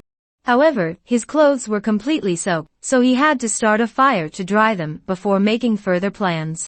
Everything was going smoothly, and if he maintained this pace, he could gather the 3 bears, 3 tigers, and 3 deer. However, at midday, a gust of wind blew, and Li Xian sensed something was detecting the moisture in the air. He immediately sought shelter in a cave. Sure enough, before long, a heavy downpour began. The heavens' mood truly changes in an instant, showing no mercy. Li Xian sighed deeply. This was highly problematic. The heavy rain would wash away their tracks, obscure their vision, and make the cold even more intense. The floating mist was freezing cold.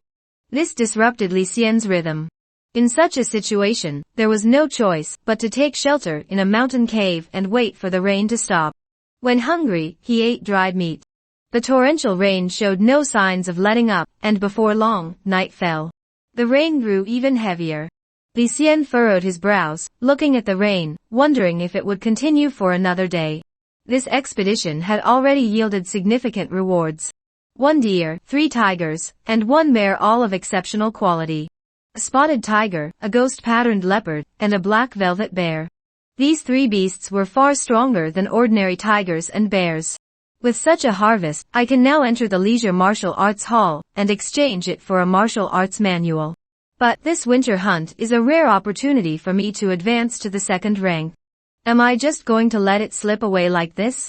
Li Xian was smoking the meat of the bear, tiger, deer, and leopard. He pondered his next plan. Hunting in the rain carries immense risk. But opportunity knocks once. Tomorrow, regardless of whether the rain stops or not, I must seize the last day, venture deep into the mountains, and strive to hunt 2 more bears. Li Xian clenched his fists, determined. He must seize every opportunity. Night fell. The sky and earth were shrouded in darkness, and the heavy rain poured down relentlessly. At such a time, the mountains and forests were the coldest. The biting cold and dampness penetrated every pore, leaving one feeling utterly helpless.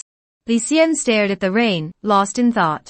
As the rain grew heavier and heavier, showing no signs of stopping, he felt utterly helpless. He sat there in silence all night. Around the hour of the snake, the sky began to grow slightly brighter.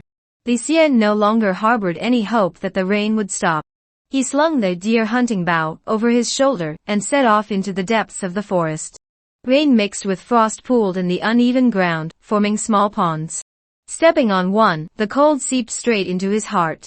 It made one shiver. After walking only a short distance, Li Xian's entire body was soaked, but the internal energy circulating within him prevented him from losing body heat and fainting. The heavy rain washed away all traces, and Li Xian's hunting skills were of no use. He could only wander around, hoping for a stroke of luck.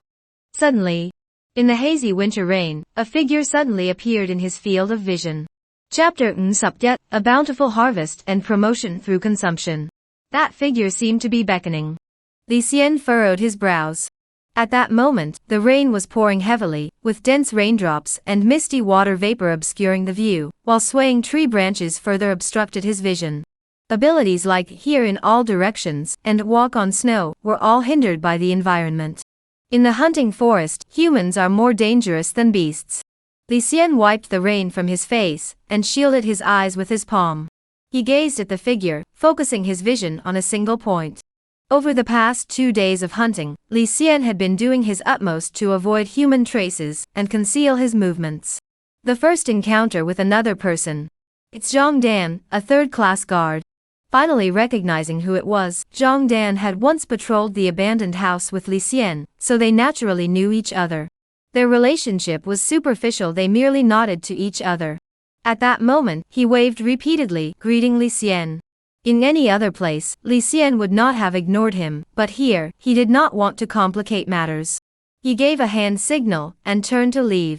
After walking several miles, he still felt something was off, a lingering unease in his heart as he kept revisiting the scene in his mind. A third-class bodyguard only has 10 arrows. A typical third-class bodyguard can barely make it out of the mountains in a day. Could that list also be for someone like me, seeking to hunt 3 bear beasts to advance in rank? Based on Li Xian's impression of him, it could only be said that it didn't resemble him. At that moment, the list reappeared in his field of vision. This time, he seemed to have fallen into a trap, wounded, emitting a painful, agonized cry. It seemed as though he was trying to attract Li Xian's help. No, if he truly wanted help, he would have spoken. Could it be? Li Xian narrowed his eyes, recalling a mountain legend, and immediately drew his bow and arrow, aiming at the figure. There was a type of bear in the mountains, extremely cunning and treacherous, often appearing in pairs, usually a male and a female. The female bear was massive and brutally strong, while the cub was small and agile, roughly the size of a human.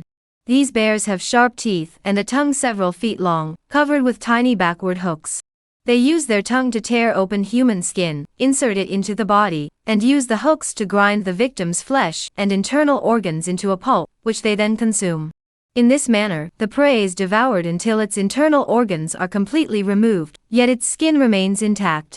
The cubs wear human skin to lure prey, while the mother bear waits for the right moment to strike. It is known as the sharp-mouthed long-tongued bear.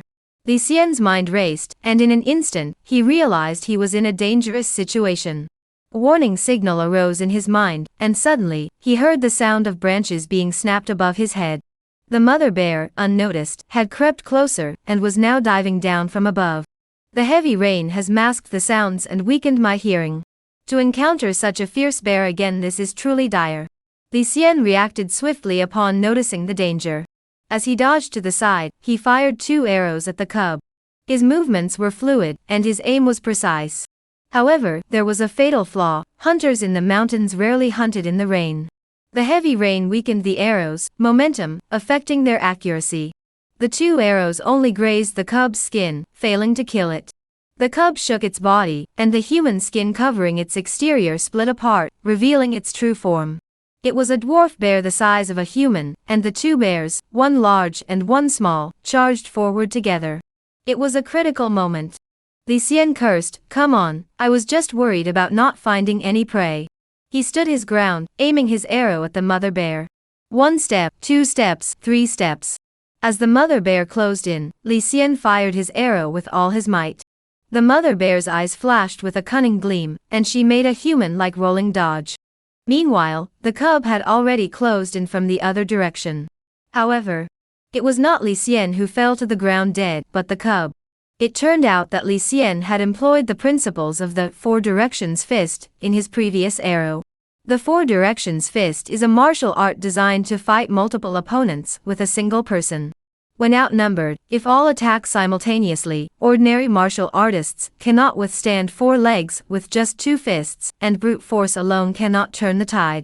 There is also a psychological battle during the fight. If these mother and cub bears were ordinary beasts with no cunning, Li Xian would indeed have been defeated. With both bears charging simultaneously, Li Xian, even in his current state, would have been unable to defend himself. Unfortunately, these 2 bears are quite intelligent. The mother bear, though larger and faster, intentionally exaggerates its momentum with each step to draw attention, a feint. The cub, though smaller, moved with deliberate quietness. This was the real move. The mother and cub worked together seamlessly.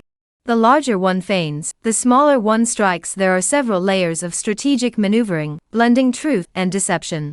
Li Xian recognized these 2 points, and decided to take a bold gamble, choosing to stand his ground and play along with their plan.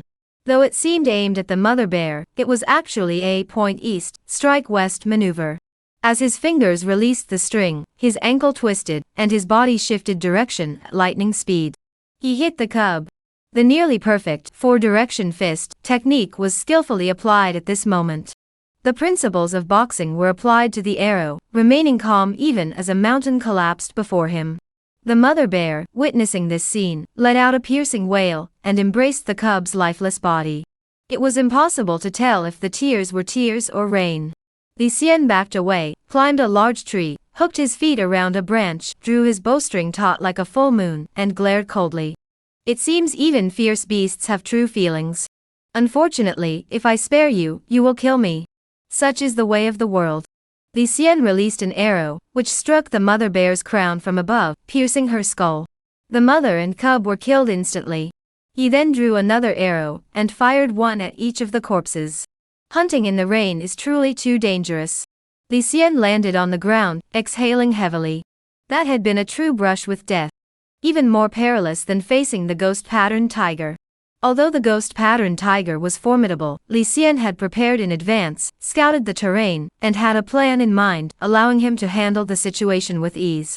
This time, however, everything changed in an instant, completely unexpected. The bond between mother and cub is deep. If not for that, this mother bear would have given me a real fight. The mother bear's combat prowess was likely far superior to that of the ghost manhwaedit. Had the cub not died, the mother bear would not have wanted to live either. In this downpour, another fierce battle is about to unfold. After subduing the two bears, Li Xian counted his prey. 1 deer, 3 tigers, 3 bears. It's already perfect. That's enough. On the way back, if we're lucky, we can use the remaining 3 Lingyu arrows as well. Li Xian smiled broadly.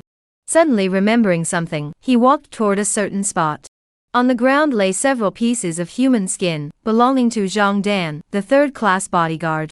Winter hunting is dangerous. Deaths are not uncommon. But Zhang Dan's death must have been incredibly gruesome. Because the sharp-beaked, long-tongued bears always eat their prey alive. Only by eating them alive and raw can they maintain the elasticity of their skin. The bears on this mountain are even more cunning and treacherous. And there are more exotic species of beasts here. Ordinary brown bears, compared to them, are as cute as kittens. 3 bear creatures, 3 tiger creatures. Promotion is already a certainty. There's no need to venture further into danger. Li Xian's heart surged with excitement. Perseverance pays off. His efforts have not been in vain. Though the rain was heavy, the marks Li Xian had left along the way were still visible. Following the red cloth markers, he made his way back along the path. Soon, he reached the edge of the inner perimeter. Li Xian did not return directly. Rarely had he ventured into the mountains, so he intended to make full use of the arrows in his quiver. He did not seek out the tigers or bears, but kept his distance, hunting only deer and other small game. When he came across sweet berries, he picked them to eat.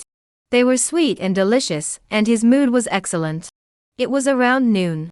After eating some deer meat and dried tiger meat, the skill points Li Xian had accumulated finally reached the required amount to break through the consumption skill. Consumption. Skill level, Subyi Mastery. Description, for warriors, food is the essence of life. The flavors of mountains, wilderness, and the divine all enter my mouth. You possess exceptional digestive and absorptive abilities, enhancing the effectiveness of anything you consume by Proficiency Samsup. Chapter Subyi, Winter Hunt concludes, displaying the game. Please continue reading. This expedition has yielded tremendous results. This technique of consuming the spoils is truly powerful. Li Xian couldn't help but marvel inwardly. The ability to consume and absorb energy through food meant that the energy he could digest and absorb from 3 meals a day far exceeded that of an ordinary person. If he could also consume elixirs and precious treasures, the benefits would be even greater. Li Xian focused his mind, feeling the warm energy flowing endlessly in his dantian, growing increasingly powerful. Coarse grains and simple vegetables tasted like delicacies, while lamb and beef felt like elixirs. Growing stronger was only a matter of time. At 15 or 16, Li Xian had already shed his frail frame and developed a sturdy build. However, advancing through the cultivation stages was difficult, requiring the consumption of rare mountain treasures and earth treasures. The winter hunt only occurred once a year. To indulge in such feasting, again devouring deer meat, swallowing tiger meat, and drinking bear blood, he would have to wait another year. I won't leave the mountains yet. I'll hunt as many deer and beasts as possible and prepare as much dried meat as I can. Li Xian's eyes sparkled with determination, determined to make the most of this winter hunt. The winter hunt lasts 3 days and 3 nights. Tomorrow morning is the day of settlement. Li Xian had one more night to slowly smoke the meat jerky. Of course, with the continuous heavy rain, he first needed to find a cave to start a fire. The next day, as dawn broke, a rainbow-colored bridge climbed up the celestial stairs. Winter rainbow clouds were indeed a rare sight. Last night, the rain had begun to ease, but it continued as a steady drizzle until this morning, when it finally stopped completely. The air was fresh after the rain. Outside Xionghu Mountain, many people had already gathered early. It was the day of the winter hunt settlement. Lady Zhuang loved the winter hunt, and on this day, she personally reviewed the results. Those who performed exceptionally well had the opportunity to catch her eye. Suddenly, a faint whistle echoed through the air, and from the depths of the forest, Lady Zhuang returned, riding her crimson-blooded steed. The steady rain from last night had not yet fully dissipated, leaving the air damp. Yet, for some reason, there was not a single drop of moisture on the lady's body. Lady Zhuang. The guards present all shouted in unison. Lady Wen nodded slightly, turned to look at the mountains and forests, and asked, "Are all the men present? Where is Pang Long?" Second-rank guard Lu Xing stepped forward and reported respectfully, "Commander Pang is still in the forest. It seems he has made quite a catch this time," Lady Wen said. "No need to rush. Let us wait for him. Bring all the game you have hunted for me to inspect." Yes. First, the first-class guards untied their meat bags and took out their game one by one. The fourth-rank bodyguards had only 5 feathered arrows and 5 pieces of game. Most were birds, foxes, and partridges, ordinary small beasts. "It's a wild boar." A sudden cry of astonishment erupted from the crowd. A low-ranking bodyguard had shot a wild boar, and when he pulled it out, everyone looked on enviously, their eyes fixed on him. Madam Wen gave it a casual glance and showed no reaction. Next, it was the turn of the third-rank guards to demonstrate. Third-rank guards were awarded 10 feathered arrows. Typically, after entering the mountains, they would choose to stay longer. Some might even venture deeper into the inner regions to try their luck. However, most of them had not refined their archery skills. When faced with fierce beasts, it was extremely difficult to remain calm, and hunting tigers or bears was truly a daunting task. Wild boars, foxes, mountain chickens, mountain monkeys. Most hunters remain at this level. Larger game is rarely seen. One hunter who managed to catch a thick-horned ox was already considered outstanding, and even most second-rate guards envied him. "You go collect your reward," the lady said decisively. After that, the first and second-class bodyguards each presented their game. The best performer had hunted 4 wild deer, 3 wild boars, and 3 birds. He was rewarded with a deer blood pill by the lady. It truly made others envious. So far, not a single large beast had appeared. Lady Wen furrowed her brows slightly, looking displeased, thinking to herself, "These guards have failed to hunt even a single large beast. This is truly embarrassing for me. You worthless creatures. Do I need to remind you? Hurry up and bring them back to the estate." Luo Fong wielded his whip, directing the laborers to carry the various game back to the estate. Hunting wasn't just for fun. Wild boars, deer, pheasants each had its use, each was money. The laborers did the most arduous work, enduring the most discrimination and humiliation. While carrying the game, they occasionally looked up and saw the well-dressed, imposing guard with a longbow on his back. Their hearts were filled with envy. Little did they know that the very men they admired were also gazing into the depths of the forest, envying others. It seems the real action is still happening inside. That's right. The big beasts are all in the depths. To hunt a big beast, you have to go deeper in. It won't come out that quickly. Let us take a look around. Who is missing here? Eagle Master, One Master, and a few second-class guards. There are also a few third-class guards. Li Xian hasn't he come out either. The mountains are dangerous. You might get eaten by a bear. As everyone was talking, suddenly there was a commotion in the forest. First-class bodyguard Wan Xingke, striding like a dragon and a tiger, walked toward the group. Ha! A hearty laugh echoed through the air. As they emerged from the forest, they suddenly saw the lady was also there. They all trembled, immediately suppressed their smiles, and bowed deeply to the lady. He was both devout and fearful. "Did you manage to hunt any large beasts?" Lady Wen didn't even glance at him, her pale fingers gently caressing the yellow jade ornament on her bow. We caught one." Wan Xingke suppressed his excitement, shook the leather bag, and the game was revealed. Among the deer and pigs, there was a tiger. It's a big tiger. Everyone looked over in unison. Lady Wen glanced at it and lost interest. This tiger was already on the brink of death, with multiple wounds on its body, likely inflicted by other predators. It was already doomed, merely a scavenged prize. Follow the usual procedure for rewards. Lady Wen waved her hand dismissively. Yes, yes. Wan Xingke, seeing that the lady had not shown the slightest approval, was deeply disappointed and left with his head hanging low. A moment later, sounds came from both the east and west sides of the mountain forest. It was Pang Long and Jiang Yun emerging. Pang Long was the head of the guards, having been granted 25 feathered arrows, and equipped with 2 flesh-shrinking pouches in advance. Both were soaked through, clearly having endured the rain all night.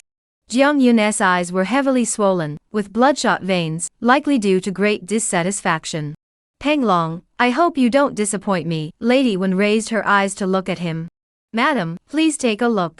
Pang Long removed the meat-shrinking pouches and unloaded a red-haired wild boar. Though not a large beast, it was a rare species with extraordinary speed. Hunting it down was still a decent achievement. Next, he pulled out a tiger's head and a tiger's body. Pang Long had used a heavy bow, and the force was so great that it pierced through the neck, separating the beast's head from its body. All brute strength, Lady Wen said lightly. Pang Long scratched his head in embarrassment. He continued to pull out more game, the least valuable being wild boars and mountain goats. The better ones included pythons, thick-horned cattle, and water eels. The final prey was a genuine brown bear, massive in stature. Leader is a leader. Impressive. To hunt a brown bear? Such a fierce beast. Even if I had a bow and arrow, I'd turn and run if I were wearing armor. Such beasts are extremely fierce. I once encountered one. At the time, forget about fighting it, just being able to keep my legs from giving out and run away was a miracle. The guards marveled at the sight. There was no doubt that this was a hunting feast. Pang Long was quite satisfied, but Lady Wen said, though the game is abundant, it lacks flavor. It has brute strength, but lacks the grace of a warrior. Yes, Pang Long blushed, as he had been quite proud of himself. Let's not talk about the others. Take this large python, for example. You went into the water to fight it, used the shock heart palm to kill it in the water, and then stabbed it with a feathered arrow. Lady Wen commented casually. Pang Long was utterly defeated. The python had indeed been killed by his heart-shaking palm, whose force was cruel and invisible to the eye. But the lady's eyebrows swept over it, and she saw everything in detail. The lady was indeed the lady, like a divine being. And you? After Pang Long's display, Lady Wen finally perked up and turned to Jiang Yun. Chapter Nsapsam, Li Xian arrives, arrows piercing the heart.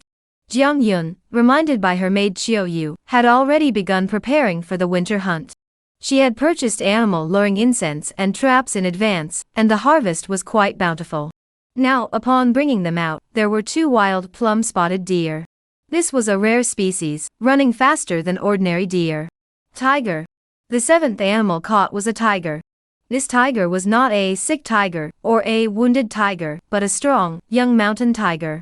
Catching such a tiger was already cause for pride. All the game was displayed together: 4 deer, 2 tigers, 2 wild boars, and 1 tree crocodile. The rest were not worth mentioning. Though he had 1 more tiger than Pang Long, the overall quality was inferior to Pang Long's. Impressive, Xiao Yun. Pang Long did not hesitate to praise her. Thank you, Commander. Jiang Yun smiled, but couldn't help but sigh deeply, thinking to herself, hunting 3 bear beasts is truly too difficult. This promotion is out of my reach. Thinking of the scene in the mountains, she couldn't help but shudder. With her strength, hunting a bear was akin to courting disaster, too risky. Though you hunted 2 tigers, you won using tools. Lady Wen saw through the trick. The 2 mountain tigers had been killed in the same way. They had been trapped in a hunting net with barbed hooks inside. Once the hooks pierced their bodies, they couldn't escape. They were left to bleed to death. It seems the reward I offered is beyond anyone's reach. Lady Wen sighed, slightly disappointed. She herself had reaped a bountiful harvest, but if there was no one worthy of her approval, it would be rather boring. It was Eagle Master. Eagle Master has returned. At that moment, the much-anticipated Hua Han appeared in everyone's sight. Lady Wen raised her eyebrows slightly. I remember you. You hunted a striped tiger last time. What did you hunt this time? Hua Haning was overjoyed. Madam actually remembers me. I've made a great catch this time, I'm sure it will impress you. He spoke humbly, I am but a novice, my hunting skills are no match for Commander Pang. I fear I will be the subject of ridicule. His words were laced with a hidden meaning. In truth, while martial arts were important in hunting, they were not the most crucial factor. Engaging in direct combat with prey was ultimately a lower-tier skill. He even had the confidence that Pang Long's haul might not be as abundant as his own. These words seemed humble, but they were actually a subtle dig at Pang Long. Ha, let's see what you've got. Show us what you can do. Pang Long didn't catch the hint, and joked in return. Sigh, my luck isn't great. I only managed to hunt 3 mountain tigers. Hua Hanying sighed and unfolded the meat pouch. 3 mountain tigers lay on the ground, all of them large in size. The scene fell silent for a moment before erupting into loud cheers. Many laborers carrying game stopped in their tracks to watch. Luo Fong didn't urge them on either, instinctively moving closer. Not bad, Lady Wen nodded lightly. You're the first to gather 3 tigers. Hua Hanying's heart swelled with joy, deliberately avoiding Pang Long's gaze. He knew his game haul had already surpassed Pang Long's, putting him in the shade. Unfortunately, it rained on the 3rd day, otherwise, we could have hunted 1 more bear. With that, a black bear carcass lay on the ground. The bear's body was much larger, with black hair like needles and sharp fangs, all showcasing its wild nature. At that moment, it lay motionless on the ground, pierced by arrows, becoming Hua Hanying's trophy, making him appear even more towering and formidable. Madam Wen raised her eyebrows slightly, her expression slightly pleased. She had always loved hunting, not only for herself but also for watching others hunt. Seeing the 2nd bear carcass, her mood had already improved. She said, this black bear fought you in close combat.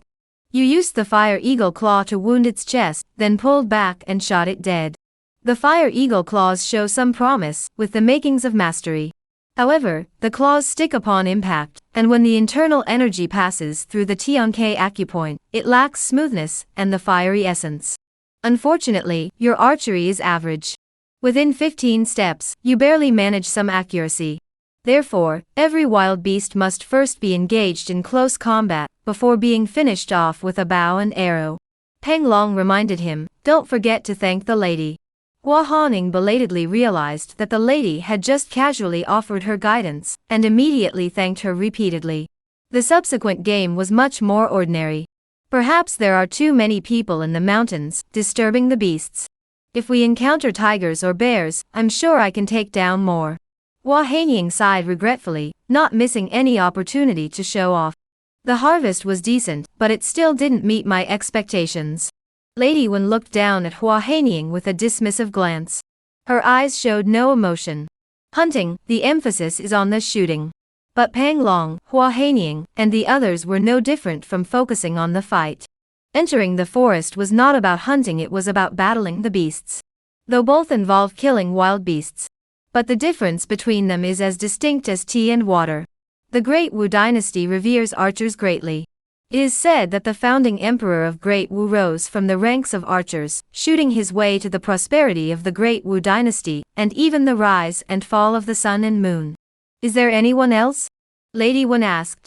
Pang Long hurried to check and returned, saying, there are a few more 3rd-class guards. Wait another half hour. If they do not appear, they must have been devoured by beasts. Lady Wen's voice was melodious, but her words betrayed an underlying indifference. She seemed utterly indifferent to the lives of the guards. It's him. Ah, so he wasn't dead after all. Just then, there was some whispering among the crowd. The man who arrived was none other than Li Xian. He had ventured deep into the inner circle. Though he had intended to return yesterday, the relentless rain had kept him from doing so, and he had also wanted to smoke some meat. He found a cave, lit a fire, and began smoking the meat. It wasn't until this morning, after the rain had completely stopped, that he set off immediately to return. How could he? Hua Hanying was startled and sneered inwardly, you're just a 3rd-rate bodyguard. What real skills could you possibly have? You must have deliberately hidden yourself, and appeared at the last moment to attract the lady's attention. In the face of my achievements, you're just humiliating yourself. If it weren't for Pang Long helping you, the lady wouldn't have rewarded you with the best meat. Unconsciously, jealousy began to rise, and his gaze grew hostile. Jiang Yun was also startled, furrowing her brows. "You're late," Lady Wen said, noticing that Li Xian's clothes were dry, and couldn't help but feel curious. "I took shelter from the rain last night, and rushed back here first thing this morning," Li Xian explained. Lady Wen said, "What did you hunt? Bring it out for me to see." "Yes."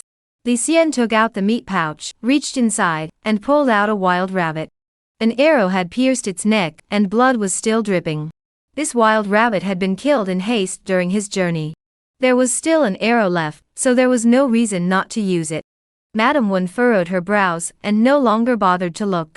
"I thought you came out so late, I expected something surprising," Jiang Yun muttered to herself, her expression clearly disdainful, but she dared not speak aloud.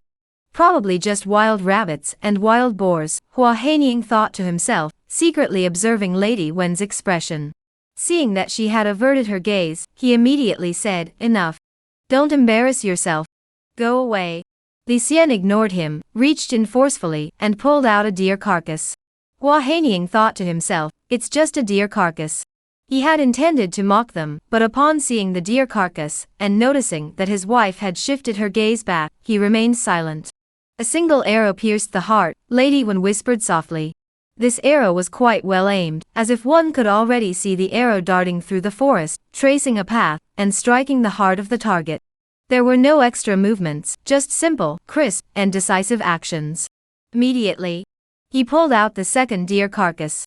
Another arrow through the heart. Lady Wen raised her eyebrows slightly, her interest piqued. There were many deer hunters, but few could pierce the heart with every arrow.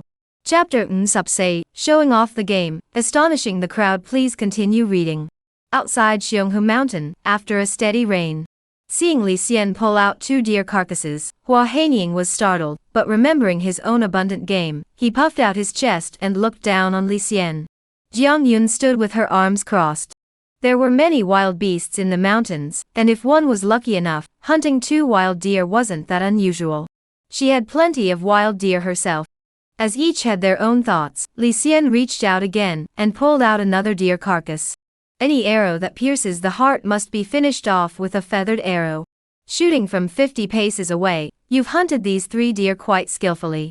Madame Wen saw another arrow pierce the heart, and with 3 deer killed in succession, all in the same manner, it was clear that Li Xian truly had skill. She had always loved winter hunts, and believed that men should be brave and martial. And such martial spirit should be demonstrated through hunting. Though these were all servants, in her eyes they were as worthless as dust. But a brave servant was better than a cowardly one. Among the ordinary second-rate bodyguards, only a few could manage to hunt 3 wild deer. Li Xian, merely a third-class guard, had achieved this level of skill, which was already quite remarkable. Everyone spoke up in unison, their voices filled with praise, astonishment, and confusion. Luo Feng felt a sense of foreboding. This little bastard is getting more and more powerful. "Thank you for your praise, madam," Li Xian replied. Madame Wen nodded, her brows relaxing. "What other beasts have you captured? Bring them out." Li Xian nodded and reached into the pouch, this time, pulling out a mountain tiger. "It's a mountain tiger." Li Xian actually hunted a mountain tiger.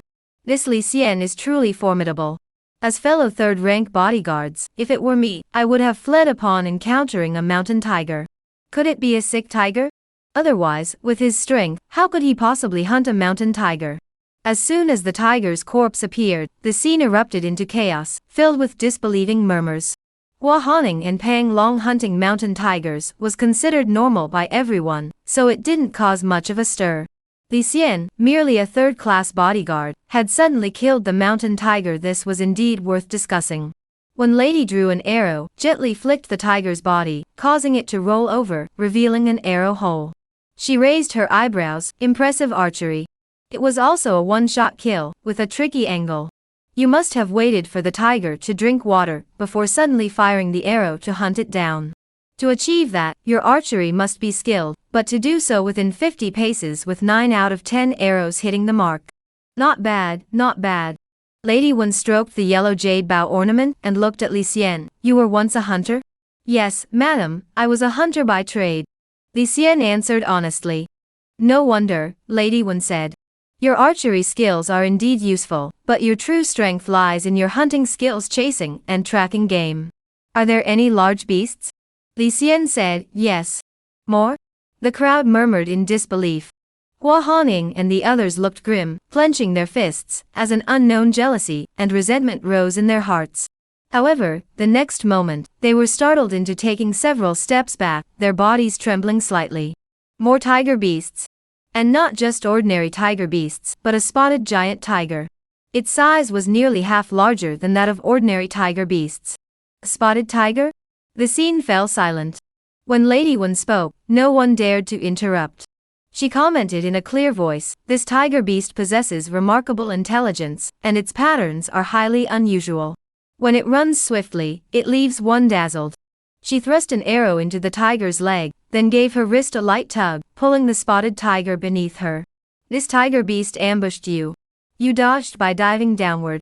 In the heat of the moment, you kicked it with a clear wind leg.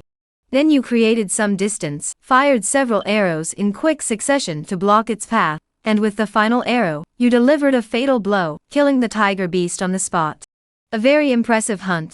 Madame Wen nodded, looking at Li Xian with a hint of approval in her eyes. This winter hunt has given me a pleasant surprise. Suddenly focusing on the spotted tiger's abdomen, she exclaimed, there's even a tiger fetus. This tiger counts as 2 for you. 1 deer blood pill, and 1 tiger blood pill each. The reward money will be settled with the accounts office. You will also be granted a single entry into the Leisure Martial Arts Hall. Seeing this, Ms. Wen believed this was the limit. Even Hua Haning and Pang Long were only of this caliber. It would be difficult to find larger beasts. Thus, she withdrew her gaze and prepared to return to the estate. Madam, I still have a large beast. Li Xian spoke directly. Oh, Lady Wen said with interest, another large beast? Yes. Li Xian reached into his bag and pulled out another tiger beast. However, this tiger beast, with only its front claws exposed, was already enough to send shivers down one's spine. Its claws were pitch black, gleaming with sharp edges, larger than 2 heads combined. When its true form was fully revealed, it was not an ordinary mountain tiger, but a ghost-patterned tiger. What kind of tiger beast is this? Even in death, it still possesses such overwhelming might. Its eyes are fixed on me, and I feel goosebumps all over my body, as if needles are pricking my back. I can't feel at ease. What a terrifying tiger beast. Can such a fierce creature really be killed by arrows? This tiger beast is probably more powerful than the bear beasts of Commander Pang and Eagle Lord. The crowd was in an uproar. Ghost-patterned Biao? Lady Wen's lips twitched slightly, and the chaos immediately subsided. You encountered ghost-patterned Biao, and yet managed to escape its jaws? She examined the ghost-patterned tiger's injuries. 1 eyeball had burst, and its entire body was broken and mangled, clearly the result of a fall from a great height. It was then killed by arrows. After the fall, he was immediately struck by a fatal arrow wound. Clearly, everything had been planned in advance. This young man's archery skills, mental fortitude, and composure in the face of danger far surpassed those of others. What other beasts are there? Bring them all out. Lady Wen ordered. Yes. Li Xian channeled his inner energy into the shrinking flesh bag, and gave it a mighty shake. A black velvet bear carcass suddenly dropped to the ground. This black velvet bear was a rare species among bears, with dense black fur and tough skin, making it extremely difficult to hunt and kill. Everyone was numb with shock. Hua Hanye's body trembled slightly, his arrogance shattered beyond repair. However, this was not the end. Another shake, and another bear corpse fell. This one was much smaller, with a long snout and sharp teeth, resembling a monkey at first glance. It's a cub. One of the guards sighed in relief. At least they weren't all large beasts. What do you know? This is the sharp-nosed, long-tongued bear, the most ferocious kind of bear. Pang Long said solemnly. Jiang Yun's body trembled, and her legs grew weak. She had originally ventured deep into the mountains to hunt bears, specifically seeking out bear dens. She had encountered this bear beast and witnessed firsthand how it devoured humans. She had nearly lost her life there. Luckily, she managed to hide in a crevice in the mountain wall and escaped. Monster. It's a monster. Is there really someone who can shoot and kill such a bear beast? Jiang Yun looked at Li Xian, who remained calm. Since you killed the cub, the mother bear must be after you, Pang Long said. Li Xian nodded and pulled out the last prey. The massive mother bear had a sharp snout, fangs, a tongue 3 feet long, and eyes that were fierce and terrifying. At this point, all of Li Xian's prey were finally revealed. Good boy, you're really impressive. Pang Long, thrilled, patted Li Xian on the shoulder. It was truly breathtaking. These game animals were a real treat to watch. Madame Wen cast a glance in Li Xian's direction. Seeing his youthful vigor, his composure, and his skill with the bow, she deemed him to possess both a noble demeanor and martial prowess. She silently appraised him. Among these guards, this young man is quite exceptional. Chapter bathed in beast blood, entering the second rank. The winter hunt ended, and the bustling Bear-Tiger Mountain was deserted. The scattered beasts were left for the laborers from the labor quarters to handle. Luo Feng swung his whip through the air, producing a loud crack. The laborers hurried their steps, daring not to linger for a moment, fearing the whip might strike them. The uncle and nephew, however, walked side by side, unburdened, quietly discussing the events of earlier. You good for nothing. Look at Li Xian over there, then look at yourself. Just looking at you makes me angry.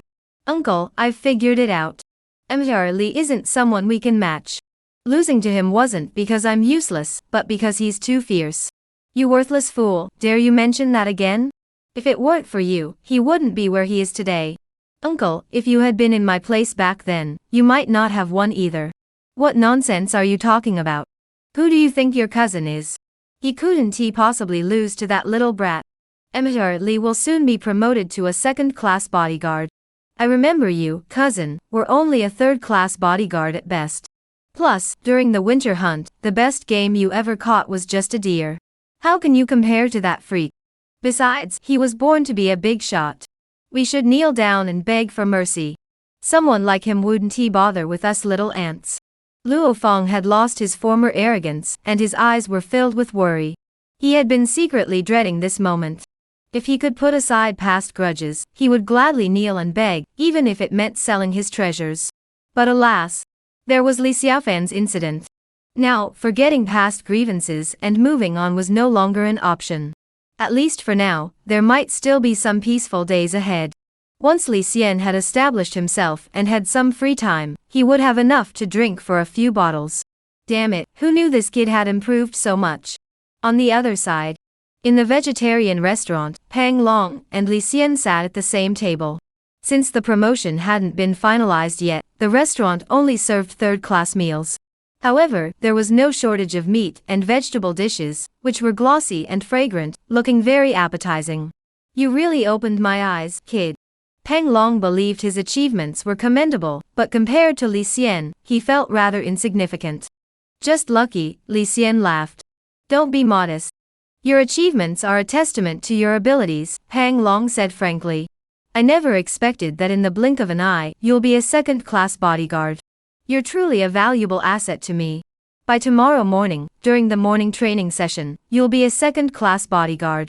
As for the details of the benefits and patrol regulations, you can figure them out on your own. I won't bother explaining them to you. Pang Long asked for a bowl of egg drop soup.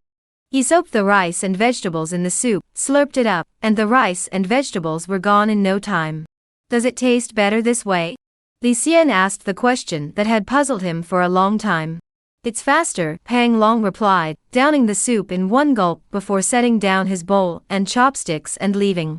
It was said that he had made further progress recently. He was getting closer to the realm of transformation. Bear-Tiger Mountain had plenty of wild game meat, but the taste was mediocre. The cook at the vegetarian restaurant had truly excellent skills. The dishes were perfectly seasoned, just right for his taste. Li Xian focused on his meal, while the guards passing by whispered among themselves. These days, Li Xian was the talk of the estate. Zhao Han and the other two saw his back from afar and dared not even greet him. After eating and drinking to their hearts' content, today's affairs were concluded. Li Xian, rare in his leisure, strolled around the outer courtyard. Recalling the fierce battles with wild beasts and the perilous struggle for survival, he couldn't help but exhale deeply. Now that I've successfully become a second-class guard, it's certainly a good thing. But my martial arts cultivation hasn't kept up, and among the second-class guards, I'm sure to be at the bottom. I must strive to improve quickly. In any place, one's own strength is always the most important thing. Without strength, he would find it difficult to hold onto his position as a second-class bodyguard. Looking around the entire Ihi village, there are 15 second-class bodyguards in total. He strolled to a scenic spot. Li Xian sat cross-legged on the ground, his hands propped up, letting the cool breeze blow through his long hair, tickling his nose. Looking at his reflection in the lake, he saw a handsome face, with eyebrows like peaks and eyes like stars. His hair had grown long, but was not disheveled, instead exuding a touch of unconventional freedom. That lady truly enjoys winter hunting. It's already difficult to catch a glimpse of her on ordinary days, let alone hear her speak so much. Li Xian mused leisurely. In fact, among the guards, only on the day of the winter hunt settlement could they see the lady. At other times, even the top-ranked guards could barely hear her voice. The next day, after morning training, Pang Long walked over with a smile and announced that Li Xian had been promoted from a third-class bodyguard to a second-class bodyguard. This drew countless envious glances, but few dared to voice their dissatisfaction, as Li Xian's performance the previous day had been truly flawless. Don't envy him, and don't harbor any other thoughts. There's the winter hunt every year. Only Li Xian could achieve such results. No wonder the lady has such high regard for him. Pang Long stood with his hands behind his back, using Li Xian as an example to inspire the other guards. After the group dispersed, many second and third class guards immediately gathered around him to seek his guidance on archery techniques. As for the first class guards, who considered themselves of a higher rank, though they also wanted to learn archery, they couldn't bring themselves to ask for instruction. Such thoughts were truly amusing. Those who came to seek guidance, Li Xian did not refuse outright. Instead, he shot 2 arrows and taught them some of the basics. As for how much they could grasp, that depended on their individual aptitude. The second-class bodyguards' badges were orange-red. They only need to patrol for 2 hours a day, with a night patrol roughly once a week. However, without prior approval or special circumstances, they are not permitted to leave the estate without authorization. In the end, whether they are first, second, third, or fourth-class guards, even the highest-ranking guards are still guards. They are servants who have sold their lives. If this point is not made clear, and the lady becomes displeased, a single frown from her is enough to reduce one to their original state. Li Xian, is that you?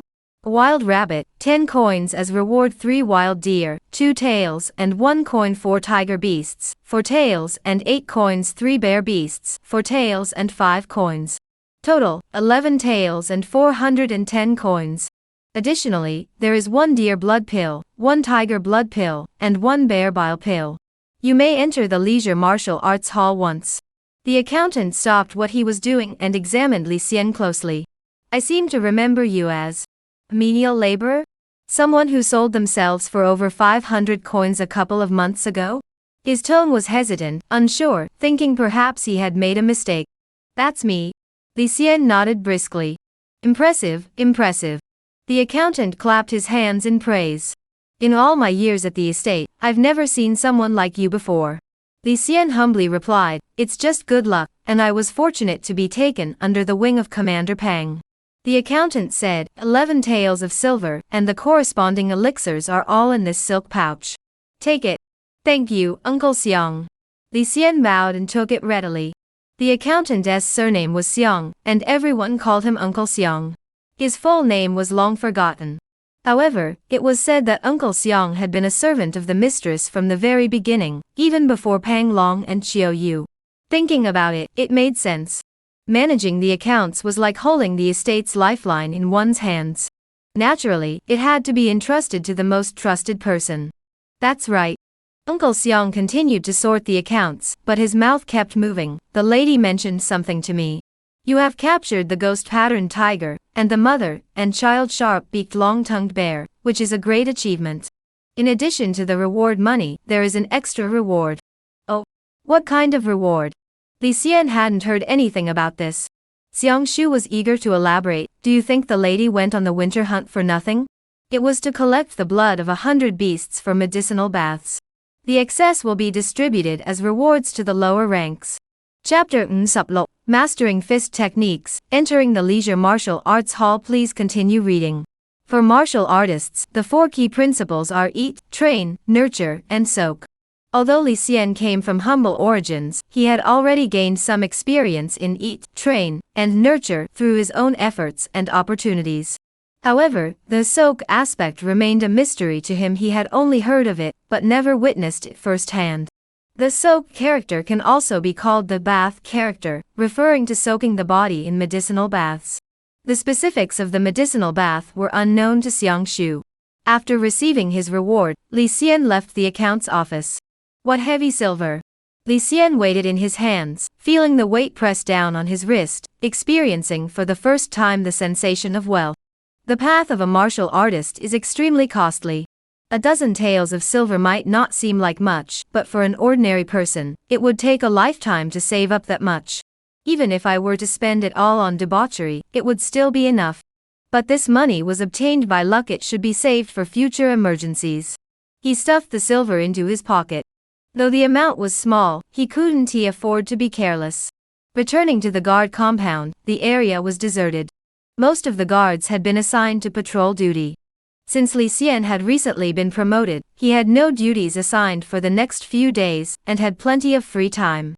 He found a secluded spot, surrounded by trees and bushes. This was his usual training ground, rarely disturbed by others. He sat down on the ground, cleared his mind, and calmed his breathing, adjusting his state to that of martial arts training. Seize the opportunity, do not slack off.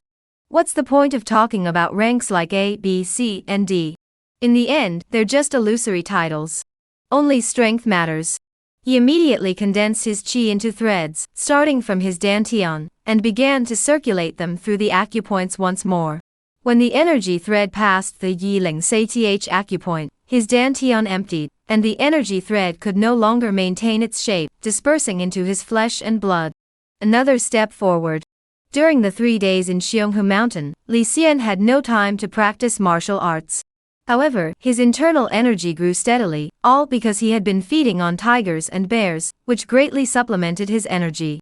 This allowed the internal energy, that should have been condensed, but couldn't due to poor nutrition, to be replenished. The sons and daughters of prominent families are nurtured through proper diet, cultivation, and rest, enjoying favorable conditions. Thus, they can accumulate sufficient internal energy with minimal effort. They can achieve qi circulation throughout the body at an early age, locking in their qi and blood, thereby slowing down their decline, and enabling them to walk the path of martial arts for a longer time. Though I lack their privileged circumstances, I can take one step at a time, focusing on the path before me. There is no need to give up on oneself or succumb to envy and self-doubt. His right hand swept from his chest pouch, revealing 3 pills: deer blood pill, tiger blood pill, and bear gall pill. The deer blood pill is a tonic pill that nourishes and strengthens qi and blood, with a relatively mild effect. Take this one first. He swallowed the deer blood pill in one gulp.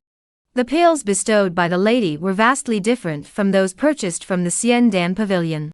The difference lies in whether they are genuine or inferior pills. As the pill entered his stomach, a wave of warmth surged upward, as if a forest of flesh and blood was rushing past. His muscles trembled slightly. You have taken the deer blood pill. Your skill in consuming pills has increased by ga sup yi. Li Xian used the pill's effects to refine his martial arts. 4 directions fist. Proficiency, 4618 mastery. Proficiency ga 1. 2 hours later, the effects of the deer blood pill wore off. His internal qi became even more refined.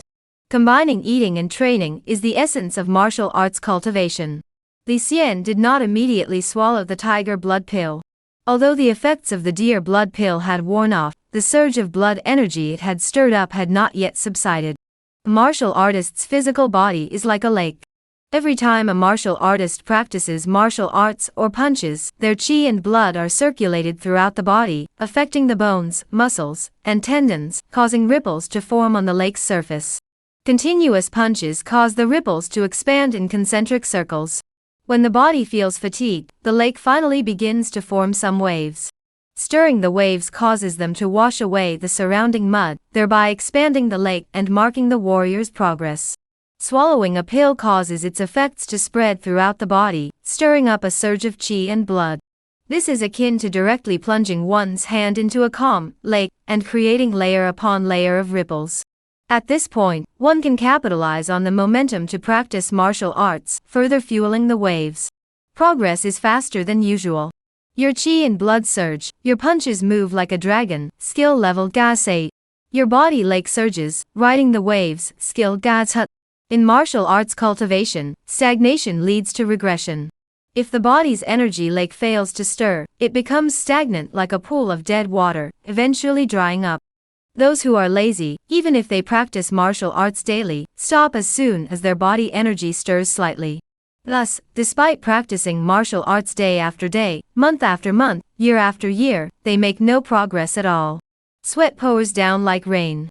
Li Xian, free from the constraints of patrol duties, seized every moment, unwilling to waste a single second. He trained until his hands were numb and could no longer throw a punch. He then switched to practicing the clear wind leg technique. These two martial arts are indeed very basic. But the more basic the martial art, the broader its applications. The hard work put into them will never go to waste. 2 days passed in the blink of an eye. Li Xian took 1 pill daily, first the tiger blood pill, then the bear bile pill. This was his second time taking the tiger blood pill, and since he had mastered the technique of ingestion, its effects were slightly better than the first time. His tendons and bones had become more resilient, and his strength had increased significantly. Though he hadn't tested exactly how much weight he could now lift, he estimated that among the guards, he was already among the best. The bear gall pill was even more extraordinary. Upon entering the mouth, it was extremely bitter and foul-tasting, akin to chewing raw bear bile. The bitterness was unavoidable and lingered for a long time. However, once swallowed, it immediately transforms into a clear stream, rushing up to the back of the head, the fontanelle, and the brow. 3 points emit wisps of white mist. The most noticeable change is in the eyes. The pupils are now distinctly black and white, adding a touch of vitality, and the eyesight has significantly improved. With the power of the elixir, Li Xian's martial arts progress over the next 2 days was also rapid. 4 directions fist. Proficiency, Lok Sup Yet Yet Man perfect. Description, you have diligently practiced the fist techniques and finally achieved perfection. Your fist intent is powerful, and your movements are natural. You have transcended the framework of techniques and can adapt freely according to the situation. Casual punch exudes the aura of a master, possessing a unique personal style. Even Pang Long, with his vast cultivation, pales in comparison to Li Xian's mastery of the 4 directions fist. When the 4 directions fist breaks through, it stirs the body's energy lake, causing internal qi to flourish, filling it to nearly half its capacity. The circulation of qi throughout the body is no longer a distant goal for him. After mastering the 4 directions fist, Li Xian ceased his practice of the technique. What should be revealed is revealed, what should be hidden is hidden. When venturing out into the world, having an unexpected ace up one's sleeve gives one greater confidence. He shifted his focus to the clear wind leg technique. Clear wind leg. Proficiency, Yasam Gao Yet Ling Ling, minor achievement. Description, the leg techniques are graceful and flowing like the wind rustling through willows. Your clear wind legs have reached the minor achievement stage, enhancing your leg strength and complementing the running technique. You have also grasped the riding the wind trait, enabling faster speed. The so-called riding the wind refers to leveraging the momentum of the wind to increase speed. Even an ordinary person running with the wind will move faster. However, after mastering the riding the wind trait, you will feel as though you are running on the wind itself, moving faster and more gracefully. Huff. Li Xian exhaled a breath of stale air, clenched his fists, and felt his growing strength and the increasingly powerful internal energy within him. His heart was utterly at peace. Perfect fist technique. He had inquired and found that among hundreds of guards, not a single one had mastered the foundational martial arts to perfection. Because it was too time-consuming. The foundational martial arts were extremely basic, with almost no barriers to entry. Yet even so, from the initial stage to the minor achievement stage, those with talent might achieve some results after 2 years of relentless training. From minor mastery to advanced mastery, the time required varies greatly. Some achieve it in a year, while others take 5 or 6 years.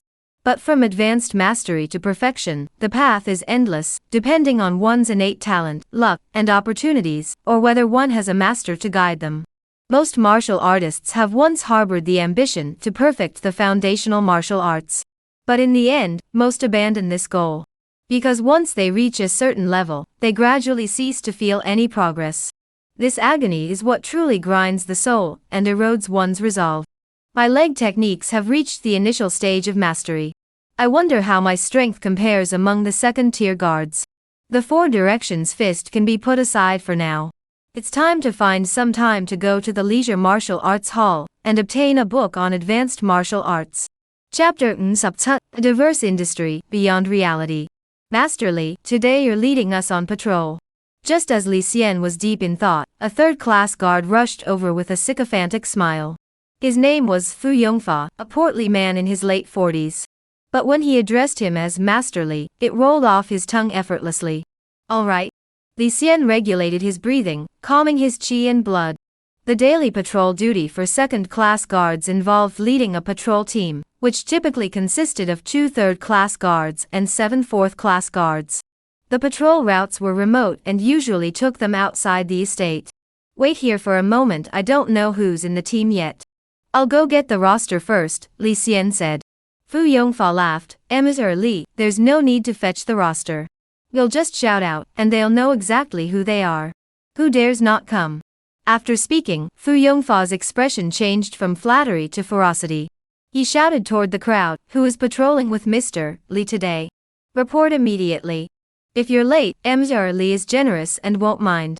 But I, Fu Yongfa, am not so easy to deal with. I'll count to 3. 3. No sooner had the words left his mouth than several people scrambled forward, their clothes in disarray, fearing they might be 3 seconds too late.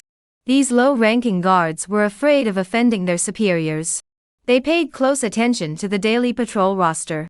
How could they not know who they were supposed to patrol with today? Li Xian had only been with the lower-ranked guards for a short time, so he didn't have much experience and wasn't very clear on the details. However, he didn't want to delve into the intricacies of it either. The group quickly gathered, consisting of 2 third-class guards, 7 fourth-class guards, and Li Xian, making a total of 10. Among the 7 fourth-rank guards, there was a familiar figure, none other than Zhuo Ilye, who had once shared a room with him. He kept his head lowered, dared not look at Li Xian.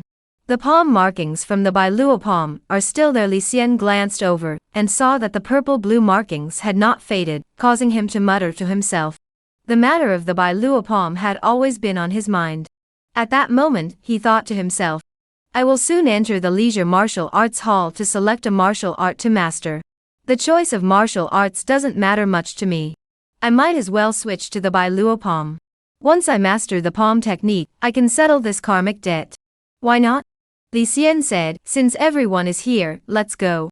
This patrol route was extremely long, winding and twisting, taking a full 2 hours, and they had to leave the estate. Before setting off, Li Xian led everyone to the front of the vegetarian restaurant to collect an adequate supply of hot dry pancakes. Each person received 2 pieces. The lowest grade was plain dry pancakes with no filling. The second grade had vegetable filling, and the highest grade had meat filling, which contained beef and was rich in fat. Li Xian had a hearty appetite and was still growing, so he took 3 pieces. Today's patrol duty might not leave time for lunch, so everyone should use the dry cakes as a meal. Li Xian called out, "Let us go."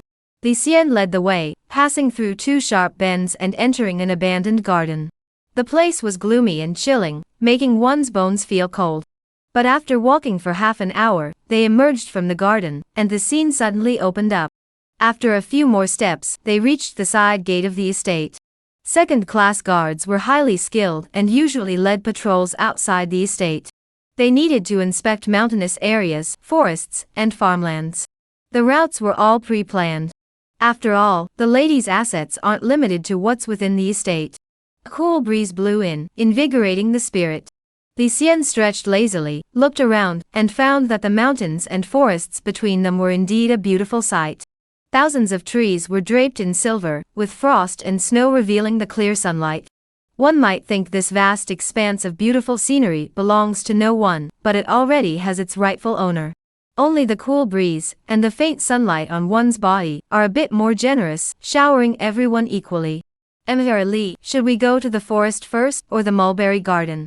Fu Yongfa asked. Let's go to the forest first.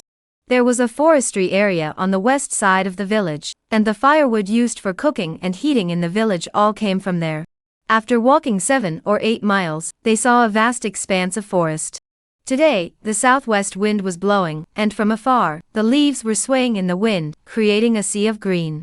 These were changchun trees, which did not shed their leaves in winter and grew very quickly. A village with over 1,000 people requires an enormous amount of firewood each day. Li Xian led the group through the forest, inspecting to see if anyone was stealing firewood. Who goes there? Fu Yongfa suddenly shouted harshly. 2 guards by his side leaped forward and pounced into a patch of weeds. Soon, they dragged out a beggar. The guard's toes jabbed the beggar's back knee, then pressed down with both hands, forcing the beggar to kneel on the ground. Ah! The beggar let out a pitiful cry. Good. Dare to steal firewood, huh? Beat him. Fu Yongfa roared angrily. No, no. Master, I was just passing by. The beggar begged for mercy. The guard paid no heed to his explanation, and was about to strike again when Li Xian interjected, This man has no axe or firewood, he is not a thief. Let him go. Li, this lowly scoundrel. Even if he doesn't steal firewood today, he'll definitely do it tomorrow. Why not just beat him to death and bury him? Since he loves firewood so much, let him become its nourishment. He'll fulfill his wish, and who knows, maybe he'll even thank us in the underworld. Huayongfa suggested with flattery. The beggar hurriedly shook his head, scared into tears. Oh! Li Xian heard this suggestion and felt deeply displeased. Seeing Fu Yongfa's despicable face, flattering the powerful and bullying the weak, he had no good feelings towards such people. He thought further, burying and killing beggars was clearly already a common practice. With such a dense forest, there might be more to it than meets the eye. If Li Xian went against the tide, everyone would naturally obey, but they would certainly gossip behind his back. It would be better to use this opportunity to establish his authority, making them fear and tremble, which would reduce many troubles. He immediately turned around and slapped Fu Yongfa across the face with a loud smack. Does that hurt? Fu Yongfa was startled, a red mark appearing on his face. He didn't know why Li Xian had hit him, but he dared neither anger nor hatred, unaware of the insult. He smiled and said, It doesn't hurt. It's an honor for me that Mr. Li would slap me. Li Xian swung his hand again. This time, he channeled his inner energy, infusing it with the intent of the 4 directions fist. Though the slap was light, it felt as though it came from all directions, sending Fu Yongfa into a trembling fit. He sensed the scent of death and tried to dodge with all his might. But there was nowhere to hide. With a loud bang, Fu Yongfa was knocked to the ground. Blood gushed from his nose. Thank you, Master Li. Thank you, Master Li. Huayongfa covered his face, knelt on the ground, and bowed his head, tears streaming down his face. If Li Xian hadn't held back, he would have been killed by that slap. He was filled with terror. This young Li Yi was so skilled in martial arts. He dared not harbor even a shred of disrespect. Let him go, Li Xian said indifferently. The guards dared not disobey, and immediately released the beggar. Li Xian said, Do not come here again. Yes, thank you, sir, for sparing my life. The beggar fled in a panic. Such a person probably didn't dare to steal firewood, he likely intended to pick some fruit. Last night, he got lost and used the weeds to shield himself from the wind, falling asleep in a daze. After releasing the lost beggar, they continued their patrol of the forest. Not far away, a group of laborers were cutting firewood. At such times, the guards would usually go out of their way to pass by and enjoy the envious glances of the others. Li Xian found it troublesome, so he glanced at them from afar and left the forest, heading toward the mulberry garden. Upon arriving at the mulberry garden, he was even more amazed. The lady's estate was vast.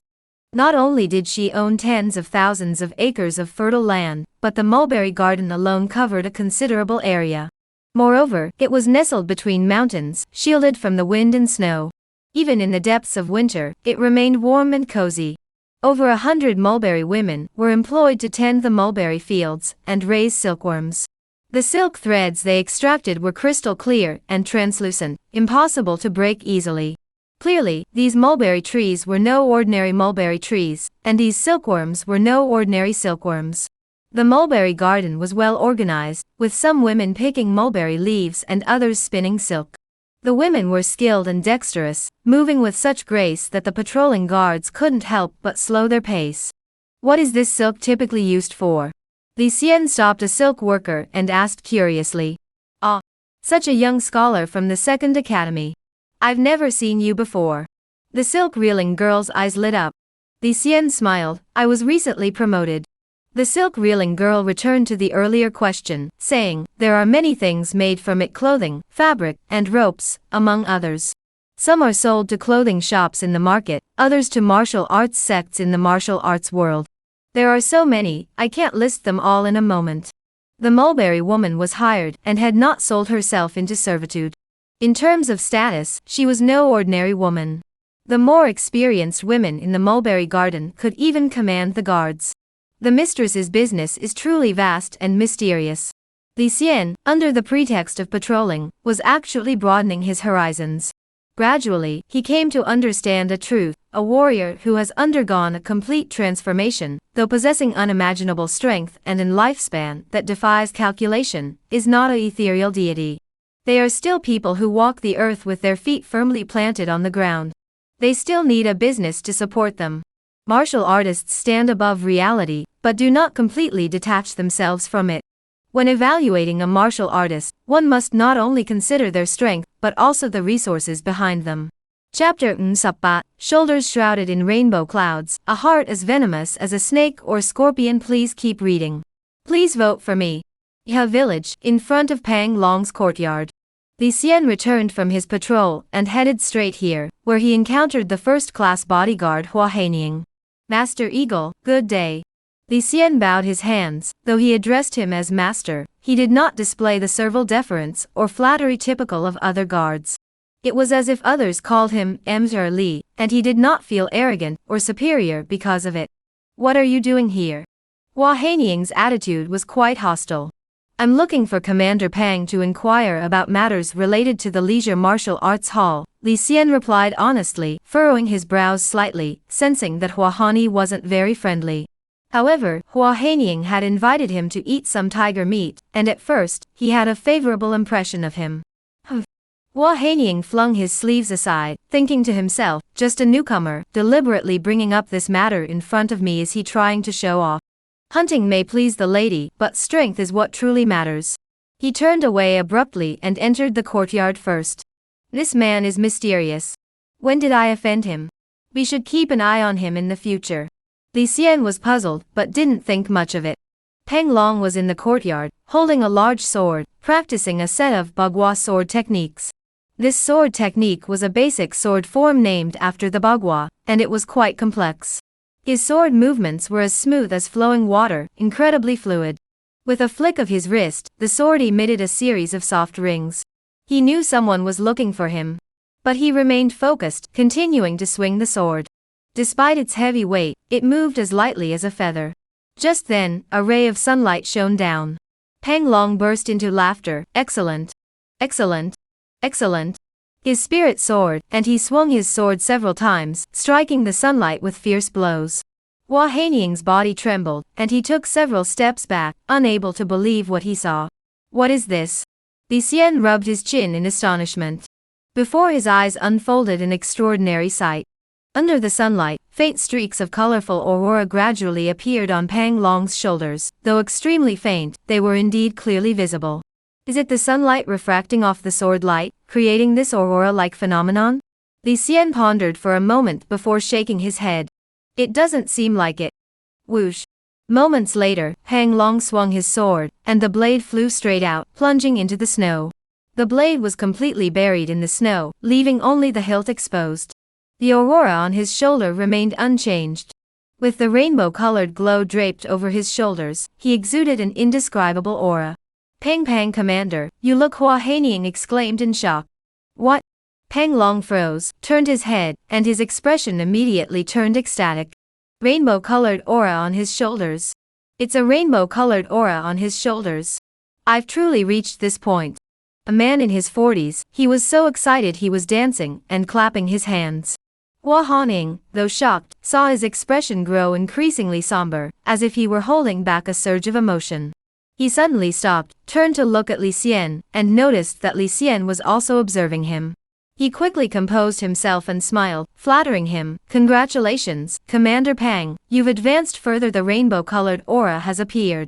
Aha, indeed a great joy. Pang Long's rugged features seemed to have completely relaxed. Li Xian couldn't help but wonder, does Hua Haining not respect Commander Pang? He wasn't as careless as Pang Long. He always seized every opportunity, and was highly perceptive. But he didn't want to jump to conclusions based on expressions alone. He walked over and asked, Commander Pang, what does shoulders shrouded in rainbow clouds mean? Pang Long shook himself lightly, sweat instantly evaporating from his body. He glanced at Hua Haining and Li Xian, realizing they were here for the Xianwu Pavilion. The so-called shoulder draped in rainbow clouds, well, it's a symbol. A symbol? Li Xian was eager to learn. That's correct. It's one of the symbols of entering the eating essence realm. Pang Long donned a thin robe and extended his right hand. Moments later, a wisp of white smoke rose from his palm. This is one of the symbols, the divine mechanism in the palm. When a martial artist displays this symbol, it signifies that they will have the opportunity to seize that elusive divine mechanism. And the strange phenomenon earlier was the second sign, known as rainbow haze on the shoulders. I just manifested this sign, but it's not yet very obvious. Pang Long explained. He continued, there are two more signs, chest thumping like thunder, and hair standing on end. When all four signs appear on the same person, it means. As he spoke, his voice grew louder, this person has truly entered the spirit-eating realm and begun the path of transformation. It is what countless people have longed for. I see. Li Xian was greatly astonished and secretly noted it down. He also felt happy for Pang Long, as the eating essence realm was getting closer and closer. I've heard that some people undergo special physical changes at this stage. I wonder if it's true or not, Pang Long murmured. Special changes? What kind of changes? Hua Hongning asked in astonishment. It's hard to say, not everyone experiences them. Pang Long shook his head. These changes vary from person to person, there's no set pattern. But that's precisely what makes the martial arts world so fascinating. There are extraordinary individuals out there, and you can only imagine what they're capable of. However, such individuals are likely beyond our reach in this lifetime. Pang Commander, if you enter the spirit-consuming realm, wouldn't you also be one of them? Li Xian smiled. Pang Long said, I've only just begun. It's still a long way to go. Hua Hongning said, I don't think it's that far off. From the last time you wielded the divine mechanism to now, with the rainbow aura on your shoulders, Commander Pang, you're actually not far from that level. Could it be that your wife is helping you? Pang Long shook his head and said, my wife has told me. She won't help with matters of that realm. If I can attain it, it's my own fortune. If not, it's because my fate doesn't include such divine machinery. Everything is up to me. Hua Haining sighed slightly in relief. Li Xian narrowed his eyes, sensing Hua Hongying's ulterior motives. Commander Pang, if this news spreads, it might stir up jealousy among the guards. He meant to remind him. Ha! However, Pang Long, with his rough nature, failed to notice the underlying meaning, and simply laughed heartily. Hua Haining glanced at Li Xian, feeling an unexplained sense of apprehension toward him. Yihezhuang, Xianwu Pavilion. Built at the center of a lake, it was tower-shaped with 3 stories, each approximately 2 zhang high. Rising majestically in the center of the lake, it resembled a black sword. Pang Long sought permission from Qiu Yu, took Li Xian and Hua Hongning with him, and arrived at the outer perimeter of the Xianwu Pavilion. Qiu Yu said, to reach the Xianwu Pavilion, we must cross a white jade bridge. The bridge is equipped with traps. Don't blame me for not warning you. Every step you take must match mine. Otherwise, if you're killed by the traps, it's your own fault. Most of the martial arts in the Xianwu Pavilion were created by Lady Wen during her leisure time. However, Lady Wen had enemies outside, and they might have been plotting against her, studying her martial arts to deduce her personality and fighting style. Therefore, even the Xianwu Pavilion, which she does not hold in high regard, is surrounded by traps. To prevent the martial arts from being leaked and analyzed by others. After giving some final instructions, Qiuyu stepped onto the white jade bridge, each step landing in an odd manner, as if containing some hidden meaning. Hua Hongning followed closely behind Qiuyu, with Li Xian trailing behind him. Suddenly, Hua Hongning changed his pace, intentionally shifting his body to block Li Xian's view, preventing him from seeing Qiuyu's footsteps and thus unsure of how to proceed. Li Xian thought to himself, indeed, those who come here are not here with good intentions. He felt even more disdainful. Hua Hongning was narrow-minded, but not worth fearing. In this situation, how could he possibly handle everything, especially since he also needed to find a place to step? It would be useless and only expose his true intentions. Successfully crossing the white jade bridge, he arrived at the Xianwu Pavilion in the center of the lake. He pushed open the door. An elderly man with a weathered face came to greet him. This old man had eyes but no ears, a mouth but no tongue, with long limbs, but his tendons had been severed. Hall servant, guide them in.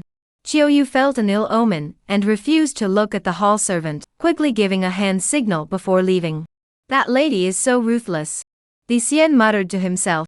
No tongue to prevent communication. No ears to prevent hearing.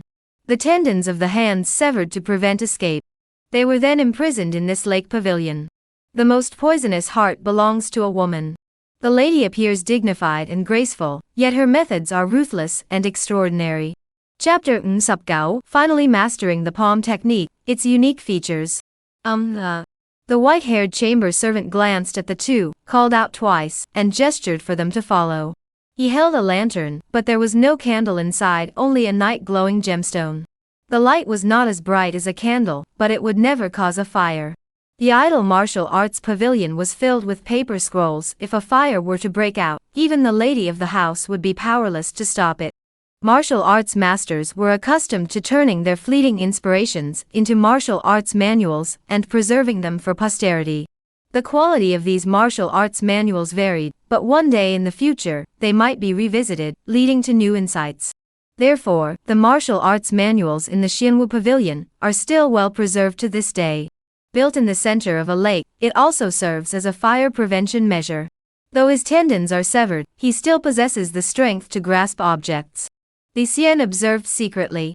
The servant's wrists bore a distinct scar, the mark of severed tendons. However, the lady had clearly held back, leaving the tendons intact, otherwise, he would not have been able to lift the lamp. The tendons were severed, but not completely, making it impossible to practice martial arts, yet he could still pick up and place objects. It was likely not out of kindness to allow him to live independently. Rather, he was needed to assist with managing the affairs of the mansion. Without the strength in his hands, many tasks would be impossible to perform. Though there was some dust, the place was generally clean. The interior is not spacious, just a narrow corridor wide enough for 4 people, winding and twisting, with bookshelves on both sides. The chamber slave pointed to the bookcases on either side, gesturing for Li Xian and Hua Hongning to select books on their own. Under the glow of the night pearl, Li Xian moved toward one of the bookcases, his eyes scanning the shelves quickly. The higher the level of martial arts, the more difficult it is to master, but the benefits it brings, in terms of strength, are correspondingly greater. Martial arts are divided into lower, middle, and upper tiers, though there are actually more than 3. However, we are unqualified to know about the higher tiers. His gaze swept across the shelves, recalling fragments of martial arts knowledge in his mind. Advanced martial arts, their effects are even more astonishing. Li Xian glanced through several martial arts manuals with great interest. One of them was a sword technique called Heavenly Wind Sword, classified as a lower-tier martial art. This sword technique emphasizes the sword's momentum being like the wind, with swirling air currents and sand swirling around the body when wielding the sword. Though somewhat flashy and lacking substance, it was indeed. It was very fitting for Li Xian, armed with a narrow sword, accompanied by a flask of strong liquor, and a donkey, living a carefree and reckless life, able to ascend to the imperial palace, or descend into the brothels. This is the kind of martial arts fantasy of the Jianghu world. Of course, it's just fantasy. Li Xian slowed his pace, though he already had a target in mind, he remained meticulous in his selection. Soon, he spotted Hua Han's Fire Eagle Claw. Hua Han's current strength was largely due to the power of the Fire Eagle Claw. This claw condenses chi into fire, clings to the fingertips, excels in grappling and killing, and possesses overwhelming finger strength. It is an extremely formidable martial art. Shifting his gaze, another martial arts manual caught his eye, Hua Qi Gong. This is a rare hard-style martial art. However, it has a fatal flaw: it often leaves a vulnerable point. Touch it and you're crippled, touch it and you're dead. However, if the weak point is protected, it is far more powerful than other martial arts of the same caliber. Bai Luo Palm. Soon after, Li Xian finally saw the Bai Luo Palm. He thought to himself, though there are many martial arts here, I can only master one. Seeing more will only fuel my desires without any real benefit. He made up his mind. I'll head. The servant tapped Li Xian on the shoulder, pointed to the book in his hand, then pointed to his head. Are you saying I have to memorize it on the spot? I can't take the book with me? Li Xian asked cautiously. Yes. The servant nodded. He led Li Xian to a small chamber, where it was quiet and peaceful, with a bowl of cold water, and some dry rations nearby. Wow, they really keep a tight rein on things, Li Xian exclaimed. He flipped open the book. The 3 characters, by Luo Zhang, caught his eye.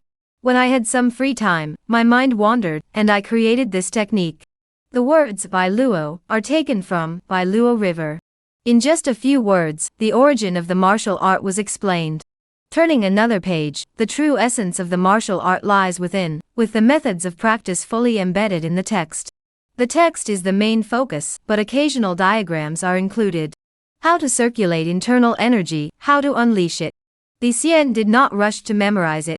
He first read through it from beginning to end, ensuring smooth and natural flow, without seeking deep understanding. He then recited each section by heart. Before he knew it, it was evening. Through the window, he saw that the sky had grown dark. Fish played in the lake.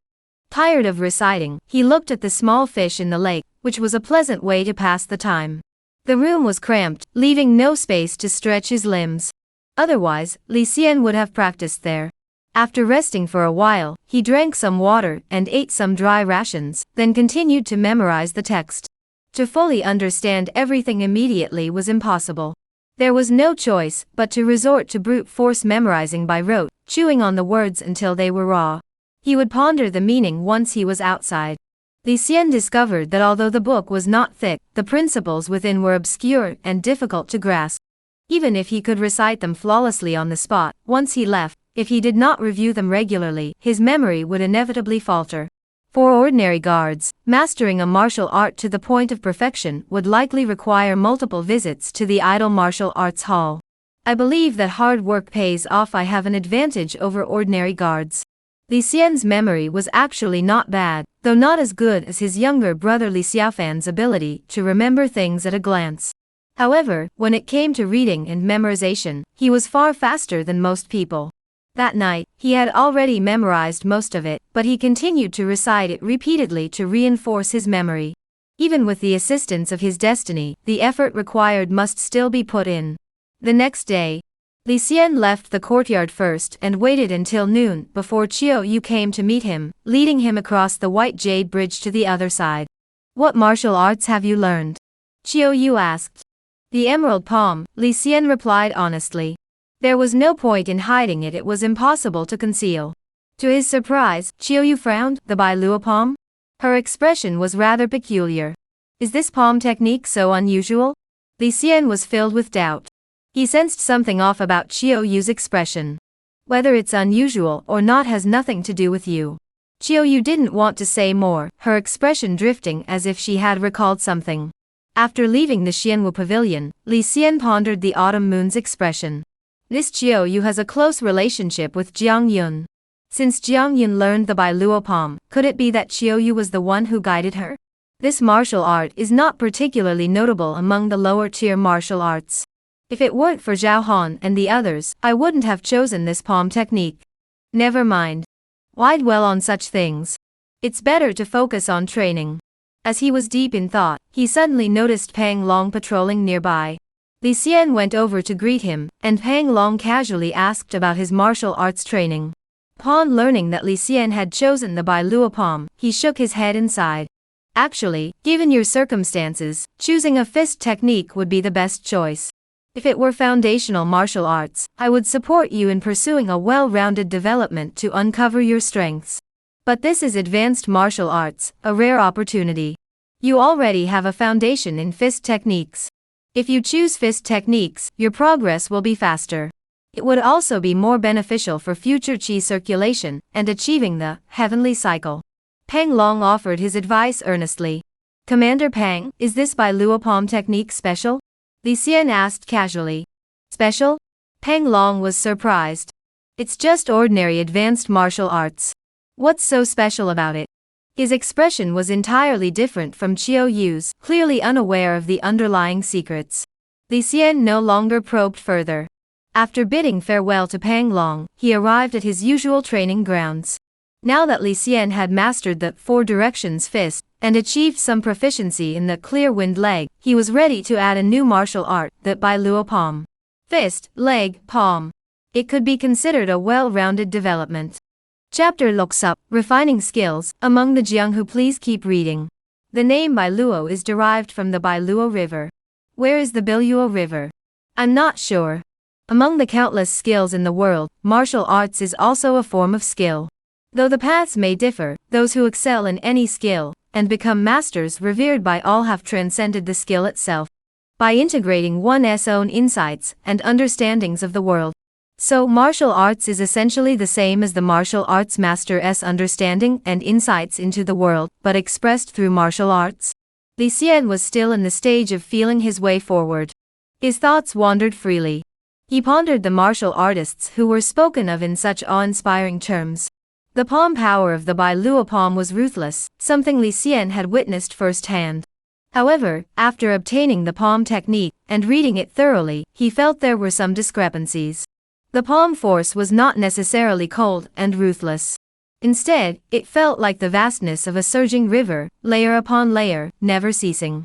He guessed that the lady must have observed the river for a long time, seeing its endless flow day after day, and was suddenly inspired to create this palm technique.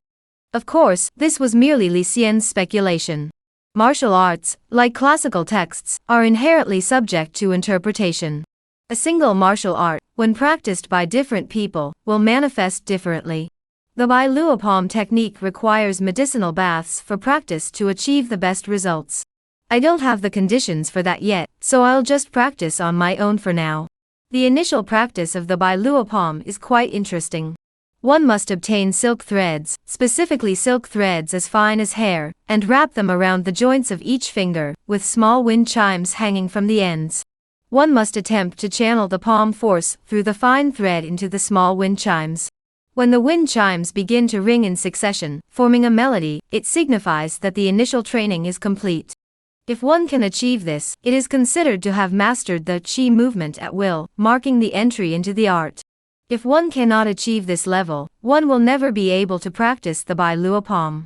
Because the essence of the Bai Luo Palm is that when one palm is struck out, different palm energies emerge from the palm center and finger joints simultaneously. These palm energies mix, intertwine, and coil into knots, much like a lock. They leave indelible marks on the body.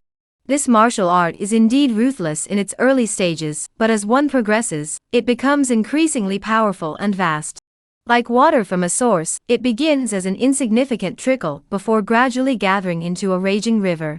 Practicing martial arts, combined with one's current state of mind, seems to make it even harder to understand martial arts. Li Xian began to devote himself entirely to the Bai Luo Palm from this day forward. During his patrols, he practiced martial arts, with no other concerns. 2 days passed in the blink of an eye. Bai Luo Palm. Proficiency, Subject Bat Beginner. Description, a trickle can become a river. Through your diligent practice, you have begun to grasp the basics of this palm technique. The entering palm technique is truly different. Even just the basics require bat points of proficiency. Let us get started. Li Xian muttered under his breath, no longer dwelling on it. At this stage, the training method changed. There are 2 methods of practice. The first is to practice palm techniques, which are the set moves used in combat. The second is to practice palm power, which is the most crucial aspect of this palm technique. Li Xian followed the steps diligently, progressing steadily. Proficiency Gaya. Proficiency Gaya. Silently accumulating. In a single day, the proficiency of the Bai Luopom increased by 152, showing significant progress. Of course, the Qingfeng leg technique was not neglected either, with proficiency increasing by 174. Qingfeng leg. Proficiency, 71915 beginner level. The sense of progress filled him with motivation. Accumulate strength, accumulate strength. Under the clear moonlight, Li Xian was drenched in sweat, fetching a bucket of icy well water. He splashed it over himself, the biting cold washing away the sweat and fatigue. After a brief rest, he continued practicing his palm techniques, pushing himself to the limit. The Bai Luo palm was indeed a martial art of the advanced realm. The speed at which it accumulated internal energy far surpassed that of the Four Directions fist. Moreover, it was purer, and when condensing energy into threads, it was even harder to interrupt. All this progress was clearly visible. These days of relentless training, though fulfilling, need not be elaborated upon further. Before he knew it, 3 days had passed. Masterly, your willingness to guide us has been a great help. At night, outside the village, on a large open field, the moon was bright and the stars few, with a campfire burning on the ground. 8 or 9 guards were constantly flattering Li Xian. It's no trouble at all. I'm just doing what I can for you in exchange for your generosity, Li Xian said. Li Xian's style of conduct had already spread among the guards. He was renowned for his decisive and efficient manner, never dragging his feet or causing trouble. At this time, the guard competition was approaching, and the guards were preparing for it. Many third-class guards were hoping to be promoted. At the very least, they could maintain their rank and avoid being demoted to the 4th rank. Thus, the tradition of private tutoring emerged. 7 or 8 third-class guards with good relationships would pool their money to hire a second-class guard to teach them martial arts, identify their weaknesses, and help them improve. However, during the day, everyone is busy. Therefore, the private lessons are usually held at night, lasting about an hour. They would report in advance, so it didn't violate the village rules. This was also considered an unwritten rule. Masterly, this is money we've raised. We hope you'll be generous and teach us a bit more. Third-class bodyguard Hao Xiaohua presented a cloth bag with both hands. Whatever I can teach, I will teach. Li Xian took the money. Another 3 taels of silver were added to the coffers. To be honest, the higher one climbs, the more avenues for making money open up. Sometimes, it's not about going out to earn money, the money comes to you on its own. Who will go first? Within an hour, I will instruct you all, Li Xian said readily. I'll go first. A tall and muscular 3rd-rank bodyguard stepped forward, bowed his hands, and said, Masterly, I have trained in the horizontal martial arts of great strength and the Luo Zhuang leg technique. Please show me your skills. Without another word, he charged forward. His robust build caused the others to think, if Mr. Li were to lose, that would be a real joke. Seeing the bodyguard's swift kick, it was indeed intimidating. But Li Xian sidestepped and lightly kicked his lower ribs with his toes. The burly man's strength seemed to be drained in an instant, and he was defeated with a single move. That move was the clear wind kick, from the clear wind leg technique, a skill that uses the feet to strike pressure points. Since Li Xian had taken the money, he would take responsibility. Your great strength technique enhances your power, and your pillar leg technique stabilizes your lower body. However, while you are fierce, you lack stability. When facing weaker opponents, your momentum can indeed intimidate them and secure a quick victory. However, when facing martial artists of the same caliber, you reveal weaknesses from the very start.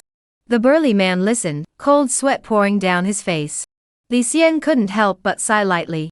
Many of the martial arts skills of the guards were actually not bad, but they simply couldn't unleash the true power of their martial arts.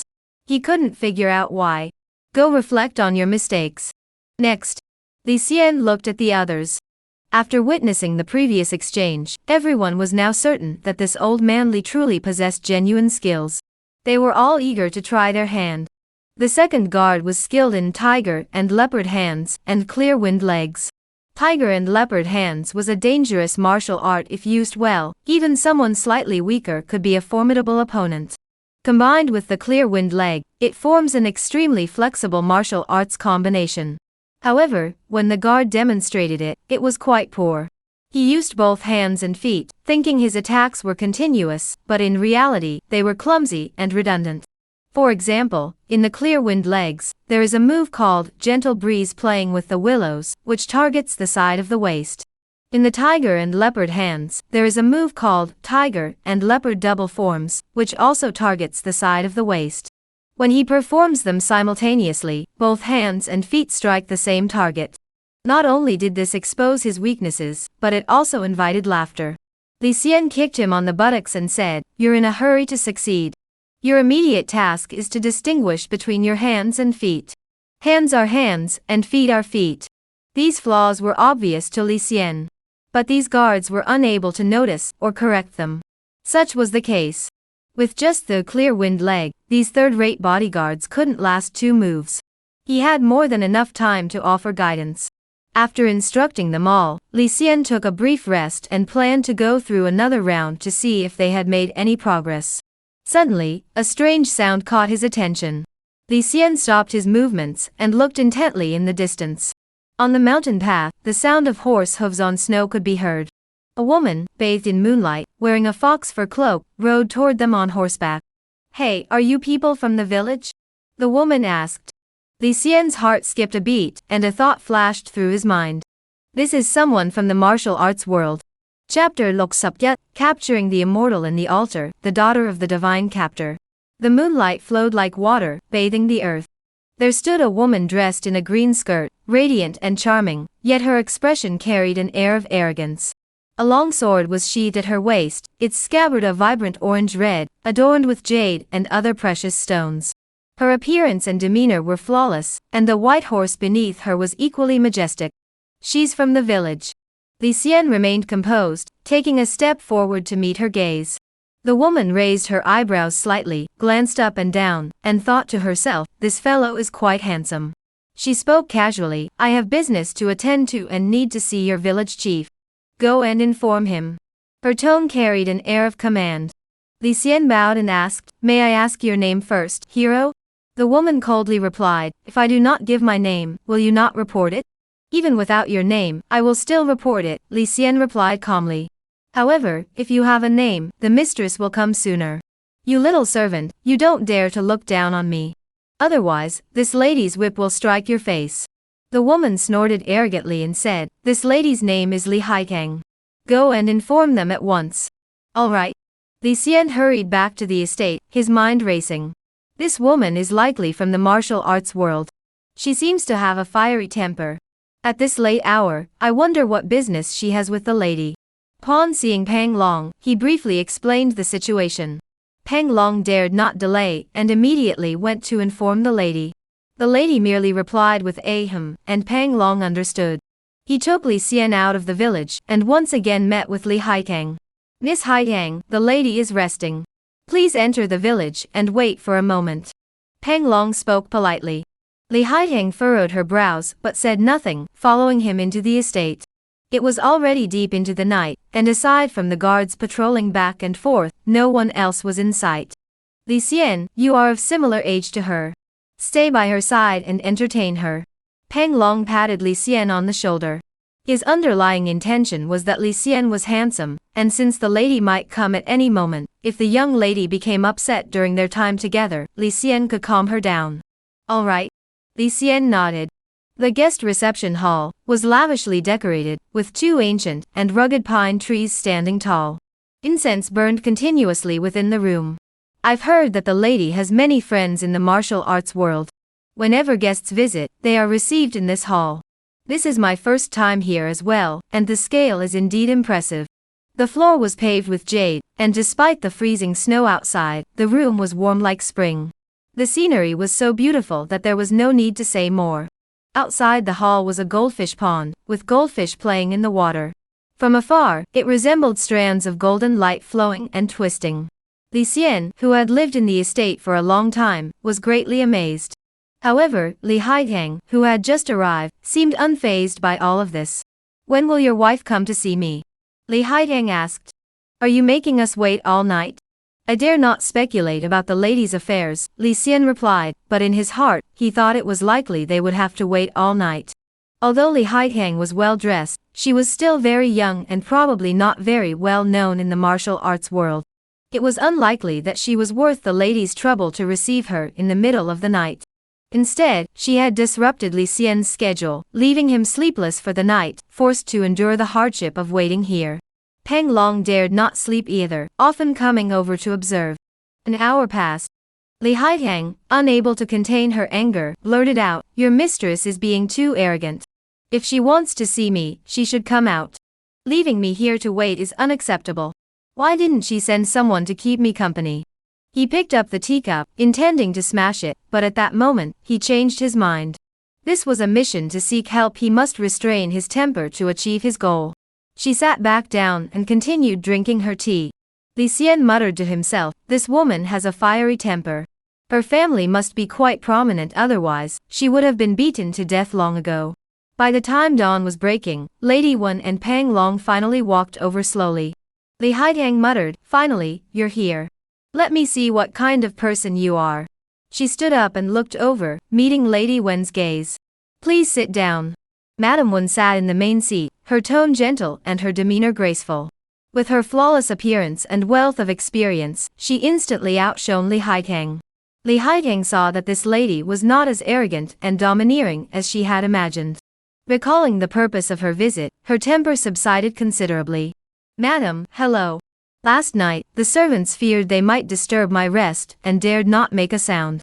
I awoke early this morning and hurried here at once." Lady Wen dipped her delicate fingers into the tea, poured in some cool water, and gently tapped the teacup. The teacup flew across the room, and Li Haitang caught it, feeling a slight warmth on her palm. When she opened it, the aroma of tea filled the air. The cold water from earlier had turned scalding hot. "Impressive skill." Li Haitang praised, the oppressive feeling from last night dissipating. She took a sip of tea, bowed her hands, and said, "It seems the rumors are true. This mountain villa is home to a martial artist. May I ask your name, madam?" Li Haitang inquired. This casual question was one even Peng Long dared not ask.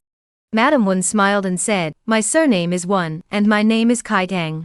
When Kaitang your Mrs. Wen, so it's you." Li Haitang said, "My father once mentioned you. You must be the daughter of the iron-blooded divine captor Li Bohu," Lady Wen said. "That is correct." Li Haitang spoke with respect. Though she came from an extraordinary background and possessed natural talent, she knew that even a mighty dragon must bow its head on enemy territory, let alone a young dragon like herself.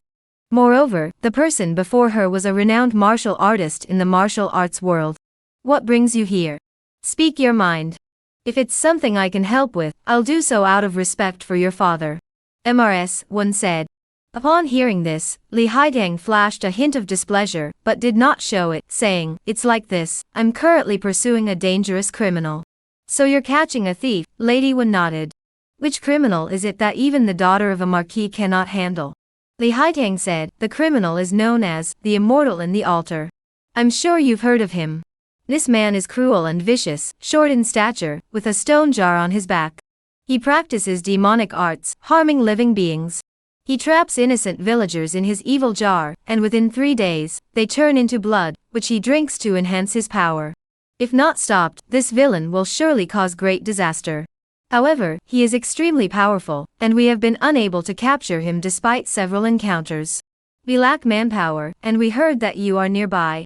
We humbly seek your assistance, hoping for any help you can provide." Li Haitang explained the situation in detail. So he's a notorious criminal from the martial arts world. Li Xian thought to himself, trapping people in altars and turning them into blood. Such strange things are new to me. Madame Wen asked, "What kind of help do you need?" She would not personally capture a criminal for such a junior. However, if the demon in the jar could be eliminated sooner rather than later, it would be for the best. Otherwise, it would continue to cause trouble and eventually threaten her business, forcing her to intervene personally. "Do you know of any skilled individuals in your estate who are quick-witted? No need for great strength, just light on their feet and clever enough. I will teach them the array formations, and they will follow our commands. That way, the immortal in the jar will have no place to escape." Li Haitang asked. Madame Wen remained silent. Li Haitang clenched her teeth. 30 men will suffice. 30 it is. Lady Wen waved her hand dismissively, then turned to Pang Long. You choose the men. In this way, Pang Long selected 3 grade B, 6 grade C, and 21 grade D individuals, totaling 30. The Class B members would lead the teams, working alongside Li Haitang and the others to capture the immortal in the altar. Pang Long had no suitable candidates, but since it was the lady's order, he spared no effort and held nothing back. He noticed that Li Xian was quite clever and had escaped danger multiple times.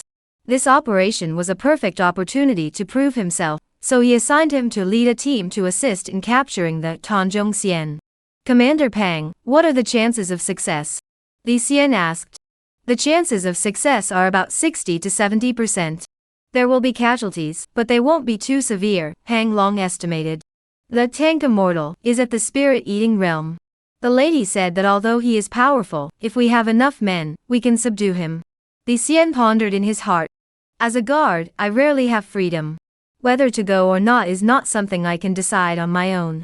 Since the outcome cannot be changed, perhaps this is an opportunity to gain some insight into the vastness of the martial arts world. But we must be extra cautious. Though he knew this mission was perilous, Li Haitang was a warrior reborn, and hearing that he had other companions, the risk seemed manageable. Chapter Lok Sup Yi, Ambush on the Mountain Path, The Arrival of Tang Luo. Within Qingning County. At the Red Candle Inn, 3 young martial arts prodigies Yang Huayu, Lu Xian, and Yun Fei were chatting in their room. Yang Huayu said, Haitang went to seek help. A whole night has passed, yet she has not returned. Could something have gone wrong? Brother Yang, you worry too much. Haitang has a prestigious background. She is the daughter of Li Shenbu, the renowned detective. Who would dare to harm her? Yun Fei said calmly. But what if someone reckless has gotten involved? Lu Xian said. Yang Huayu said, that tank of the immortals has already reached the spirit-devouring realm. He's no easy opponent. If we let him escape again, what will we do? Hee, aren't we also at the spirit-eating realm? If it weren't for his exceptional martial arts skills, we would have captured him long ago. Lu Xian smiled smugly. Including Li Haitang, the 4 were pursuing the Cloud Immortal. Li Haitang, the daughter of the divine capturer, was a young woman of 15 or 16, newly entered into the martial arts world, eager to capture the criminal and make a name for herself. Yang Huayu was the young master of the Yang family estate in Zijing County. His cousin had been kidnapped and forced to drink by the monk, leaving him with a deep grudge against the villain. Lu Xian and Yun Fei, on the other hand, came from Cheong Tianfu, and were also pursuing the Tanzhong Xin for various reasons. Along the way, they meet and join forces to surround and kill the demon of the altar. However, the demon of the altar is cunning and manages to escape danger time and again. They chased him all the way to Qingning County. Just as they were speaking, Li Haitang returned on horseback, entered the inn, and reunited with the 3. How is it? The 3 immediately gathered around. Li Haitang nodded. The one at the estate was Wen Kaitang. Wen Kaitang? Lu Xian opened his folding fan, his demeanor graceful, and said, Is she the one known as the sword-folding lady of the martial arts world? Li Haitang said, That's correct, it's her. If we could get her help, the immortal in this jar would be no problem. Yang Huayu sighed. Haha, why would she lower herself to kill a mere jar-bound immortal? Li Haitang said, however, she agreed to send 30 men because of my father. Oh, where? Yun Fei exclaimed with delight. Li Haitang opened the window and pointed to the street below, where 30 men were waiting. Yang Huayu said, If these people have some martial arts training, we can surround and kill them together, and it shouldn't be too difficult. Li Haitang said, A direct confrontation is ultimately unwise. Though these men are servants, they were obtained using my father's name. The more who die, the greater the favor my father owes her. And yet, I refuse to let my father owe her a favor. Everyone knows she has many enemies. Lu Xian sighed. Madam Wen is unparalleled in beauty and grace, but she is not someone to be trifled with. She is ruthless and cunning. When she was young, it is said that she had Feng Meng of the Hualong sect killed by having his heart torn out. That's a deep grudge.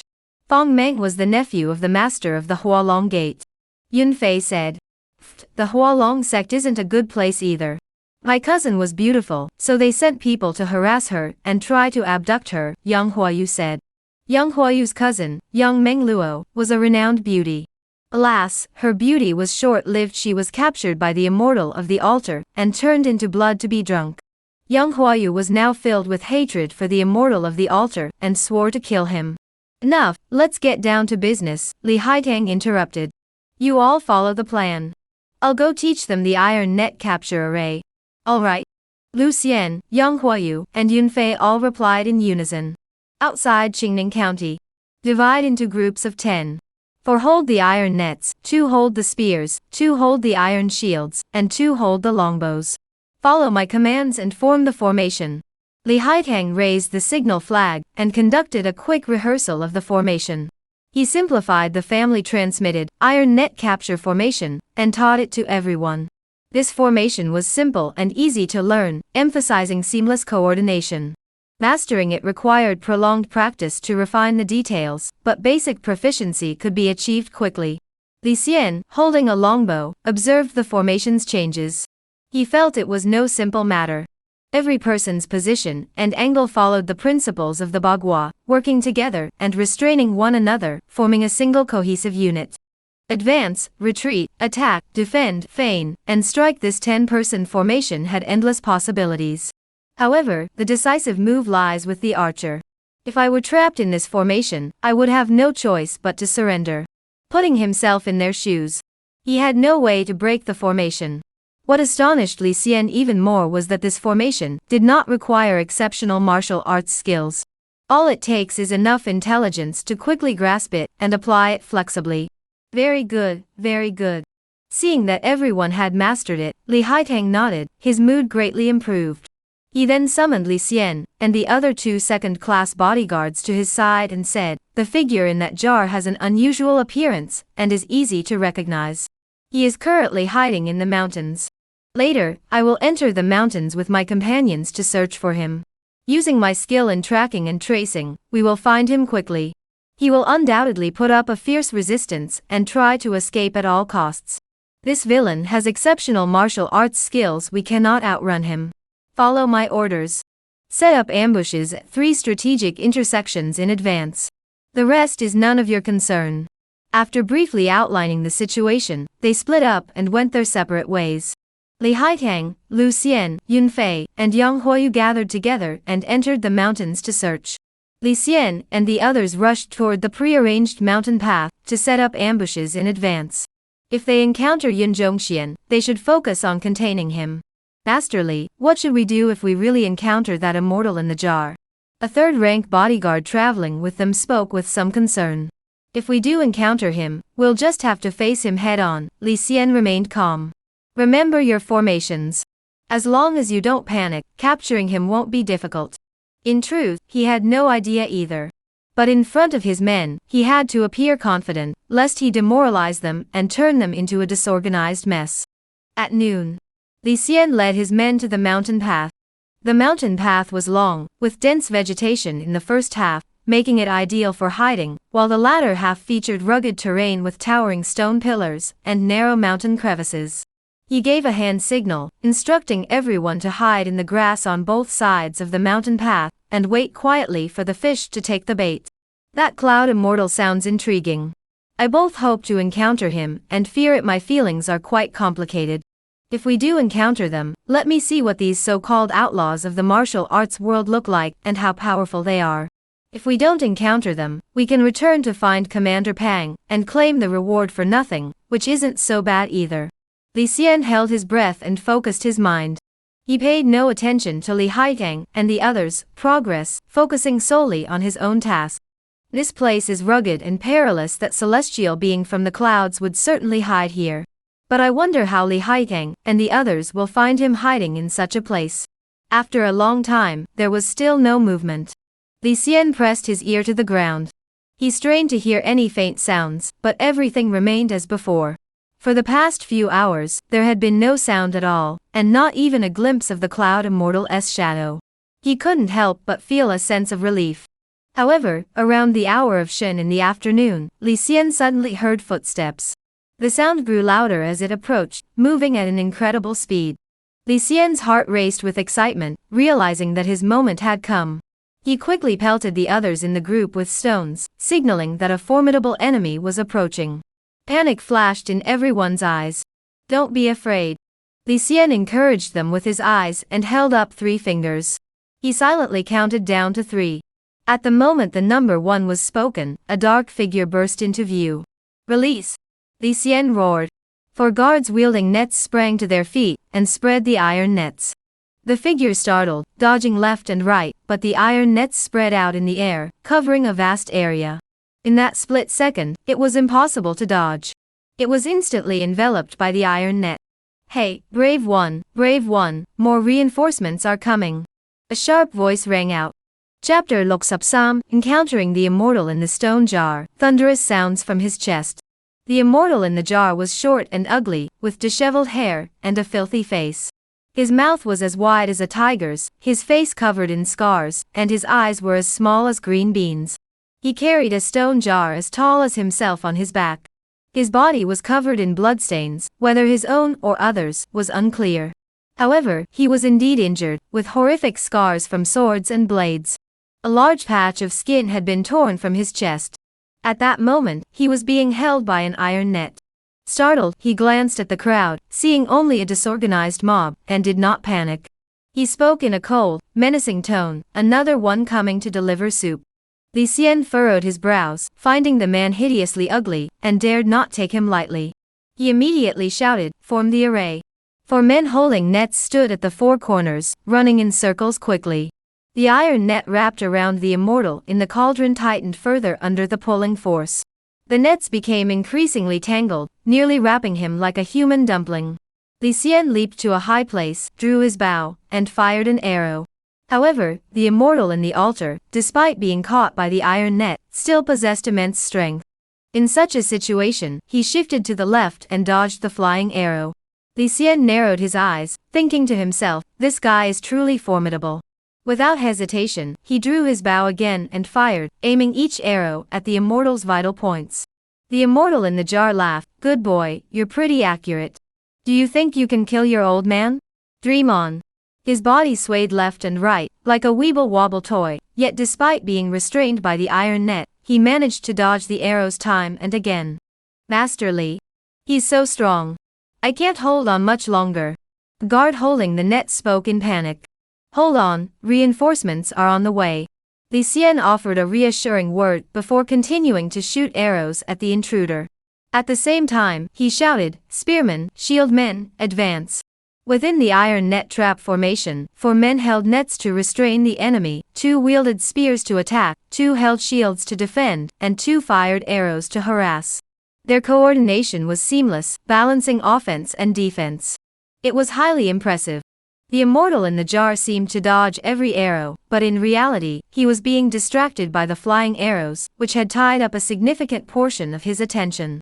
At that moment, the spears and shields advanced together, forcing him to retreat step by step.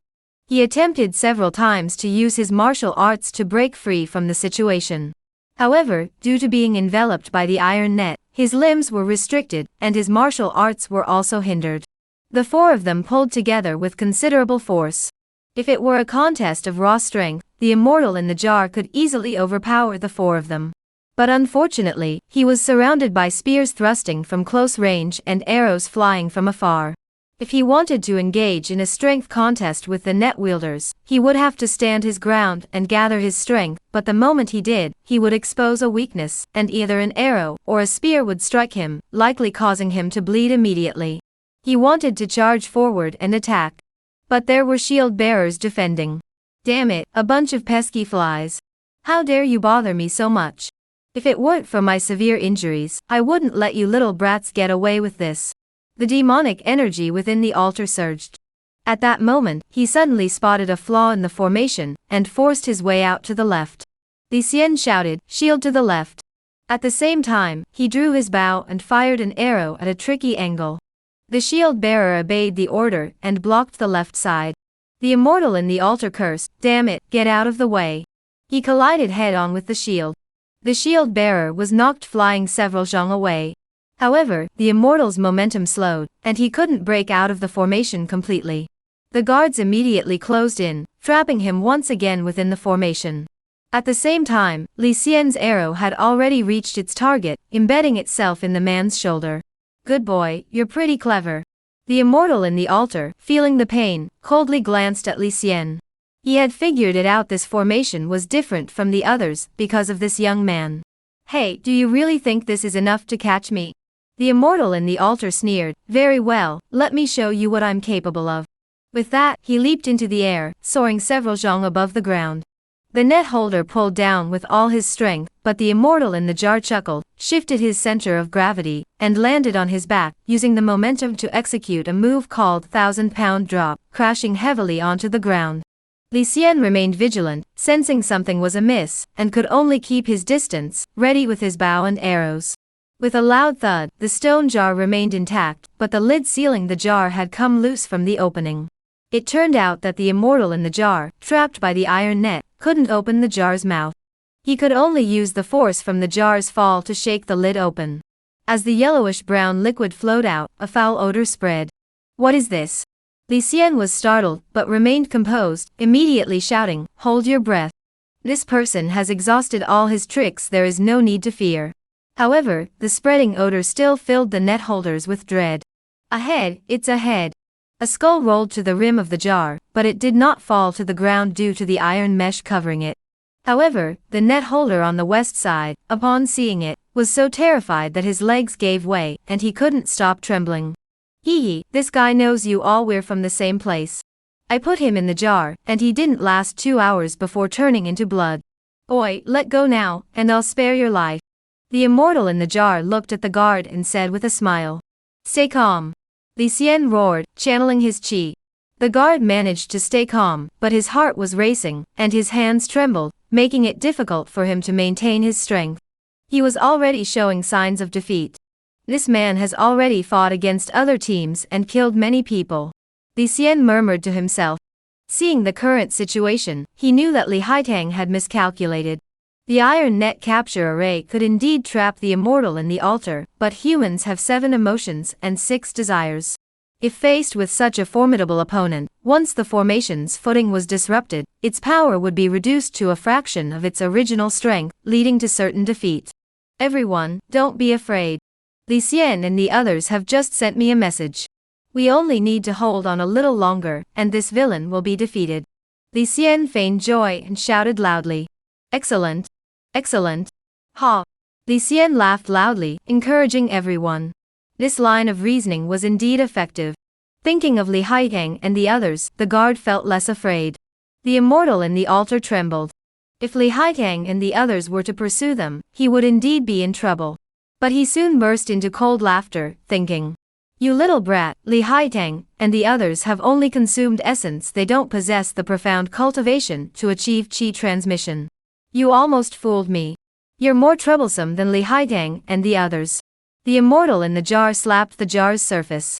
With a plop sound, the liquid inside the jar sprayed out, followed by various human remains such as flesh, fingers, and teeth. It was utterly horrifying. It's Lu Quan. Everyone was startled. Among the scattered flesh, they recognized a finger belonging to Lu Quan, the second-class bodyguard. In the eyes of the bodyguards, he was a man above men, yet now he met such an end. I will say 3 times. Those who surrender voluntarily will be spared. The immortal in the jar said. If not, this will be your fate. At this moment, the 2 sides were locked in a standoff, unable to overpower each other. It all came down to who could remain calm and withstand the threats. Li Xian narrowed his eyes.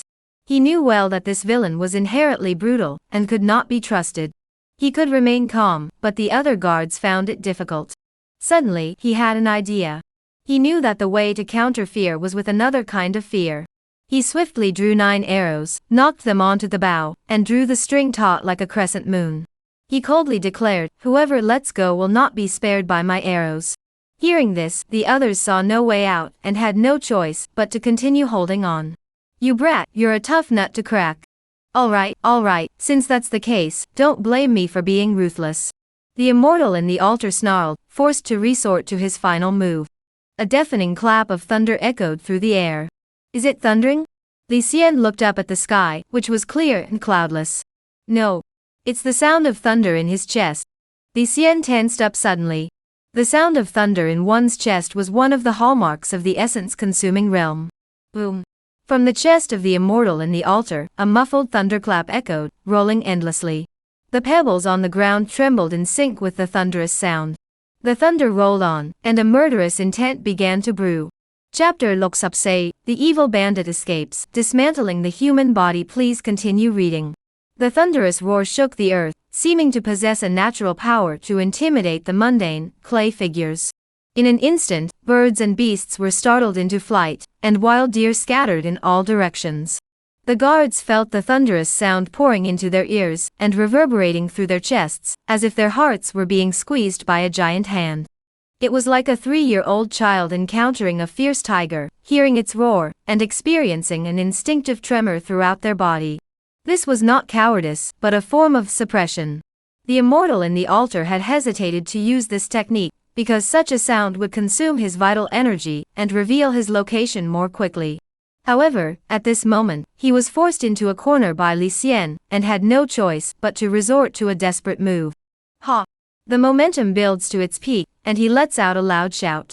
One of the timid guards trembled violently, defecating and urinating simultaneously, his hands relaxing, causing the iron net to open slightly at one corner. Excellent! The immortal in the jar seized the opportunity, broke free from the iron net, gave Li Xian a savage grin, and leaped forward to attack, his hands transforming into claws, intending to capture him. Li Xian felt the overwhelming pressure. He had already realized earlier that this villain had already broken free, and once free, he would certainly target him first. Therefore, he had already moved to an advantageous position, turned sideways, and darted into a narrow crevice in the mountain. The immortal in the altar was short in stature, and could easily squeeze into the rock crevice. However, his bow was already aimed outward. In such a narrow space, no one could hide. If the immortal in the altar wanted to kill Li Xian, he would inevitably be hit by 9 arrows. Good boy. Cunning as a fox, you managed to escape. The immortal in the altar was furious. This young man's martial arts were mediocre, but he was so troublesome, truly unexpected. Come out here. The immortal in the jar pointed at Li Xian, glaring at him and shouting. Li Xian aimed 9 sharp arrows at the outside and said calmly, I want he come out. You won't come out, will you? Won't you? The immortal in the cauldron stomped his feet, then leaped suddenly, grabbing another archer like a chick and holding him in front of him. This fellow is clever. Li Xian furrowed his brows, loosened his fingertips, and fired an arrow through the gap, striking a bird hundreds of feet away. You may come in now. But no matter what stands before you, I will shoot 2 arrows at your knees. Li Xian spoke calmly. With the power of the immortal in the altar, if he entered the gap, killing him would be a sure thing. He had made up his mind. Upon hearing this, the immortal in the altar hesitated, clearly feeling uneasy. He had tested this young man's aim before, even with a living shield, but it might not be enough to completely block the arrows. If his legs were injured, his speed would be impaired, and that would be a major problem. This is infuriating. Infuriating. I'll spare your life, but hee, you won't be so lucky. The immortal in the cauldron patted the shoulder of another archer, then quickly reached out with both hands, twisted his wrist, pulled up, and yanked. The hand was dislocated, still attached to the flesh. The archer screamed in agony. The immortal in the jar, finding it annoying, pinched his chin, and yanked it off. He tore the jawbone clean off. The skin was torn, flesh exposed, and blood dripped down. He treated the man like a puppet, disassembling him at will, but in a far more brutal manner. The bones remained intact, but the flesh, skin, tendons, and blood vessels were all torn apart. Hee, fun, fun. The immortal in the altar thrust both hands into the man's back, and pulled downward with force. With a loud splash, a large piece of flesh peeled off like tree bark. Ugh! The bodyguard was no longer recognizable as human. Li Xian felt a chill run down his spine. Such a horrific sight was something he had never seen before. His stomach churned violently. But he had to remain calm on the surface, for he knew that this man's true target was him. If he showed even the slightest sign of weakness, his fate would be just as grim. The immortal in the jar dismembered him, tearing off arms, shoulders, thighs, all scattered on the ground. But the guard still clung to life. Hee, it's better to drink it while it's still alive. He tossed the mangled body into the stone cauldron. Just then, cunning villain, where do you think you're going? Li Haikang and the others arrived belatedly. Goodbye, you little brats. Think you can catch me? Wait another 10 years. We'll never meet again. But they saw the immortal in the jar pick up the stone jar, use his lightness kung fu, and depart. Damn it. Young Huayu was furious, punching the mountain with all his might, sending Shoisef flying everywhere. Are you all useless? You couldn't even stop that villain. This plan was flawless. It's all your fault for letting that bandit escape. Young Huayu shouted. Li Xian thought to himself. The ambush has been going on for a long time, you all arrived too late. He didn't argue back. Today he had indeed gained some insight and understood the gap between them. The clay-bodied ones in the face of such a powerful opponent, they were no different from toys, being trampled upon at will. That fellow's iron tablet hand technique has grown even stronger. Li Haitang sighed, this mission has failed. We've let the tiger return to the mountain. We'll have to devise a new plan. Li Xian emerged from the mountain crevice. He saw the bloodstains all over the ground. The earlier carnage was still fresh in his mind. I always knew the martial arts world was dangerous. But knowing is one thing, experiencing it firsthand is quite another. Eating people? Eating people seems almost merciful. Within Qingning County, the attempt to capture the immortal from the altar failed, and the crowd gathered again in the city. The guards looked numb, speechless, clearly deeply shaken. 19. Li Xian silently counted the numbers. Out of 30, only 19 remained. 11 were dead. The group led by Li Xian had only lost one person. The other groups had each lost 5 people, exactly half of their numbers. When that person attacked, Lu Quan organized a defense, but the formation was broken in an instant. That man did not rush to kill us. He said he wanted to play a game, pair up and play rock paper scissors. The winners would live, and the losers would die. Lu Quan and I played rock paper scissors. He lost, and he was disassembled like a doll, then thrown into the stone altar. Exactly the same. After our formation was broken, we were also tortured and played with. That villain had lost interest, so he finally left. Emir Li, why did so few of your men die? The others spoke in whispers, still shaken. Li Xian furrowed his brows. From everyone's words, he could clearly tell that the losses this time were severe, and most of the blame lay with Li Haitang. She had severely misjudged and underestimated the immortal in the altar. When facing the enemy head-on, the immortal in the altar might indeed have been no match for her and her few companions. But when it came to escaping, he clearly had the upper hand. To put it bluntly, Li Haitang and her group simply lacked the ability to capture the immortal in the altar. Being able to fight them is one thing, being able to kill them, or capture them alive is another. This is why, during his escape, the immortal of the altar could move at his own pace, tormenting his pursuers at will. He was confident that even if Li Haitang caught up, he could escape again. And that is exactly what happened. The immortal of the altar indeed escaped again right before their eyes. I wonder if the lady had already foreseen this, or if she simply didn't care about the outcome, and this was just a favor for Li Boho. Emir Li? Several guards asked urgently. Li Xian snapped back to reality and recounted the details of the incident, how he had trapped the bandit, how they had fought, how they had restrained each other, and how he had been freed and managed to survive. The perilous nature of the situation left everyone on the edge of their seats. One couldn't help but feel a deep admiration for this Mr. Li. While his martial arts skills were impressive, it was his composure and calmness in the face of danger that truly earned his respect. Chapter Loksupn, the Dragon Feast, and the Selection of Martial Arts. Hongzhuin. Li Haitang scolded, that vicious bandit has committed countless evils, yet he was so lucky that he managed to escape again. Those guards were completely useless. Sigh, now we've left Senior Li Boho owing someone a favor for nothing. Young Huayu said. After this incident, that vicious bandit dare not stay in Qingning County anymore. If we want to track him down, we'll have to go through another round of hardship, said Lu Xian. Yinfei asked, what should we do now? Li Haitang paced back and forth, pondered for a moment, then said. Regardless of the outcome, we should all go to Hehe village to pay our respects to the sword-breaking lady, and express our gratitude properly. Lu Xian, Yunfei, Yang Huayu, and the others all nodded in agreement. We have no choice but to do so. This is the least we can do. By then, it was already late, so everyone rested for the night. The next morning, Li Xian led the way, with the surviving guards following behind. The cold wind felt especially biting, and an endless chill permeated the air. About 10 zhang further on, 4 elegant horses trotted through the snow, with Li Haitang and the others riding atop them. After about half an hour, they finally returned to the estate. The 4 went to the guest hall to pay their respects to the lady of the house, while Li Xian and the others could rest for half a day to recover their spirits. Phew! The matter was settled. Li Xian exhaled deeply. Next time there was such a dangerous situation, he wouldn't go gain experience anymore.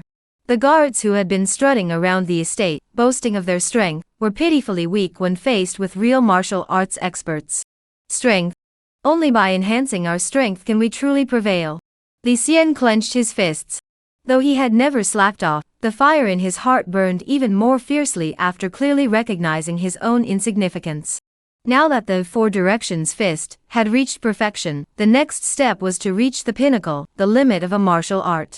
The clear wind leg technique was nearing mastery. The emerald palm technique was still at the beginner's stage. The primary objective moving forward is to cultivate the qingfeng leg technique to perfection and master the bai luo palm completely. Li Xian silently formulated his plan in his mind. If all goes well, I will soon be able to achieve qi circulation throughout the body. The qi within his dantian had grown quite powerful, condensing into threads that circulated through the acupoints, reaching the yi bat gao th acupoint, while still maintaining their form. The distance to the samlok yet st acupoint, where the qi threads would circulate through the entire body and completely lock the blood and qi, was no longer far off. Though they say greed leads to failure. But if I could master one more martial art, it would be even more beneficial for my qi circulation. I am now a second-class guard. I wonder if I can request another basic martial arts manual? Ordinary guards who serve a full year can receive one basic martial art. Guards with 8 or 9 years of experience can master 7 or 8 martial arts. Their strength and foundation are far superior to those of new guards. However, Li Xian's rapid promotion is clearly beyond the norm. According to the rules, one should receive an additional basic martial art upon being promoted from Class C to Class B. However, Li Xian has already entered the Leisure Martial Arts Hall and received the Bai Luo Palm, so Pang Long did not mention this matter and did not believe that Li Xian would need basic martial arts in the short term. Tomorrow, I will find an opportunity to speak with Commander Pang. The reception hall. Li Haitang, Lu Xian, Yun Fei, and Yang Huayu paid their respects to Lady Wen Kaitang and briefly recounted what had happened. After listening, Lady Wen did not seem surprised, but expressed a hint of regret. What a pity. I have heard a little about that divine thief in the jar. He has mastered the broken step flying swallow technique. His lightness skills are quite commendable. Li Haitang said, Madam, I will inform my father of your assistance, and he will express his gratitude to you. Madam Wen smiled gracefully and said, My dear nephew, there is no need for such formalities. It is nothing to mention. The 4 young heroes, so young yet daring to venture into the martial arts world, full of vigor and ambition truly inspiring. Please sit down. With a flick of her sleeve, a breeze carrying the scent of incense blew the 4 of them into their seats. The 4 were all startled by her immense power. You must be the young master of the Yang family estate, right? I have heard of the 2 heroes of Yang family manor. Today, I see that you have inherited your father's prowess. These 2, judging by their appearance, they must be from the city. Earlier, your footsteps were steady, and though your heels seemed to touch the ground, they actually did not. It resembles the willow body technique of the Lu family from the city, capturing the essence of the art. Truly impressive. This one moves like a bull, fierce and powerful. He must have learned the Yun family's 3 hands from the Yun family in the city. It's a family-transmitted martial art. I'm not well versed in such things, so I dare not comment. If I'm wrong, please don't laugh at me, young heroes. Her voice was calm, and her words seemed to praise the 3 highly. In reality, her true intention was to showcase her own knowledge and experience. She had instantly discerned the origins of their martial arts. The 3 who had been singled out were all startled and couldn't speak for a moment. They secretly feared that this lady, speaking so softly, was indeed a ruthless person. Could she be blaming them for not voluntarily revealing their names, implying a lack of respect? Li Haitang said, Madam, you are truly learned. You could discern our backgrounds with just one glance. Indeed, Madam does not seem to be from Cheongtianfu. Why are you so familiar with the local powers? The Yang family, Liu family, and Yun family were all prominent clans in the region, renowned locally, but their fame did not extend far beyond the borders of Cheongtianfu. Once outside the region, few paid them much heed. Madam Wen smiled and said, I have established a estate here, how could I not understand the local powers? After all, if one is careless, even a martial artist who has undergone complete transformation could still meet their end in a ditch. You are absolutely right, Li Haitang agreed wholeheartedly. Madam Wen glanced at Li Haitang, noticing her delicate features, youthful appearance, and radiant skin. She had already blossomed into a beauty. As if recalling something, she casually added, as a woman traveling the martial arts world, you must be even more cautious. Don't let yourself be targeted by some evil sects that would be trouble. The reference, of course, was to the Flower Cage sect. This sect specialized in targeting women, using cunning and treacherous methods. Many heroic women in the martial arts world had fallen victim to this sect. Yes. Li Haitang could only obey the instructions. Perhaps I will meet your father soon. Wen Kaitang said casually. Li Haitang's pupils contracted, and she asked, are you referring to the Dragon Appreciation Banquet? Wen Kaitang smiled without responding. Li Haitang muttered to herself, if it's the Dragon Appreciation Banquet, that's still manageable. But if it's the Dragon Slaughter Banquet, you have diligently practiced leg techniques, mastered the spinning force, and increased your proficiency by Gasei. Inside the village guard compound, Li Xian brought an iron basin filled with clear water. He kicked out with his foot, and though the basin remained still, the water swirled on its own, forming a small whirlpool. This was a technique of qi manipulation and energy control attained at a certain level of mastery in the clear wind leg technique. The leg power is like a malevolent wind, penetrating every orifice. Once it enters the body, the leg power swirls and does not dissipate, pulling on the tendons, bones, meridians, muscles, and blood vessels. Those with weaker strength would be unable to muster any power after a single kick, collapsing helplessly to the ground. Qingfeng leg. Proficiency, 10901500, minor achievement. Emerald palm. Proficiency, 56988 beginner. Yesterday's events were now completely in the past. Li Haitang and the others had already left the estate on horseback early this morning. Li Haitang, Yun Fei, and Yang Huoyu continued their pursuit of the immortal of the altar. Liu Xian seemed to have something urgent to attend to and returned to the city first. All participants in the ambush of the immortal in the altar received a reward of Mba coins and 1 deer blood pill. The reward earned by risking one's life seems rather meager. But in the lady's eyes, a life is worth just that much. Li Xian exhaled a breath of stale air.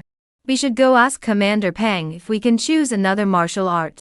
And, the matter of the medicinal bath, I wonder when that will be settled. Chapter Lok Sup Lok, Settling Karma, Bathing in Beast Blood. Please continue reading. Pang Long's courtyard. As Li Xian stepped through the door, he saw Pang Long bent over his desk writing.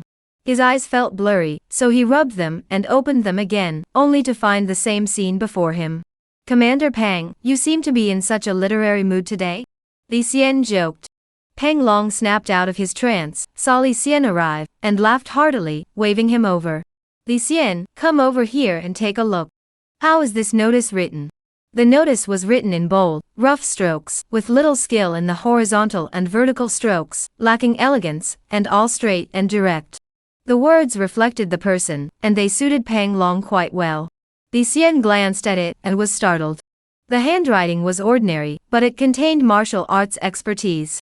The strokes seemed to blend several different martial arts styles.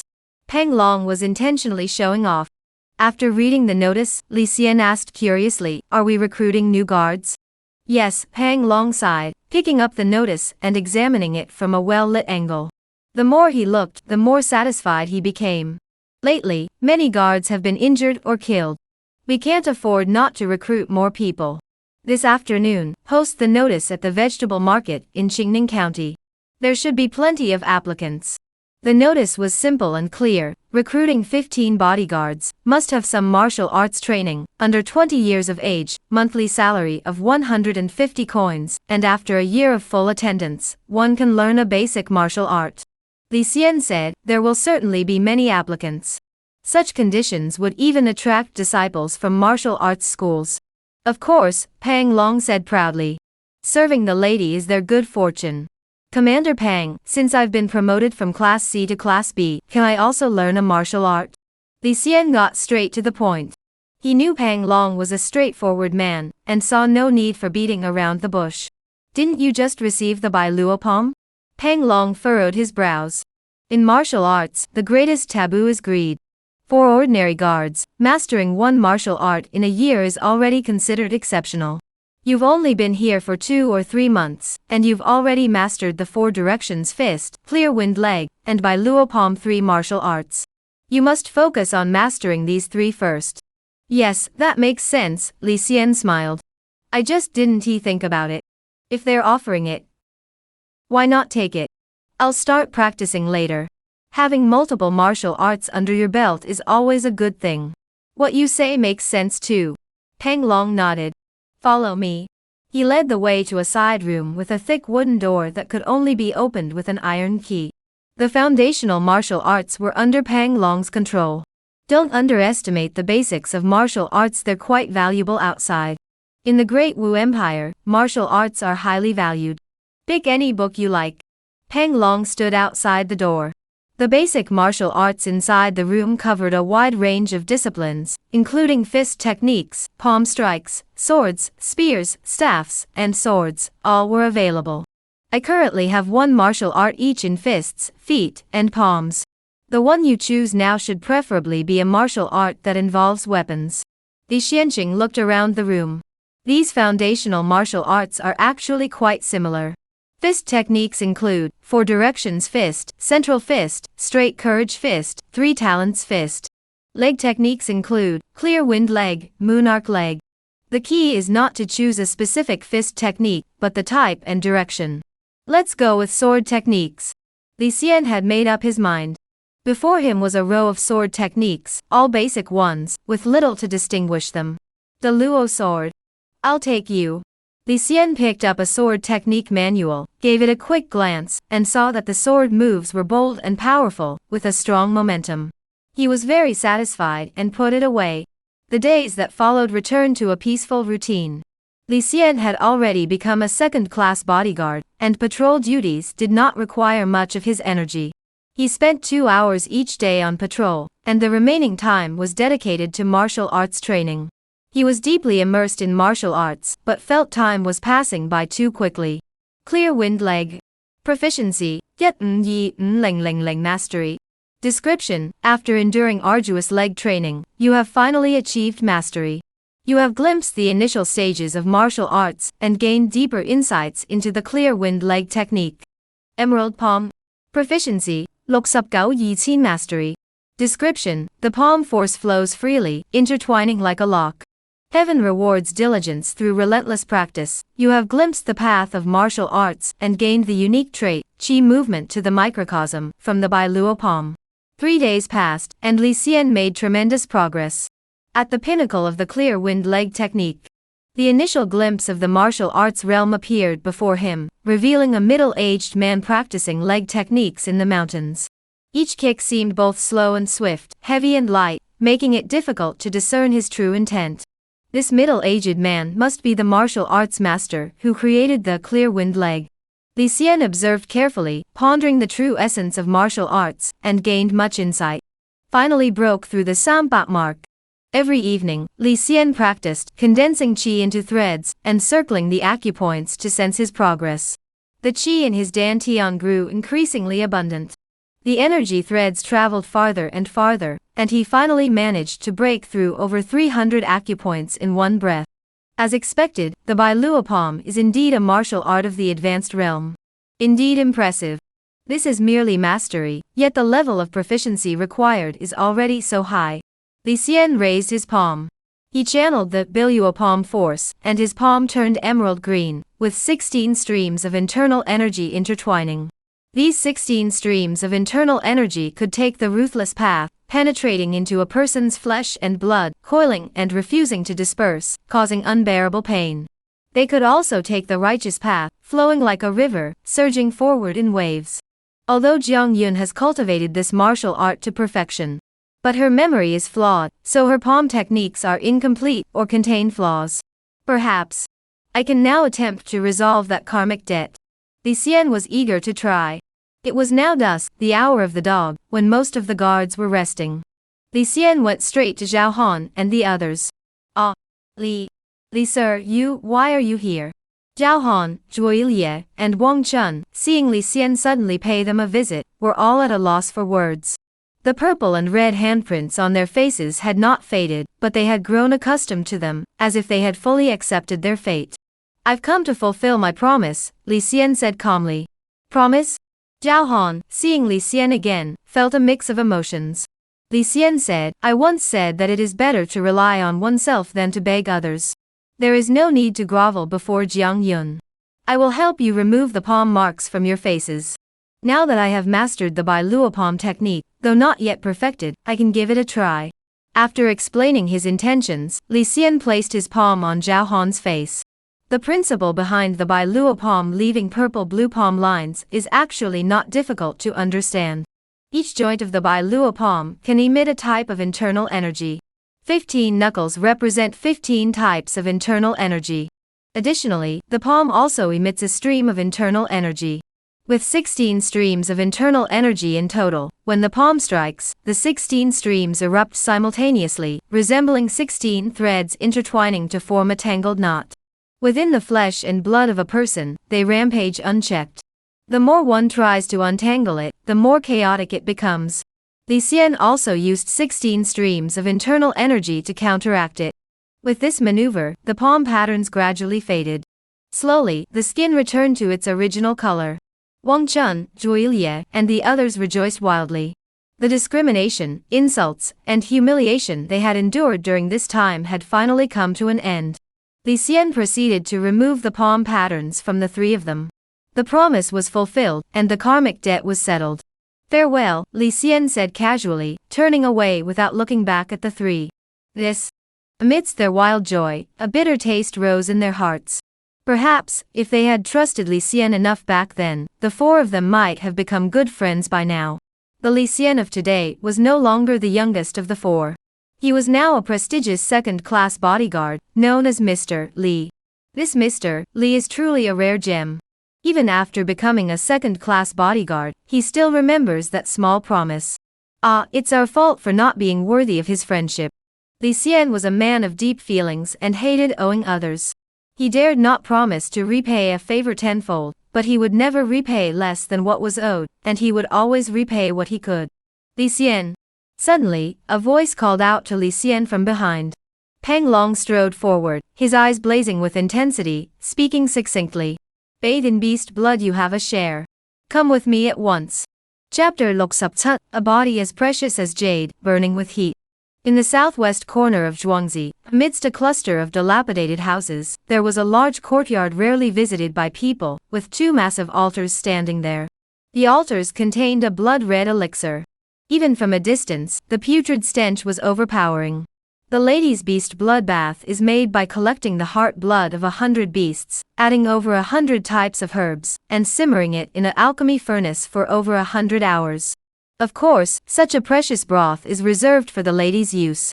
These two altars contain waste broth, which is the discarded residue from boiling the precious broth. It is then mixed with clear spring water and boiled again to make a new broth. Though it is waste broth, it still has great benefits for us clay-bodied beings.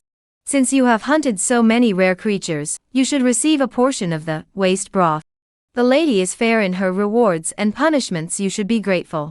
Peng Long approached the large jar. Beneath the jar, firewood was burning to keep the beast blood boiling. Only in this way does the potency not settle, allowing it to be repeatedly activated. But I'll warn you beforehand. The temperature of these two vats of waste broth is extremely high. Do not force yourself to endure it. If you greedily seek that little bit of medicinal power and end up boiling yourself to death, it would not be worth it. I will also enter the cauldron to soak. At that time, I won't be able to attend to you. The timing and intensity, you must judge for yourself. Peng Long warned in advance. The jar was as tall as a person immersing oneself in it would likely leave only the head exposed.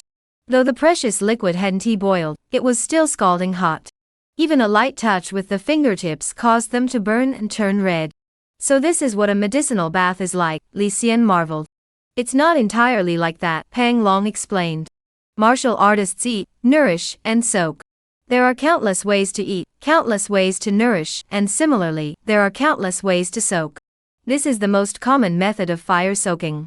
Get ready and jump into the cauldron. Whether it's bitter or spicy, you'll have to taste it yourself to know. Pang Long grinned, stripped off his clothes, and leaped into the cauldron, rising a full 10 feet off the ground. Though his build was rugged, his martial arts skills were remarkably refined. As he landed in the cauldron, not a single drop of water splashed out, not a single drop wasted. He held his breath, closed his eyes, and felt the intense heat surround him. The pain was unbearable, and his features contorted in agony, making him look hideous. However, to obtain the potency of the medicine, he had no choice but to endure the pain, using his qi cultivation techniques to alleviate the agony. In fact, members of prominent families, when undergoing fire immersion, would typically apply a special ointment to their skin beforehand to keep their bodies cool, to prevent burns. However, neither Pang Long nor Li Xian had such resources. In the end, the two were merely using items discarded by the lady as treasures. This place is secluded and quiet. Pang Long must have chosen it to avoid disturbances. With the medicinal bath ahead, even if it's a sea of fire and a mountain of knives, we must take one step forward. Li Xian saw Pang Long's distorted face and tightly closed features, knowing he wasn't having an easy time. If he was like this, Li Xian would be even worse off. He stripped off his clothes. He grabbed the snow on the ground with both hands and smeared it all over his body. He gripped the rim of the large jar, exerted a little force, and leaped into the water. With a splash, he submerged himself completely. He could never match Pang Long's level.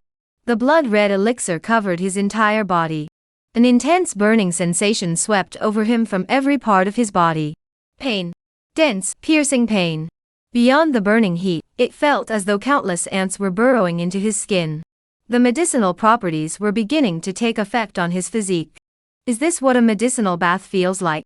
Li Xian muttered to himself. Just as his mouth opened, a faint golden mist drifted out. It was the medicinal properties of the bath flowing into his body, but escaping through his mouth. No wonder Commander Pang kept his eyes tightly closed. Li Xian suddenly understood, closed his mouth and eyes, his skin scorched by the heat, the pain unbearable, but within his body, a cool medicinal force began to grow. He washed every part of his body, nourishing his physique. Unlike the heaven and earth essence he had consumed earlier, this was a body-strengthening potion, designed to increase strength, reinforce bones, and invigorate the blood and qi. He placed the clay body, which was born broken and leaky, into the blazing fire to bake and forge it. Fill the gaps and mend the leaks. Pang Tong is right, burning the body would have the opposite effect. I should pace myself and endure for another half-minute before exiting. Li Xian knew that even if he forced himself to endure, another half an hour would be more than enough. However, the skin burns would affect his martial arts training for the next few days. It wasn't worth it. He focused his mind on absorbing the medicinal properties. His skin began to flush with a reddish hue, and in the process, it seemed to grow more resilient. Pang Long's body rose and fell slightly. The bottom of the cauldron is being scorched by the fire, and it's extremely hot. The burns on the soles of my feet are far more severe than the burns on my skin. The firewood beneath the cauldron burns fiercely. His feet felt as though they were standing on hot coals. Li Xian suddenly had an idea and performed the clear wind leg, gently kicking the pot.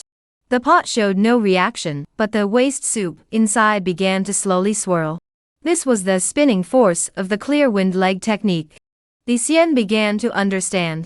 He kicked again, and the waste soup formed a vortex. Li Xian was caught in the vortex, slowly spinning. Using the vortex's rotation, Li Xian's feet lifted off the bottom of the jar. To his surprise, the burning sensation on his skin had eased significantly. It turned out that this vortex made the medicinal soup more evenly distributed, making it easier to absorb. Additionally, since it was the middle of winter, the temperature was freezing cold. The upper layer of the soup was quite cool, while the lower layer was extremely hot. Once the vortex formed, the upper and lower layers neutralized each other, slightly reducing the burning sensation. However, overall, it was still extremely unbearable. Endure, endure. I never thought it would be this tough. Li Xian could no longer endure it, but he did not want to leave the cauldron too quickly. He scooped up some of the soup with his right hand and poured it onto the fire. The flames diminished significantly. The temperature naturally dropped, allowing him to endure a little longer without being scalded. The medicinal properties seeped into his body. His qi and blood were exceptionally robust. His internal energy also began to rise. He had originally planned to step down from the stone platform after a quarter of an hour. However, he persevered for a full hour, until he sensed that there was no more medicinal power to absorb, before finally leaping down from the stone platform. The animal blood congealed into a crust, adhering to the skin. Huff! He punched the air with a single fist, causing his bones to crackle like firecrackers. Each time his tendons and bones grew longer, a similar reaction occurred. Commander Pang is truly formidable. After being boiled in such intense flames for so long, he could still endure it. On another stone altar, Pang Long's features contorted as he struggled to endure. He was not as adaptable as Li Xian, relying solely on brute force, but the potency of the medicine he absorbed was undoubtedly far greater than Li Xian's. Not far away was a well. The well contained flowing water. Li Xian lifted a bucket, pulled it up gently, and with a splash, the bucket rose too quickly, splashing water everywhere. My strength has increased so much. Li Xian was astonished. This time, he controlled his strength and successfully poured cold water over himself, washing away the blood and grime. Li Xian's skin was now as white as snow, and under the moonlight, he looked like a precious jewel. This medicinal bath made his skin more resilient, his bones stronger, and his strength greater. The benefits were immense. His internal energy had grown significantly, surpassing the results of mere arduous training. It was truly remarkable. After dressing, a moment passed. Suddenly, there was a splash, and Pang Long also leaped out of the stone basin. However, compared to Li Xian, he looked rather disheveled. His entire body was covered in severe blisters, and the burns were even more severe. So it was Pang Tong who was the one holding on, Li Xian thought to himself. Boom! A faint rumble of thunder echoed in the air. Pang Long had also made significant progress, gradually showing the third sign, his chest thundering like drums. Chapter Lok Sapbat, only by digesting it can Xiao Fan make something of himself. Please keep reading. Commander Pang, congratulations. Li Xian bowed respectfully. Ha!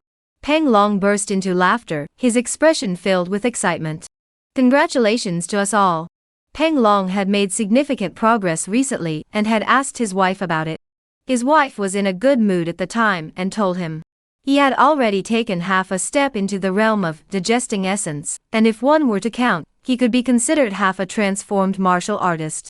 His chest thumped like thunder, and his hair stood on end. All of these were merely a matter of time. However, since everyone's physical constitution was different, the speed of these changes was difficult to generalize. Some people exhibit multiple characteristics simultaneously, and their bodies undergo extraordinary transformations, granting them extraordinary strength, which is truly enviable. Others, however, take decades to progress from the initial, palm-held divine mechanism, to hair standing on end. Pang Long, with his years of accumulation, has recently undergone consecutive transformations. This is not due to innate talent, but rather the result of his accumulated efforts gradually manifesting themselves. Commander Pang, what's it like? Li Xian asked enviously. Pang Long pondered for a moment. I can't quite put it into words, but it's quite good. Li Xian, you're better off than me. You're only 15 or 16 this year, and have already experienced medicinal baths and refined diets. Sincere lady, serving the lady. In the future, becoming a completely transformed martial artist is definitely within reach. Pang Long was in a good mood and highly praised Li Xian, not holding back his praise. It's still a long way off, Li Xian said. I've only just achieved the circulation of qi throughout my body. I don't know how long I'll have to wait. And even if I do achieve that, the distance to the realm of consuming essence and undergoing a complete transformation is probably still very far. Pang Long said, how should I put it? I once dared not speak lightly, but now, I think I can say a thing or two. You say the distance between the qi circulation cycle and the eating essence realm is far, and that's indeed true. Without the help of a benefactor, one might never reach it in a lifetime. But when you say it's close, it's also quite close. Li Xian took the opportunity to ask, Commander Pang, what you're saying is pretty mysterious. I don't understand. After achieving Qi Yun Zhou Tian, one can attempt to achieve Gu Shui Bai Kong. Pang Long finished speaking and demonstrated the technique. His pulse stopped, and his pores closed. Once you reach this stage, the distance to the eating essence realm is just a single step away. The two extinguished the fire and headed back. Li Xian asked, what distance? Digestion. Pang Long said, to be precise, the eating essence realm of transforming from a mud embryo to a reborn being has only one defining criterion throughout the entire process, digestion. You have consumed essence soup and essence food. You should know that we are born as mud-formed bodies, our lives as fragile as spilled mud. Even if we Ngao Yin obtain the essence of heaven and earth, we can barely retain a fraction of it. Indeed, Li Xian nodded. As they spoke, they turned a corner and came to a lake. Pang Long cupped his hands to hold the lake water and said, it's like water in your palm, flowing through your fingers. And the so-called qi circulation through the heavens, and sealing the blood and closing the orifices, are all methods to allow the essence of heaven and earth to linger within the body for a little longer. I see, Li Xian realized, also cupping water in his hands and feeling the droplets slip through his fingers. He realized how cruel the world was. Even with endless treasures from heaven and earth, they are utterly useless to a mere clay body. The essence of heaven and earth, even when dispersed, will subtly transform and alter the human body. It is like water flowing through a crack. Though the palm is wet, the water has already seeped in.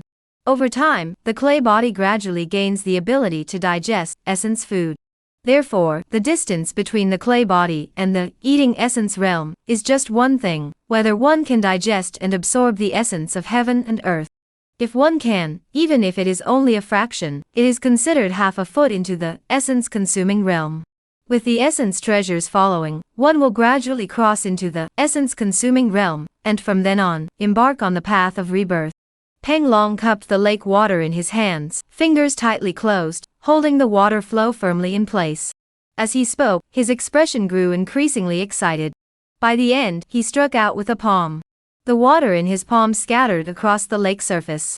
Each droplet created larger ripples, with considerable force enough to cause intense pain if it struck a person. I've learned a lot. Li Xian pondered deeply. Today, he finally understood the true meaning of consuming essence. Only those with the qualification to consume essence treasures. One could truly embark on the arduous path of martial arts, seeking a complete transformation. Early November. The cold front had passed, and a warm breeze blew in. Though the snow and ice had not melted, some of the stronger guards could already wear short sleeves. Based on past weather patterns, the temperature is expected to drop again. Qingning County won't truly warm up until late January or early February, when the snow and ice begin to melt. That day at noon, Li Xian sharpened his long sword and swung it a few times on the spot. Though he had not yet formally begun training in the Da Luo sword technique, he had already mastered the basics, and his casual swings carried a certain rhythm and flair. Li. Li? Suddenly, a voice called out. He turned to see Bai Hao approaching. You're looking for me? Li Xian was greatly surprised. Since he had become a second-class bodyguard, Bai Hao and his nephew had avoided him like the plague, but now they were actively He ate well, slept well, and everything made sense to him. He no longer hated Li Xian. Instead, he regarded him as a superior being and sought to please him at all costs. Today, he heard that someone was looking for Li Xian. Excited beyond measure, I welcomed them warmly and rushed over without delay. Couple? Li Xian asked, are you the Lu Wang couple? Yes, yes. The woman's surname is Lu, and the man's surname is Wang. Do you know them, sir? Bai Hao nodded repeatedly. Take me to see them, Li Xian said. If they try any tricks, I'll kill you on the spot. Bai Hao trembled in fear. Sir, it was my fault for not recognizing you before. I was foolish and ignorant. I now see my true self and your true form. How dare I play tricks on you? I only hope this matter can offset the previous grudges. Oh, speaking of grudges is too much. I'm just a lowly person. How could I dare to speak of grudges with someone like you, a divine being? That's too much flattery. Slap yourself. Saying this, he slapped himself several times across the face. Enough. Li Xian spoke up to stop him. Sir, he's over there. Upon reaching the village outskirts, Bai Hao pointed to a large tree. Sure enough, Lu Shi and her husband were waiting under the tree. Li Xian hurried over and called out, Aunt Lu, Uncle Wang, how's your health? Oh, little Xian, you've grown so tall. You're much taller than your Uncle Wang now. Lu Da's wife exclaimed in surprise. Then, her expression grew serious, and she said, Xian, there's something I need to tell you. Your son Xiao Fan has made it big. He passed the winter exams. Chapter Lok Sup Gao, the carp turns into a dragon, Li Xian comes looking. Really? Li Xian was overjoyed. The Great Wu dynasty valued both literary and martial arts. Martial artists could undergo a complete transformation, absorb the essence of heaven and earth, and possess formidable combat prowess. Scholars wielded their pens to capture literary energy, securing divine favor for themselves. Though lacking in raw power, their influence was no less formidable. The phrase, plucking flowers. This refers to achieving good exam results, and having the potential to excel further. You two brothers, one is more talented than the other, Aunt Lu sighed. Such good news, why didn't my younger brother come to tell me himself? Li Xian asked casually, in a good mood. Lu Dasa and Wang Yong heard this, and were both startled, exchanging glances, their lips parting but no words coming out. This matter. I really don't know if I should say it. Aunt Lu paced back and forth, her hesitation evident. Wang Yongho said, I'll tell you. Xian, we've only heard rumors about this. The specifics, whether it's true or not, you'll have to decide for yourself. Li Xian furrowed his brows and nodded. All right. Since you're going to be a bodyguard, I'll take care of Xiao Fan with the old woman. The money from last time, after treating the old woman's illness, actually had a few hundred coins left. The old woman and I thought about it and decided to pick a good day to go to Huangyu County to inquire around. Let us see how Xiao Fan is doing. If possible, we'll buy him some steamed buns and dry cakes. A 10-year-old child with no one to care for him is truly pitiful. But when we went there, we heard some bad rumors. Wang Yongho cautiously observed Li Xian's expression. Seeing that he remained calm, he continued, we heard. Xiao Fan has been detained. What happened? Li Xian's eyes flashed with cold anger as he immediately pressed for details. Lu Dasa said, I heard, it seems like a young master from a gang also participated in the exams. Unfortunately, his knowledge was lacking, and he failed to win a flower. He ranked 37, just outside the qualifying spots. If just one person doesn't go, he could move up in the rankings. The students who passed the exam are all from wealthy families. Only our Xiao Fan is dressed in hand-me-downs, and is just a child of 10 or so. Of course, they'll pick the softest target. But this is just hearsay, we don't know if it's true or not. Lu Wang and his wife looked anxious, speaking as diplomatically as possible. Li Xian wasn't stupid. If the rumors weren't true, why would the Lu Wang couple seek him out? It was clear that the rumors were at least 80% true, and his younger brother was in a dire situation. Is my younger brother in danger? Li Xian asked. According to the rumors, it doesn't seem so, Lu Dason said uncertainly. Even if it's the young master of that gang, he wouldn't want to get involved in such trouble. Such killing to steal a flower schemes are despicable and disgraceful. Moreover, such behavior will be severely investigated. The flower-picking scholar has a special status, and is qualified to claim that mysterious fortune. Sigh, we don't know the specifics either, but at least his life is safe. But, it won't be pleasant, that's for sure. Li Xian thought to himself, the Lu Wang couple were from a farming family, and had never left Qingning County in their entire lives. Because of him, they had traveled thousands of miles to Huangyu County, which was already a great favor. They were unworldly, and their understanding was bound to be biased. Pressing them further would be too much to ask. It would be better to investigate personally. He asked solemnly, do you know where they hid my younger brother? I don't know, Lu Dasa shook her head. Enough, Aunt Lu and Uncle Wang. Go back home. Under no circumstances should you mention that you've seen me. This matter has nothing to do with you. Li Xian spoke solemnly. Xian, you must stay calm, Lu Dasa said with concern. Don't worry, I'm calm, Li Xian smiled. Old man. Bai Hao, who had been watching from the side, bowed and scraped, about to speak flatteringly. But he saw Li Xian walking swiftly past him without stopping.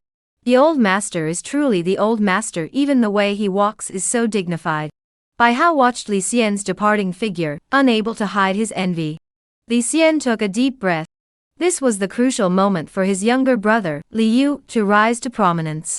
As his older brother, he had to support him wholeheartedly. Fortunately, I have not neglected my martial arts training. At a time like this, the only thing I can rely on is my martial arts. Li Xian suppressed his anger deep within, remaining calm and composed, like a heavy, cold bronze cauldron. He found Pang Long and asked for a temporary leave of absence. He then went to his residence and retrieved the deer shooting bow. Master Li, what are you doing? The guard spotted Li Xian and asked curiously. Some personal business. Li Xian suddenly stopped in his tracks, sizing up the guard, who was roughly the same height as him. I recall you have a fine garment? Yes, hee, the guard laughed. 50 coins. I'll buy it from you. Li Xian said. If Mr. Li wants it, how can I refuse? The guard flattered him. Li Xian said, thanks, but the money is still needed. After some time, he purchased a new garment. After leaving the estate, he found a dense forest, removed the guard's old clothes, and put on the new ones, a flowery red robe that was slightly eye-catching but wouldn't immediately reveal his identity as a guard. He buried the old clothes under a tree, slung his longbow over his back, and hurried toward Qingning County. As he recalled, there was an ironsmith's shop in the eastern part of the city that secretly sold weapons. Upon arriving at the blacksmith's shop, he found the blacksmith to be a burly man with blackened skin, half his body burned and skin rotting, giving him a hideous appearance. Childless, he made his living by forging and selling knives. Oi, I can tell you're not an ordinary customer. The blacksmith swung his arm, striking a red-hot iron stone, sending sparks flying. He glanced at Li Xian and spoke casually. I want a knife, Li Xian said straight to the point. All right, the blacksmith said. 500 coins. Pay first, then you'll get the knife. Qingning County strictly regulated knives, so they were quite expensive. After receiving the money, the blacksmith gave it a light toss and smiled, take it. He opened a wooden box and tossed the knife inside. Li Xian reached out and took it, a narrow blade 2 fingers wide, single-edged, made of ordinary iron. Though the material was common, the craftsmanship was commendable, and it felt smooth in his hand. The internal energy flowed smoothly as he swung the long knife, easily cutting through skin and flesh. It's not as good as the weapons used by the lady of the house. Unfortunately, since I'm on leave, I'm not allowed to carry a blade in peacetime. The estate's rules were strict. Li Xian was not afraid to touch it, but he simply could not. The crude iron blade is barely sufficient. Oi, keep a low profile. Put this on it. The blacksmith tossed over a cloth bag, don't get me into trouble. Thanks. He slipped the sack over the blade, concealing the gleam of the knife. Li Xian replied casually and hurried away. Purchase some more bows and arrows. With bows for long range and a knife for close combat, along with techniques like the clear wind leg for directions fist and emerald robe palm. Just be careful. As long as we don't encounter a spirit-devouring expert like the one in the hall, we should be able to hold our own. Li Xian's eyes grew cold. He knew this journey would be fraught with danger, and the extent of the trouble they might encounter was uncertain. Helping his younger brother achieve success was his top priority, but he wouldn't act recklessly. His own life was equally important, and must not be risked lightly. Strategy is key. Focus on outmaneuvering them. Hunters' arrows are usually made by themselves. Li Xian was in a hurry and had no time to make arrows, so he directly sought out a nearby hunter and bought some. After replenishing the arrows to 200, he went to the black market within the county to purchase gunpowder and poison powder. These items were all extremely expensive. The sellers knew Li Xian was in a hurry and demanded exorbitant prices. Fortunately, Li Xian had some extra money and spent 2 taels of silver to prepare everything. He then set off for Huangyu County. The sky was filled with ceaseless wind and snow. The carp was about to transform into a golden dragon, peering at the golden gates of heaven. Li Xian, lying in the snow, came to taste the salty and spicy flavors of the Jianghu. Chapter Tsup, the world does not aid those who are meant to be golden dragons. The poor heavenly prefecture oversees 9 counties. Drawing from the 9 colors of the world: blue, red, yellow, green, orange, purple, black, and white. Huangyu County was far more prosperous than Qingning County. Upon arriving in this county, the lively and bustling atmosphere of the people greeted him. Li Xian's long hair was secured with bamboo strips, and his longbow was stored in a wooden case on his back. He wore loose-fitting clothing, concealing the long sword at his waist perfectly beneath his garments.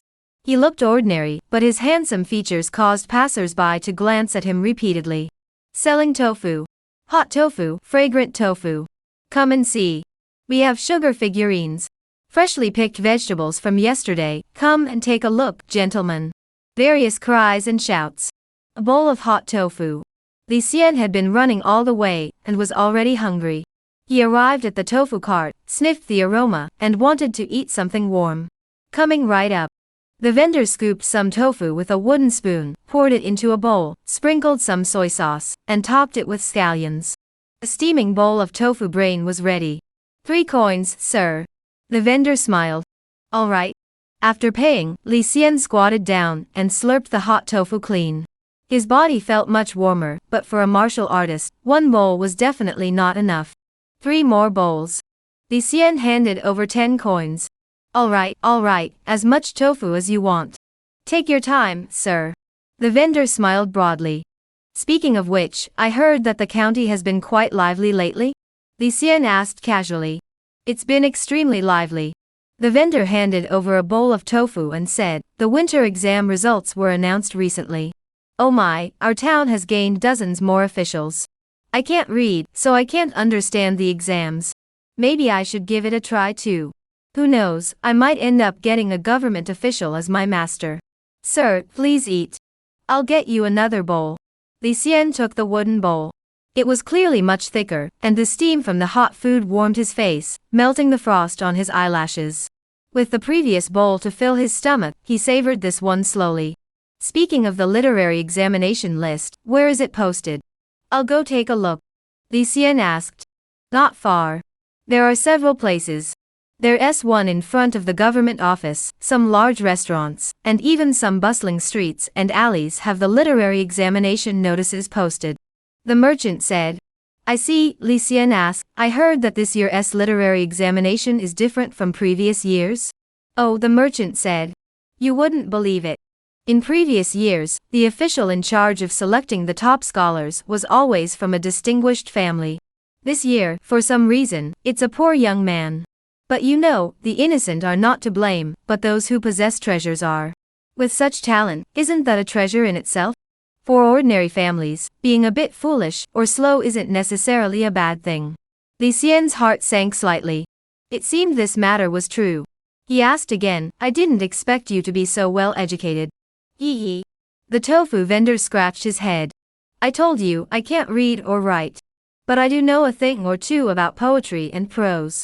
Sir, here's another bowl. Take your time. Seeing that Li Xian had finished, the considerate vendor handed him another bowl. It seems you know quite a bit about this academic examination, Li Xian asked.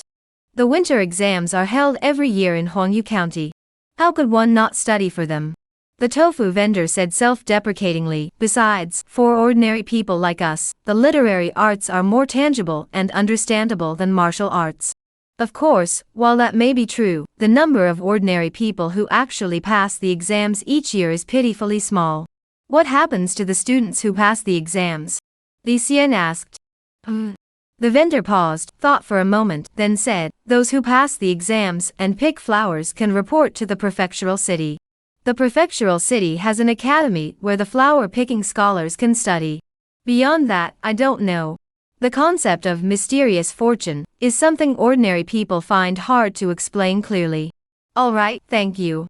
Li Xian ate 4 bowls in a row, and his hands and feet warmed up. He headed toward the bustling city center and saw a tavern.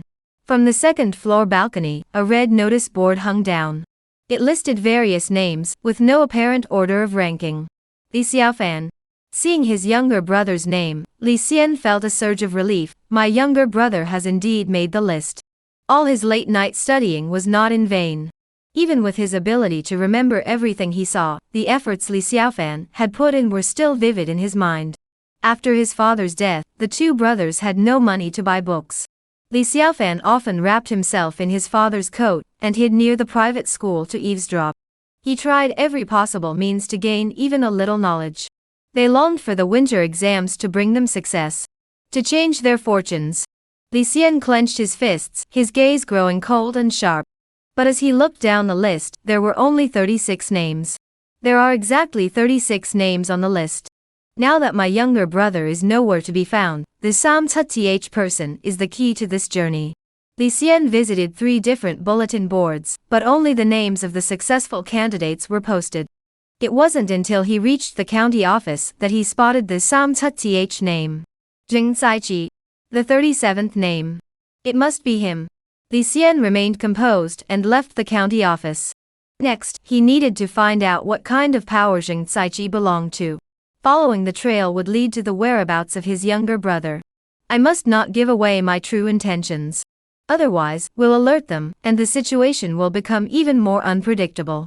Though the identity of a flower-picking scholar is special, if he were to die violently, it would be enough to stir up a major upheaval. But weakness is one's original sin. These factors can only make the enemy wary. But this life is still in their hands. Therefore, gathering information must be done with the utmost caution. Li Xian remained calm, starting his investigation in the streets. The other party was a powerful family, and it wouldn't take long to uncover that Zheng Saiqi was the 7th son of Zheng Shuizhang, the leader of the Blackwater gang. He was his youngest son, whom he doted on greatly. For this winter examination, they had dispatched 30 men to accompany him, at his disposal.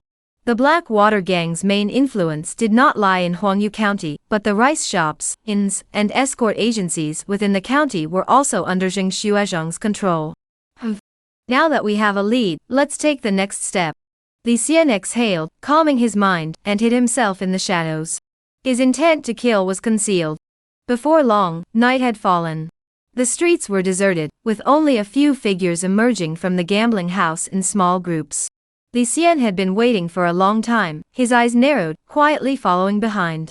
Damn it, I lost again. This damn gambling house, I'll tear it down someday. Sigh, bad luck, truly bad luck. Everyone says that the flower-picking master is a favorite of heaven. I slapped the flower-picking master with my own hands, yet my luck hasn't improved at all. Maybe you didn't hit him hard enough. That kid is tough as nails. When we asked him if he had any family, he didn't say a word. Look at him, so poor and pathetic. Even if he has family, what kind of trouble could they cause? In my opinion, he should just hand over the flower-picking position to our 7th young master. Exactly. If the 7th young master goes to the city and enrolls in the academy, our Blackwater gang will benefit too. If we can also snag a bit of that mysterious fortune, our future would be bright indeed. You're talking about that guy, aren't you? How can he be so greedy? A lowly dog, yet he dares to dream of becoming a big shot. The 7th young master is furious with him. If it weren't for him, our 7th young master could have rightfully earned the position of flower-picking candidate through his own merits. What kind of world is this? Still dreaming of turning your fortunes around? What a joke. Those few spoke freely, linking arms, clearly enjoying themselves. Their skin was dark, though they wore plain clothes. Their origins as members of the Blackwater gang were evident. Li Xian had been following them for some time. He touched the long knife at his waist, felt the qi flowing through his limbs, and followed slowly. Such is the way of the world. When one is weak, everything becomes an obstacle. Xiaofan, if the world won't help you, your older brother will. You should be the golden dragon. Chapter Tsusubyut, feint east, strike west, put out the fire first. Several members of the Blackwater gang emerged from the gambling house, and headed straight for the city gates. It was already night, pitch black, and the men, having lost money, were in a foul mood, cursing heaven and earth with a vengeance. Seeing the dark road ahead, they lit torches while continuing to curse. Li Xian followed behind, secretly delighted that this made it even harder to lose track of them. It seems Xiaofan isn't in the city. After walking over 10 miles, they saw the gang members turn a corner and pass through a mountain pass. In the mountains, there was a large mansion with flickering lights, quite imposing in scale.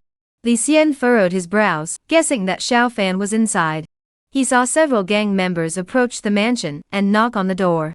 Soon, a servant came to open it. Master of the Blackwater gang, you're back. Did you make a fortune?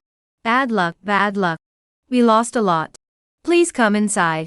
By the way, does the young master have any instructions? No, nothing. The Blackwater gang had many members, and these few were on leave today. With some extra money on hand, they couldn't resist the urge to gamble all day at the gambling house, returning only at night. After a brief conversation at the front of the house, they closed the door, and the area fell silent once more. So, it turns out that Zheng Saichi of the Blackwater gang, and Lu Yuanwei of Huangyu County have colluded to imprison my younger brother here. In that case, it's easier to handle. The Blackwater gang's members and Lu Yuanwei's servants probably don't know each other well. I'll infiltrate their ranks and investigate the situation. Li Xian moved quietly, pressing himself against the wall. At the base of the wall, he scraped off some plaster and smeared it on his face, making his skin appear dark and disheveled. He looked around cautiously. He spotted a large tree with lush leaves and thick branches. He climbed up the tree, placed his bow and arrow and long sword on it, and covered them with leaves. After finishing these preparations, he waited quietly for the right moment. The scale of this mansion is far inferior to that of a single village. However, its operational procedures should share some similarities. At night, the guards will go out on patrol. Though they call it a patrol, they are often tired and lack energy, making them easy targets for those seeking to take advantage of the situation. Li Xian lay in the grass, waiting. As night deepened, he indeed saw guards leaving the mansion, looking around cautiously, patrolling various areas. There were two groups of patrolmen. One group was Lu Yuanwei's guards, and the other was from the Blackwater gang. Suddenly, one of the guards felt an urgent need and ran into the depths of the forest to relieve himself.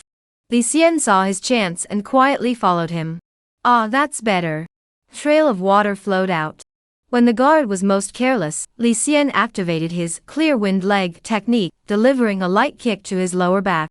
Ugh! In an instant, the spinning force penetrated his body, rendering him completely immobile, about to collapse. Li Xian reached out to steady him, quickly stripped him of his clothes, and knocked him unconscious, hiding him behind some bushes. In this manner, he successfully infiltrated Lu's mansion. Li Xian was overjoyed things were going smoothly so far. Taking advantage of the patrol, he searched for his younger brother's whereabouts, which was indeed the best possible situation. Lu's mansion was indeed vast, a large estate with 4 courtyards, featuring artificial hills and ponds, and a picturesque garden. However, compared to Yihezhuang, it still fell short in many aspects. He approached a house with lights on, and faint voices could be heard inside. Li Xian slowed his steps and listened carefully. Seventh young master, this matter doesn't seem right. With your abilities, you're certain to excel in next year's winter exams. Why take such a risky approach? You didn't participate in the exams, so how would you know how difficult it is? This year is the Samtut year, next year is the Satan-th, and the Tut-th is still uncertain. But, no need to say more. This is my closest chance yet to win the top honor. Father has ordered you all to follow my commands. Just obey. That good-for-nothing brat can't even afford books. How dare he be ranked ahead of me? If we let him go to the city and enter the academy, and even climb higher to seize that mysterious fortune, even our father would have to respect him. Does he deserve it? I'd rather kill him. I wish he'd never been born, so I could be the Samlok place winner, a proper flower-picking master. The voices in the room were an old man and a young boy. It must be the 7th young master Zheng Kaihong, and his personal bodyguard. Li Xian narrowed his eyes slightly, feeling a flash of anger, but he didn't linger. He went elsewhere to search. Hey! Suddenly, a shout came from behind him. A member of the Blackwater gang, with a large knife at his waist, called out to Li Xian. Hey, why is your face so black and blue? The gang member asked. Ah, Li Xian shook his head. Don't mention it. I was on patrol just now and suddenly had to pee. Damn it, the ground was so slippery, I fell flat on my face. Ha! The gang member laughed so hard he slapped his thigh. You little rascal, I knew there was a urine smell on you. You go ahead and patrol near the west courtyard. I need to relieve myself. Li Xian was about to head to the west courtyard to investigate, and agreed readily, all right. Upon reaching the west courtyard, he saw that the area was heavily patrolled, with many Blackwater gang members present. In front of one of the buildings, 2 Blackwater gang members stood on either side, firmly guarding the entrance. This must be the place. Li Xian paused for a moment, glancing around discreetly. Hey, you there. You must have come to the wrong place.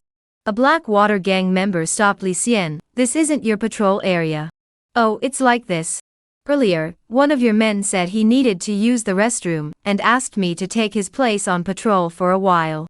Li Xian explained. It must be that lazy good-for-nothing Wang Maozi. That guy is always making excuses. Alright, you take this area. The man pointed toward the southwest. Alright. Li Xian looked around and estimated there were about a dozen people stationed there, with tight security. Given his current strength, charging in would be suicide. He noticed that the other members of the gang looked tired, and were slacking off. Few were truly focused. A direct attack was out of the question, but if he could come up with a clever plan, perhaps he could succeed. Why not try a diversionary tactic later? Li Xian stabilized the situation, showing no signs of weakness, and secretly noted the layout of the courtyard. After half an hour, Wang Maizi, who had previously relieved himself, approached Li Xian, patted his shoulder, and smiled. Brother, thanks. I'll handle this. No problem. Li Xian smiled briefly. After handing over duties, Li Xian left the west courtyard, scooped some snow from the roof tiles, and smeared it on his face, using the coldness of the snow to invigorate himself.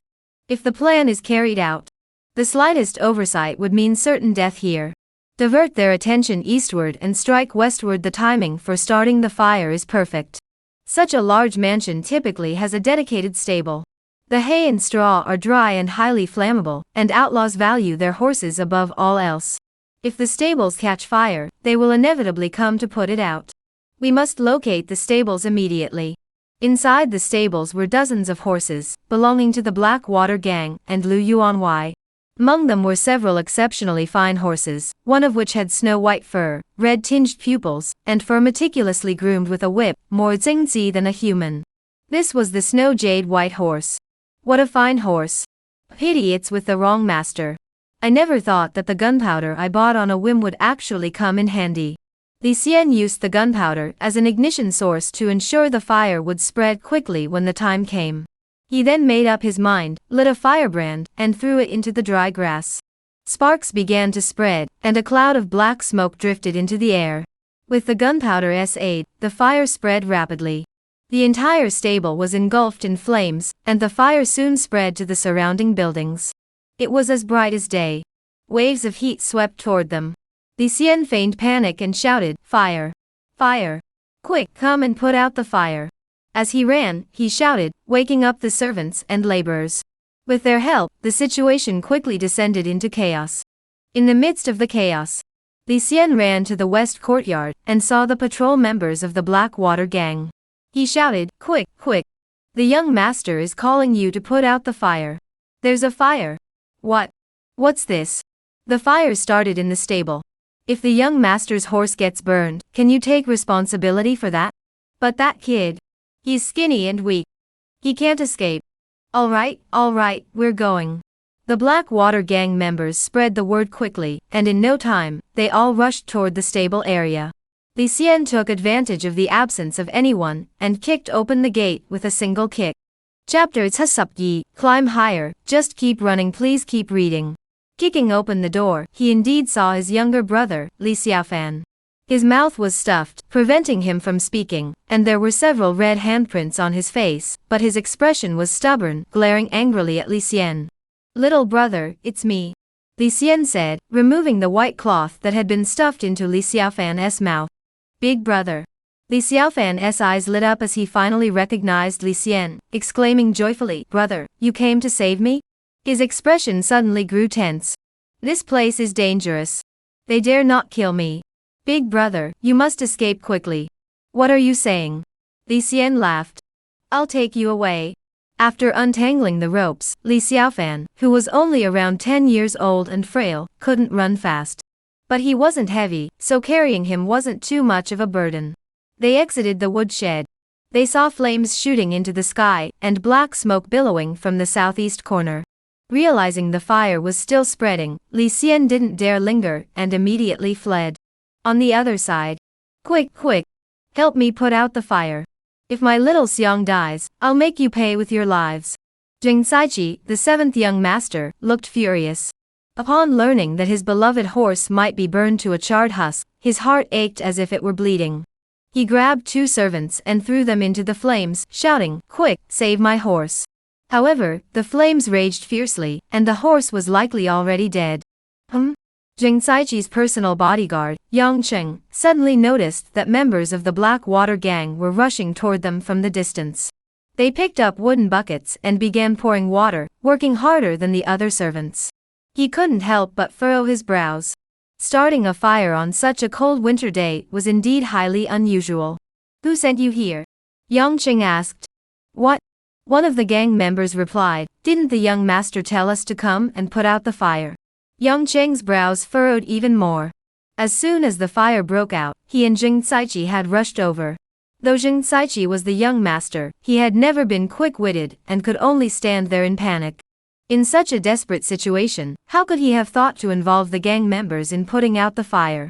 Clearly, there was something fishy about this matter. Could it be? Yang Cheng's heart skipped a beat. Could it be a diversionary tactic? A fire in winter, if not caused by human hands, he simply couldn't believe it. Yang Cheng shouted, You, take the men and follow me." He led the way and rushed toward the west courtyard. Upon arriving at the thatched hut where the flower-picking boy was being held, his heart skipped a beat. The door was wide open, ropes lay scattered on the ground, and there was no one inside. "It's exactly as I suspected." At that moment, Yang Cheng roared angrily, "You little thief, where do you think you're going?" He leaped over the wall and saw a figure running toward the forest. "I'll go ahead and catch that thief. You all follow closely behind," Yang Cheng ordered, then leaped down the wall and gave chase into the forest. "Brother, he's coming." Li Xiaofan turned back and said. "This man is clever, he figured it out so quickly." Li Xian felt a sense of foreboding but remained composed. "He's so fast," Li Xiaofan exclaimed, seeing the distance between them closing rapidly. "You little thief, where are you running?" Before long, Yang Cheng had caught up, reaching out to grab Li Xiaofan. His internal energy surged, locking onto his target, making it nearly impossible to dodge. Li Xian suddenly spun around, unleashing the 4 directions fist to meet him head-on. Bang! Li Xian's hand bones cracked slightly, causing intense pain. Fortunately, he had recently undergone various body-strengthening methods, such as the tiger blood pill, bear gall pill, and 100 beasts bath. His bones were resilient, and his strength was immense. Otherwise, his right hand would have been crippled by that single strike. Yang Cheng roared angrily, "Who set fire to the horse?" He was greatly surprised that this young upstart could withstand his palm strike. As he spoke, he attacked again. Li Xian dodged while saying, "What a pity for the snow-white horse. It must be nearly ripe now." "Aha! You insolent brat, even at the brink of death, you still dare to talk back." Yang Cheng said, "I'll capture you alive and see how the young master will deal with you." He suddenly changed his move, catching Li Xian off guard with a powerful kick, its force and momentum terrifying. Yang Cheng was a master of the Qi Yun Zhou Tian martial arts technique. Li Xian dodged swiftly. Yang Cheng's kick struck the large tree behind him. A loud thud echoed as the tree trunk caved in. However, at that moment, an unexpected change occurred. Several objects fell from the treetop. Before Yang Cheng could react, Li Xian had already grabbed his narrow sword and swung it toward Yang Cheng's right leg. Trouble! Yang Cheng immediately withdrew his leg. But he saw Li Xian smile as the narrow sword traced an arc, transforming from a vertical strike into a horizontal slash. Having mastered the 4 directions fist technique to perfection, he had achieved a state of unity and integration. Even with a knife in his hand, he could use it like a fist. Yang Cheng was caught off guard. Though experienced, he could discern the intent behind ordinary tactics like attacking the east while aiming for the west, or feinting with the weak to strike with the strong. However, the true strength of the 4 directions fist lay in its lack of feints or deceptive moves. Every strike was genuine, but through subtle shifts in his body, he redirected the force lines, causing the lethal strike to change drastically in an instant. He didn't anticipate this sudden change, realizing he had fallen into a trap. With no way to avoid it, he channeled his qi throughout his body and forced himself to block the blow. His flesh was torn apart. The pain pierced his heart. But it wasn't over yet. Yang Cheng's toes touched the ground, creating some distance. But he didn't know that he had fallen right into Li Xian's trap. Li Xian used his sword as a dart and threw it directly at him. Yangqing had no choice but to dodge again. At the same time, Li Xian caught the deer shooting bow, drew it like a full moon, and fired 3 arrows in rapid succession. This is bad. Yangqing's hair stood on end. The 3 arrows were powerful, one aimed at his throat, 2 at his knees, and the 3 arrows formed a pincer movement. The intent was clear and ruthless. This man was not only a master of archery, but also extremely calm and cunning. From the moment he began chasing him, he had already planned his countermeasures. His internal energy cultivation, martial arts prowess, and combat experience were clearly superior to his opponent's. Yet he had been led by the nose. Damn it. Yangqing's anger flared, and he took a risky move. If he wanted to survive, he had to dodge the arrow aimed at his throat. But doing so would leave his knees pierced by arrows, rendering him unable to move a certain death. The only solution was to not dodge any of the 3 arrows, but instead make tiny movements to ensure that while the arrows struck his body, they only grazed the surface. Yangqing was a man of quick wit. He trembled slightly and managed to pull it off. A slit opened in his throat, blood flowing freely, but his windpipe remained intact. The arrows pierced his knees, embedding themselves in the flesh, but not damaging the bones or tendons. Excellent. Li Xian cheered, impressed by such a response. However, after speaking, he turned and fled deeper into the forest, carrying Li Xiaofan on his back. Young instructor. Their brief encounter lasted only an instant. At that moment, the Blackwater gang members arrived late. Chase. Chase them. Cough cough. Yangqing clutched his throat, still shaken by the close call, but his anger quickly flared up. He had already achieved the qi circulation of the heavenly circulation, and was halfway to the blood sealing and pore closing stage, allowing his blood to flow slowly.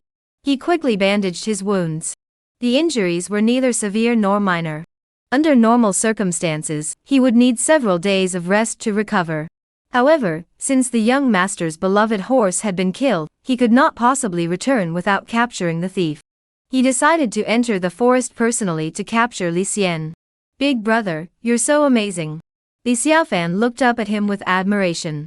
You're impressive too. At such a young age, you've already picked the flower. Li Xian laughed. Hee hee. Li Xiaofan scratched his head. Xiaofan, today I will send you out of Huangyu County. From now on, you must walk your own path. Even if I wanted to help, I'm powerless to do so. Li Xian said solemnly. Yes, older brother, I won't let you down.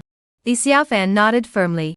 A glimpse of the same resolute determination as his older brother flashed across his youthful face. I've heard a lot of things lately about fate, literary fortune, and all sorts of mysterious nonsense. They all say I'm just mud, and my family is all mud too. We're not worthy. I don't care about any of that. All I know is that I won't let anyone bully me or my older brother anymore. Being your bodyguard isn't easy either. I know that now that I've been chosen, I'll go higher, much higher. Brother, wait for me. Saying this, Li Xiaofan clenched his fists and touched the red mark on his face. It still stung. Li Xian felt a sense of relief.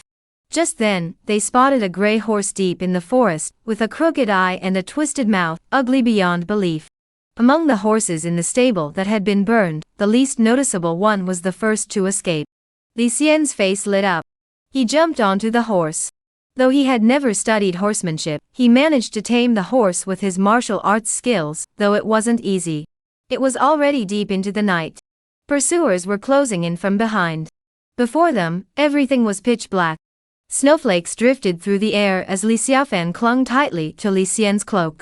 Never mind that. Right. The darkness was impenetrable, and he couldn't see the path ahead, whether it was a deep pit or a cliff relying solely on luck. But he drove the horse forward without hesitation. If there was no path, he would forge one. Since Li Xian had come to this world, he had endured countless injustices and oppressions. Though he had gradually improved his circumstances through hard work and perseverance, he often felt the deep chasms between people, which seemed impossible to bridge. He often felt oppressed. But at this moment, despite the perilous situation, the ugly horse beneath him galloped on. The wind and snow swept through his hair, leaving everything pitch black. The world seemed empty, yet a touch of inappropriate boldness arose in his heart. Li Xian patted the horse's back. It seemed as though, in the dead of night, the heavens and earth had sketched out this scene. The ugly horse carried the bodyguard, who in turn carried a child. Snow and wind mingled with pursuing soldiers, while in the distance, flames rose high. Shouts and curses were drowned out by the wind and snow. Chapter Tsusupsam, the assassination of the 7 young masters, brothers parted.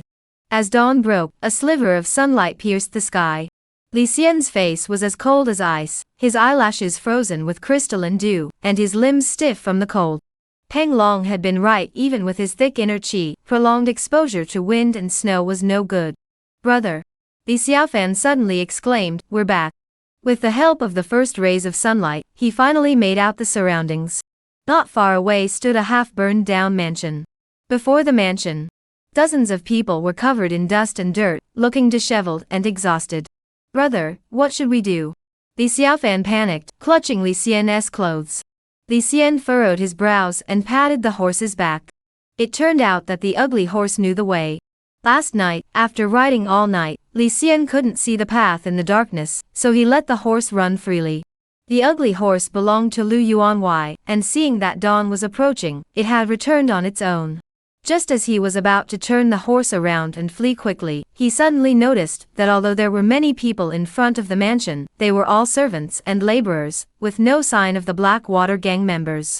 So that's it. The Black Water Gang came to arrest me in the dead of night, but they never expected me to make a surprise return. Li Xian's heart leaped with joy. He caught sight of a man in fine attire among the crowd. Though he too looked disheveled, his air of nobility set him apart from the common laborers. Li Xian narrowed his eyes, pointed at him, and asked, little brother, is that Zheng Saiqi? Li Xiaofan nodded. That's him. Good. Li Xian stepped onto the saddle, suddenly stood up, drew his bow to full draw like a full moon, and aimed at Zheng Saiqi.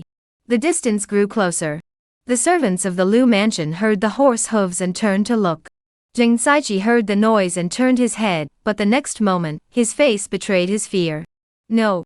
Before the word could leave his mouth, Li Xian's arrow had already been fired with great force. It struck him precisely in the chest.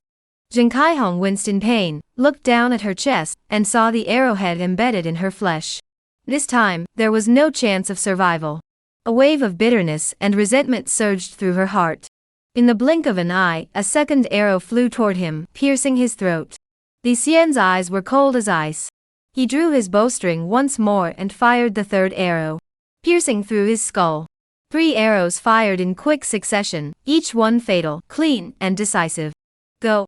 Li Xian pulled the reins, causing the ugly horse to turn and flee. The sudden turn of events was too swift. By the time Li Xian had ridden far away, Lu Yuanwei and his servants finally reacted, rushing to check Zheng Caihong's breath and feel his pulse. They saw the noble young man, dressed in luxurious fox fur robes, in his final moments, his face contorted in agony, blood gushing from his wounds, feces and urine flowing freely, his legs twitching uncontrollably. With his final kick, he breathed his last, completely lifeless. His expression froze in shock, disbelief, resentment, and confusion. Before this, Li Xian had wanted to kill Zheng Caihong, but his situation was dire, leaving him no time to think. He only hoped to rescue his younger brother first. However, he never expected that the ugly horse knew the way, and by a twist of fate, it gave Li Xian an opportunity. He rushed forward, quickly leaving Huangyu County behind. By then, the sky had begun to lighten. Li Xian saw that his younger brother was still young, and that once they parted ways, the rest of his life would depend on him alone. He also knew how treacherous the world was, and felt a deep sense of pity, wanting to send him further away. But suddenly, he saw a figure blocking the road ahead. Commander Pang, Li Xian exclaimed in surprise, his heart sinking.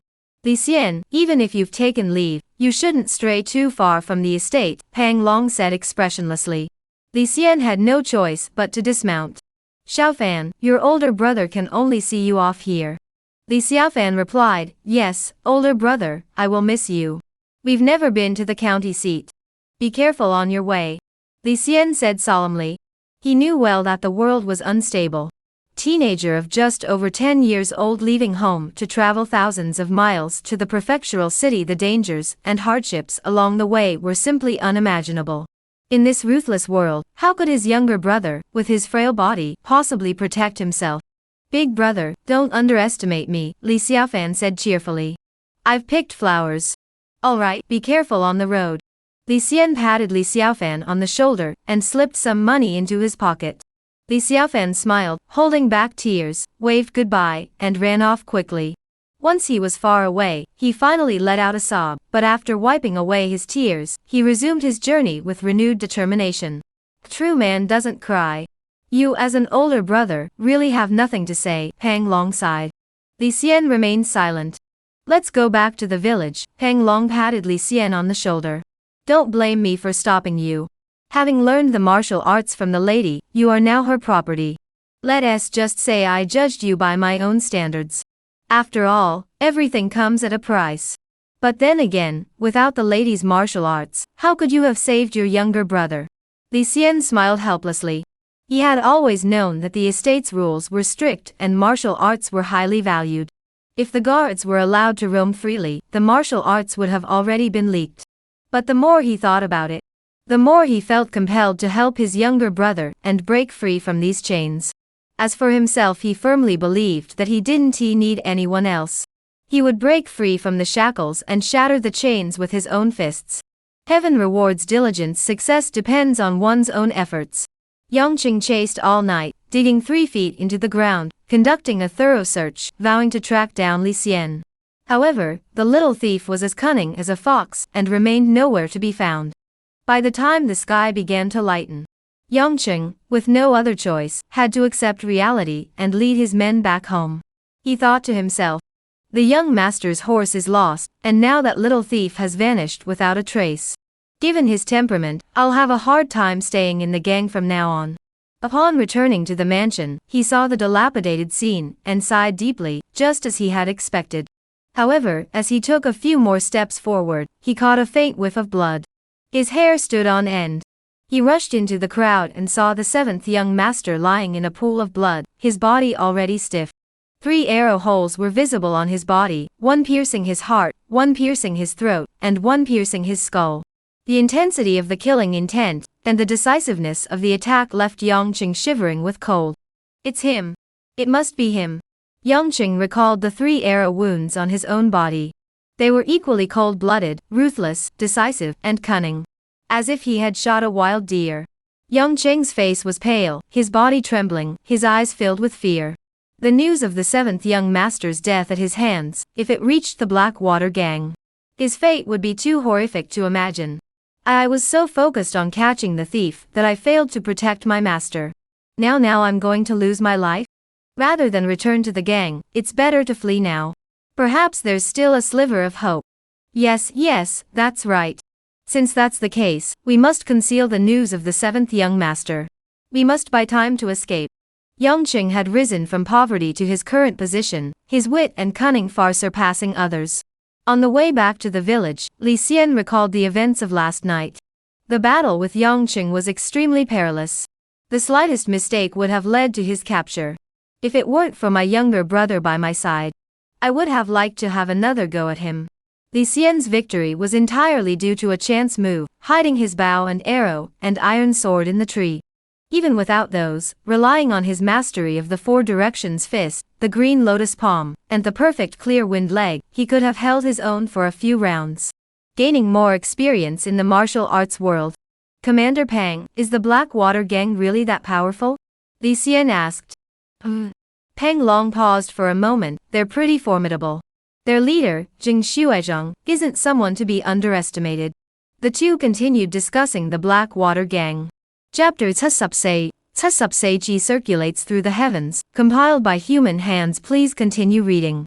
That Jing Xuezheng is a formidable figure, a martial artist who has undergone complete transformation. Pang Long glanced toward the distance and continued slowly, speaking of which, there is also some enmity between our village and his. You've been a guard for some time now. If you've observed carefully, you should know that the lady has extensive holdings, including both farming and silk cultivation. Since agriculture and sericulture are the foundation, they inevitably depend on a water source. The lady owns a piece of land whose upstream water source was once cut off by Jing Xuezheng, leaving that land barren for a time. Oh, Li Xian asked, if that's the case, why doesn't the lady just take action against him? He was quick-witted. Though he didn't know the Black Water Gang's strength, he knew the lady wasn't someone to be underestimated. Dealing with Zheng Shui would be a piece of cake for her. Who is the lady to get involved in such a dispute? Peng Long said arrogantly. In truth, he had similar doubts. After walking for a while, the two had already left the mountains and entered Huangyu County, where they found a restaurant and ordered 2 meals. When the food arrived, Peng Long said uncertainly, the lady rarely interacts with local factions. In my personal opinion, there are 2 possible reasons. Commander Peng, please continue. Li Xian took the hot tea, poured it for Peng Long, and presented it with both hands. Peng Long accepted it, took a sip to moisten his mouth, savored the delicate aroma of the tea, and said, "First, it is out of disdain. These local gangs may be the local bullies, but who is the lady? She naturally would not deign to get involved. Moreover, the lady rarely leaves her residence. Going out specifically for them would be giving them too much face. Secondly, the lady has seen the world. Such things are as light as a feather to her. Thirdly, perhaps it has something to do with the lady's past enmity with the underworld." Peng Long finished his cup of tea, and his wild speculations came to an end. The lady's thoughts are beyond anyone's comprehension. I'll treat you to this meal. It's been ages since I've had fried fish, braised pork, and lamb with vinegar. Ha, you're in for a treat. Peng Long ordered a full table of dishes. Now that he was finally alone, he didn't dive into the soup, but instead picked up a piece of tender fish meat and placed it in his mouth to savor. He savored the fresh and delicious flavor. Li Xian gazed into the distance, worried about his younger brother.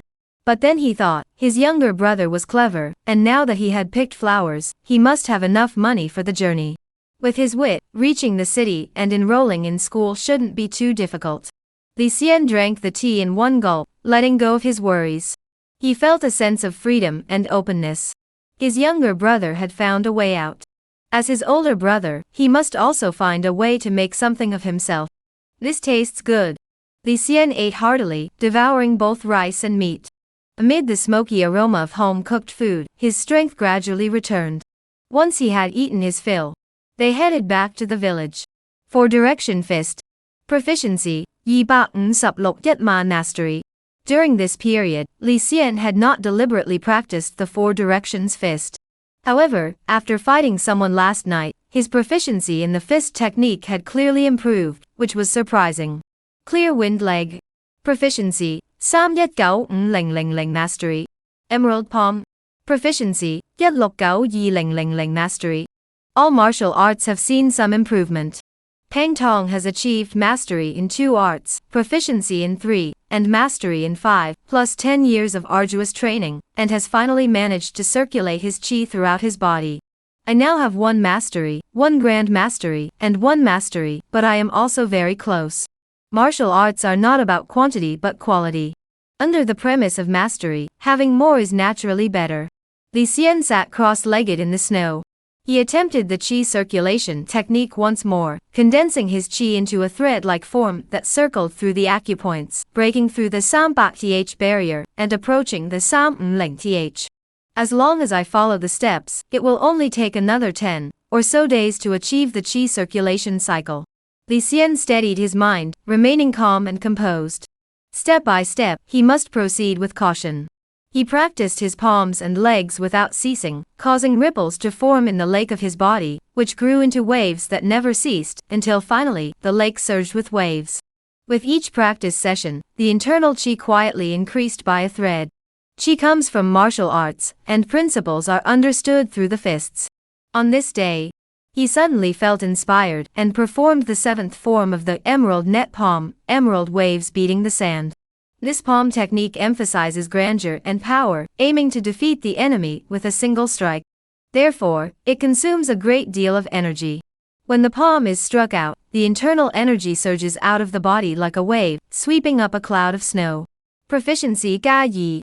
His entire body trembled, and his internal qi condensed further. Li Xian chewed on dried meat to replenish his strength. After resting, his internal energy was once again abundant. He immediately sat in meditation, allowing the energy threads to circulate through all the acupoints, passing through the Sambak-lok-sup-yet major acupoints. Finally, his perseverance paid off, and he completed the qi circulation of the heavenly cycle. When the energy threads connected at both ends, Li Xian opened his eyes, unable to describe his feelings. He felt his senses sharpen, and faintly perceived the minutest details of his body. A sensation arose. Ah! This is truly my body. Marvelous sensation washed over him. As a mortal being, no matter how diligently one trains, there will always be imperfections in one's movements.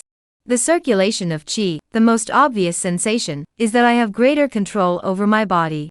And the qi envelopes my entire body, making me feel lighter and more agile. The clay body of the mundane world is an unpolished, crude vessel, leaking wind and water, unable to contain the essence of heaven and earth, or hold on to vital energy. Therefore, it constantly leaks away. Qi circulation throughout the body begins to seal and lock in the vital energy and blood. At this very moment, one has finally taken the first step on the path of martial arts. Li Xian suddenly heard a bird chirping lightly from the treetops. He leaped into the air, jumping much higher than usual, several feet off the ground. With lightning-fast reflexes, he reached out and grabbed it. The bird was already in his hand. "Ha ha, good bird, go." Li Xian gently stroked the bird's head, and released it with an open hand. He wanted to find something else to test his martial arts skills. He grabbed a handful of snow from the ground, channeled his qi into it, and squeezed it into ice crystals, which he then threw into the sky, flying tens of feet away. His improvements were remarkably balanced across all areas. Among the many guards, those who can achieve qi circulation throughout the body are probably few and far between. So far, among the bodyguards, the only one who had clearly achieved qi circulation throughout the body was Hua Hanyi. Not enough, not enough. Li Xian clenched his fists. The next step is solidifying blood and sealing the orifices. You can't hide the truth forever. On the third day after Zheng Caiqi's death, the news finally reached Zheng Xuezhang's ears. "My son." Zheng Xuezhang was furious and ordered a thorough investigation.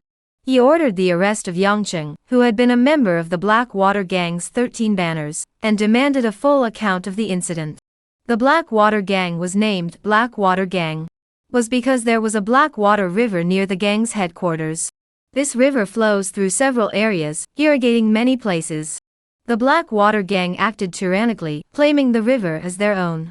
The Mountain Wind Fortress was also affected and harbored deep resentment toward the Black Water Gang, with long-standing animosity between the two groups. Their conflicts over water rights had led to frequent clashes. Yangcheng thought to himself that he had spent his entire life building his power, reputation, and status in this place. If he were to flee to a distant location, he would have to start over from scratch, and such a delay might very well spell the end of his martial arts career. After weighing his options, he decided to defect to the Mountain Wind Fortress. Little did he know that his luck was against him. In the past, the Zaiju, Ma Daozi, would have gladly accepted him. However, at this critical juncture for the Zai, he did not wish to provoke conflict with the Black Water Gang. So he agreed outwardly, but secretly had Tianbian bind him up that very day. They used him as a bargaining chip in negotiations with the Black Water Gang. They thought Yangcheng, being clever, would be undone by his own cleverness. If he escaped to another place, in the vast sea of people, he might not be caught. In the end, his cunning was no match for his greed for power. By the time he regretted his decision, it was already too late. After several days of negotiations, Yangcheng was bound and dragged back to the Black Water Gang. His knees were shattered, and he was forced to kneel before the Black Water Gang's hall. The gang leader, Zheng Xuezhang, wielding a broadsword, his face covered in stubble, glared coldly at Yangcheng. "Young flag-bearer, I have treated you well. Why did you kill my son?"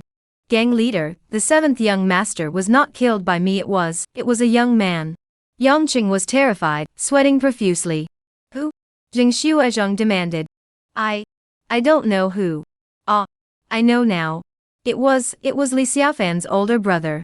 Yangcheng's mind raced, desperate to reveal the killer to appease the gang leader's anger.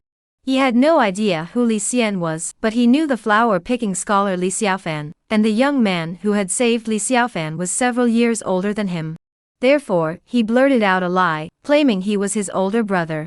Little did he know he had hit the nail on the head. "Who is Li Xiaofan?" Zheng Xuezhang asked. He's the flower-picking scholar from Qingning County," Yangcheng said. "The flower-picking scholar?" Jing Xuezheng was greatly surprised, then coldly snorted, "Don't even mention picking flowers. Before you've obtained that mysterious fortune, if you offend this old man, you'll still end up eating your words. Go investigate whether this Li Xiaofan has an older brother. As for you, Yangcheng, you failed to protect your master, and dared to think of defecting to the Mountain Wind Fortress. According to the gang's rules, you should have your limbs severed and be hung on the ship's sail as a warning." Yangcheng turned pale with fear and knelt down, begging, "Master, spare my life. Master, spare my life. Spare my life?" Jing Shui laughed coldly. As he spoke, he suddenly drew his sword and slashed horizontally and vertically, severing Yangcheng's limbs. The speed of the sword. Yangcheng's limbs were severed, yet he felt no pain. After 3 breaths, he finally let out a piercing scream. After another 3 breaths, the knife energy dissipated from the wounds, and blood began to gush out. Several people stepped forward, took some iron spikes, and drove them into Yangcheng's bones, lifting him up and carrying him out. Looking down at the Blackwater River. On the large ships of the Blackwater Gang, where the sails were, hung the bodies of people without hands or feet. They had been strung together to form human sails, writhing in agony and emitting horrifying screams, creating a terrifying sight. Chapter Tsusupn, a leisurely half-day, the immortal remains in the altar. November had already passed halfway through the month. Today was a warm day, and it was time to collect firewood. A long line had formed in front of the accounts office. Li Xian was invited by his roommates Bao Yongkong, Jia Jie, and Kong Sun to join them. The 3 had their own ulterior motives. Being able to speak with a second-class bodyguard was a great honor. Among warriors, striving for strength and dominance was the norm. The strong bullying the weak was a common sight. In the jungle, the weak naturally gather around the strong. This is the way of survival, and is not something to be ashamed of. Li Xian understood their intentions and didn't mind helping them out. Half an hour later, they reached the front of the group, stepped over the threshold, and entered the office. Second-class bodyguard, Li Xian. The monthly salary totals 620 coins, plus 1 tiger red pill. The accountant, Xiang Shu, glanced at him. He recognized Li Xian, and had a strong impression of him. Before Li Xian could speak, he handed him a cloth bag. It contained copper coins and pills. "Thank you, Xiang Shu." Li Xian weighed the cloth bag. With more money in his account, he was overjoyed. "Serving the lady is my duty, there's no need to thank me." Xiang Shu smiled, waved his hand, and gestured for Li Xian to go about his business. Li Xian counted the money, the small change adding up to a total of 150 coins, including today's wages. The tiger red pill was a standard item in the second hall, with 1 distributed each month. Since the lady was refining the extreme body pill, the tiger red pill was a byproduct with a high yield. Since the lady didn't need it, it was naturally distributed to the lower ranks. Each pill was worth roughly over 1 tael. Made by boiling tiger and beast innards, its efficacy was average, but after consumption, it caused the entire body to heat up, with the skin turning red. At this stage of martial arts training, the body is in a state of flux, and progress is faster. I can now circulate my qi throughout my body, and the distance to the first hall is no longer far. With the upcoming courtyard trials, I will be able to advance further. Li Xian pondered in his heart as he walked through the courtyard, strolling to a lake. He drew his sword from its sheath and gently stirred the lake water. Balancing work and rest, he took a half-day break today, which wasn't considered laziness. He wandered around the courtyard. He noticed that the lake was surrounded by green willows, completely unlike the winter scene. I heard that there is a hot spring vein below the estate, with excellent terrain and warm earth energy. Li Xian muttered to himself. Unconsciously, he arrived at the large tree he had first seen during his patrol. His martial arts skills were already quite proficient. Looking at the broken tree again, he felt completely different, as if his eyes were being pierced by an invisible sword. Looking at it this way, the difference is truly vast. I wonder what it would be like if the lady were to use her full strength. I've also heard that martial artists consume essence, and some chosen few, with exceptional luck, undergo physical transformations, revealing unique abilities. All these things can only be heard through Pang Tongling's accounts, with only a glimpse revealed. To witness them firsthand, who knows when that day will come. Li Xian sighed, then recalled the matter of the immortal in the jar. Though he had no particular fondness for Li Haitang and the others, the immortal in the jar was ruthless and bloodthirsty. It would be for the best if he could be brought to justice sooner rather than later. He kept his distance and turned away. In recent days, he had been following his routine diligently, making steady progress in his martial arts training. He had not slacked off, and his skills in the Four Directions Fist, Clear Wind Leg, and Emerald Robe Palm had improved significantly, though he had yet to achieve a major breakthrough. After completing the Qi circulation technique, he began attempting the blood sealing technique, but without a mentor or experience, he was completely in the dark. He wanted to seek out Pang Long, but couldn't bring himself to ask. I'm only 15 years old. I've been practicing martial arts for just 2 or 3 months. Achieving Qi circulation in the body in such a short time is too fast. One must always be vigilant. The specific methods of Gu Hu Bai Hong can only be inquired about indirectly, without arousing suspicion. If I can't find out for now, using this time to settle down is also a good option. Besides, I will continue practicing martial arts, and my martial arts skills will still improve. Li Xian steadied his mind. That day at noon, Li Xian gathered his team, distributed their weapons, and took some dry cakes before leaving the village to patrol. Master Li, please go first. The third-rank guards in his unit flattered him as usual. Today's patrol is in Dongsuan village. Everyone follow me. Keep your eyes sharp. Li Xian shouted, then led the group along the eastern side, winding their way up the mountain. When they were hungry, they ate the dry cakes and drank water. If they felt it wasn't enough, they ate some more dried bear meat. Today's turmoil had subsided. The path was not difficult to navigate. Emir Li, could I have a piece of your dried meat to try? The guard had eaten some dry bread, but was still extremely hungry. Seeing Li Xian occasionally chewing on the dried meat, he finally couldn't resist and mustered the courage to ask. Here. Li Xian opened the meat bag. Bear, tiger, and deer meat, all sliced into strips and smoked into jerky, had been nearly depleted during this time. Only 10 strips of tiger jerky and 3 strips of bear jerky remained. As for the deer jerky, it had long since disappeared. Eating deer meat increases the consumption skill the least. However, deer meat has the best texture, with a milky fragrance, and when combined with the smoked flavor, it makes for a decent snack. On the other hand, tiger meat and bear meat are less appealing. Tiger meat is extremely tough and chewy, making it difficult to eat. Bear meat has a strong, gamey odor, and is not particularly delicious. These 2 types of jerky are still in ample supply. Deliciousness and nutritional value cannot coexist. Li Xian had grown tired of it, and decided to distribute the remaining meat jerky to the guards. The guards on patrol, who were already enduring hunger and fatigue, naturally treasured the meat jerky and chewed it with relish. Master Li is so generous. Master Li is mighty. Everyone praised him repeatedly. Eat your fill and continue your patrol. Return early. Li Xian called out.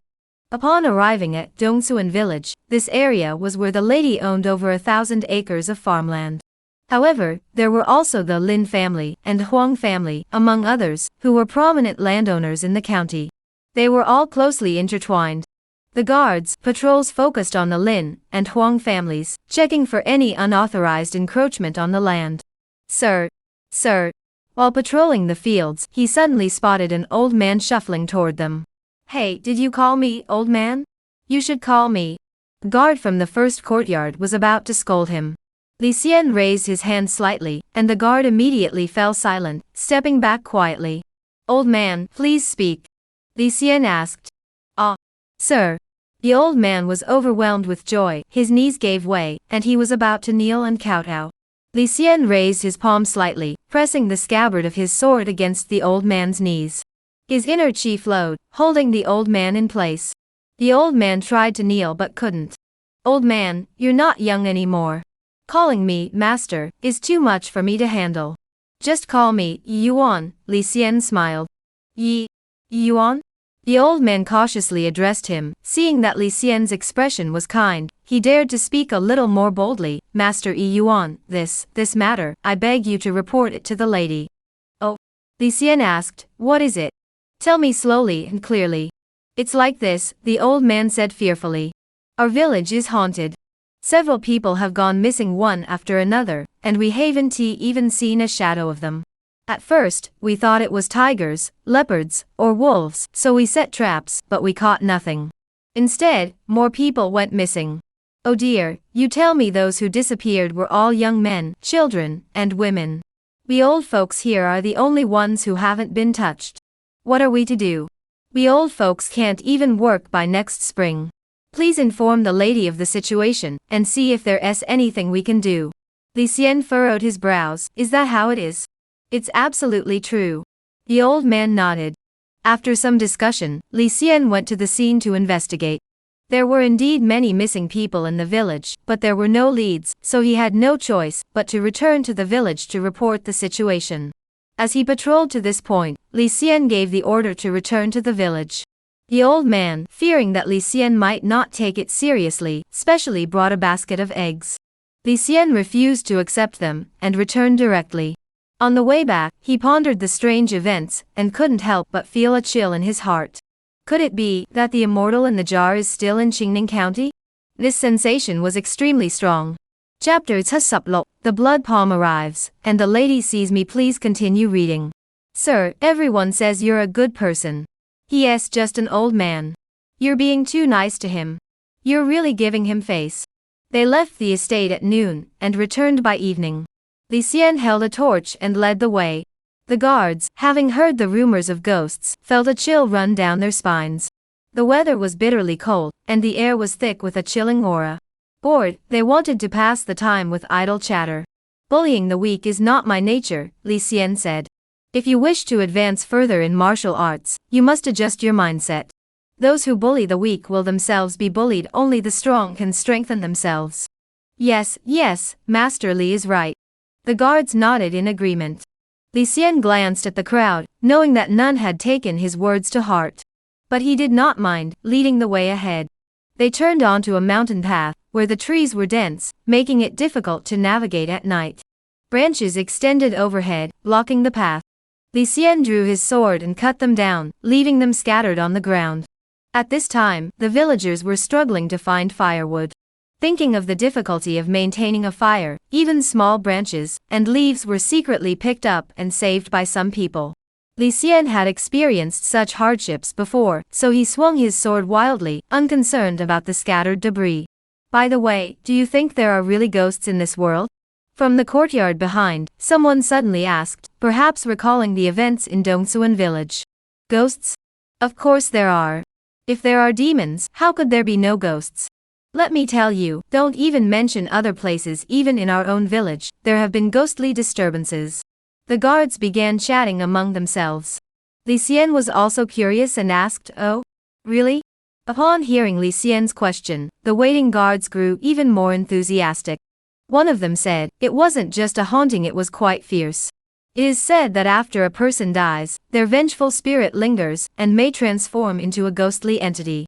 They demand lives and wealth in all sorts of bizarre ways. Emperor Li, if you're interested, I'll tell you all about it one by one.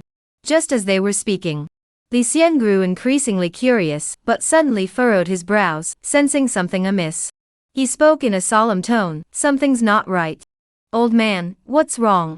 The guards immediately panicked, fearing that ghosts or demons were causing trouble. However, the existence of ghosts and demons has always been uncertain. The ones who cause the most trouble are always humans. Emperor Li held the torch downward and said, look.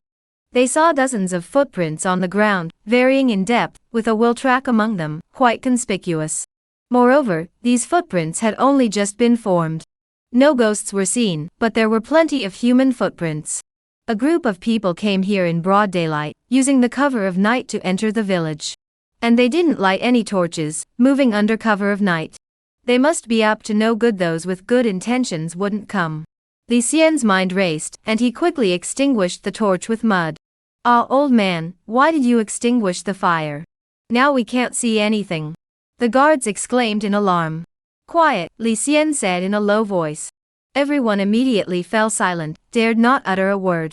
There must be something going on in the village, Li Xian muttered under his breath, then pointed to a narrow path and said, if we take the main road, we might run into them. Let's take the back way.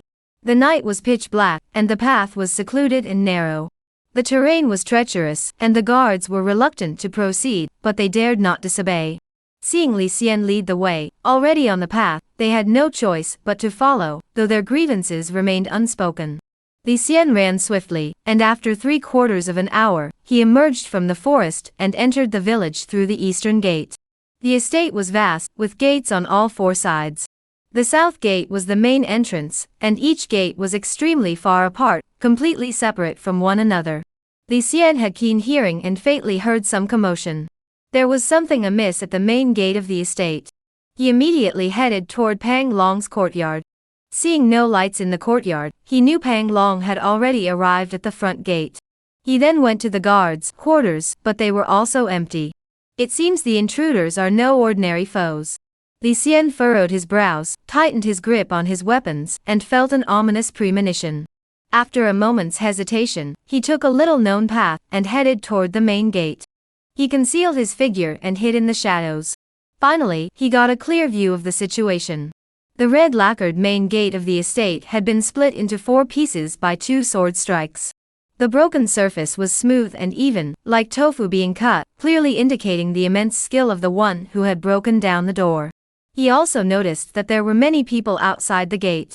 They did not carry torches, so he could not see their exact numbers. But the commotion was certainly not small. Thud, thud, thud. The sound of thunderous drums echoed through the night, disturbing the peace of the night, leaving no one able to sleep. Pang Long's expression darkened. He gathered his chi and shouted, "Who is beating the drums? Do you want to die?" The roar of his voice rolled out, momentarily drowning out the drumbeat, and sending the drummer reeling back several steps. "Is I, Jing Shui, striking the drum?" A louder shout followed. Jing Shuizhong stepped forward, formally entering the courtyard. This man was tall and muscular, with a face covered in stubble, exuding a domineering aura. He carried a sword as long as his body on his back. Li Xian murmured to himself, "Could he be here for me?" His heart tightened, but he did not reveal himself. He did not regret killing Jing Caichi. This man had a narrow mind. Whether he lived or died, he would cause endless trouble. If things go south, I'll slip away immediately. Li Xian was grateful to be in the shadows, holding his breath and observing. "Jing Shuizhong, you of the Black Water Gang, you've gone too far." Pang Long shouted angrily. Jing Shuizhong retorted, "It is you who are bullying others."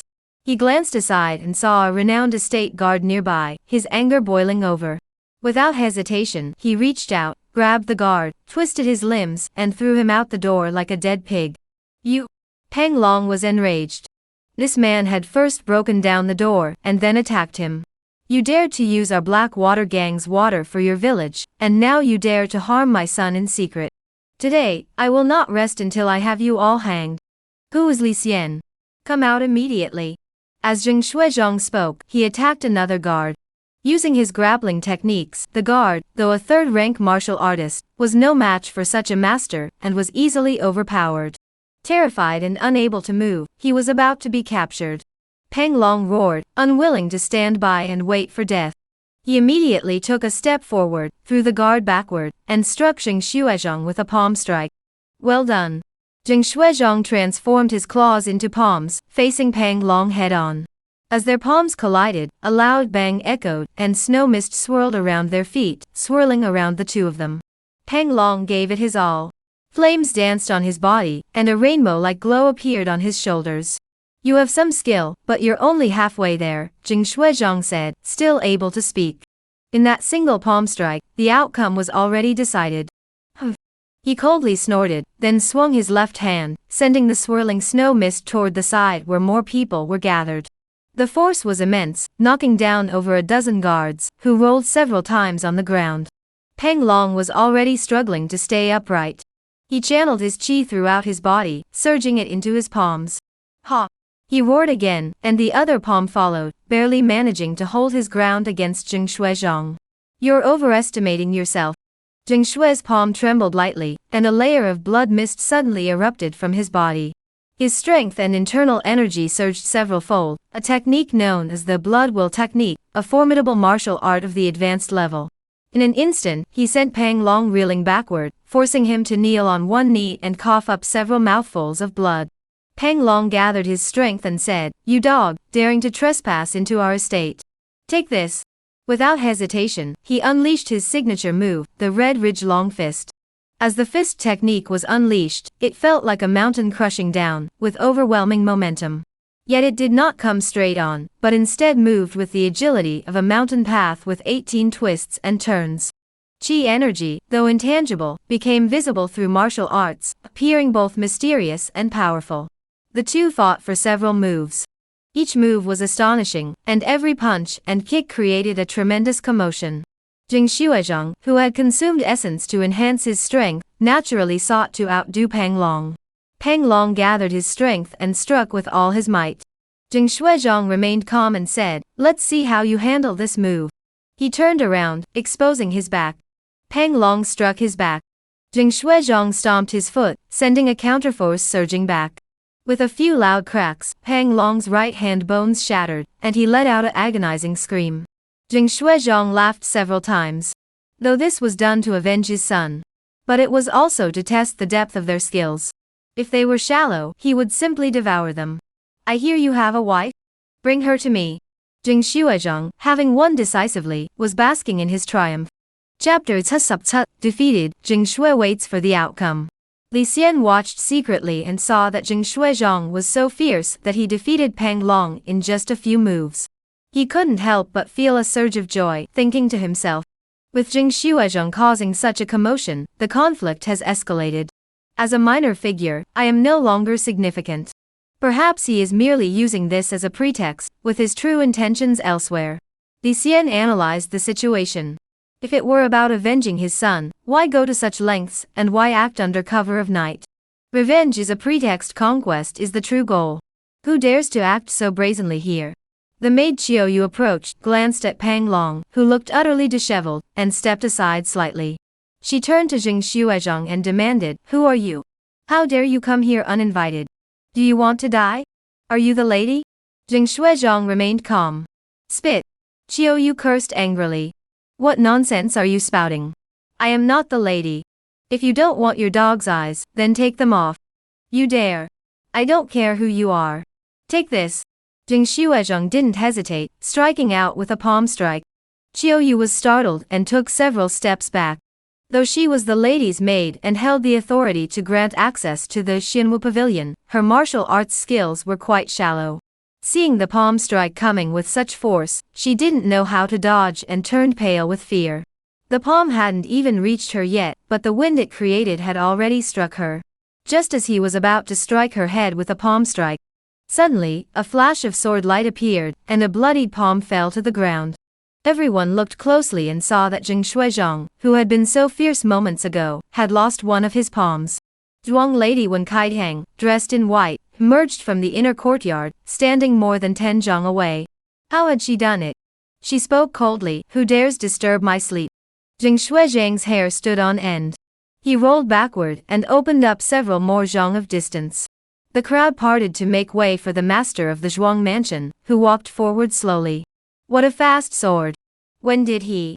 Jing Shui's palms were drenched in cold sweat, filled with shock and disbelief. At that moment, the pain from his severed palm began to surge back up his body. He forced himself to ignore the pain, clenching his left hand tightly, his nails digging into his flesh. He used the pain to distract himself. "Is this the real mistress?" Jing Xuezhang forced a smile. "Who are you?"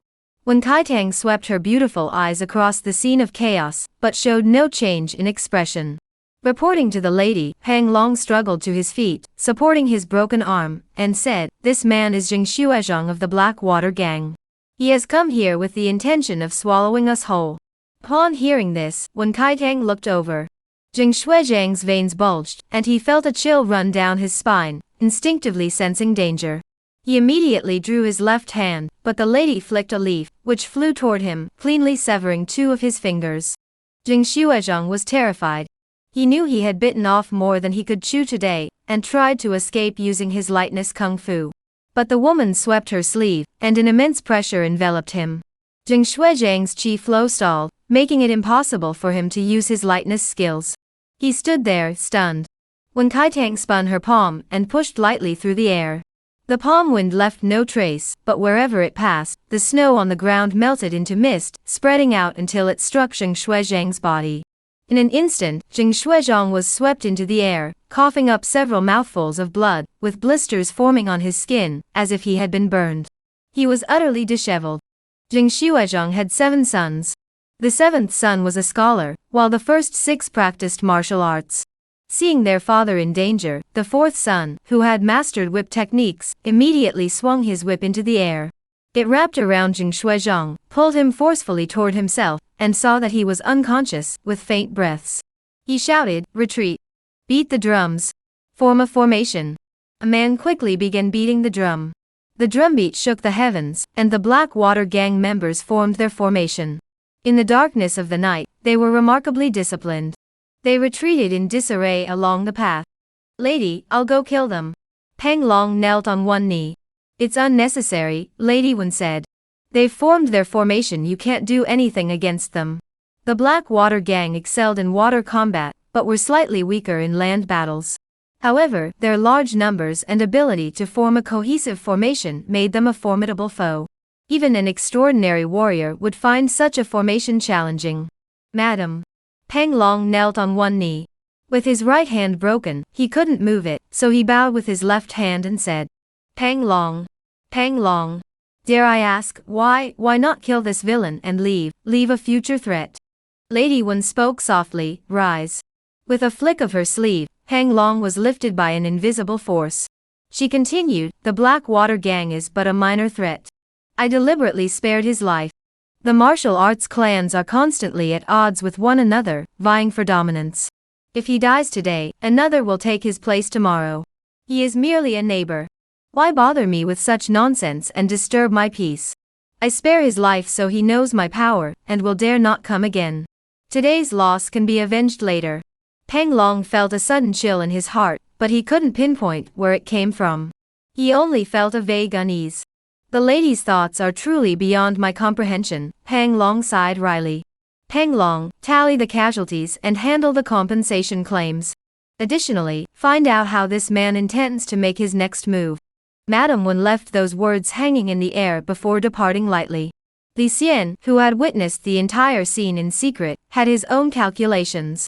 The lady was by no means a kind-hearted person, but she was extremely opportunistic. Distinguishing between reward and punishment is a form of opportunism. Calculating for personal gain is also a form of selfishness. Disregarding human life is an even greater form of selfishness. The lady is a selfish and opportunistic person, Li Xian thought to himself, believing he had glimpsed a corner of her true nature. When someone comes to your door to cause trouble, your reputation naturally suffers. But the Blackwater gang isn't the same as Li Haitong's crew. They don't even know who the lady is. In the lady's eyes, it's like a clown putting on a show. She doesn't even feel her face is lost. The lady's face isn't worth anything here. If we were to calculate the loss of face, even Jing Shuizhong's life wouldn't be enough to compensate. Li Xian sighed. He regretted not being able to have Jing Shuizhong killed here. That night, no one could sleep. The guards returned to their quarters to rest. When everyone saw Li Xian, they all looked at him strangely. The recent turmoil. They had vaguely heard the words Li Xian. It must be related to Li Xian. The next day, due to Peng Long's injuries, the morning training of the guards was temporarily led by Hua Haining. Everyone ran around the estate to strengthen their bodies. Skill level Ga Yat. Li Xian practiced martial arts as usual, his body pulsing with energy. After an hour had passed and he felt tired, he wiped the sweat from his brow and went to find Peng Long. Peng Long's courtyard was empty and no one was there. He must have gone to the Blackwater gang to demand compensation. This matter is my fault. Although Jing Shuizhong was driven back, this matter is likely not yet resolved. Li Xianru, with his sharp mind, sensed an unusual atmosphere. Another day passed. Peng Long approached Li Xian of his own accord, his expression solemn. Li Xian said, "Commander Peng, what is the matter? Speak plainly. Let's go drink. We'll talk while we drink." Peng Long spoke solemnly, pulling Li Xian back to the courtyard and fetching several jars of fine wine. He tapped the wine jar and said, "I haven't had a drink in ages. Wine is a thing that disperses the qi and blood. Sometimes it's good, sometimes it's bad. We're just clay bodies when the qi and blood disperse. Look at us, how much more leaks out."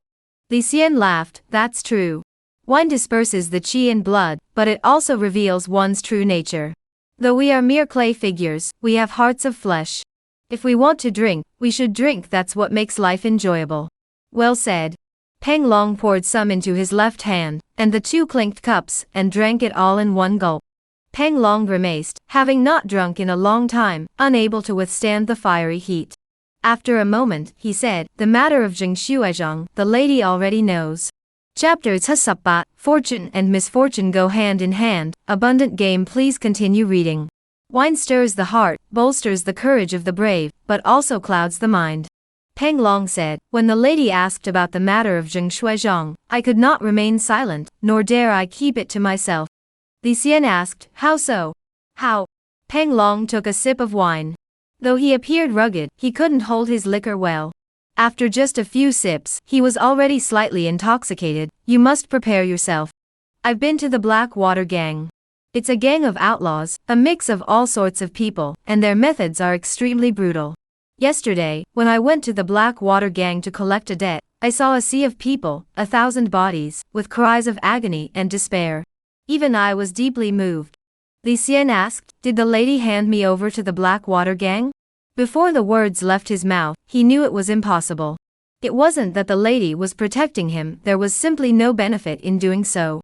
Peng Long shook his head. "Of course not. Zheng Xuezhang is severely injured. How dare he mention this?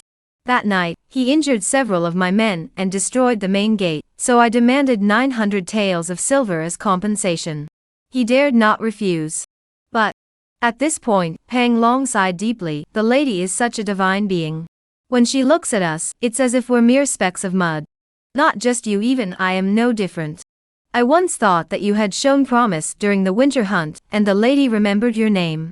Perhaps she values you, and might consider cultivating you in some way." Li Xian thought to himself, "Pang Tongling may be older than me, but he is far more naive." When Peng Long said this, it sounded more like self-mockery. He set down his wine bowl and spoke seriously. "The lady said she wants to send you to guard Black River Village." "I see." Li Xian understood and felt a sense of relief. Black River Village was a village located downstream of the Black Water River. Due to water source disputes, it had long been at odds with the Black Water Gang, making the guards stationed there highly dangerous. Li Xian and Zheng Shui had a blood feud over the murder of their son. Going to Black River Village meant being closer to the Black Water Gang, and without the protection of a manor house. The dangers ahead were self-evident. Black River Village had been without guards for a long time, leaving the villagers vulnerable to bullying. The water shortage also affected the crops, with thousands of acres of land in the area yielding poor harvests. What qualifications does Zheng Xuezhang have to warrant the lady handing over someone? How dare he ask the lady to do such a thing? The lady must have realized that since Li Xian has a grudge against the Black Water Gang, this matter originated from him. By stationing him in Black River Village, it serves as a punishment on one hand, and on the other, he will undoubtedly give his all and spare no effort in dealing with the Black Water Gang. This is advantageous to her. That is all. As for what will happen to Li Xian, she clearly hasn't given it much thought. This matter has been decided. You should go to Black River Village tomorrow to take up your post. Take care of yourself." Peng Long shook his head repeatedly, regretting the loss of such a promising young assistant. This parting might mean they would never meet again. "All right. I'll be careful." Li Xian took a sip of strong liquor. With the matter settled, his heart felt unusually calm. The day of departure. Li Xian carried his belongings on his back, a long sword at his waist, and a large bow on his back. This journey will be arduous.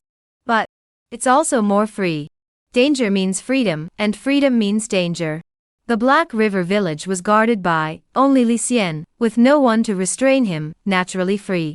However, that area is the most chaotic, with the Mountain Wind Fortress and the Black Water Gang both there, a mix of all sorts of people, and countless dangers.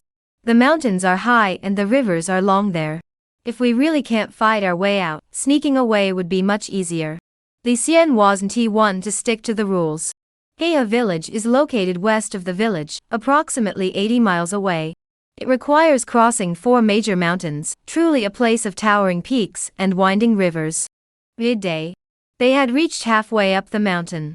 Li Xian looked out into the distance and saw a winding river in the distance. Because the water was 100 feet deep, it appeared black, hence the name, Black Water River. The Black Water Gang had built their settlement along the river, with thriving river transport. It was said that they had set up a large formation on the river, capturing renowned martial artists and experts. Black River Village is located downstream of the Black Water River. But it's not by the river, it's actually deep within the mountains. Li Xian held a crude map in his hand. The map roughly outlined the Black Water River, the surrounding mountains, and the location of Black River Village. The general direction could be roughly determined. They traveled another 10 or so miles. Li Xian turned right and spotted a hidden path. As they entered the path, they looked around and saw nothing but trees. They had already entered the depths of the secret forest. The direction should be correct. Li Xian muttered to himself. Suddenly, they heard shouts. Help! Help me! Tiger, it's a tiger! Tiger's roar echoed through the mountains and forests. Li Xian followed the sound and saw a huge tiger chasing 3 or 5 men. Its bloodthirsty jaws were wide open, and its massive body moved swiftly through the forest. As the men were about to be devoured by the tiger, Li Xian quickly drew his bow and fired an arrow. The arrow pierced the tiger's mouth, pinning the beast to a tree. Are you all right? Li Xian hurried over. We're fine. One of them had his pants soaked through. But upon recognizing Li Xian's attire, his knees gave way, and he knelt again. Guard master, you've finally arrived. Oh. Li Xian was surprised. We're from Heiha village. The previous master was eaten by the big tiger, the man said. Are there many tigers around here? Li Xian asked. Not just many, they're a plague. The man counted on his fingers. Big tiger, big bear, leopards, deer, we see them all the time. Isn't that strange? We people here can't even get a single bite to eat. You say these wild beasts are all fat and strong, yet we can see them but can't catch them. If we're not careful, we might end up being eaten ourselves. Enough. Where is your village? Take me there quickly. Li Xian drew his bow and arrow, gathered his inner energy, and hoisted Big Tiger onto his shoulders. Though they hadn't reached the village yet, he had a gut feeling that while there were many enemies here, this place, it was more suitable for him. Before even entering the village, he had already caught a mountain tiger.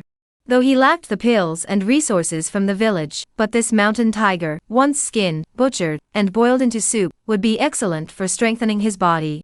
Selling it for money would be even more profitable. Sir, that's amazing. Amazing. The few men saw Li Xian carrying the large tiger on his shoulders, and couldn't help but envy him. Lead the way. Li Xian gave a powerful kick, hoisting the tiger across his shoulders. The tiger's claws were as large as a human head, and its sharp claws could easily slice through skin and flesh with a single swipe. All right, old man, follow me. The man led the way. After winding through the forest for over 10 miles, they arrived at a remote mountainous area and caught sight of the true appearance of Black River Village. It should be called Black Mountain Village. Li Xian muttered to himself. There were no rivers in sight, but the mountains and forests stretched endlessly in every direction. Old man, there used to be a river flowing through here. Unfortunately, it was diverted and stolen by someone. Now, if we need water, we have to go into the mountains to find a stream. But this water is enough for cooking and drinking, but it's nowhere near enough for irrigating the fields. We have to take our hose and fight with the neighboring village for it. But the neighboring village is protected by the Black Water Gang. Our guards haven't been there for a long time, so we can't win in a fight. We can only wait until they're done and use what's left. The man said. Water disputes among villagers are commonplace. Violent clashes that result in deaths are not uncommon. Now it's mid-November, the middle of winter. The water dispute can wait for now. Li Xian patted his broad chest. As he was walking along the road, he spotted the tracks of wild boars and bears. This area is abundant in game. For martial artists, eating, training, and resting are essential. Here, with ample time and game, both eating and training are no problem. The Four Directions Fist, Clear Wind Leg, Emerald Palm, and a Great Roaring Blade all have room for improvement. It's even more relaxed than the village. Misfortune and fortune are intertwined. It's truly the case. Chapter It's Hasupgao, roasting tiger meat, eating to one's heart's content. At the village entrance stood a massive rock, about 2 zhang tall, carved with the words Black River Village, in a style that seemed too elegant for a rural area. Fu. We're back. A man shouted loudly, gathering his strength. Soon, an old man emerged from the door, glanced in their direction, and was so frightened that he trembled in his soul. He shouted toward the village, "Quick, quick, grab your weapons. The big beast is coming." A commotion erupted. Dozens of men, armed with iron rakes, wooden sticks, and iron nets, gathered nervously and marched toward this place. As they drew closer, they realized it wasn't a tiger at all, but a young man carrying a tiger. The guards. The mistress has sent the guards again. Fubo was overjoyed, and the surrounding villagers cheered in unison. This man named Fubo was actually the village chief of Heiha village, 77 years old, and considered a long-lived elder.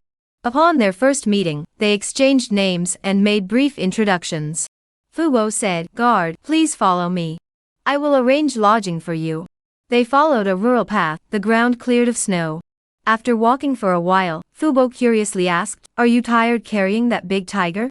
Should I call someone to help you?" "No need." Li Xian jumped up forcefully, still able to lift himself half a foot off the ground. "It's not exactly easy, but it's not too tiring. Just lead the way." "Sir, you're much stronger than the others who came before you," Fubo said with a flattering smile. The village had roughly 100 households. The houses were made of yellow mud, wood, and thatch, isolated from the outside world, giving off a rather desolate vibe. Turning a corner, about 100 paces west of the village entrance, there was a dilapidated wooden house. It was entirely made of wood, with a fence around it. It had been uninhabited for a long time, overgrown with weeds. However, in the winter snow, the snow had covered everything, and the weeds had all withered. The snow reaches up to the knees. "Hee, old man, please wait a moment. I'll go get someone to help you clean it up." Fubo leaned on his cane and walked away. Soon, he returned with 5 young men, who bowed respectfully to Li Xian, and began clearing the snow. Li Xian put down the giant tiger, and didn't linger. He grabbed the roof edge and jumped onto the roof. He stomped his feet firmly. The wooden house seemed sturdy enough. He activated his clear wind leg technique, sweeping his leg horizontally. The wind from his leg blew the snow off the roof, sending it swirling out into the courtyard. "Good. Impressive." Fubo and the others clapped in admiration. Li Xian paid no heed, kicking toward another spot.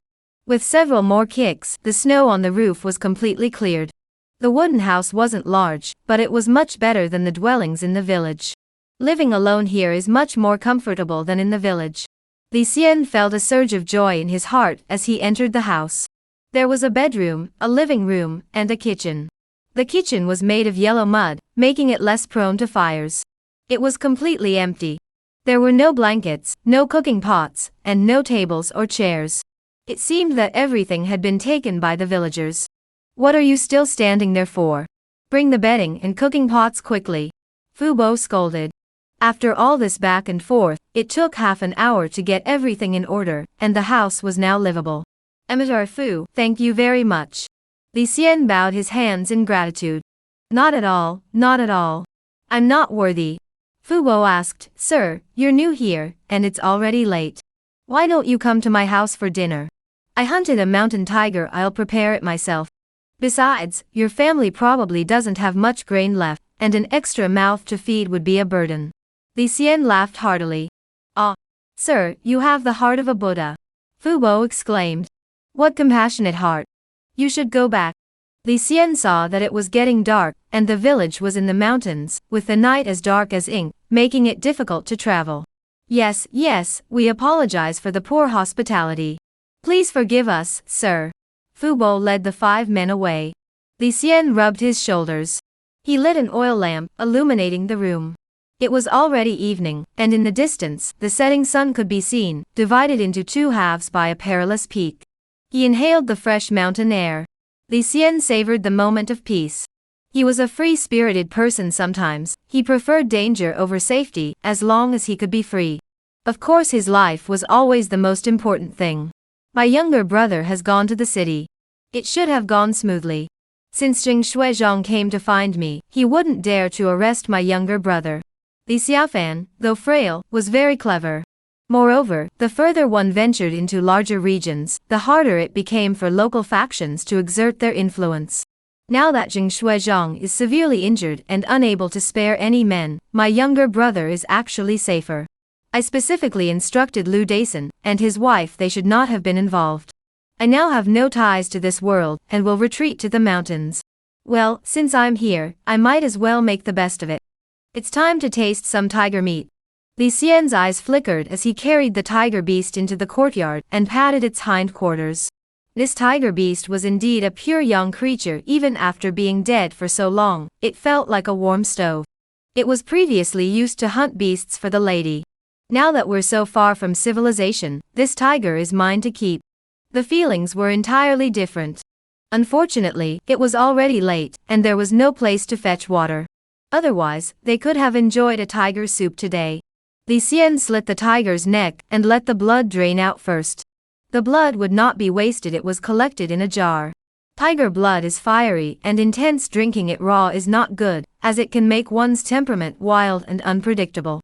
However, after being simmered over a strong fire, it becomes a rare tonic when consumed. If I could eat tiger meat every day, my body would be stronger than anyone else's. After draining the blood, he proceeded to peel off the tiger's hide and pull out its teeth. The hide was relatively easy to remove, but the teeth were a different matter. They were as hard as stone and offered no leverage. The massive tiger carcass was quickly dissected into various parts. The tiger's lungs, spleen, and stomach were still emitting heat. I've heard that these internal organs can be boiled down to make tiger red pills. But I don't know the method, and these things are toxic. It's better to throw them into the snow and freeze them first. Li Xian lit a fire. The boiler was boiling hot. Li Xian sliced the tiger meat into thin pieces and threw them into the boiler. Sizzle, sizzle, hot steam rose, and the tiger meat was quickly cooked. Eating it while hot can mask the foul odor of tiger meat. Eating dried roasted tiger meat, culinary skill, proficiency ga. Eating dried roasted tiger meat, culinary skill, proficiency ga say. Li Xian had an excellent appetite. Even when conditions are limited and he eats little, he never feels hungry. But if he can eat to his heart's content, he can eat so much that others are left speechless. Thanks to the mystical power of consumption, waves of warmth flowed from his abdomen to his limbs and bones. Tiger meat is highly nourishing. Skill, consumption. Proficiency, 197100 mastery. Description, heaven is the seasoning, earth is the food. Having tasted the bitter, sweet, sour, and spicy flavors of life, and experienced the hustle and bustle of the world, the greater your capacity, the greater your achievements. Today, you eat tiger meat to lie low. Tomorrow, you may taste the flavor of the dragon. All food consumed increases its efficacy by over 30%. Eat and drink to your heart's content. Li Xian's body was radiating heat, his eyes were bright, and his body felt like a furnace. He was so hot he couldn't stand it, so he stepped out of the kitchen and blew on the cold air. Wherever he stepped, ice and snow melted rapidly. The abundance of young energy was visible to the naked eye. Tigers are pure young creatures, but this young energy is rarely digestible by humans. It dissipates quickly, like water from a leaky gourd. However, Li Xian had the aid of ingestion, so he naturally consumed it until his body was overflowing with young energy. However, this was also a limitation of his clay-like body, unable to retain the benefits. If Li Xian could achieve blood solidification and pore closure, trapping the young energy within his body, and cultivating some fierce martial arts, he would achieve even greater results with half the effort. After a brief rest, Li Xian sliced the tiger meat and continued to eat the dry roasted tiger meat. His internal energy grew increasingly abundant. Chapter 8, Multiple Dangers, Seeking to Stabilize the Blood. Please continue reading. He ate until midnight. Li Xian was so full he could eat no more. He covered the remaining tiger carcass with snow and left it in the courtyard. He went to bed to rest. His first night in Heihe village passed peacefully. The next morning, the rooster crowed in the east. Li Xian stretched lazily, his bones cracking with each movement. At 15 years old, though born into poverty, he had managed to build a strong, sturdy frame by making use of various resources. It had snowed last night. However, Li Xian felt no cold at all, and even sweated a little, attributing it to the pure young energy of the beast he had eaten, which kept him warm. He had developed the habit of morning runs, which kept his blood flowing. He smeared snow on his face and felt invigorated. He then began his martial arts training. You rise with the rooster to practice martial arts, training diligently. Proficiency Gaya. You faced the sun and swung your fists, letting your chi and blood flow freely, gaining Gaya skill proficiency. The gentle glow of the rising sun bathed Li Xian in its warm light. The four directions fist technique was now perfected. When he swung it now, it was powerful, and had a unique rhythm that was distinctly his own. When I was at Zhuangzi's place, I had to hide my true abilities, and not reveal my perfected fist techniques. Now that I am in Heihe village, I am free and unfettered, and can finally practice my boxing to my heart's content. Li Xian deeply appreciates the rarity of such freedom. 4 directions fist. Proficiency, Sei Bak Gao Sup Gao Yet Ma Mastery. He practiced martial arts to his heart's content, completely undisturbed, with no patrols or other distractions to bother him. He practiced non-stop until noon. 4 directions fist. Proficiency, Bat Lok Sup Bat Yet Ma Mastery. His steady progress filled him with joy.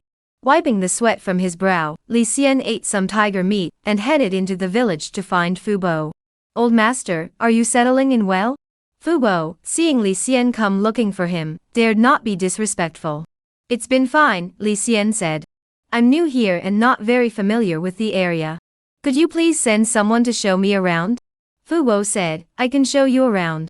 I've lived here since I was a child. No one knows this place better than me. But I'm afraid Mr. Fu's body can't handle it, Li Xian laughed. I want to explore the area myself, climb mountains, and cross rivers. Ah! Fu Bo exclaimed, you mean you want to leave the village? He spoke seriously, sir, I'm not trying to stop you, but this mountain forest is full of tigers and beasts. The last guard was killed by a tiger. Moreover, besides wild beasts, there are also human dangers. Nearby, there's the mountain wind fortress on the mountain, and the Black Water Gang by the river. Both are ruthless and merciless. Li Xian said, we're mainly going to the farmland and the surrounding areas to check on the water sources and firewood. There's no need to worry. Fu Bo, hearing this, finally felt at ease. He was already quite old and found it inconvenient to lead the way himself. He called his son to guide them, a middle-aged man in his 40s. His name was Fu Kong. Sir, please follow me, Fu Kong bowed respectfully. The guards stationed outside the village were responsible for protecting the forests, fields, and the village itself. The village was divided into wealthy and poor areas. Those stationed in wealthy villages lived comfortably, while those in poor villages faced constant dangers. Heihe village had a total of 17 acres of land, which belonged to the lady. There were over 100 households, all of whom were tenant farmers of the lady. The farmland was located at the eastern entrance of the village, and had been fallow for the winter. The water source for irrigation was a small stream on the neighboring hilltop. This stream flows gently year-round, and is of vital importance to the villagers. Fu Xiong, what do you think is the most dangerous? Li Xian asked casually. Danger? Fu Kong pondered for a moment and said, there are too many dangers. Our village loses people every year. There are many dangers. Wild beasts and venomous snakes are secondary. The real threat comes from the people of Mountain Wind Fortress, and the Black Water Gang. They are the ones who drive people to their deaths. The Black Water Gang controls the water source, leaving people without water. The Mountain Wind Fortress descends to raid grain, and with already meager harvests, they're completely plundered. If you refuse to hand over the grain, they'll beat you to death. If you do hand it over, you might still freeze, or starve to death. But at least there are some fruits in the mountains. If we're really starving, we can find someone to go up the mountain with us, and pick some fruits to eat. At least that's some hope. But then again, going into the mountains to pick fruit means wild beasts won't hesitate to attack. Sigh. As they spoke, the two came to a ravine. Fu Kong pointed down and said, this used to be a riverbed, but the neighboring village of Chiku, relying on their village chief's connection with a flag bearer of the Black Water Gang, who are related by marriage. They sent villagers to secretly dig a channel, diverting the river's flow. Hey, they actually pulled it off. Now we have no water to use and have to beg them for it. The riverbed was over 7 or 8 zhang wide, extending deep into the mountains. Li Xian bent down to examine it, noticing that the riverbed was dry, with lush vegetation growing as if it were spring. However, just a few zhang away, the riverbanks on both sides were covered in snow like a blanket. He extended his hand above the riverbed. He sensed a faint warmth. "Sir, did you notice anything unusual?" asked Fukang. "Nothing," Li Xian replied. "The vegetation here is so lush. Don't you find that curious?" Fukang replied, "What's there to be curious about?" He hadn't even considered it. "I suppose so." Li Xian didn't ask any more questions. These villagers couldn't even afford to eat their fill. The word curiosity was a luxury they couldn't afford. Tiger soup was simmering on the stove. In the courtyard, Li Xian was practicing martial arts diligently. Today's initial exploration revealed that this Black River village truly harbors numerous dangers. Only by quickly enhancing his strength can he protect himself. Skill level Gayat. Skill Gayat. Li Xian clenched his fists and struck out. After completing the 4 directions fist technique, his punches flowed effortlessly, leaving a sense of natural ease. Using different techniques with both hands while focusing on one target, the power is doubled. 4 direction fist. Proficiency, Lokpak Yi Subjet Ma mastered. After training until his hands trembled and his joints ached, Li Xian switched to leg techniques, practicing the clear wind legs, and used the leg winds to sweep away the accumulated snow in the courtyard. Clear wind leg. Proficiency, Sam Say Ling mastery. Emerald palm. Proficiency, Yi Yet Gao Yi Ling mastery. Ordinary martial artists should not practice martial arts too much in a single day, as this may disrupt the flow of qi and blood, leading to counterproductive results. If techniques are memorized incorrectly, there is even a risk of rendering one's martial arts useless. Practicing 1 or 2 martial arts is sufficient. Li Xian, however, has the blessing of heaven for his diligence, so he is not bound by such constraints. But even so, there are only 12 hours in a day, and including the De Luo sword, he practices 4 martial arts. If one spreads oneself too thin, although progress would be simultaneous, it would inevitably slow down the pace of advancement. It would be better to focus on 2 martial arts each day. Li Xian made up his mind. He decided to dedicate his time to the 4 directions fist and the clear wind leg. These 2 martial arts were the first he had learned, and they had accompanied him throughout his journey as his circumstances improved. From the lowest rank to the second highest rank. Now stationed elsewhere, though still officially second rank, he was effectively considered first rank. Only first rank guards were eligible for such assignments. The 4 directions fist is nearing perfection.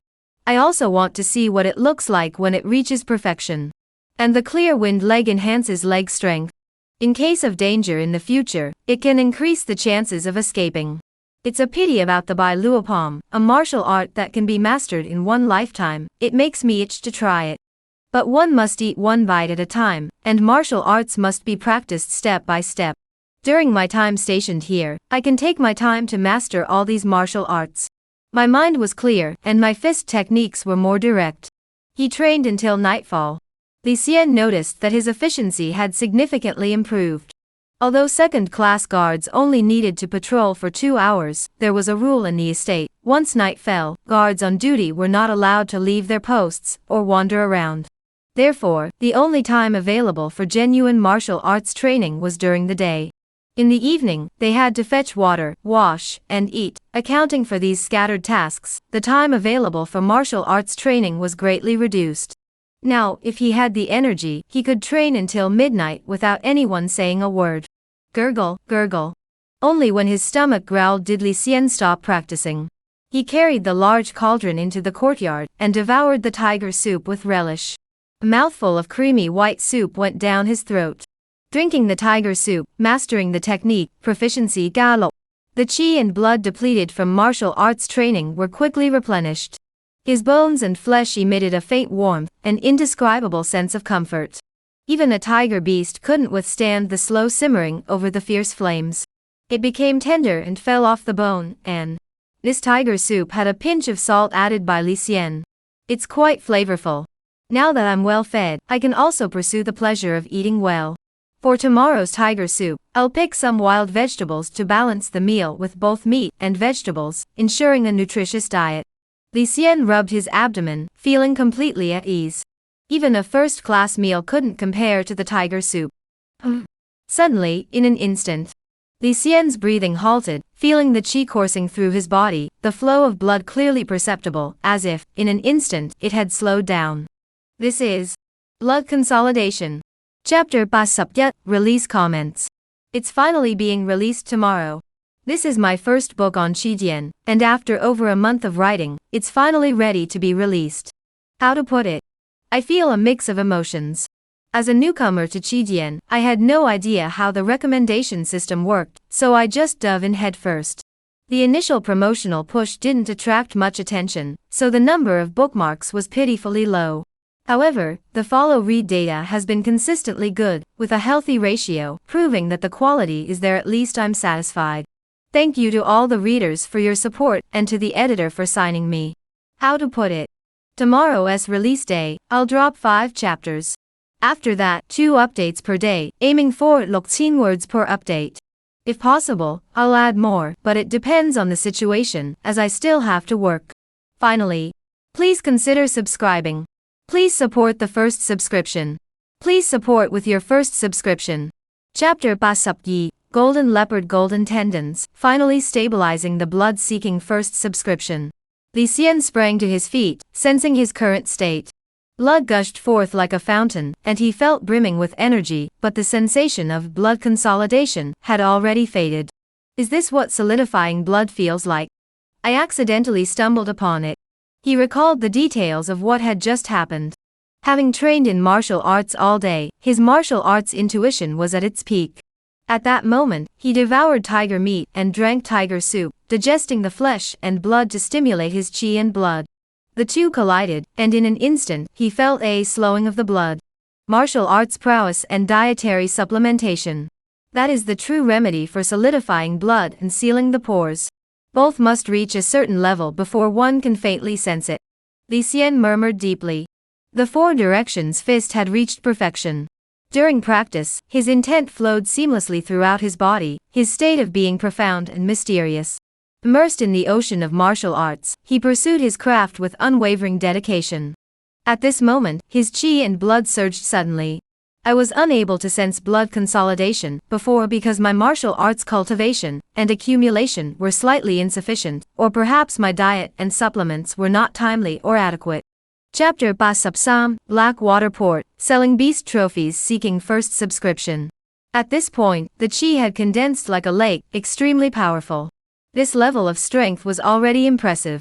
This qi flowed within his body, repelling external evils, enhancing his spirit, and offering numerous benefits.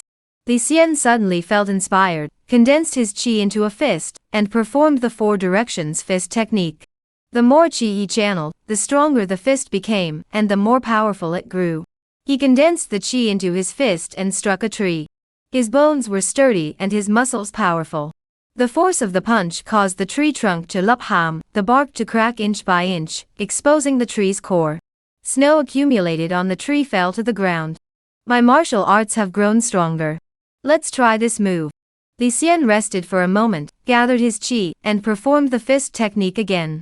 To his surprise, a single punch split into several punches, with overlapping fist shadows, resembling several pairs of hands emerging from thin air, a truly mystical sight.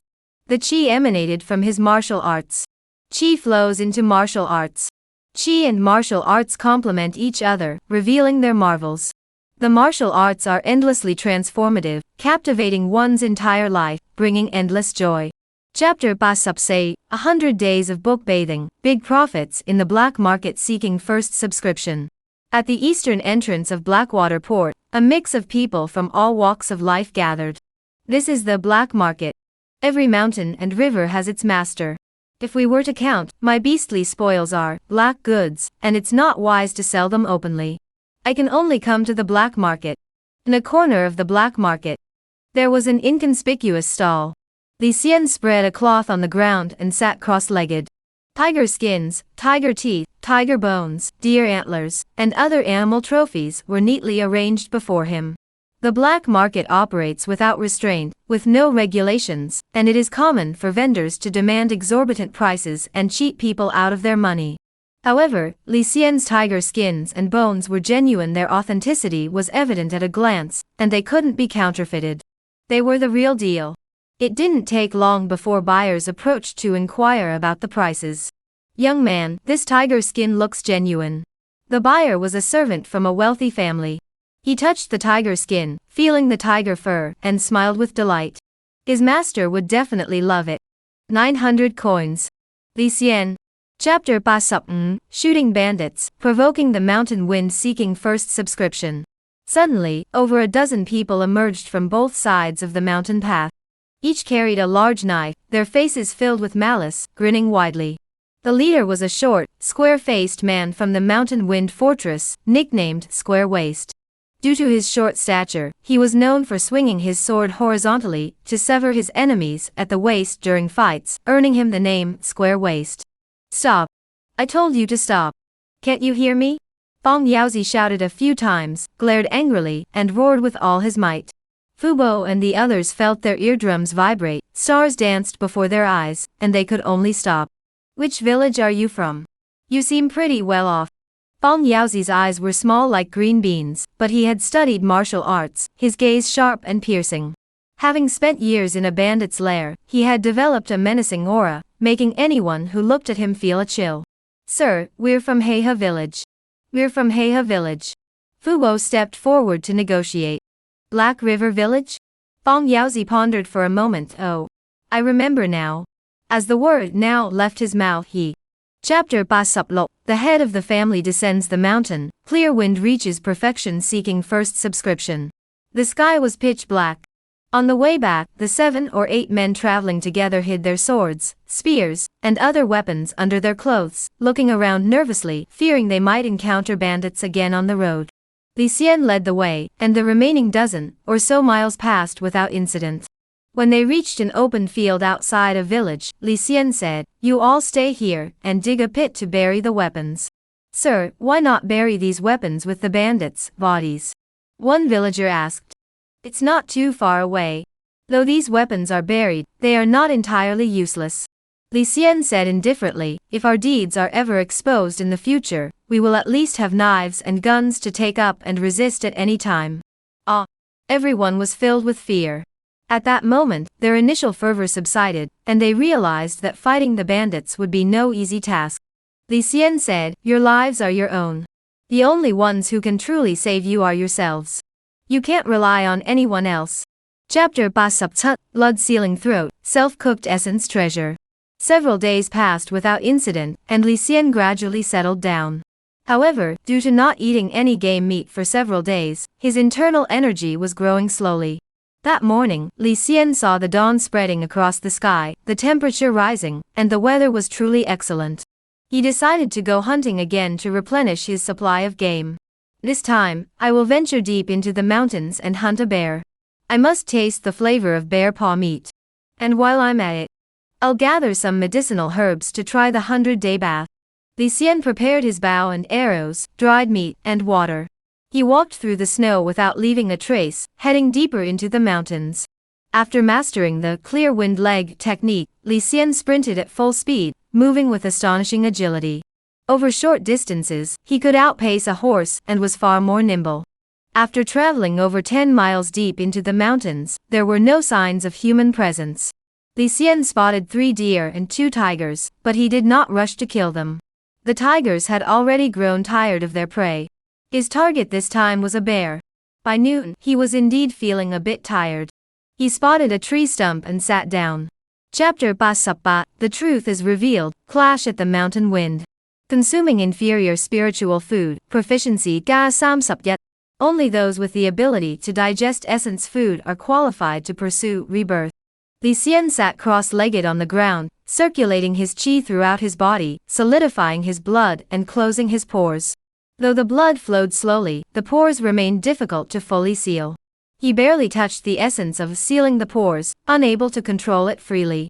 He sensed the essence of heaven and earth flowing like a clear stream, as fine as hair, and as thin as a cicada's wing, beginning to spread throughout his body. It was far inferior to the essence soup and essence meat from before. Starting from the abdomen, it traveled through the flesh, bones, and marrow. When passing through the major acupoints of the body, it was slowed down by the qi circulating throughout the body. But it couldn't persist for long. The essence of heaven and earth broke through the chi, dispersed to the skin's surface, and emerged through the pores, returning to the heavens and earth. Last time I consumed the essence of the treasures, I was unable to achieve chi circulation throughout the heavens. I only felt the essence of heaven and earth, like a fleeting breeze, vanishing in an instant. Now not only can I circulate the chi throughout the body, but I have also reached the stage of half-step blood consolidation and closure. Chapter 39, Attacking the Third Leader, by Luo shows his might. Li Xian returned to the wooden hut, took his wooden bow, and fitted a long knife. He applied the blood-sealing poison to several arrows. The clear wind leg technique had reached perfection, and he rushed forward at full speed. His speed was truly remarkable. Moreover, moving through the mountainous snow-covered terrain gave him a distinct advantage. Li Xian set off immediately, heading east.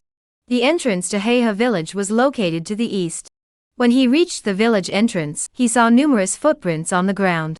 Following the footprints, he could discern the route they had taken. 7 horse hoof prints. There are only 7 bandits.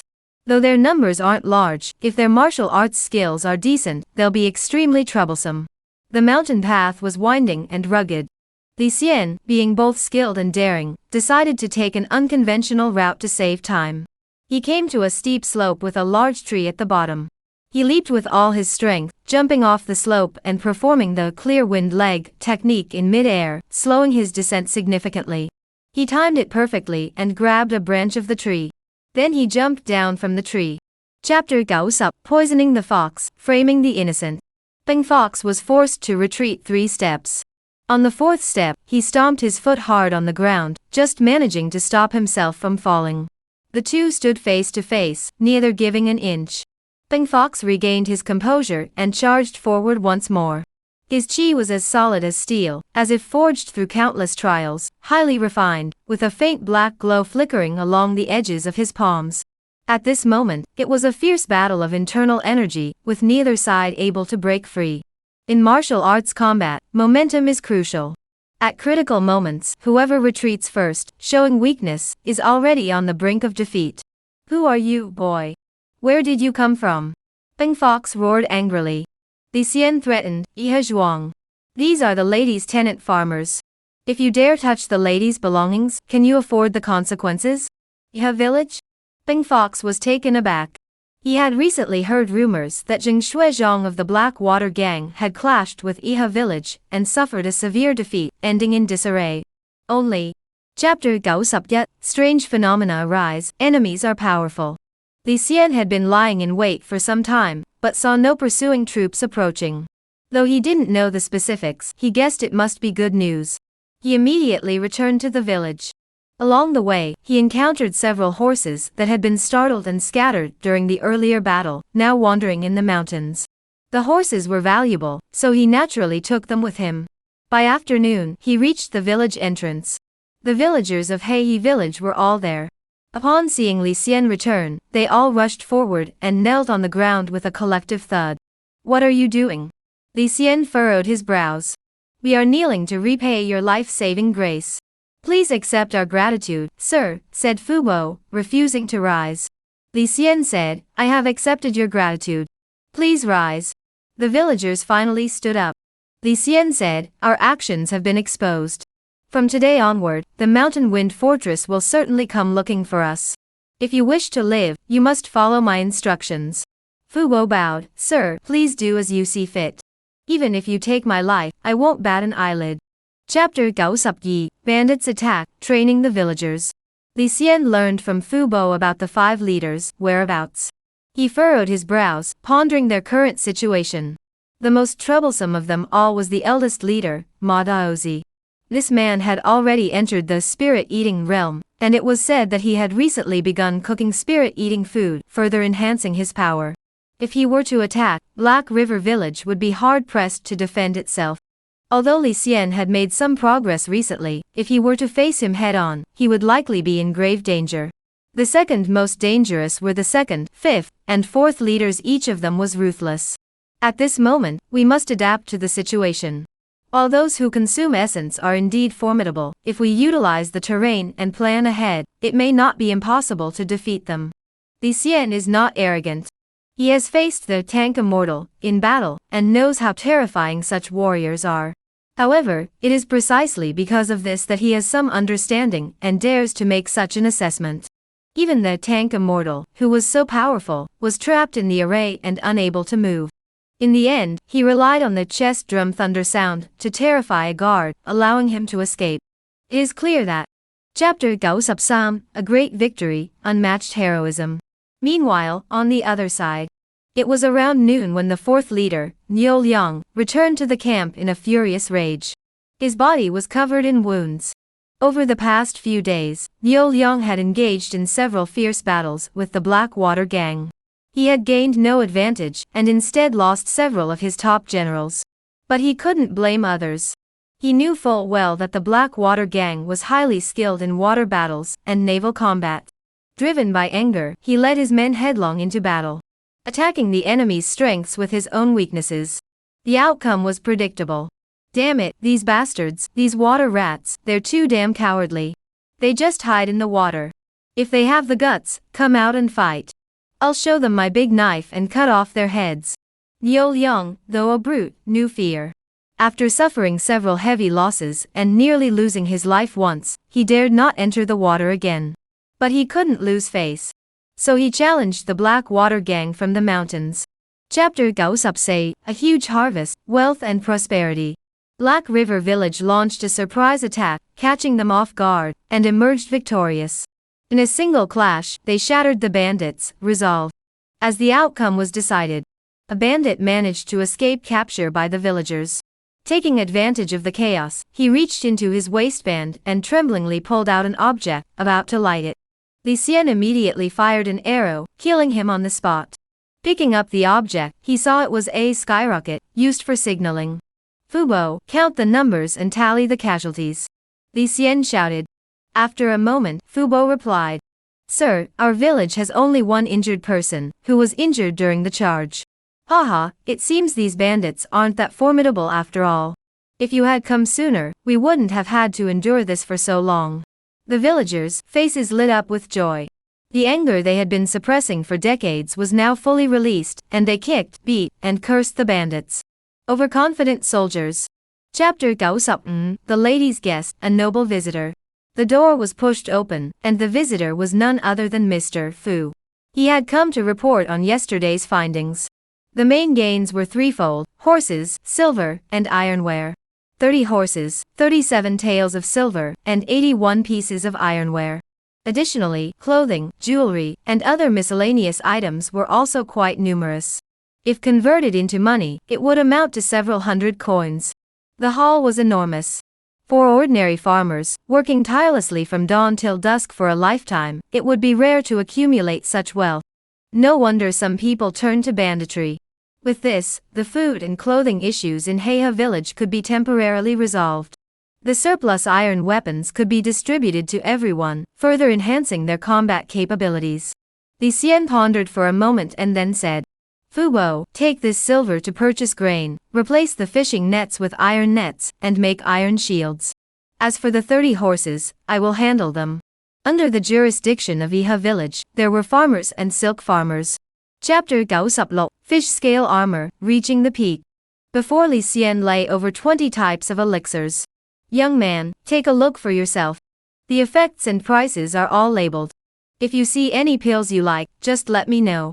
The pill seller spoke with little enthusiasm. Just moments ago, a woman had walked past him, and he caught a whiff of her hair fragrance, causing him to lose a piece of his soul and his heart to wander away. Most of the pills sold in the market were mundane zaptan. Though they bore humble names, their prices were not low. Secular miscellaneous pills have no grades or ranks. However, they vary in quality, with some being good, bad, superior, or inferior. The differences must be discerned on one's own. The tiger blood pills, deer blood pills, and bear bile pills he had taken before were all mundane miscellaneous pills. Due to their rare and expensive ingredients, they belong to the good and superior categories. However, tiger red pill is a typical example of inferior pills. While it can aid martial artists in their training, its toxins directly attack the 5 vital organs, damaging the body's constitution. Alright, you may go now. Chapter 97, The True Meaning of Martial Arts, Transcending the Physical Form. Heaven rewards diligence. What is done will surely succeed. You have spent years training, throwing countless punches, starting from not grasping the essentials of the martial arts, gradually gaining insight and improving, until you reached the pinnacle where no one can match you. Through relentless self-discipline, you have grasped the true essence of martial arts. 4 directions. Fist. Proficiency, yet man peak mastery. Description: You have mastered this style of boxing to a level unmatched by others. Yet the path ahead is long and arduous. In the world of martial arts, who dares claim to have reached the pinnacle? Li Xian felt a surge of clarity rise from his dantian, rushing first to his head and then to his feet. The fatigue from yesterday vanished, leaving an indescribable sense of ease. Internal energy surged abundantly. His flesh, bones, tendons, and skin seemed to rejoice. Since mastering the qi circulation around the heavenly orbit, martial artists have become highly attuned to their bodies. They can achieve internal vision. Though called internal vision, it is essentially a form of self-awareness. The internal qi converged at the dantian. Like a lake. Chapter 98, Tigers and leopards reveal themselves, fist techniques slay enemies. Amidst the dense forest and deep ravines, thunderous sounds echoed, signaling the onset of a perilous battle. Lu Xiefeng used both hands and feet, sprinting on the ground with the agility of a tiger or leopard. In the blink of an eye, he had already closed in on his enemy, spinning around and delivering a whipping kick. This move was not derived from any martial arts technique, it was a pure manifestation of raw strength and speed. Li Xian blocked with both hands, then deflected the attack downward, dissipating 7/10 of the force. However, the remaining 3/10 still sent him reeling backward. Lu Xiefeng followed closely behind, charging forward with relentless attacks, his strikes coming down like a torrential rain. As Li Xian retreated, he remained calm, unleashing a flurry of punches in all directions, deflecting the attacks while seeking an opportunity to counterattack. Dangerous situations arose one after another, and the sounds of combat shook the heavens. The sounds of fists and feet echoed continuously. Seeing that ordinary punches and kicks were insufficient to subdue his opponent, Lu Xiefeng unleashed the extreme iron palm. This palm technique consisted of 29 moves, each deadly and ruthless. It now descended upon him like a storm, its momentum overwhelming. Fists and palms collided. Li Xian was slightly at a disadvantage, but Chapter 99, The Threat Takes Effect, Regarding the Lady. Li Xian drew out his martial art technique, Tiger Gate Claw. Earlier in the fight, Lu Xiefeng had demonstrated several martial arts techniques, including the iron palm and hard qigong, which were similar to those of Peng Fox. Only the Tiger Gate Claw was kept as his trump card. He had hidden his true abilities for a long time, and was forced to use it as a last resort. Martial arts techniques are so precious. This technique must be worth over 100 taels of silver. Even bandits would need a very long time to save up such a fortune. Li Xianji knew how difficult it was to obtain martial arts skills. Master to disciple, disciple to grandson, generation after generation, mostly passed down orally. Bit by bit, like squeezing toothpaste. Sometimes, to encourage disciples to show sincere devotion, masters would intentionally create difficulties to make their disciples stumble in their training. This was done to seek clarification. Then demonstrate one's skills to completely subdue them. Such practices were common in the village. Peng Long did not teach martial arts, but his 4 ranks of guards A, B, C, and D numbered over 100, and many shared similar martial arts skills. Even if there were martial arts manuals. Chapter Yetba, Mastery of Archery, Capturing the Crab Treasure Again. Skill level Ga Yet. Skill level Ga Yet. The Luo Sword. Skill level, Yetbak Se Sup Gao Bak Beginner. In the wooden house at the West Village entrance. Li Xian holds a long sword and strikes repeatedly. The blade flashes rapidly, cutting through the air with a series of whistling sounds. The Da Luo sword is a basic sword technique with no unique training methods. Its sword techniques are fierce and emphasize broad, sweeping movements. The character, the in its name encapsulates the essence of the sword's intent. I heard from Commander Pang that some martial artists in the martial arts world, having grown accustomed to using their hands and feet, dislike fighting with blades. Because weapons are external tools. No matter how much you train, they can never match the familiarity of your hands and feet. Moreover, while weapons have their advantages, they also have their disadvantages. In a narrow path, if one's skills are not refined and one's weapon is seized, the spirit is scattered, and the battle is already lost. On the other hand, those who excel in unarmed combat possess an unyielding, headlong momentum. Li Xian's posture was graceful. Though his sword techniques were broad and sweeping, the one wielding the sword was far from crude. Chapter 101, Digesting the Essence, the Lady Summons. He saw a hole on the ground, as thick as 2 arms, with a pitch-black opening. Was that crab treasure trying to escape back into this hole? Li Xian broke off a branch and thrust it into the cave. After a short while, the branch was crushed into a pulp. There's more than one red mountain crab in the cave. I'll mark this cave. It'll be much easier to catch crabs here in the future. Unfortunately, there's no water nearby. Otherwise, I'd bring an iron pot and cook them right here. What a feast that would be. Li Xian sighed softly and returned to Heihe village. Along the way, he dug up the wild boar and mountain monkey he had hunted from the ground. He carried the mountain monkey on his shoulder and held the wild boar in his right hand.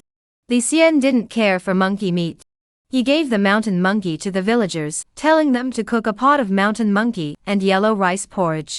He took the wild boar home. I had originally planned to hunt a tiger. But you came here on your own.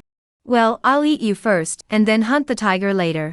Chapter 102, Colorful Silk Wraps, Emerald Brocade begins.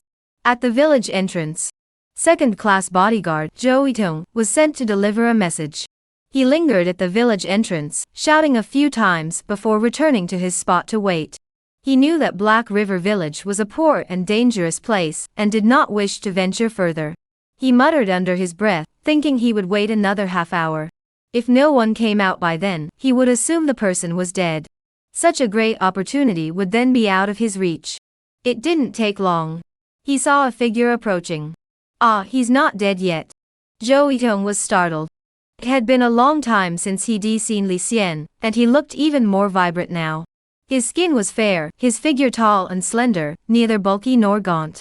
But he gave off an aura of hidden strength. Li Xian, it's been a while. How have you been? Zhou Yitong approached him with a smile, bowing his hands in greeting. Zhou brother, it's been ages. I'm fine. Li Xian returned the greeting and asked, Zhou brother said the lady summoned me back to the estate. Is there something important? Zhou Yitong laughed and said, it's about.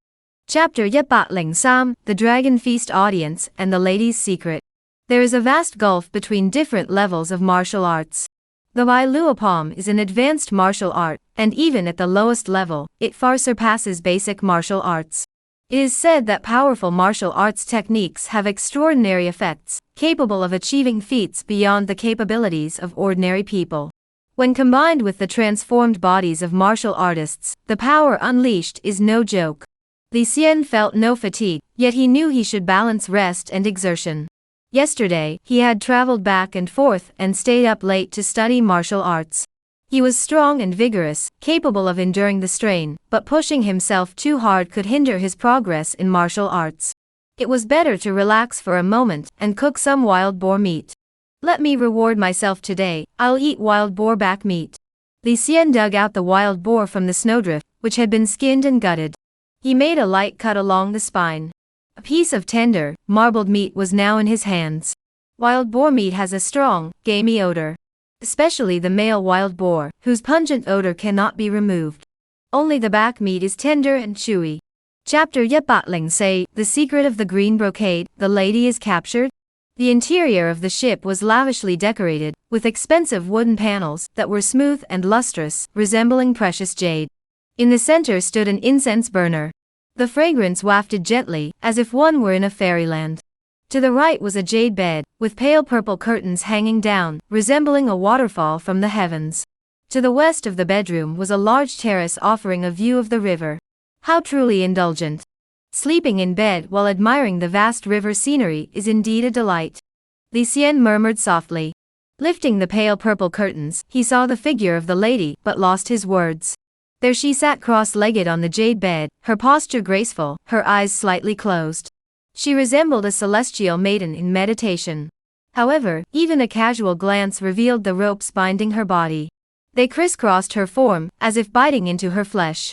Every rope was tightly secured, leaving no room for movement, clearly restricting every joint in her body. Her ankles, knees, wrists, elbows. She was completely immobilized. Dignity and sensuality coexist. Chapter 105. Returning to Iha village, Han Ing, the commander. After several days of seclusion. That evening, Li Xian simmered a tiger bone soup. The broth was boiling, and had already absorbed the flavors. Li Xian added 2 bird eggs, sprinkled 2 pinches of salt and a handful of scallions, then added some wild vegetables from the mountains. The soup was now aromatic, flavorful, and visually appealing. Just as he was marveling at his improved cooking skills and about to dig in, Fu Bo arrived. "Sir, I've brought your payment," Fu Bo said respectfully. Li Xian was startled. "My wages? How did they end up with you? Come to think of it, I haven't received my wages for months." Fu Bo explained the reason. It turned out that Heiha village was a tenant farm under the lady's estate. Every winter, the village chief had to go to the estate to report on the village's conditions. Whether there were any deaths or births, they and their descendants would remain the lady's tenant farmers for generations to come. When Fu Bo went to the estate, the accountant, Xiang Shu, had him bring the salaries back as well. This would save them from having to make another trip. Chapter 106. The Great Victory over the Commander. The blood-stained palm emerges from the pass. On the stage. "You young upstart. You've only been here for a few months. Without Pang Long's protection, no matter how skilled you are, how could you have achieved such a position today? You're so arrogant, thinking you're already so great. If you want to challenge my authority, fine. Today, I'll show you just how powerful I am." Hua Haning furrowed his brows and cursed inwardly. He was determined not only to win but to win with style. He knew that Li Xian was skilled in the 4 directions fist, so he would use his own weaknesses to counter his opponent's strengths, making the victory all the more impressive. He immediately launched an attack with the move, east to west. This move saw both fists strike simultaneously, like 2 dragons probing the sea, with seamless transitions between real and feint, grabbing left and seizing right, attacking right and capturing left, yet the 2 hands and fists managed to create the illusion of 4 hands and 4 fists. Li Xian couldn't help but laugh. He saw that Hua Hanying's boxing was crude and unrefined, though he moved swiftly and fiercely, most of his techniques were impractical. He was well versed in the 4 directions fist technique, knowing its strengths, weaknesses, and the flaws in each move. This technique, east to west, is specifically designed to target the left and right sides. Chapter 107. Unmatched Archery. You're too late. The next day, Jingjiqi immediately set off for Iha village with a large sum of money and valuable treasures, intending to pay another visit to the lady and discuss the matter of the merchant guild's bounty. He adopted a very humble demeanor, which did not provoke a fight, but his status was insufficient, and he was unable to meet the lady. Jingjiqi felt utterly defeated. Having grown up as the young master of a gang, he had once been a powerful figure in the Blackwater port area. Now, despite knowing that his brother's murderer was within the village, he was unable to take revenge. He was about to return the way he came. Suddenly, a ray of hope appeared. The head of the estate guards, Hua Hanying, secretly passed a message, informing them that Li Xian was not in the estate, but had been sent to Heiha village earlier. That place was remote and impoverished. If they wanted to seek revenge, they could go there freely, as no one would stop them. Jingjiqi heard this and was overjoyed. He immediately returned to the Blackwater gang, and reported the situation. "What?" Jing Shuizhong slammed the table and asked, "Are you saying that Li Xian is in Heiha village? I was just injured, and he has already been sent to Heiha village? In the past few months, he's been with us." Chapter 108. The Divine Might of Archery. The White Snake in the Mist. Suddenly, arrows pierced the air, coming at them with great force. Jing Shui's palms were drenched in cold sweat, and he was too frightened to speak. He raised his hands to grab them, but felt he had no chance. He turned to dodge, but felt his body was sticky and unable to move. This was the premeditated arrow. As Li Xian drew the bowstring, his intent merged with the arrow. In that single shot, his heroic demeanor was truly beyond words. "I'll give it my all." Jing Shui clenched his legs, lowered his waist, and leaped backward, simultaneously grabbing the horse's tail with his hands and flinging his beloved steed toward the arrow. Using his beloved horse's flesh as a shield, he slowed the arrow's momentum, but the arrow's force was too fierce to stop. The horse was pierced by the arrow in an instant, crashing to the ground with a final gasp. In his desperation, Jing Shuizhong had no time to think. He planted his feet firmly on the ground and swung his palms repeatedly, his strikes so fast that they were barely visible to the naked eye. He aimed to use the palm winds to alleviate the arrow's momentum and dispel the intent within it. Jing Shui's heart pounded like thunder, his forehead veins bulging. He saw the arrow approaching. Chapter 109, Promotion to Commander, the lady invites him. In his haste, Li Xian also met the arrows with both palms, executing the turning waves to the sky technique from the Bailua palm, gathering all his internal energy into his palms. As the technique was unleashed, the qi surged like rolling waves, crashing toward them. It swept up the toxic mist around them, forming actual waves. The two clashed palms. Jing Shui's hands, which were already crippled, could no longer distinguish between fists and palms. At that moment, when their hands collided, both revealed expressions of shock. Jing Shuizhong thought to himself, this young man's martial arts have reached the realm of mastery. His palm strength and palm techniques are far superior to my Ding Lang palm. I have practiced the Ding Lang palm for decades, and have only just reached the pinnacle of mastery. How could he, at such a young age, have achieved such a level of mastery? Even if he had a renowned master to guide him, and was a prodigy ranked on the list, he wouldn't have achieved such mastery. Li Xian felt that Jing Shuizhang's palm force was incredibly powerful. The moment their palms collided, the force penetrated his arms, causing his bones to shatter instantly.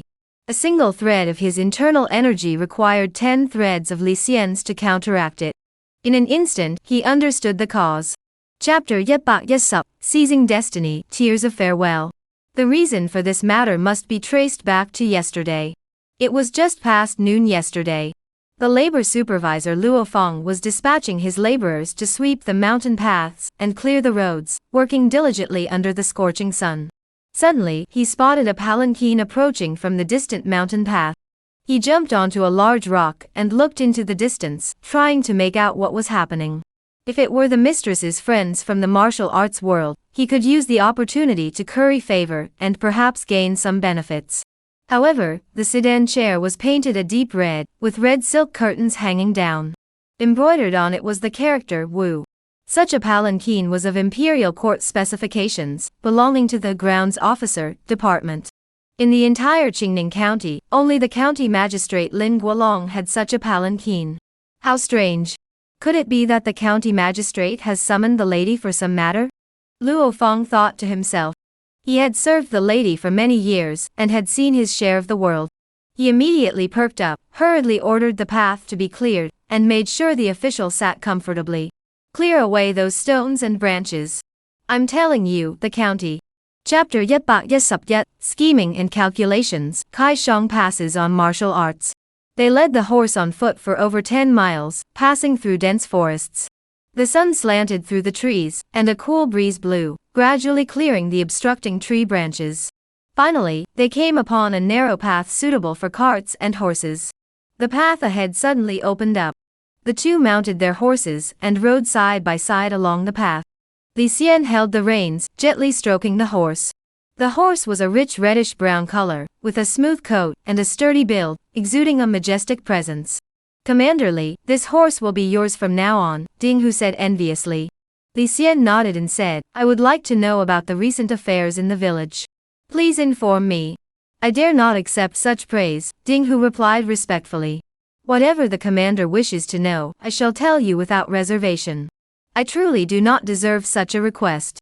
Then speak, Li Xian said casually. Ding Hu then proceeded to report on all the major and minor matters in the village. The village had been busy with various affairs recently, including external enemies, the boiling of precious metals, and power struggles, all of which were ongoing. They continued on for another 10 miles.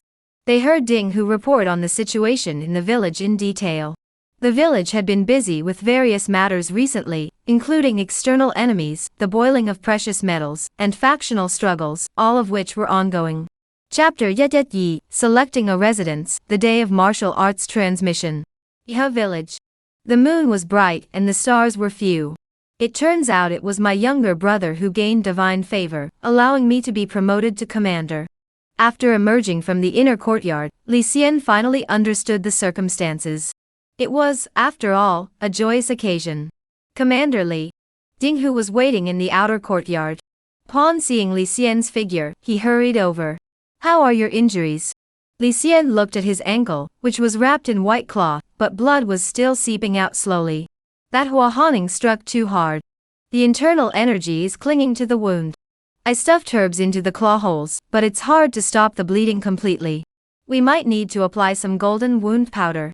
Dinghu said angrily. Li Xian told him to lift his leg, and although Dinghu was puzzled, he obeyed. Li Xian pressed his fingertips together, and touched the acupoint on the leg, channeling his internal energy through it, then gently pushed and massaged the area. A pft sound echoed, and blood spurted from Dinghu's wound, soaking the white cloth in an instant. The pain was excruciating, but he dared not utter a sound. Li Xian said, "I have already forced the internal energy out for you." Chapter 113, 25 strokes, the lady teaches the way. At noon, the sun hung high in the sky. It was already June, and the weather was hot and humid. The inner courtyard of Iha village. Due to its excellent feng shui, the place was warm in winter and cool in summer, making it extremely comfortable. Madam Wan, with her long hair flowing like a waterfall, wore a white silk dress, her graceful figure radiating elegance. She sat on a long chair in the courtyard, her eyes closed in meditation. "Here she comes." She spoke softly, not lifting her head, her eyes still closed. It seemed as though she was basking in the sunlight. Li Xian had arrived earlier, but was unaware that the lady was already there.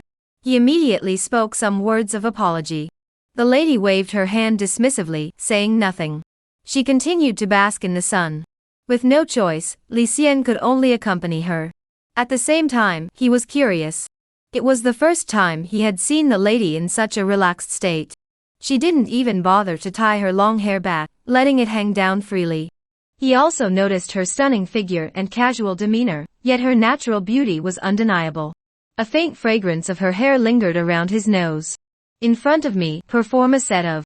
Chapter 114, the way of consuming essence, innate purification of the womb. Li Xian received the order, and went to fetch the staff. Everything has its price. The way of eating essence, which can be exchanged for 20 lashes, is something many people long for but cannot obtain. "Use a willow branch staff," Lady Wan added softly. "Yes." Li Xian clenched his teeth slightly. This punishment was indeed no easy ordeal. Lady Wan watched his departing figure, but the corners of her mouth curled upward. She weighed the pros and cons in her heart. This boy is only 16, in the prime of his youth, and having had such a dream in the night is perfectly natural. By making him endure this punishment now, I am not trying to extinguish his desires, but rather to make him both love and fear me, so that I may use him as I see fit. Lady Wan thought further. People are indeed enslaved by appearances, and I am no exception. Though this boy is merely riding on his brother's coattails, giving me a reason to nurture him, his appearance is not unremarkable, and his natural talent is decent. Having him close to me, I find myself unable to reject him. She swept her sleeve aside, discarding the feast on the table. She was intrigued and followed him discreetly to watch. She saw Li Xian walking straight ahead. Chapter 115, Man can defy heaven, clay can be transformed. The next day, at the village hall, a large cauldron was set over the fire, and a piece of pitch-black, prime meat was placed inside. It was said that this meat came from the neck of a 1,000-year-old turtle, palm-sized, and felt icy to the touch. Enough cold water was poured in. The cauldron lid was closed, and dragon-shaped charcoal was neatly arranged in a triangular cone shape. The charcoal was lit, and soon the water in the cauldron began to boil. Steam mixed with the foul odor of the lean meat wafted through the air. Li Xian covered his mouth and nose and stepped back several dozen feet.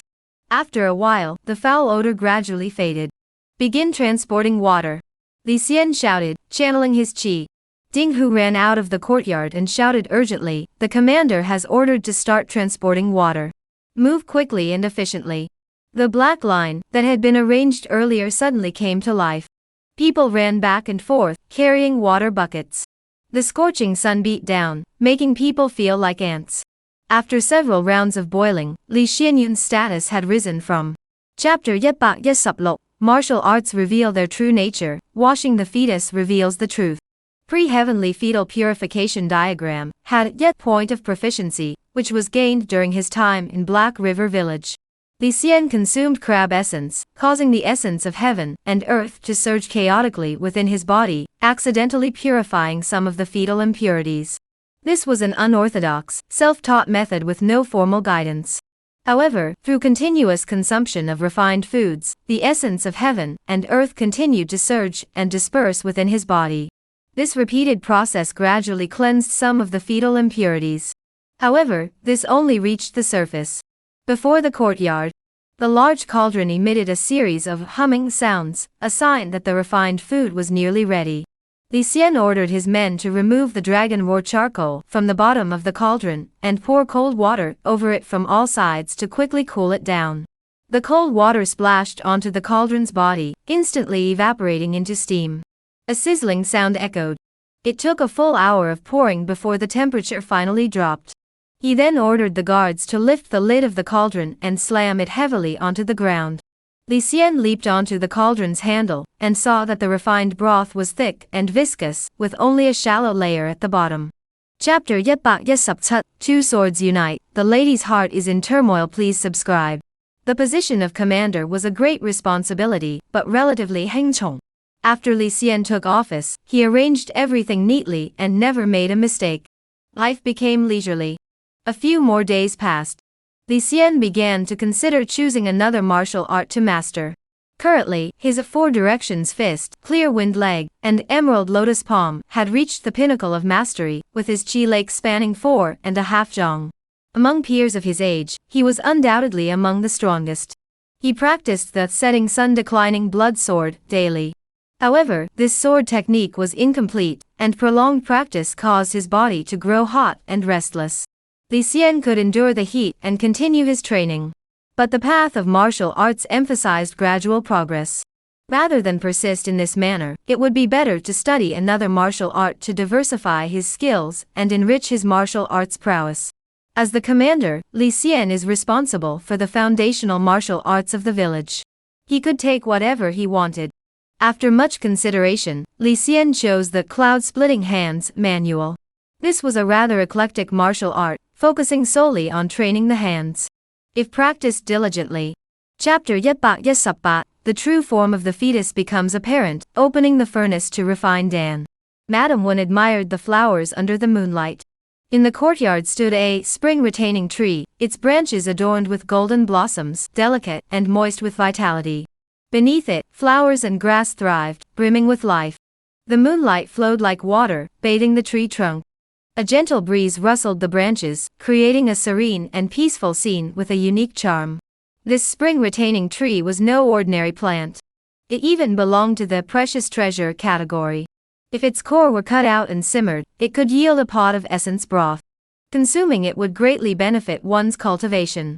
Additionally, it has another use, retaining spring.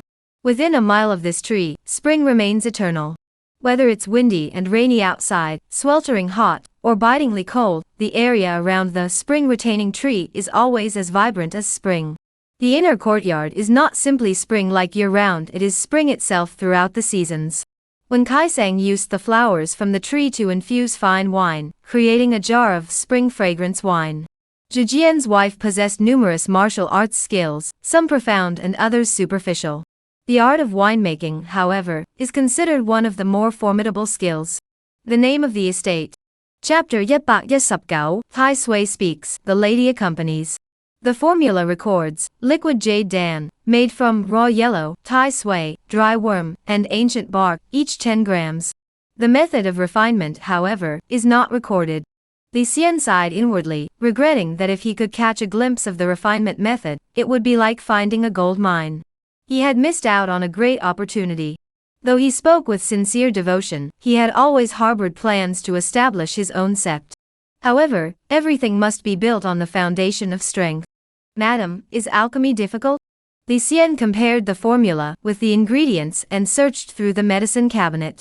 Having spent much time with Lady One, he had come to understand her nature, and dared to speak more boldly in casual conversation. Peng Long blindly respected and feared the lady, remaining utterly loyal, daring not to utter a single extra word. In truth, though the lady was opportunistic and cold, she was by no means someone one couldn't talk to. As long as one did not offend her, ordinary conversation was acceptable. Madam Wen was also retrieving herbs.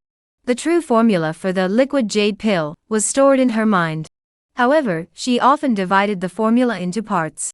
Chapter 120, leaving the estate for the first time, acting righteously. The Great Wu Empire spans vast territories. The four major celestial realms east, south, west, and north each encompassed a domain, beneath which lay provinces, and beneath those, counties or states. Shortly after leaving the village, the setting sun faded, leaving the sky pitch black. The majestic horse moved swiftly yet steadily, and Li Xian sat outside the carriage, holding the reins, though he had no control over their destination. Madam Wen sat cross-legged inside the carriage, resting. With nothing to do, Li Xian pondered the emerald palm technique in his mind. He had already grasped the essence of this palm technique, and was mentally rehearsing its various forms and movements. He gradually filled in the gaps.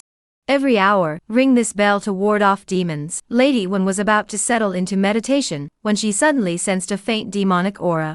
She waved her hand, sending a black copper bell out of the carriage. Li Xian asked, "Madam, is this a demon-repelling bell?" A voice echoed from within the carriage. The lady had already closed her eyes. Chapter 121, True Form Uncommon, Body Emitting Pure Chi. Please subscribe. The magnificent scenery of heaven and earth was endless, and the chaos of the human world was equally endless. After this journey, Li Xian had indeed broadened his horizons. Before him, rebel forces were causing chaos. Behind him, the people suffered in poverty. Along the way, he heard of the myriad aspects of the world. Yet the lady remained calm and composed, having traversed the martial world for years and seen it all. Such matters were nothing new to her. On this day, Chimu State. A white horse pulled a black carriage, with the sound of bells ringing in the air. The young man driving the carriage looked out into the distance, and saw a village shrouded in smoke. He said, "Lady, we're almost there. Is this our destination?" A voice from the carriage replied, "That's correct." As they approached the village, the sign above the village gate read, "Fulu Village." Li Xian jumped down from the carriage and knocked on the gate. Soon, two children, a boy and a girl, came to open the door. "Who are you looking for?" The boy's voice was soft, but his eyes were sharp as he sized up Li Xian. "MRS, one is looking for your master." Li Xian. Chapter 122, The Martial Artist's Obsession with Art, Possessing an Unusual Appearance.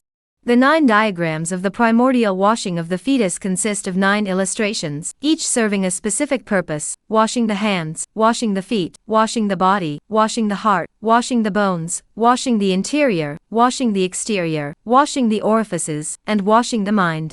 Each diagram depicts a specific posture, guiding the flow of cosmic essence to thoroughly purify the entire body of fetal impurities. Li Xian made significant progress, his mind clear and at ease, feeling an indescribable lightness. It was as though he had shed his outer garments, and was bathing in a gentle breeze. Prenatal Cleansing Diagram. Proficiency, 46-81. When he came to, he saw everyone looking at him. Li Xian remained unfazed, quietly stepping back behind the lady. Zheng Tian withdrew his gaze and said, "Madam Wen, since that is the case, please stay at my estate. Lately, our estate has added many new scenic spots. Please take a moment to admire them." Lady Wen nodded, agreed. Thus, MRS, Wen and Li Xian both stayed at Fuyuang Manor. Zheng Tian hurried away. Chapter 123, The Lady's Schemes, Enemies Everywhere. Please subscribe. Do not despise wealth and money. Even if a divine being were to descend from heaven, they would still have to consider the contents of their pockets. Without wealth, one is no hero. Without money, one is no man. Money makes a hero. 1,000 gold pieces are worth a single act of honor. At the entrance to the money tower, 2 tall wooden pillars stood on either side, inscribed with various slogans. Li Xian muttered under his breath, though blunt, it seems undeniably true. Force can coerce one person, 100 people, or even thousands. It can drive a ghost to grind a millstone, and force a person to bow their head. But only money can truly make people willingly submit. Take that joint estate, for instance. The mistress's martial arts were profound, but it was money that kept the village running. The guards, laborers, servants, clerks, and silk workers all had salaries. Inside the mansion, it was bustling with activity. The decorations were lavish, with intricately carved beams and pillars. The two entered the mansion and soon, Lady One, who was very familiar with the place, walked up to a bronze bell and gently rang it. The bell rang out clearly. Chapter 124. Accumulated water forms a deep pool, drawing the sword. The spiritual food in the heavens and earth is precious, but powerful martial artists have their own methods of obtaining it. If one is willing to endure some hardship, hunting second-rate, inferior, or low-grade demons as food will ensure an ample supply of premium meat. The only inconvenience arises when boiling water in a cauldron. However, the treasure boxes used to store the spiritual food are extremely precious. Once the refined meat is boiled, the essence of heaven and earth gradually dissipates. If not consumed promptly, it may even vanish completely. It must be sealed in a specially crafted secret box to be preserved long-term. Li Xian took the secret box. It was palm-sized but felt heavy in the hand. The surface was intricately carved with jade inlays, emitting a faint fragrance mingled with the lingering scent of the lady. At first glance, it was clearly extraordinary. The refined meat inside was a gift from Zhengtian of Fulua village. The lady, for some unknown reason, had not consumed a single bit. It was all sealed in the secret box, and now handed over to Li Xian. Precious treasures are rare in this world. The lady must be in a good mood to be so generous. Chapter 125. The transformation becomes apparent. The red mole on the brow. Li Xian took the long sword, flipped his wrist, and performed a sword flourish. The sword hummed softly, looking extremely graceful and elegant. When Lady's eyes sparkled as a white snake flew out from her sleeve. Upon closer inspection, it was revealed to be a slender, flexible sword. The two swords clashed in a harmonious exchange, a moment they had long anticipated. The yin-yang immortal couple's sword divided the sword into yin and yang sections. When practiced separately, neither was considered a top-tier sword technique. However, when combined, the sword manual becomes complete, surpassing even ordinary superior sword techniques in power. When the two are united, the yin and yang energies converge, nourishing the sword master invisibly. It strengthens the body, prolongs life, dispels mental demons, and heals injuries. Its effects are so great, and its benefits so numerous that they leave one speechless. Madame Wen had obtained this sword technique. She often studied the sword manual, aiming to merge the combined sword techniques into one. She practices alone, enjoying all these miraculous benefits by herself. However, the advanced sword techniques are obscure and complex. Many of the principles involved encompass the vastness of the universe above, and the joys of human relationships below. These are concepts that Lady Wen cannot fully grasp. Chapter 126. The power of the strange phenomenon, the leopard knife runs amok. Li Xian felt the changes within himself. The transformation phase is not a divine gift, but the revelation of one's true form. As a result, certain characteristics begin to emerge. Just as humans have countless appearances, with differences in ugliness, beauty, height, thinness, and obesity, some characteristics can enhance abilities.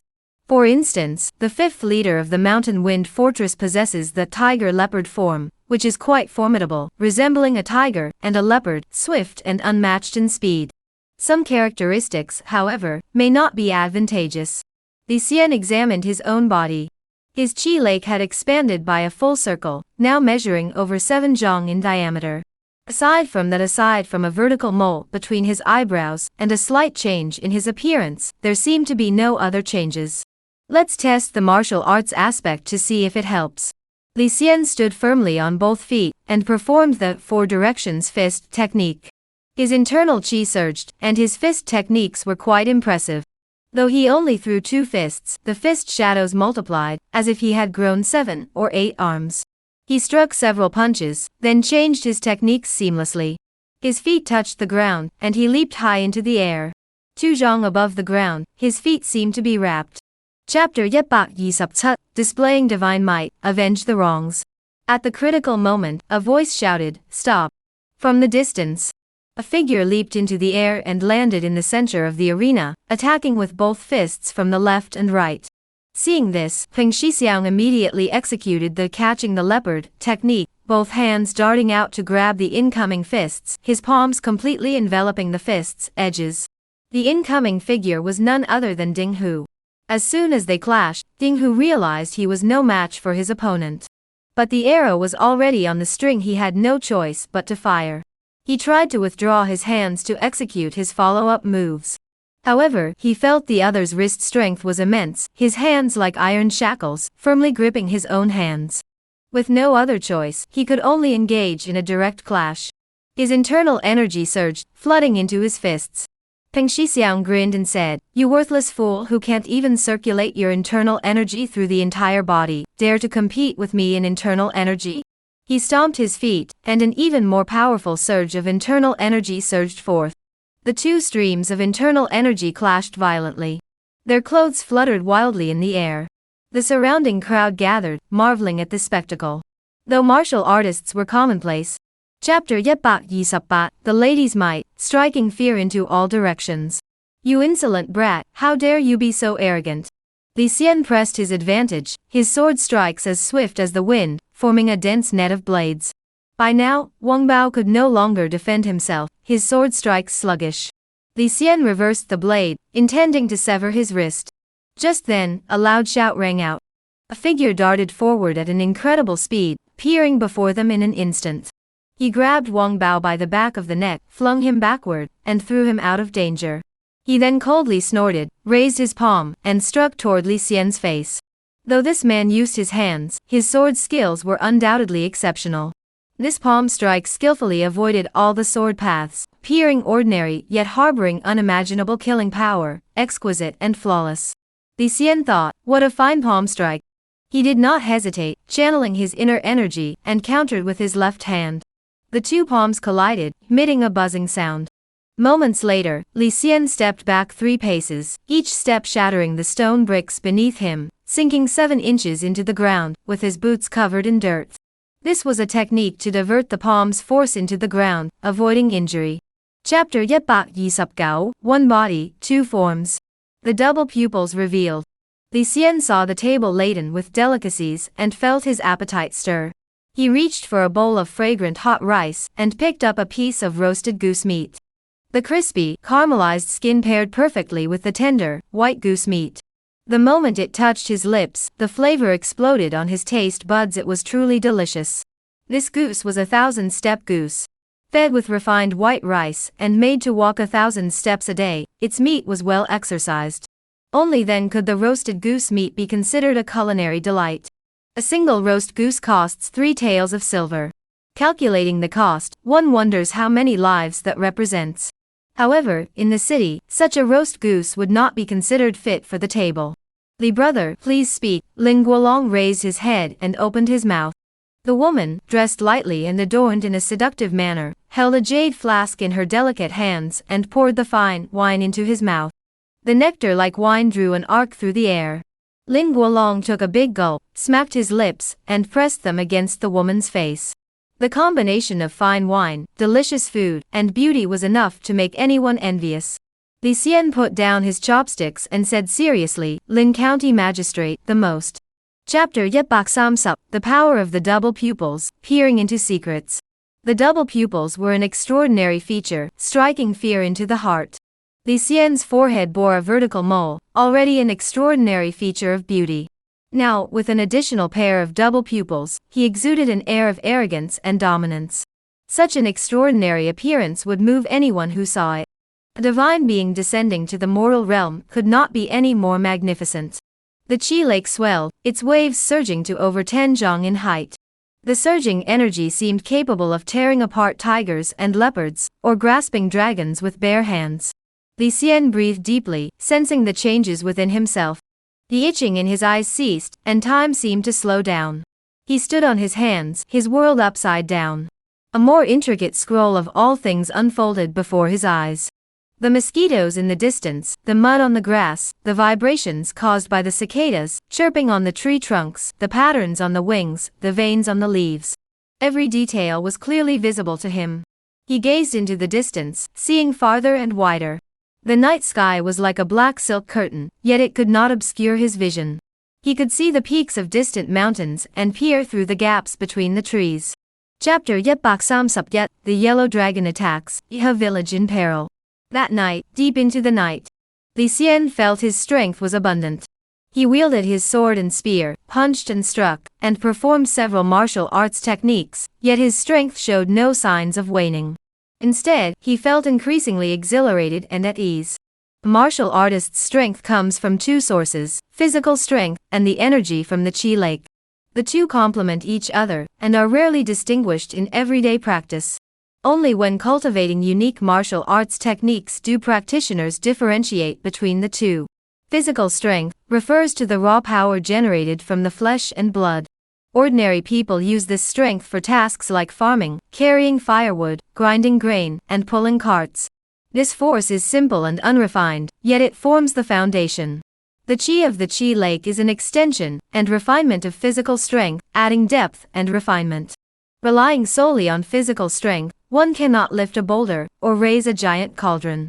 However, a martial artist with pure internal Qi can achieve this by combining strength with Qi. Li Xian's physical strength surged. He was full of energy, like a young dragon. His foundation was solid, and he grew less easily fatigued. Qi, strength. Chapter 132, borrowing a knife to kill, covertly investigating enemy intelligence. The right-wing guard of the Yellow Dragon Army, Qian Kai, received orders from Commander Qi Biao and led over 10 soldiers to search the surrounding villages throughout the night. Qian Kai, mounted on a sturdy horse and clad in silver armor, turned back and said, "If you encounter any villages, do not kill indiscriminately. Use words to deceive them into bringing their provisions and following us to the military camp." One of his elite soldiers laughed, "Hani Wei, we all know what you mean. If we kill them all, there will be so many bodies to carry around we'll be exhausted." Another said, "That's right. By then, the corpses will be infested with maggots and won't taste fresh. We should make them jump into the pot themselves when we're hungry." That's right, that's right. It won't be in vain that I've trained you." Han Kai nodded in satisfaction, spurred his horse forward, and laughed, "These lowly peasants. If they can end up in our stomachs, it's a blessing from our ancestors. When we achieve great deeds in the future, they'll at least have the merit of following the dragon." All the soldiers burst into laughter. Chapter 133, the enemy general's head, conquering the lady. Qi Biao, upon hearing this, immediately summoned Su Lai Feng to his tent. "Who are you? Can you really save me from this dire situation? If you're just trying to deceive me, you won't leave here alive today, and I, Qi Biao, will take your surname." Qi Biao sat in the tent, his broadsword drawn, gazing suspiciously at Su Lai Feng. Had it not been for the urgent situation, such a cowardly villain who dared not show his face, he would never have bothered to meet him. Su Lai Feng said, "What use would it be for me to deceive you?" He paid no heed to Qi Biao's tone, picked up the teacup, took a sip, and said, "The tea has grown cold." He pinched the fire with his fingers. The tips of his fingers held a flame, which burned beneath the teacup for a moment. When the tea began to steam and the leaves danced, he took another sip. "Impressive skill," Qi Biao exclaimed in surprise. He knew the other was intentionally showing off. "Please speak quickly. If you can truly resolve my predicament, I will reward you generously," Qi Biao said. Su. Chapter 134, the lady feeds fruit, a perfect match. Lady Wen's beautiful eyes sparkled, her gaze fixed on Li Xian. Such heroic bearing, such majestic presence, even the young prodigies, aristocratic heirs, and scions of great clans she had seen in the past could not compare. She had already witnessed the first arrow's display of intent. Lady Wen enjoyed hunting in the mountains, and her archery skills were no slouch. She also knew that infusing an arrow with intent was an incredibly difficult feat. It required a harmonious blend of temperament, intention, and mindset. Archery can be practiced, but spirit is hard to find. Those who sit in high positions in the court may be nothing but mice. Those who are powerful in martial arts and rule over a region may be cowards. The height of one's achievements has nothing to do with spirit. But those with a vibrant spirit, if they encounter the right circumstances and rise to greatness, will undoubtedly astonish the world. When spirit reaches its peak, yet to face an army pressing forward and still shoot an arrow of spirit is even more difficult. The momentum of the army is as vast as a surging river. Facing the river, one person's spirit is as small as dust. It is swept away in an instant. Such is the situation. Chapter 135, the young hero, carrying the coffin into the city. This. Li Xian exclaimed in shock. Madame Wen raised the corners of her mouth, thinking to herself, this boy's appearance is strikingly similar to mine. He is indeed a gem hidden in the mud. We are of the same kind. She had no intention of nurturing Li Xian. However, as he gradually revealed his abilities, she first felt satisfied, then surprised and astonished, and eventually developed the desire to cultivate him. In the past, no matter how much effort she put into nurturing someone, Lady Wen would never have given them much thought. Today, upon learning that Li Xian's transformed appearance was identical to her own, she was filled with pride. A perfect form was already rare, and when Lady took great pride in it. One such form was already rare, yet now another had emerged, and it was under her own tutelage. This couldn't help but make her think of a precious sword paired with a precious scabbard. Your reincarnated form is impressive, but you still need to study martial arts diligently. I have been refining elixirs for over a month and am feeling a bit tired, Lady Wen said. Li Xian rose and said, if that is the case, I shall take my leave. He turned and walked away. When did I tell you to leave? Lady Wen said indifferently, and the temperature suddenly dropped. Then, Madam. Chapter 136, a heart as venomous as a snake, a sword as cruel as a leopard. Li Xianque rode a fine horse, leading the way. Behind him was the lady's carriage, followed by a black coffin. After entering the city gates, the citizens of the city rarely saw such a handsome man. Hearing the sound of horse hooves, many turned their heads to look. Someone shouted, it's Li Daliang. Li Daliang has entered the city. Commotion erupted as the crowd gathered along the streets, gazing curiously and murmuring words of praise. Is that really Li Daliang? He's as young and handsome as the rumors say. What a divine-looking Li Daliang. He's like a god descended from heaven. No wonder he could take the enemy general's head and subdue 10,000 troops. His aura is truly different from ordinary people. To catch even a glimpse of such a man is a great blessing. Li Xian realized that his reputation was no small matter. The common folk coming to gawk was understandable, but his wife's thoughts were as intricate as a spider's web, and if he angered her, it might cost the lives of innocent people. He glanced over. Chapter 137, the transformation of Chi Lake, shoulders shrouded in rainbow haze. A black coffin containing the right hand, right leg, and right eye of the deceased blocked the entrance to the leopard blade sect, obstructing the main gate. The lady departed in her carriage. Upon first sight, she was breathtakingly beautiful, captivating the heart. As she departed, fear and awe filled the air. It was said that such beauty was not meant for ordinary mortals. Yang Tong narrowly escaped death. Though he was at a distance, his eyes remained unharmed. Seeing the chaos before him, his heart was filled with mixed emotions. The once mighty leopard blade sect was shattered into pieces by a single woman. The courtyard still carried the faint fragrance of the lady. Yet, upon inhaling it, his entire body trembled, and he felt lost and helpless, as if he were in a nightmare, as though the lady were still beside him. Suddenly, he heard a cry of pain, and Yang Tong snapped back to reality, hurriedly picking up his master. Master, what should we do now? Yang Tong asked frantically. Go fetch my golden tortoise, Su Lifeng said with great difficulty. He sealed the bleeding and stopped the flow of blood. However, his veins were severely damaged, and this was a life-threatening injury. If left untreated, he would die soon. All right. Chapter 138, the Celestial Patrol arrives, and he is promoted to the 8th rank. With a rainbow-colored halo around his shoulders and an astonishing aura, Li Xian sat cross-legged, deep in thought. Warriors drink the essence of heaven and eat the nourishment of the earth, but their physical bodies are not merely about becoming stronger. If that were the case, it would be better to practice martial arts that focus on physical conditioning to strengthen bones and muscles. Rather, one's physique should align with the heavens and earth, resonating with them. This leads to the eruption of various mystical phenomena, breaking through layer upon layer of constraints, and extending one's lifespan. This is true transformation, a complete rebirth. Li Xian entered the realm of shoulders shrouded in rainbow haze, where his physical strength, vitality, and spirit all significantly increased. However, this was not the most important change. Shoulders shrouded in rainbow haze is characterized by dissolving without transforming. The essence of heaven and earth is retained within the body, but cannot be fully assimilated. This essence gradually dissipates and becomes embedded in the blood and muscle tissues. When martial artists circulate their chi and blood, extend their limbs, and engage in combat, the blood flows rapidly. The essence of heaven and earth deep within the body emerges along with the blood and chi. This distorts natural light, creating the extraordinary phenomenon of rainbow hues. Li Xian felt this deeply. Chapter 139, Sending the Concubine, Yanghua's Body Forging. The lady whispered her instructions, her words carrying a hidden rebuke. Commander Li, will you return after this journey? As Li Xian stepped out of the inner courtyard, the guards surrounded him and asked in unison. The news of the promotion had already spread throughout the estate, and everyone knew about it. Li Xian replied solemnly, I am first the head of the estate, and then the military officer. How could I not return? Do not ask such questions again in the future.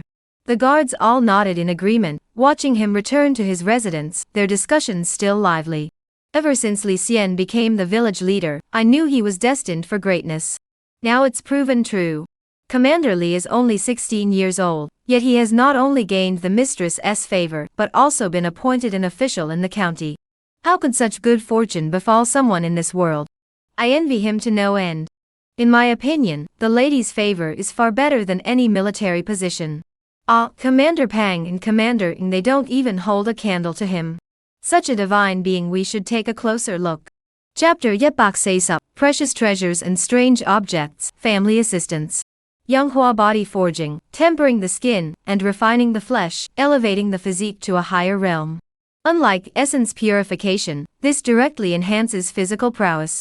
The Qi Lake reaches 12 zhong in depth. Half an hour later, Li Xian lightly leaped into the lake. After cleansing his body, he felt invigorated, a sensation beyond words.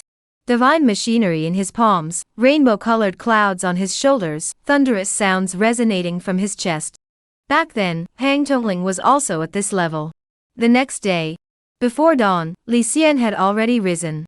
His extraordinary features manifested, his body forged by Yanghua, and numerous divine abilities adorned him, leaving him brimming with energy. He only rested for 2 hours each day.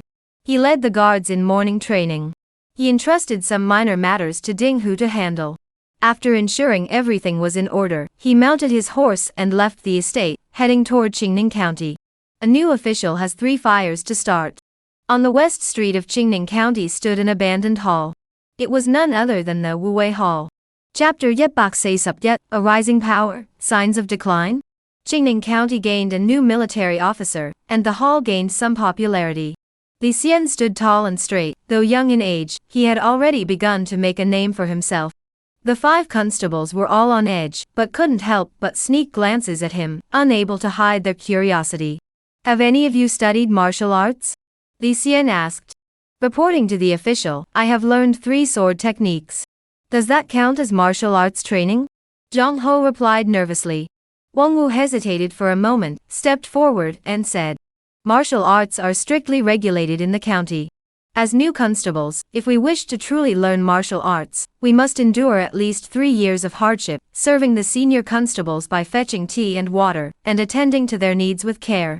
Only after 3 years may we hope to master a single technique. The 5 of us have been here for only a few months, with Zhang Ho being the first to join. We have only learned 3 sword techniques, enough to handle ordinary street vendors. As Wang Wu was speaking, Li Xian stepped forward, grabbed his arm, and gently pressed and felt his bones and tendons. Wang Wu was startled and instinctively tried to pull his arm away. But he felt that Li Xian's strength was immense, and with just a slight increase in force. Chapter 142, 2 Men Admire the Moon, Silk Threads Lead to Prosperity. Your twin swords combine, casting twin shadows proficiency ga yi nlo. Inner courtyard. The moonlight poured down like ink, and sword shadows danced in the air. Li Xian and Wen Kaisang joined their swords, harmonizing yin and yang. Thanks to their mastery of sword techniques, every time their swords touched, a thread of clear energy flowed into their bodies. They benefited greatly from the sword techniques. The yang sword is fierce and powerful, while the yin sword is gentle and supple. When both are wielded together, they blend strength and flexibility, harmonizing with the natural order of the universe, leaving one spellbound and unaware of the path home. Wen Kaisang, though cold-hearted, was far from heartless. Each time their swords joined, it was like a deep conversation. Seeing Li Xian's handsome features, her thoughts inevitably shifted. During her previous seclusion, she had even thought of the sword union. Upon emerging, she sought to stretch her limbs and called Li Xian to test the progress of their sword techniques. This test left her greatly astonished. Li Xian had already reached the pinnacle of mastery. When Fu Ren thought to herself, the sunset blood sword technique has inherent flaws, so. Chapter Yetbak Se Sapsam, The Might of the Overlord, Treasures Emerge. Qingning County. Lin Mansion. Xian Ho Lin Aoshan of the Celestial Patrol Bureau was temporarily staying at the Lin family mansion. It was noon, and he was sitting in the pavilion in the courtyard. Lin Aoshan was resting in the shade, with the sound of cicadas buzzing in his ears. Servants held nets, trying to catch cicadas on the trees. She sat with her legs crossed, her curves clearly visible. She couldn't help but complain about the poor location of the mansion. The sun was blazing, and the courtyard was sweltering with heat, leaving no place to escape. She wore the standard attire of the Celestial Patrol Bureau, which, though elegant and poised, was not breathable at all, making her feel extremely hot. By now, her clothes and boots were already soaked with sweat. There were some iced fruits and watermelon in the fruit dish. But they were gone in a moment, offering no relief from the heat. "Little son, what's the rush?" Lin Aoshan saw Lin Guolong rushing back and forth several times, his short legs leaving shadows behind, and, annoyed by the disturbance, asked. Lin Guolong approached respectfully, bowed in the manner of a junior, and said, "Dear grandmother, you may not know, but something major has happened in our county." Chapter Yetbak Se Sapse, Joining Hands to Seize the Treasure. Not far away. Lin Aoshan's lips curled upward. Seeing this Wu Wei Lang for the first time, he was indeed strikingly handsome. He muttered, "The show is about to begin." He stood with his arms crossed, clearly enjoying the spectacle. At the entrance of the martial arts hall, the newly appointed Wu Wei Lang stood tall and handsome, unlike ordinary people. Behind him lay a scene of chaos, with disciples and apprentices lying scattered about, in disarray. As soon as he stepped onto the scene, his aura was overwhelming, his eyes sharp as an eagle's, and his presence as powerful as a tiger's. The martial arts hall was filled with renowned masters from Qingning County, who had held high positions for years, and had the power to decide life and death with a single word, gradually cultivating an air of superiority. But the young martial arts instructor remained unfazed. As he charged forward, his momentum grew even stronger, subtly overshadowing the others. "Who are you, you ignorant brat? We're discussing important matters. What business do you have here?" Iron Bear barked. He knew full well that Li Xian was the martial arts officer, and by calling him an ignorant brat, he was not only insulting him, but also secretly using his qi to exert pressure. Iron Bear was the master of the Bear and Boar Martial Arts Academy. Chapter Yetbak Se Sup First Encounter with Aoshan, the Divine Use of Treasures. This fierce battle was over in an instant, leaving nothing but destruction in its wake. Zhou Long, Tai Xiong, Mei Rendu, and Hu Xingnan all cried out in pain, their faces ashen. They had thought themselves clever, devising a cunning plan. Yet they underestimated their enemies, and met this fate. They truly deserved it. Li Xian said, "Elders, what do you think of my words? Do you all agree with my strategy?" Tai Xiong, whose eyes were already blind, had once been a mighty and formidable figure, dominating the countryside. But he was nothing more than a cowardly bear in a mouse's body. Upon facing Li Xian, he recognized his extraordinary talent, overwhelming might, and martial arts prowess, which far surpassed his own. Filled with fear, he was the first to submit. "I admit defeat, I admit defeat. Lord Wu Wei, you have the final say." The others, though unwilling, had no choice but to follow suit, speaking softly and changing their attitudes. "Lord Wu Wei, we were blind not to recognize your greatness. Since you desire these treasures, take them as you wish." "That's right. Actually, you didn't have to go through all this trouble. We came for the treasure in the first place, and we intended to give it to you." Chapter Yetbak Se Sup The Emerald Pearl of the Blue Waters, the Tyrant of Qingning. The pearl was roughly the size of a fingertip, smooth and round, resembling jade yet not jade, resembling fat yet not fat. It felt smooth and cool to the touch, with a unique sensation. When placed in the palm of one's hand, it emitted a gentle green glow, truly a sight to behold. In this vast world, the heavens and earth contain precious treasures and wondrous objects, with endless uses. Whether one can obtain them depends entirely on fate. Li Xian had asked Miao Shichuan about this object, which he had obtained by chance from a colorful giant clam. Miao Shichuan, upon first obtaining this treasure, had not yet discovered its yongtou before revealing its whereabouts, sparking a dispute and forcing him to hand it over. Li Xian thought to himself, I am ignorant and lacking in experience.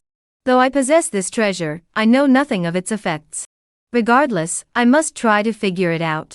Suddenly inspired, he channeled his inner energy and infused it into the pearl. The pearl's light indeed grew brilliant, illuminating the entire room.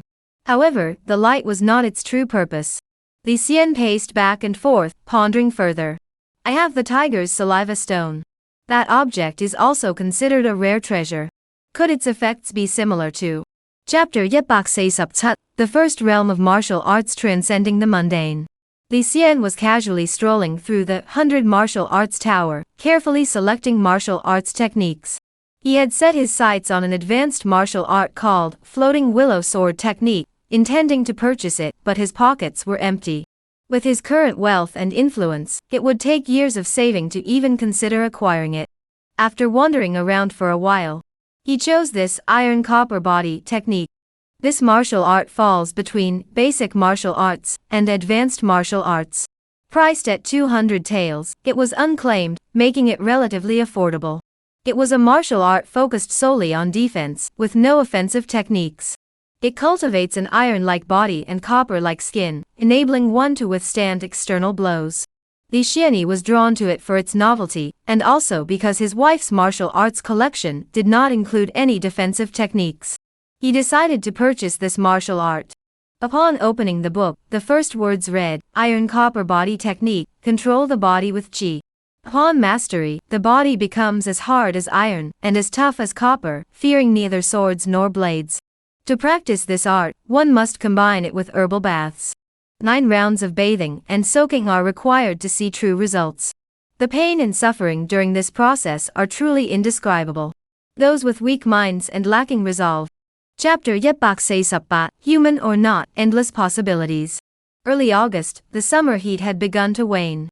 In the commander's hall, you consumed the essence of the golden-blooded red carp, increasing your proficiency by Galokgao. The essence entered his abdomen, spreading a moisturizing sensation throughout his body. It transformed into the essence of heaven and earth, first swirling within his abdomen. Through the enhanced technique of consumption, the essence became even more concentrated, dividing into over 100 strands. Li Xian had purified his fetal body, and had already shed his mud-like form. The essence of heaven and earth was a snobbish force, and during the mud-like stage, it had rushed to escape, fearing to linger even a moment longer. Now that his fetal body is pure, he is in no hurry to leave. He darts here and there, like a mischievous child, strolling through the garden, and admiring the scenery. Li Xian circulated his qi throughout his body, solidified his blood, and closed his orifices, doing his best to retain the essence. The essence of heaven and earth, unrestricted, played to their heart's content before dispersing. Only about 20 strands remain in the abdomen. Shoulders draped in rainbow hues, chests thundering like drums, the body's essence approaches that of heaven and earth, and various supernatural phenomena gradually manifest. Disappearing without dissolving is known as shoulders draped in rainbow hues. Dissolving and transforming is known as hair sprouting from the head. Chapter 149, a handsome man and a beautiful woman, autumn moon jealous. The incident of Wang Wu losing his arm quickly spread throughout the martial affairs hall. Li Xian, to prevent Su Lifeng from causing more trouble and injuring other officers, decided to close the martial affairs hall and grant the officers 4 days of leave.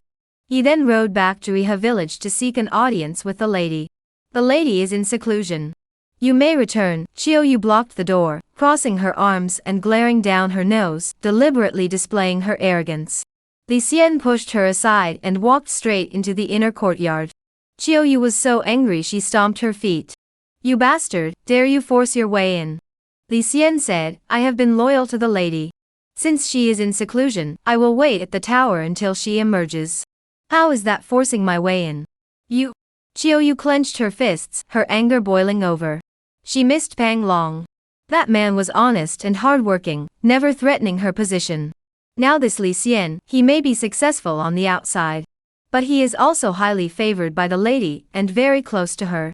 They are often seen practicing swordsmanship in the courtyard, a handsome man. Chapter Yep Bakken Sup, second-rank martial artists, dissolving in water. Li Xian walked on tiptoe, his footsteps silent. He opened his double pupils, taking in every detail around him. The Bao Dao sect must have immense wealth to hold such a large piece of land in the county. Li Xian entered through a side door. He searched the area for Su Lifeng, his gaze growing intense as he stared, his vision gradually passing through the walls. Soon, he passed a house and detected a faint stench. Li Xian could ensure he walked silently, leaving no trace. However, opening the door would inevitably create noise. Daring not to push the door open, he relied on his double pupils to observe through the wall. He saw a figure lying across the room, swarming with flies, its head severed. However, there was no blood stain around the body. This person's head has been severed, and their blood drained dry. It must be the work of Su Lifeng. He is indeed ruthless, even capable of such cruelty toward his own disciple. If I fail, my fate will be even more tragic.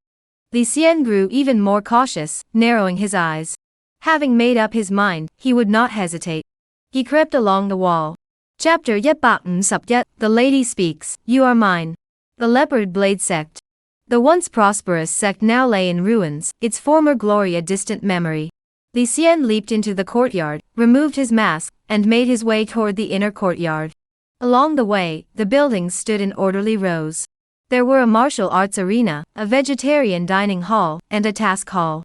Li Xian thought to himself, if there are any treasures, they should be in the inner courtyard.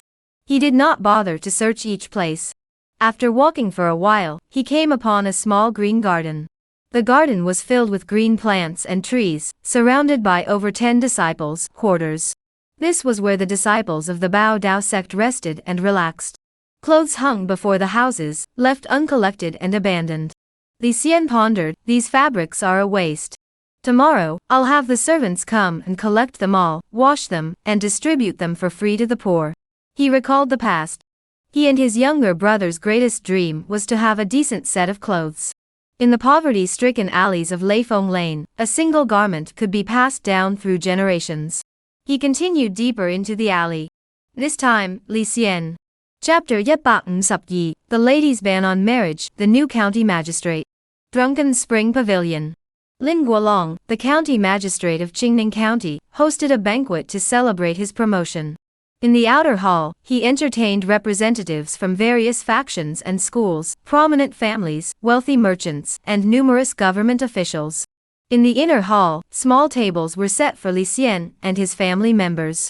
Mr. Li, have some wine. The beautiful concubine held a silver pitcher, pouring wine and serving food, tending to him with great care.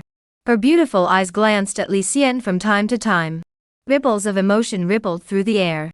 The military officer of Qingning County was indeed as handsome and refined as rumored.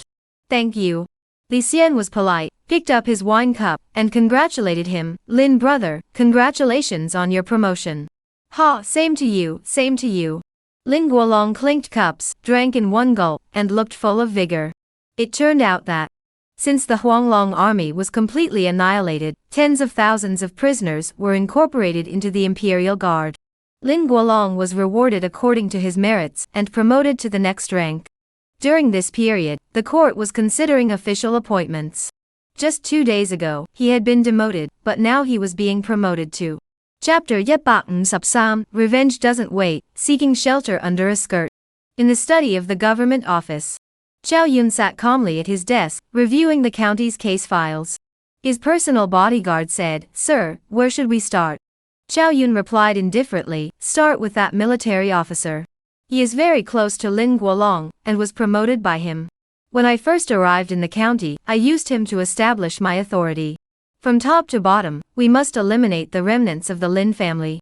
It turns out, originally, the Lin family ran the county. After Lin Guolong left, the position of county magistrate of Qingning County should have been inherited by a member of the Lin family. However, within the Cheongtianfu region, prominent clans were engaged in covert power struggles. Although Qingning County was remote, it was still a coveted territory. The Chao clan intervened, and after various power struggles, the county magistrate's position fell into the hands of the Chao family. Zhao Yunlai was appointed county magistrate with a specific mission to fully take control of Qingning County, eliminate all influence of the Lin family, and ensure their complete eradication. "Sir, what should we do?" asked his personal bodyguard. Zhao Yun sighed deeply, tapping his fingers lightly, his eyes filled with thought. Chapter Yep use their own methods against them. Li Xian sharpened his knife, waiting until midnight. When the time was right, he gathered all the servants in the hall to the outer courtyard. The red gates were tightly shut, not a breath of air could escape. The guards stood menacingly, swords, spears, and clubs clutched in their hands. Silent and grim, they all fixed their gaze on Li Xian. They were ready to follow the military officer's orders, even if it meant facing certain death. Li Xian spoke loudly, "Today's events will inevitably lead to Zhao Yun causing trouble again. Rather than passively waiting to be attacked, we should take the initiative. Some things, once done, must be done thoroughly." "Commander Wu, we are at your disposal," Zhang Ho said solemnly. "Please give your orders." Li Xian spoke calmly, "You all disguise yourselves as bandits and wait in ambush. When you see me signal with fireworks, immediately cause chaos in the courthouse. But focus on causing disturbances and creating a commotion. Do not engage in direct combat." After arranging the details, Li Xian set off lightly, leaving the military commander's hall. Lin. Chapter Yang Yuan Sword Qi, Young Sword Perfection. Zhao Nu's pupils dilated in shock, filled with anger and fear, unable to speak. He had rushed here intending to catch his opponent off guard and gain the upper hand. However, the more unpredictable the situation, the more it played to Li Xian's strengths.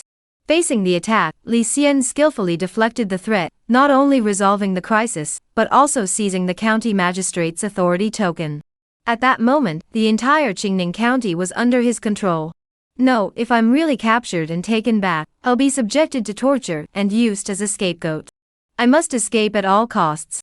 Zhao Nuyi's thoughts raced, and he suddenly exerted all his strength.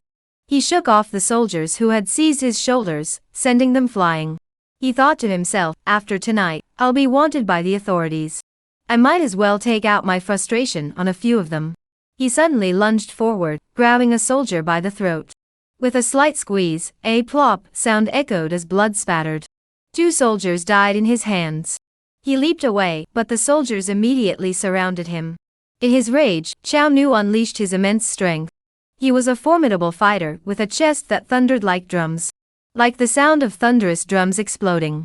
Chapter The former dynasty of Diyu, a leisurely half-day. The next morning. The first rays of sunlight broke through the dawn, and mist from the mountains drifted into the city. The morning air was cool and refreshing. Li Xian stretched lazily, feeling utterly refreshed. After a quick wash and comb, he tied his hair back, donned his crown, and looked dashing and handsome. He bought 2 meat buns from a street vendor. The aroma of the meat filling filled the air, and the juices flowed out. Li Xian ate the buns with tea, satisfying his hunger, and felt energized. The constables of the Wu Wei Hall began their daily training at dawn, never missing a day. Now, over 10 of them had cultivated inner energy, with Zhang Ho's being the most powerful. He had already accumulated over 10 strands. Next was Wang Wu, who, though he had lost an arm, had been taught the one-armed sea and sky sword technique by Li Xian. This sword technique was a foundational martial art obtained from the one-horse village. To practice this technique, one must have a disabled arm. Congenital disabilities are best, while acquired ones are slightly inferior. There are countless extraordinary techniques in the world, too numerous to list. Sounds of huffing and shouting echoed from within the hall. Last night, Li Xian had broken through in his sword technique, advancing from mastery to perfection, and was now just a step away from. Chapter Unparalleled Fortune. Tonight please subscribe. Wu Wei Hall. The document repository was entirely black, 2 stories tall at 6 zhang in height, constructed from dark, sturdy wood. The door was locked with a thick lock, which Li Xian struck several times with his sword, but could not break open.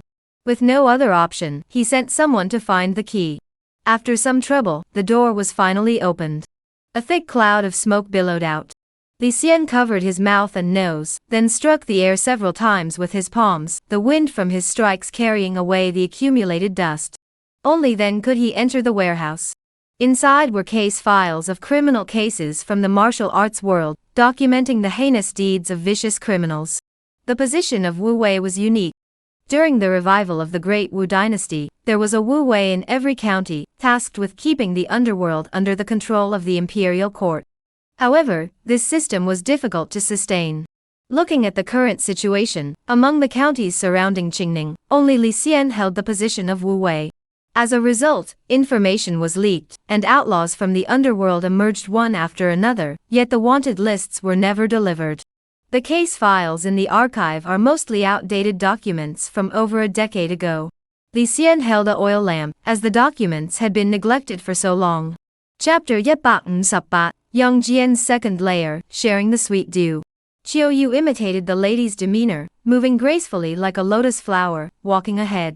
She passed through corridors and alleys, turned a corner, and entered the inner courtyard through a side door. It was a case of East Ji imitating Xiang Yu. Qiu Yu was not unattractive if one were to disregard the vulgarity in her eyebrows and eyes, and the harshness in her nose and mouth. She would indeed be a delicate beauty. However, when compared to the lady, she fell far short. Keep your eyes in check. If you dare to look around, be careful, the lady will gouge out your eyes. When they reached the door of a room, Qiu Yu stopped and spoke threateningly. Seeing that Li Xian paid no heed, she felt embarrassed and pushed the door open. White smoke drifted out, mingled with heat and fragrance, intoxicating the senses. Li Xian was startled to see that the interior was clearly a bathing room. The lady's clothes were hanging on a wooden rack. Li Xian asked, "What is this? You can't even tell? How foolish. I wonder why the lady called you here." Qiu Yu mocked, "This is the lady's bathing chamber. You, of all people, must have been reincarnated many times to deserve such a blessing." Chapter 149, The Jianghu Red List, Physical Transformation. Dawn was breaking. Li Xian was dressed lightly, with droplets of water still clinging to his hair. A 4-inch long sword wound on his chest was neither too deep nor too shallow, with no residual internal energy. After applying ointment, it would heal completely in 2 days. Li Xian rested for a moment, then consumed 1 gram of the precious elixir. He sealed 4 strands of the essence of heaven and earth within himself. Calculating the time, if he practiced martial arts diligently, he could digest it within 2 days. Martial artists practice martial arts and engage in combat to gain insights into the heavens and earth.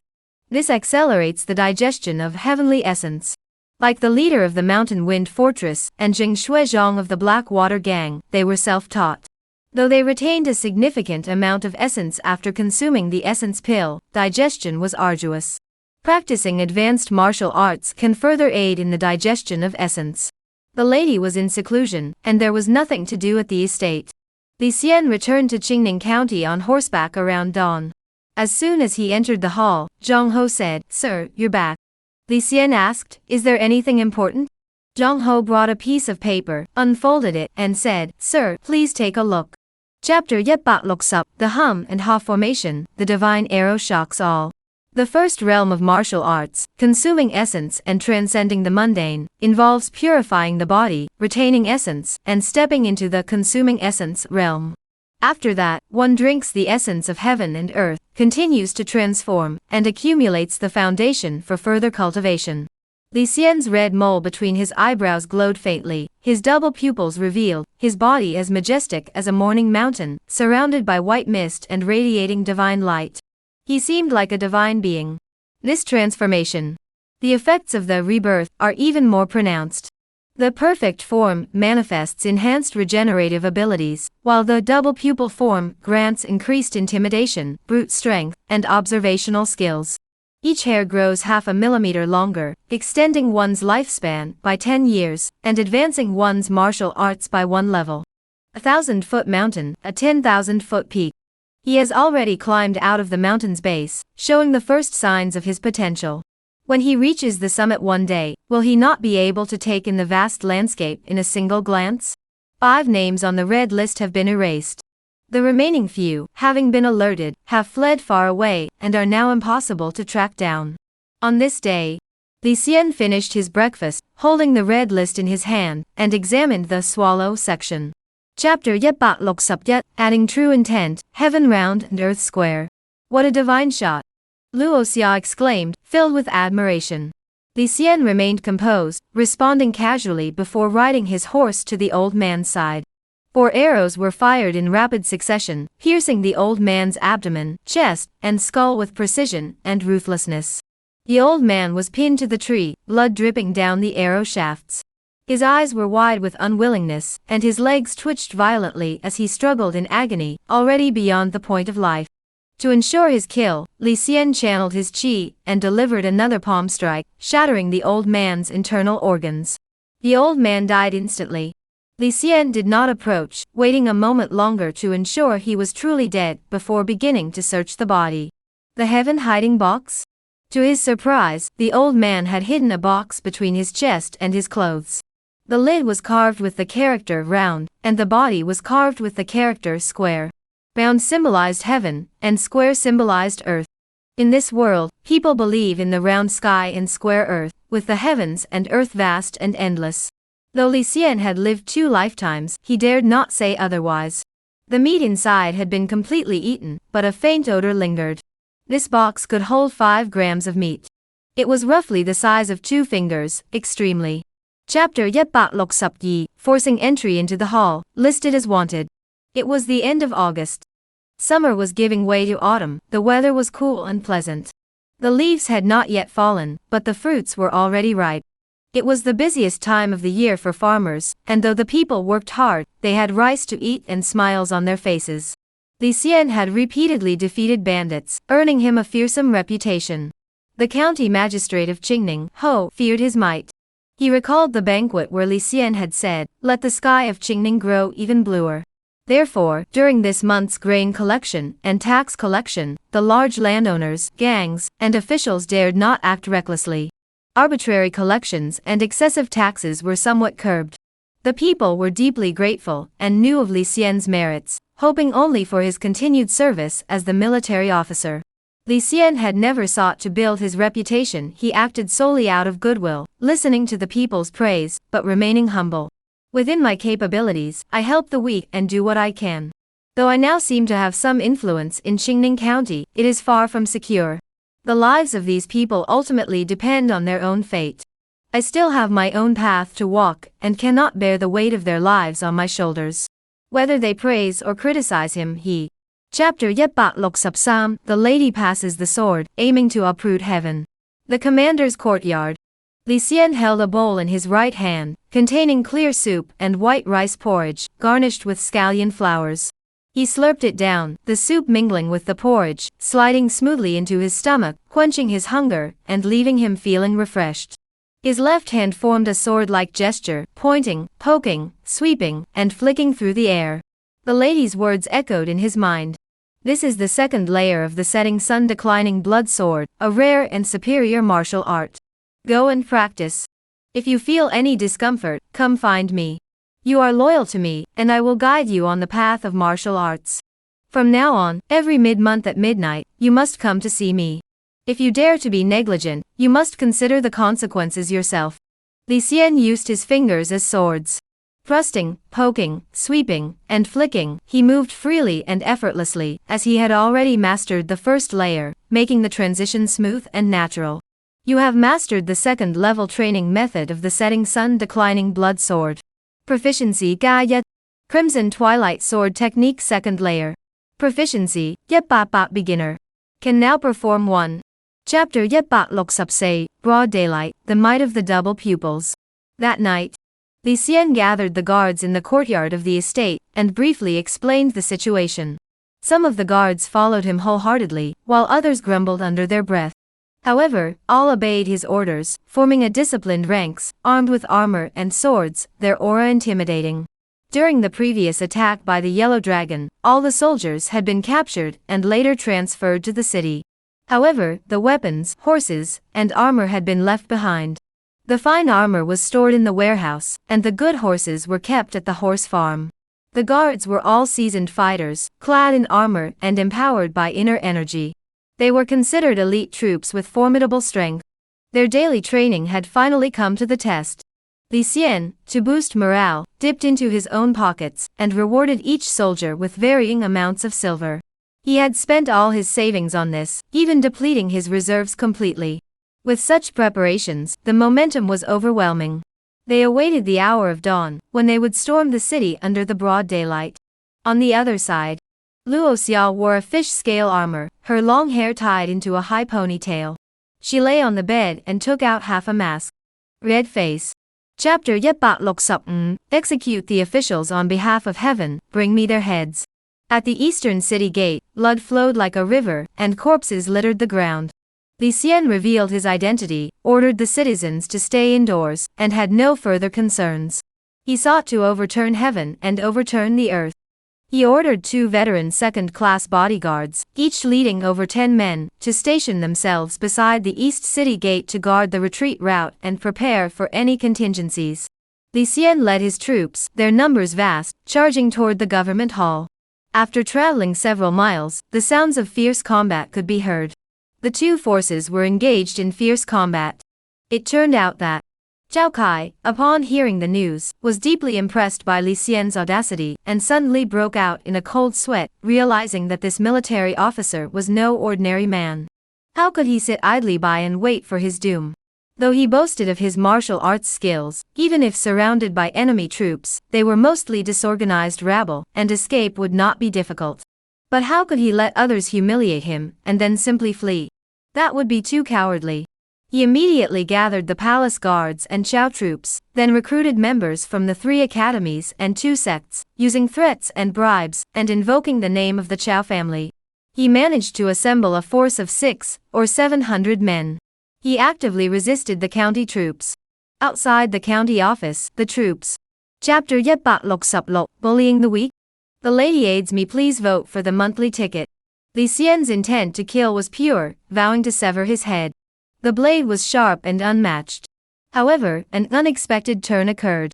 The blade struck down fiercely, shattering stones and tiles, sending dust flying, and leaving a chaotic mess. Yet no blood was spilled. Zhao Kai had already been rescued, and was now hanging from the high eaves of a tavern by the street.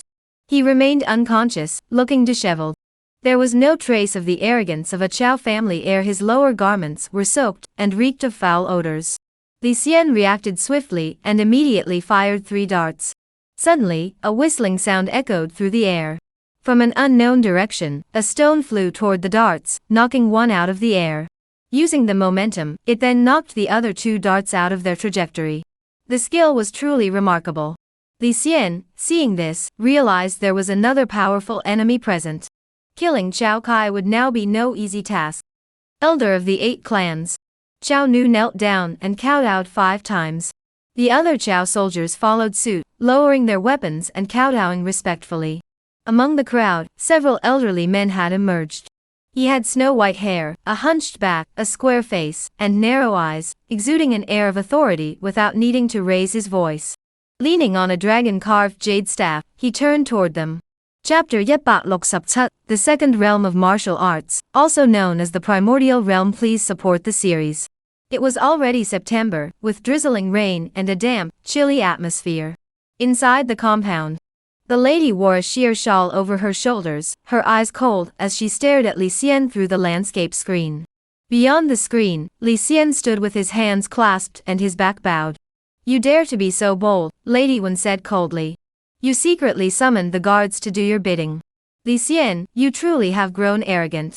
Do you know that since I founded this estate until today, you are the only one who dares to act this way?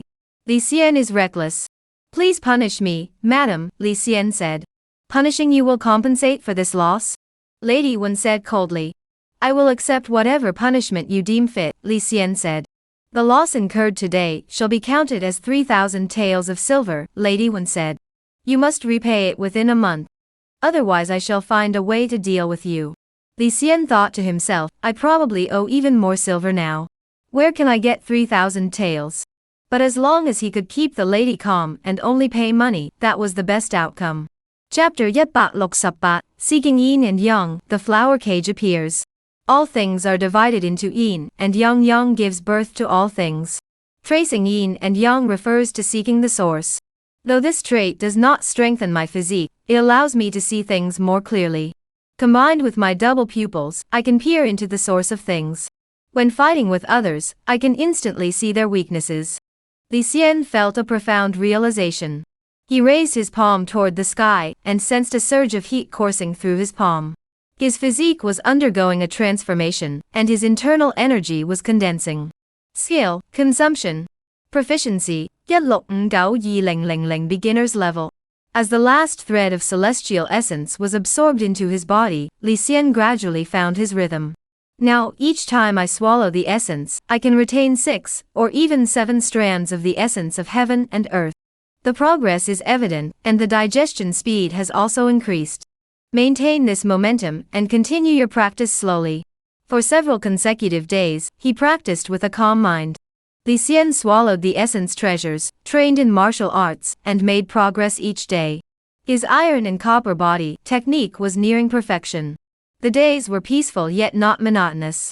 Chapter 169, The Disappearance of the Noble Lady, and the Reward for Finding the Dragon. Li Xian was worried about his empty purse, unable to pay his wife's fine. Though she appeared gentle and charming, she was actually cruel and ruthless. If he could repay the fine, he would be willing to give it a try. However, he must remain vigilant to avoid being used as a pawn. Li Xian asked, Lin's sister, you mentioned earlier that despite your strength, you dare not confront the flower cage sect. What is the reason for this? Could there be someone even stronger among them? Lin Aoshan's face flushed red as she said, they're a bunch of rabble, but there are a few formidable ones among them. However, when it comes to martial arts prowess and cultivation, this old lady could crush them all with a single finger. But, she couldn't bring herself to say it. But what? Li Xian pressed. Lin Aoshan said, don't you know? The Hualong Gate specializes in kidnapping women. Their martial arts are despicable and filled with tricks, specifically targeting women. If I face them alone, I might fall into their traps. If I fail to eliminate them, I'll end up falling into their hands. Chapter 170, The Inheritance of the Xianhou title, and the House Burglary. Lin Aoshan heard this and stared at Li Xian, thinking to herself that this Wu Weilang was meticulous, cautious, and clever, handling matters thoroughly truly formidable. Earlier, she had not been able to anticipate that. If he hadn't reminded me, I might have exposed my identity. At that point, the Hualong Gate would have taken advantage of the situation and captured me. Wouldn't that have been a defeat without even knowing why? Cold sweat broke out, as if she had been doused with icy water. It was midday, still early. Li Xian found an inn, ordered 2 sets of tea snacks, a plate of sunflower seeds, and a dish of pastries. He sat quietly, passing the time. Lin Aoshan picked up a piece of pastry with her fingers and put it in her mouth. It was crispy, sweet, and rich, but it didn't suit her taste. She took a bite and stopped, then started cracking sunflower seeds instead. Out of boredom, she curiously studied Li Xian, her gaze moving from top to bottom, and then back up again. After staring for a while, her face flushed red, and she felt a bit embarrassed. She decided to rest her head on the table, and closed her eyes to sleep. Li Xian let his mind wander, sipping tea, eating pastries, and cracking sunflower seeds while listening to the storyteller. The storyteller in the tea house narrated tales of the martial arts world with dramatic intonation. Chapter 171, Autumn Moon Betrays the Manor, The Lady's Secret. Please continue reading. The moonlight was as dark as ink. The 2 men, one tall and one short, entered the mountain path. After traveling several miles, they turned onto a narrow path. They turned left and right again. They circled around and took wide detours, using the trees and bushes in the forest to conceal their figures. It was extremely tricky. Lin Aoshan grew increasingly anxious, unable to see the 2 figures anymore. Li Xian, relying on his keen eyesight, remained calm and composed, still in control of the situation. The Flower Cage Gate was a Pai sect in the martial arts world, known for their bizarre methods. They had their own way of surviving, and their current mountain running technique was called the intestine twisting step. In areas with dense vegetation and complex terrain, this technique was particularly formidable. It can disorient a person to the point of losing all 5 senses and fainting. Li Xian was at a distance with a clear view. Whenever the 2 circled and turned, he stopped to observe, avoiding following blindly. This allowed him to avoid the effects of the intestine twisting step, keeping his mind clear. The 2, one tall and one short, continued to circle and advance, gradually entering an open area. There was an abandoned mansion. The door plaques were all rotted, and the ground was overgrown with weeds, making it. Chapter Yetbak Tsupyi, silk threads entangled, weaving a cocoon to bind oneself. It turned out that Chiou was extremely jealous. Several days earlier, after being scolded by the lady, she realized her position was in jeopardy, and would eventually be replaced by Li Xian. At that time, her situation would be pitiful, with no one to care for her. The sudden change was too much to bear. In her despair, she thought of all the money she had accumulated over the years. If she left the estate and settled elsewhere, she could still live comfortably. Thus, she began to harbor thoughts of escape. Chiou had served the lady for over a decade and knew all her secrets. She had indeed found the perfect opportunity, using the lady's seclusion as a cover to slip away quietly. Had she not encountered the flower cage incident, she might have truly escaped to a distant place.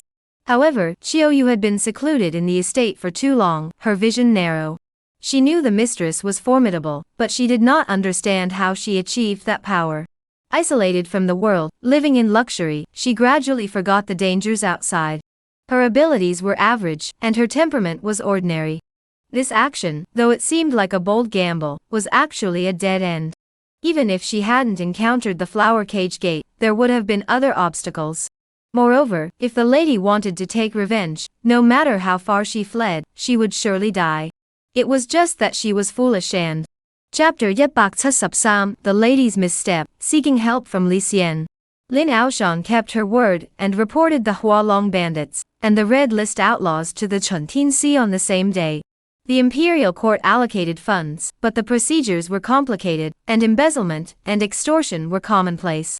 Lin Aoshan credited the merit to herself, with the reward money being secondary. The recognition of her achievements was what mattered most. She was in high spirits, having resolved her long-standing concern. Since the arrival of the Xianhou, she had achieved nothing, running around tirelessly. How tedious.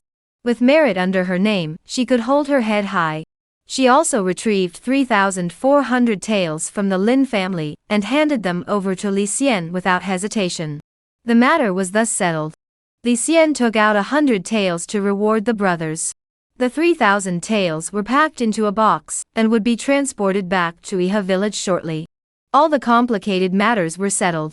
Wuwei Hall, inner courtyard. Li Xian dismissed everyone and sorted through the items obtained. An identity token, and a lower-tier martial arts manual. The identity token may be useful in the future. Keep it hidden on your person. As for the martial arts manual, the Thunderbolt finger technique, it appears to be of extremely high quality, far surpassing the Blue Lotus Palm in terms of completion. It is also a lower-tier martial arts manual. Chapter Yetbak Tsupse, Decoding the Silkworm Robe, Cultivating a Husband. Chapter Yetbak Tsupse, Decoding the Silkworm Robe, Cultivating a Husband. A full moon hung high in the sky, and the inner courtyard remained evergreen throughout the seasons. The Silent Heart Tower stood tall and majestic, its black walls bathed in silver light, with one side near the moon gleaming like silver paint. Li Xian heard the transmission, and dared not delay. He stopped his martial arts training, and immediately made his way to the base of the tower. From afar, he gazed at the tower, which stood tall and majestic, its meaning profound. Li Xian stood outside the door for a moment, before the lady's voice came through the air. Climb the tower. The Quiet Mind Tower was built with black bricks and red tiles, all made of extraordinary materials. It could stabilize the flow of water and wind, and protect the home. The lady was well versed in various fields, including feng shui, geomancy, architecture, alchemy, and herbal medicine. Her expertise was evident in every aspect of her life. Li Xian entered the tower, and a chill swept over him, refreshing and invigorating. After taking a few more steps, a warm breeze blew in. The coolness faded, replaced by a suffocating heat that made him restless. This was the marvel of feng shui design. The base of the tower was shaped like the bagua, regulating the balance of yin and yang. The pure winds from heaven and earth entered the tower, following the paths of the bagua, dividing into yin and yang winds, and then exiting through the main gate. The yin wind is light and floats, blowing away dust, sweat, and fatigue. Chapter Yetbak Tsupn, Inner Creation of Heaven and Earth, Who Killed Him? Your yin-yang herbal bath absorbs the medicinal properties, strengthening your muscles and bones, and deepening your understanding of the principles of yin and yang. Declining sun and waning blood sword proficiency ga 398. You bathe together, increasing your proficiency, with the waning sun decaying blood sword by ga sayet. The lady said, you are still young, your original young energy is not yet full. Your bones and muscles are not yet set. You have managed to cultivate a decent foundation through your own efforts, but it lacks structure. If you encounter a true prodigy, your foundation will inevitably be weak. Little immortal, from this day forward, you shall be my sword bearer. The position of commander may be handed over to that ding. It doesn't matter who it is, they dare not do anything. I will help you cultivate strong bones and a solid foundation. Don't you like that? Madame Wen saw Li Xian's complex expression. Li Xian thought to himself, having received such great kindness, I must repay it someday. Lady Wen, this makes me so conflicted. He wasn't afraid of calculations or schemes, but he feared genuine feelings. Li Xian said, Li Xian is deeply honored. Lady Wen smiled. Chapter 176, The Feast of the Heavenly Pride, the name of the evil officer. Li Xian forced himself to remain calm, bending down to examine Qiao Yu's body. He saw that the blood-sealing poison had taken effect swiftly, the toxin flowing into the heart meridians, causing instant death. However, there were no outward signs of anything amiss. Li Xian knew deep down that if he gave himself away, the lady would suspect him of disloyalty. After a moment, he said, there are no injuries on her body. Could she have committed suicide?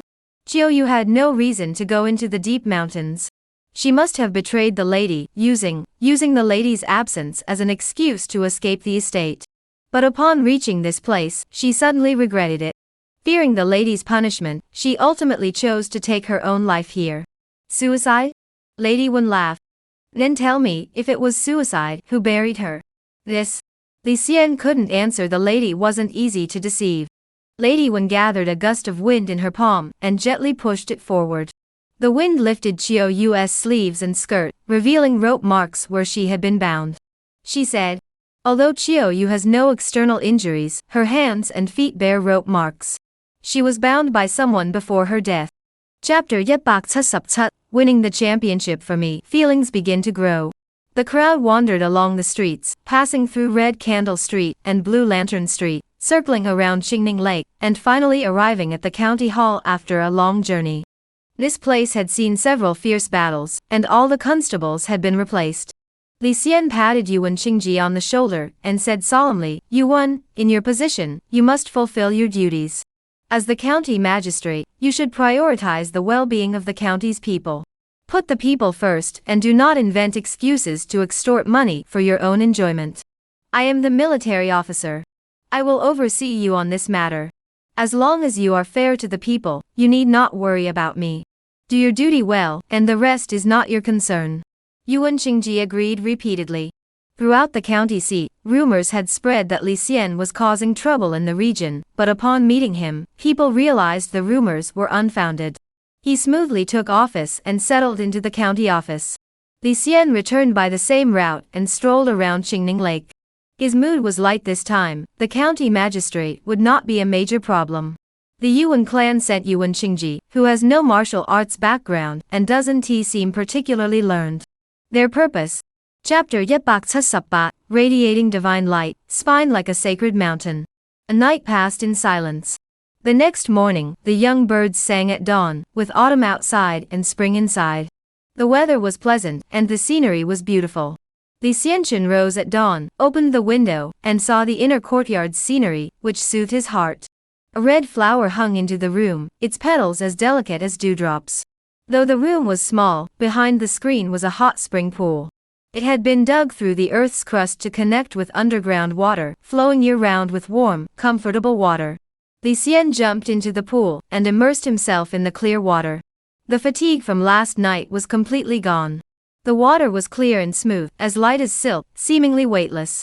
Li Xian submerged himself in the pool, swimming freely in all directions.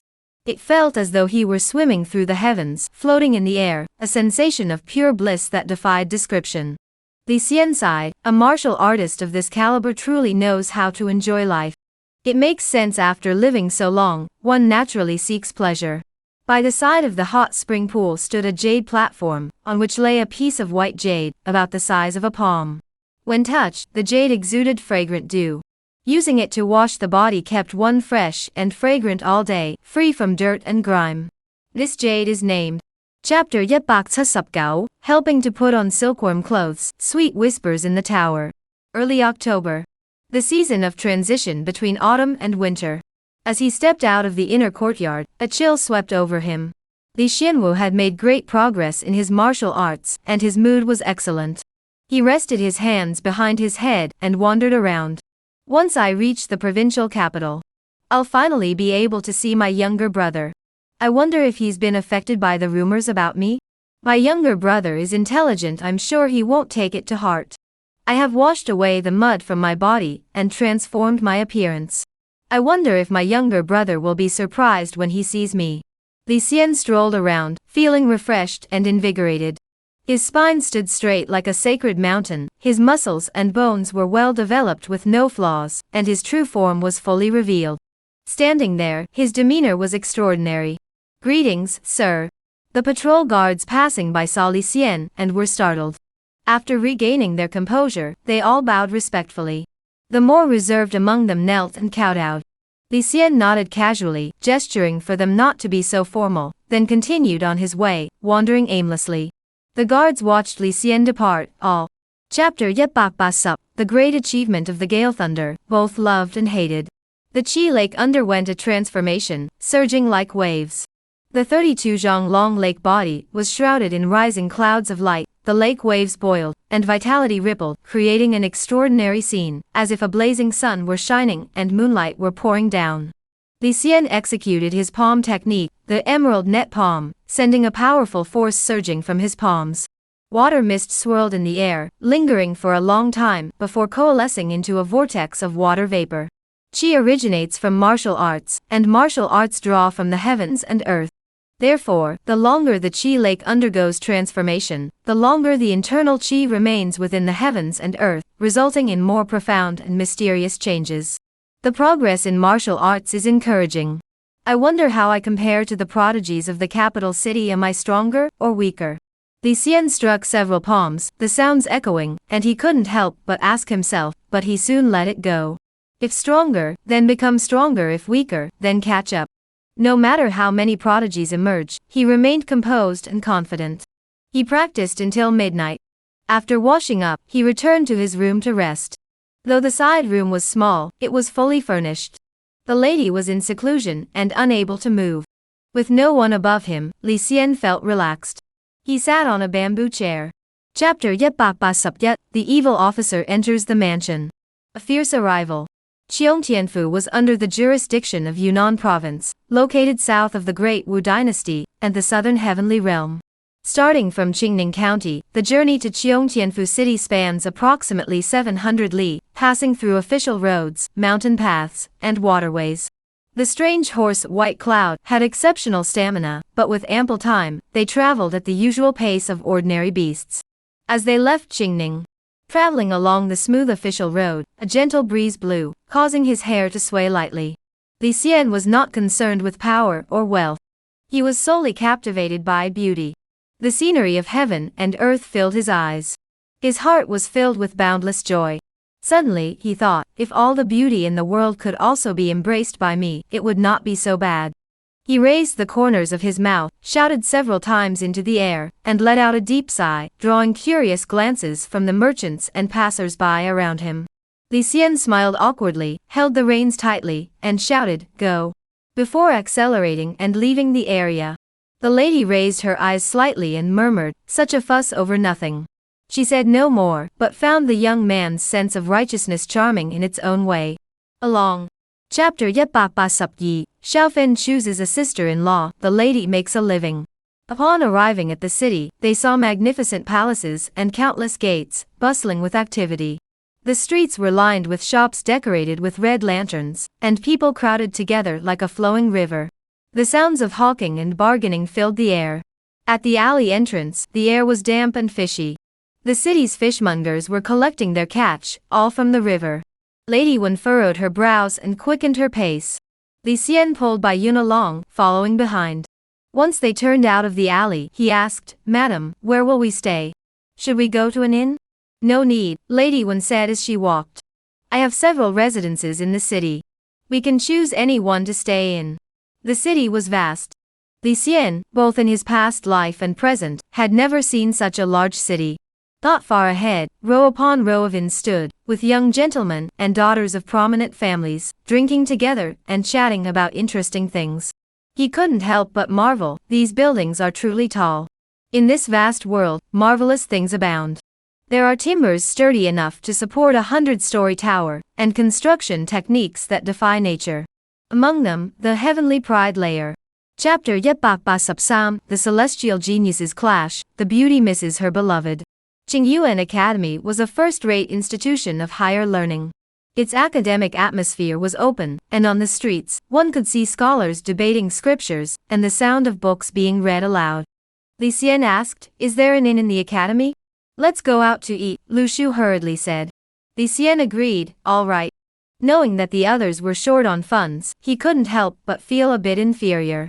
There were many fellow students within the academy, and being seen by them might lead to gossip, which wouldn't be pleasant. The five set off together. Along the way, Li Xian asked Xiao Fan about his daily life. Xiao Fan told him everything honestly. Life in the mansion was peaceful, mostly spent reading, writing, and debating principles and doctrines. Lu Shu, Hong Qingbing, and Lu Xian all looked somber. What Xiao Fan had described was only one aspect of life in the mansion. "Xian Gu, this noodle shop looks delicious. Let us eat here."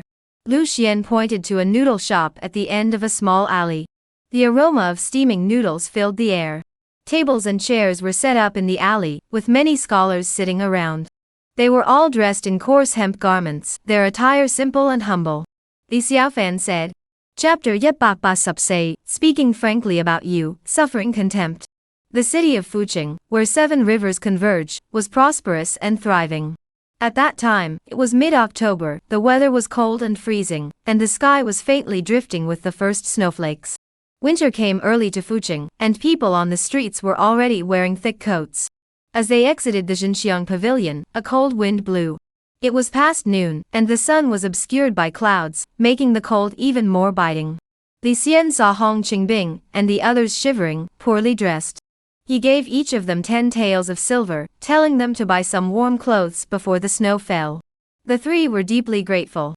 They made their way back to the imperial mansion. Soon, Li Xiaofan spotted Gu Nianjuan and called out to her. Gu Nianjuan, with her graceful demeanor, walked slowly toward him and said, "Little Fan." Li Xiaofan hurried over and asked, "Sister Gu, what brings you here?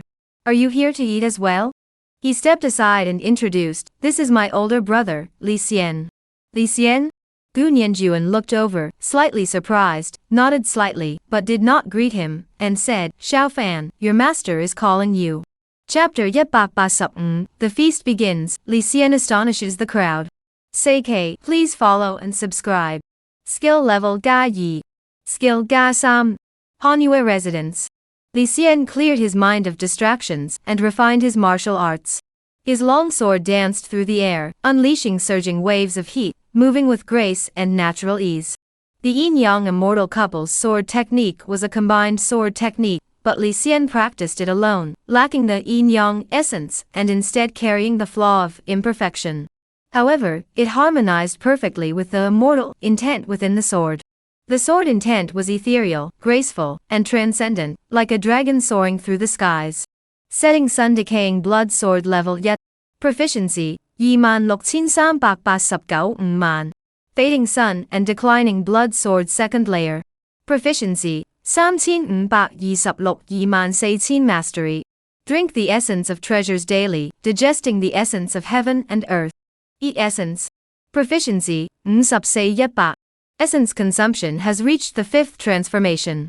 Li Xian's body is flawless. Wiping away the rouge from his brow, the red mole glows with a crimson light. Dancing with a sword in the snow, he displays a unique elegance. Li Xian has endured mockery. Chapter 188, Astonishing the Heroes, Understanding the Essence.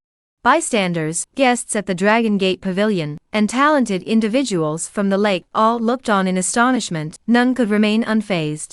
Rumors in the streets described him as demonic and monstrous. Qingning's evil constable, Li Xian, had an unusual appearance, his face covered in scars and disfigured, with a mouth as wide as a tiger's, capable of swallowing a child whole. His body emitted a foul odor, and his skin was covered in thick black hair. Even the gossip mongers in the city had only imagined his appearance, creating portraits and spreading them around with certainty.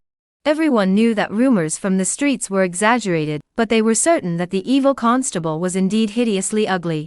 Now that they saw him, everyone wondered if the young master had come to the wrong place.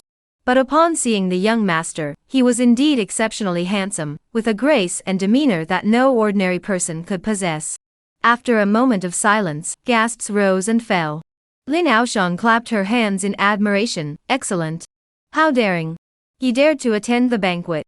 She was overjoyed. Grandmother, do you know him? An elderly clan member asked from the side. Lin Aoshan replied without taking her eyes off him, he is my friend. Longmen Tower. Gunyan Juan. Chapter 137. A single dragon's roar, the lady's purpose. Cold snow fluttered in the air. Fish in the lake were oblivious to the cold, frogs croaked on lotus leaves, and swans spread their wings in the depths of the lake. Since the banquet had just begun, the celestial prodigies maintained their etiquette and composure. They exchanged compliments during their conversations, creating a harmonious atmosphere. Peng Lianyun, sitting across from Li Xian, though he disliked him, did not cause trouble and instead chatted with the other prodigies about amusing stories. A moment later, 75 graceful women rowed their boats toward the banquet hall, carrying the second course of food. The woman at the front was exceptionally beautiful, dressed in a colorful skirt with flowing ribbons, specifically tasked with serving the dish to the most distinguished young nobleman. She walked gracefully to the front and ascended to the 7th floor. The other women followed closely behind, well-trained and disciplined. Soon, the second course was served to Li Xian's table. The dish was exquisitely crafted, far surpassing the previous one. It was shaped like a dragon, with claws and fangs, lifelike and golden scaled. It seemed as though it would take flight if placed in a lake. Miss, what is the name of this dish? Li Xian asked. Chapter 137. I ascended the peak, asking about martial arts at the high tower. Peng Lianyun, seeing this, grew even more anxious.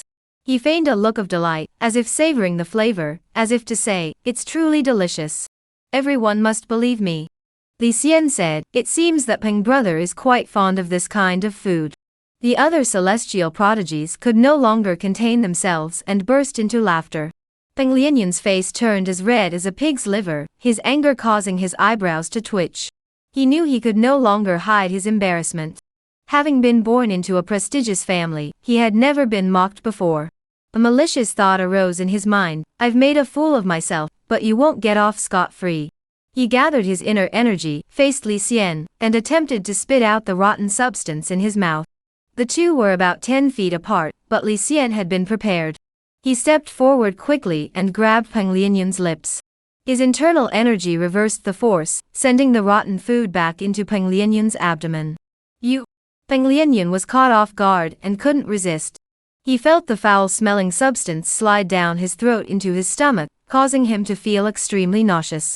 In a mix of fear and anger, he took several steps back and opened his mouth to curse.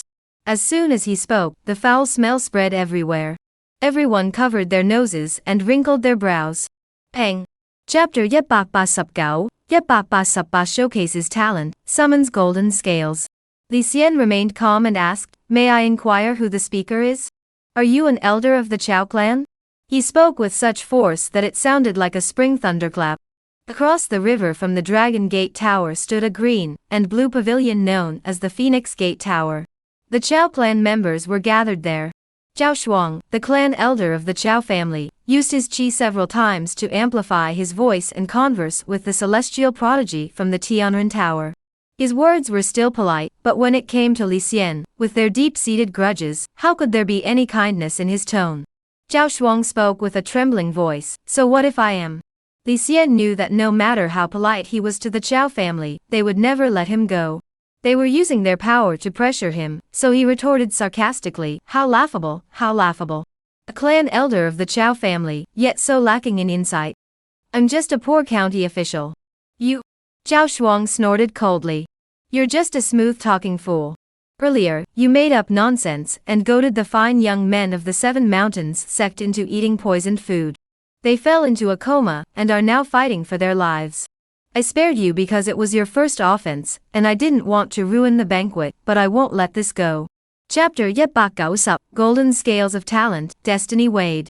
It turns out, over 100 years ago, 10 golden scales fell from the sky into a lake. The major clans drained the water and dug the ground, seeking the precious treasure.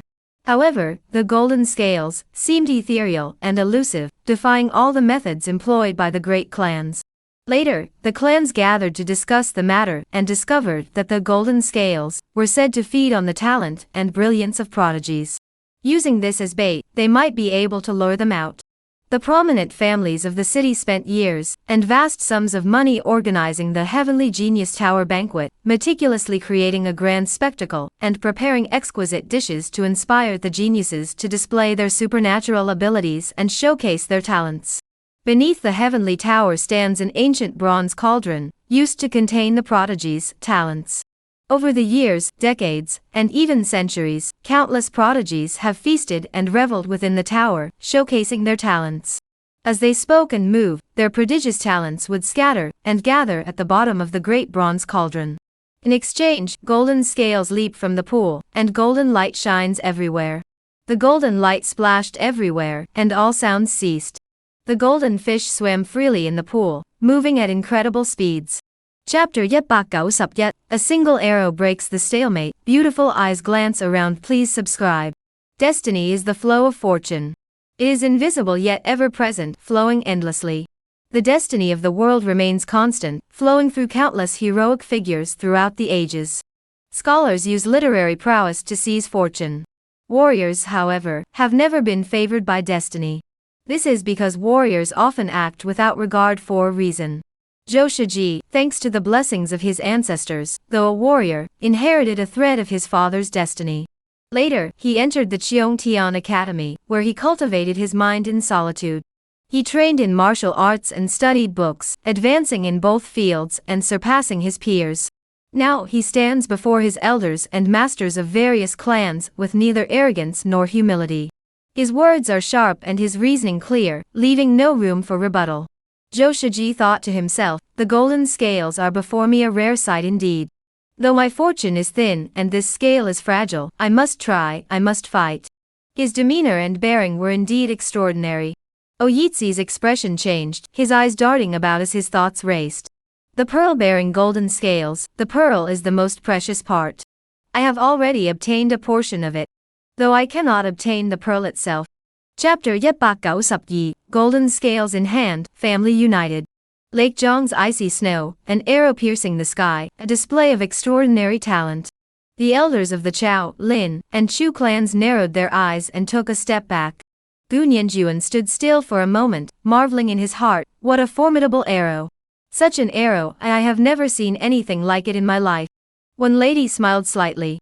Unconsciously, she found herself particularly drawn to watching Li Xian draw his bow and shoot. Li Xian's archery skills had reached the pinnacle of perfection. He shaped his spine like a sacred mountain, drawing the string with all his strength. When the string was fully drawn, it resembled the momentum of a sacred mountain, with his back pressed against a divine peak, and the arrow flew straight toward the enemy. Zhou Shiji's face twitched, and his hair stood on end. He dared not confront him head-on. Though the arrow carried no intent to kill, even the slightest touch would result in severe injury. In the critical moment, he disregarded his own safety and dived into the lake. The arrow plunged into the lake. Waves crashed skyward, but the arrow's force had diminished by 80%. Yet its momentum persisted, and it charged forward with relentless ferocity, destined to shatter the lake's surface. This arrow would not rest until it struck its target. Zhou Shiji cursed, damn it, how could there be such a clever and precise arrow in this world? Chapter 193 My Young Master, Trapped in a Dangerous Situation. Madame Wen's whereabouts were unpredictable, and her martial arts were extraordinary. No one knew when she had entered the scene. She held Li Xian in one hand, and the golden-scaled fish's tail in the other. The fish flapped its fins a few times before settling down. She spoke softly, good fish, go play in the water. She bent down and released it into the water. The golden scales seemed real yet unreal, tangible yet ethereal. Though it had the form of a fish, it was not a mere creature of the water. As it swam freely, golden light danced around it. Yet no matter how the golden scales darted about, they remained within 3 feet of her feet, implying, even with the talent of a golden scale, how could you escape my palm? Madame Wen raised her eyes and glanced at the old woman from the Chow family. She swept her sleeves, and a burst of energy erupted. The old woman swung her whip in resistance, but it was too late. In an instant, she was pushed into the lake, with the boat beneath her empty. Lady Wen withdrew her palm, and sucked the empty boat toward her. She raised her hand slightly. Li Xian understood her intent, supported her right hand, and stepped into the boat first, guiding her inside. The old woman sank into the water. As martial artists of the second realm, they dissolved upon entering the water, and were already submerged. Chapter 194. Overwhelming might, dust settles. A vast crowd surrounded the lake, a sight of unimaginable grandeur. Zhao Shuang surveyed the scene. His clan soldiers were strong and well equipped, and his city troops were fully prepared. All were clad in iron armor, wielding sharp steel swords, and holding powerful bows. A surge of pride welled up within him. Even if you're powerful, what can you do? My clan and the city have both trained our own troops. They've been carefully cultivated, and are the cream of the crop among soldiers. At my command, they'll draw their bows and arrows, and a rain of arrows will come from all directions. What then? Even if they don't harm you, the subsequent tactics will make you taste their full force. You're alone, how can you possibly withstand us? Your wife, the sword-breaking lady, is indeed formidable, but you need only step ashore. Our garrison troops will form a tight formation, and I, Zhao Shuang, will personally lead the charge. Combined with our specialized weapons and water-based tactics, you will learn the true meaning of our strength. Lady Wen laughed. What a hero of the city. You deliberately said to spread out in all directions earlier. It was all a ploy to trap my daughter in the lake. The old woman of the Chow family was severely injured, with her liver and spleen shattered. However, her martial arts foundation was deep, and after being fed healing elixirs, she could now speak. She cursed. Chapter 195. The essence of precious arts, delighting the lady. Zhou Shiji stood there dumbfounded, utterly at a loss. It was noon, and the first snow had been falling for several hours, causing frost to form on the lake's surface. Screams echoed in the air. Zhao Shuang, Lin Bei, Yuan Ho, the elders of various tribes were not dead, but their fates were pitiful. Almost all were either completely or partially disabled. Oyitsi had sought to share the spoils, but ended up losing his beloved finger, and his forging skills were no longer what they once were. This. Zhou Shiji stared blankly at the street. Seeing Li Xian supporting his wife and walking toward the distance, he felt a mix of jealousy and admiration.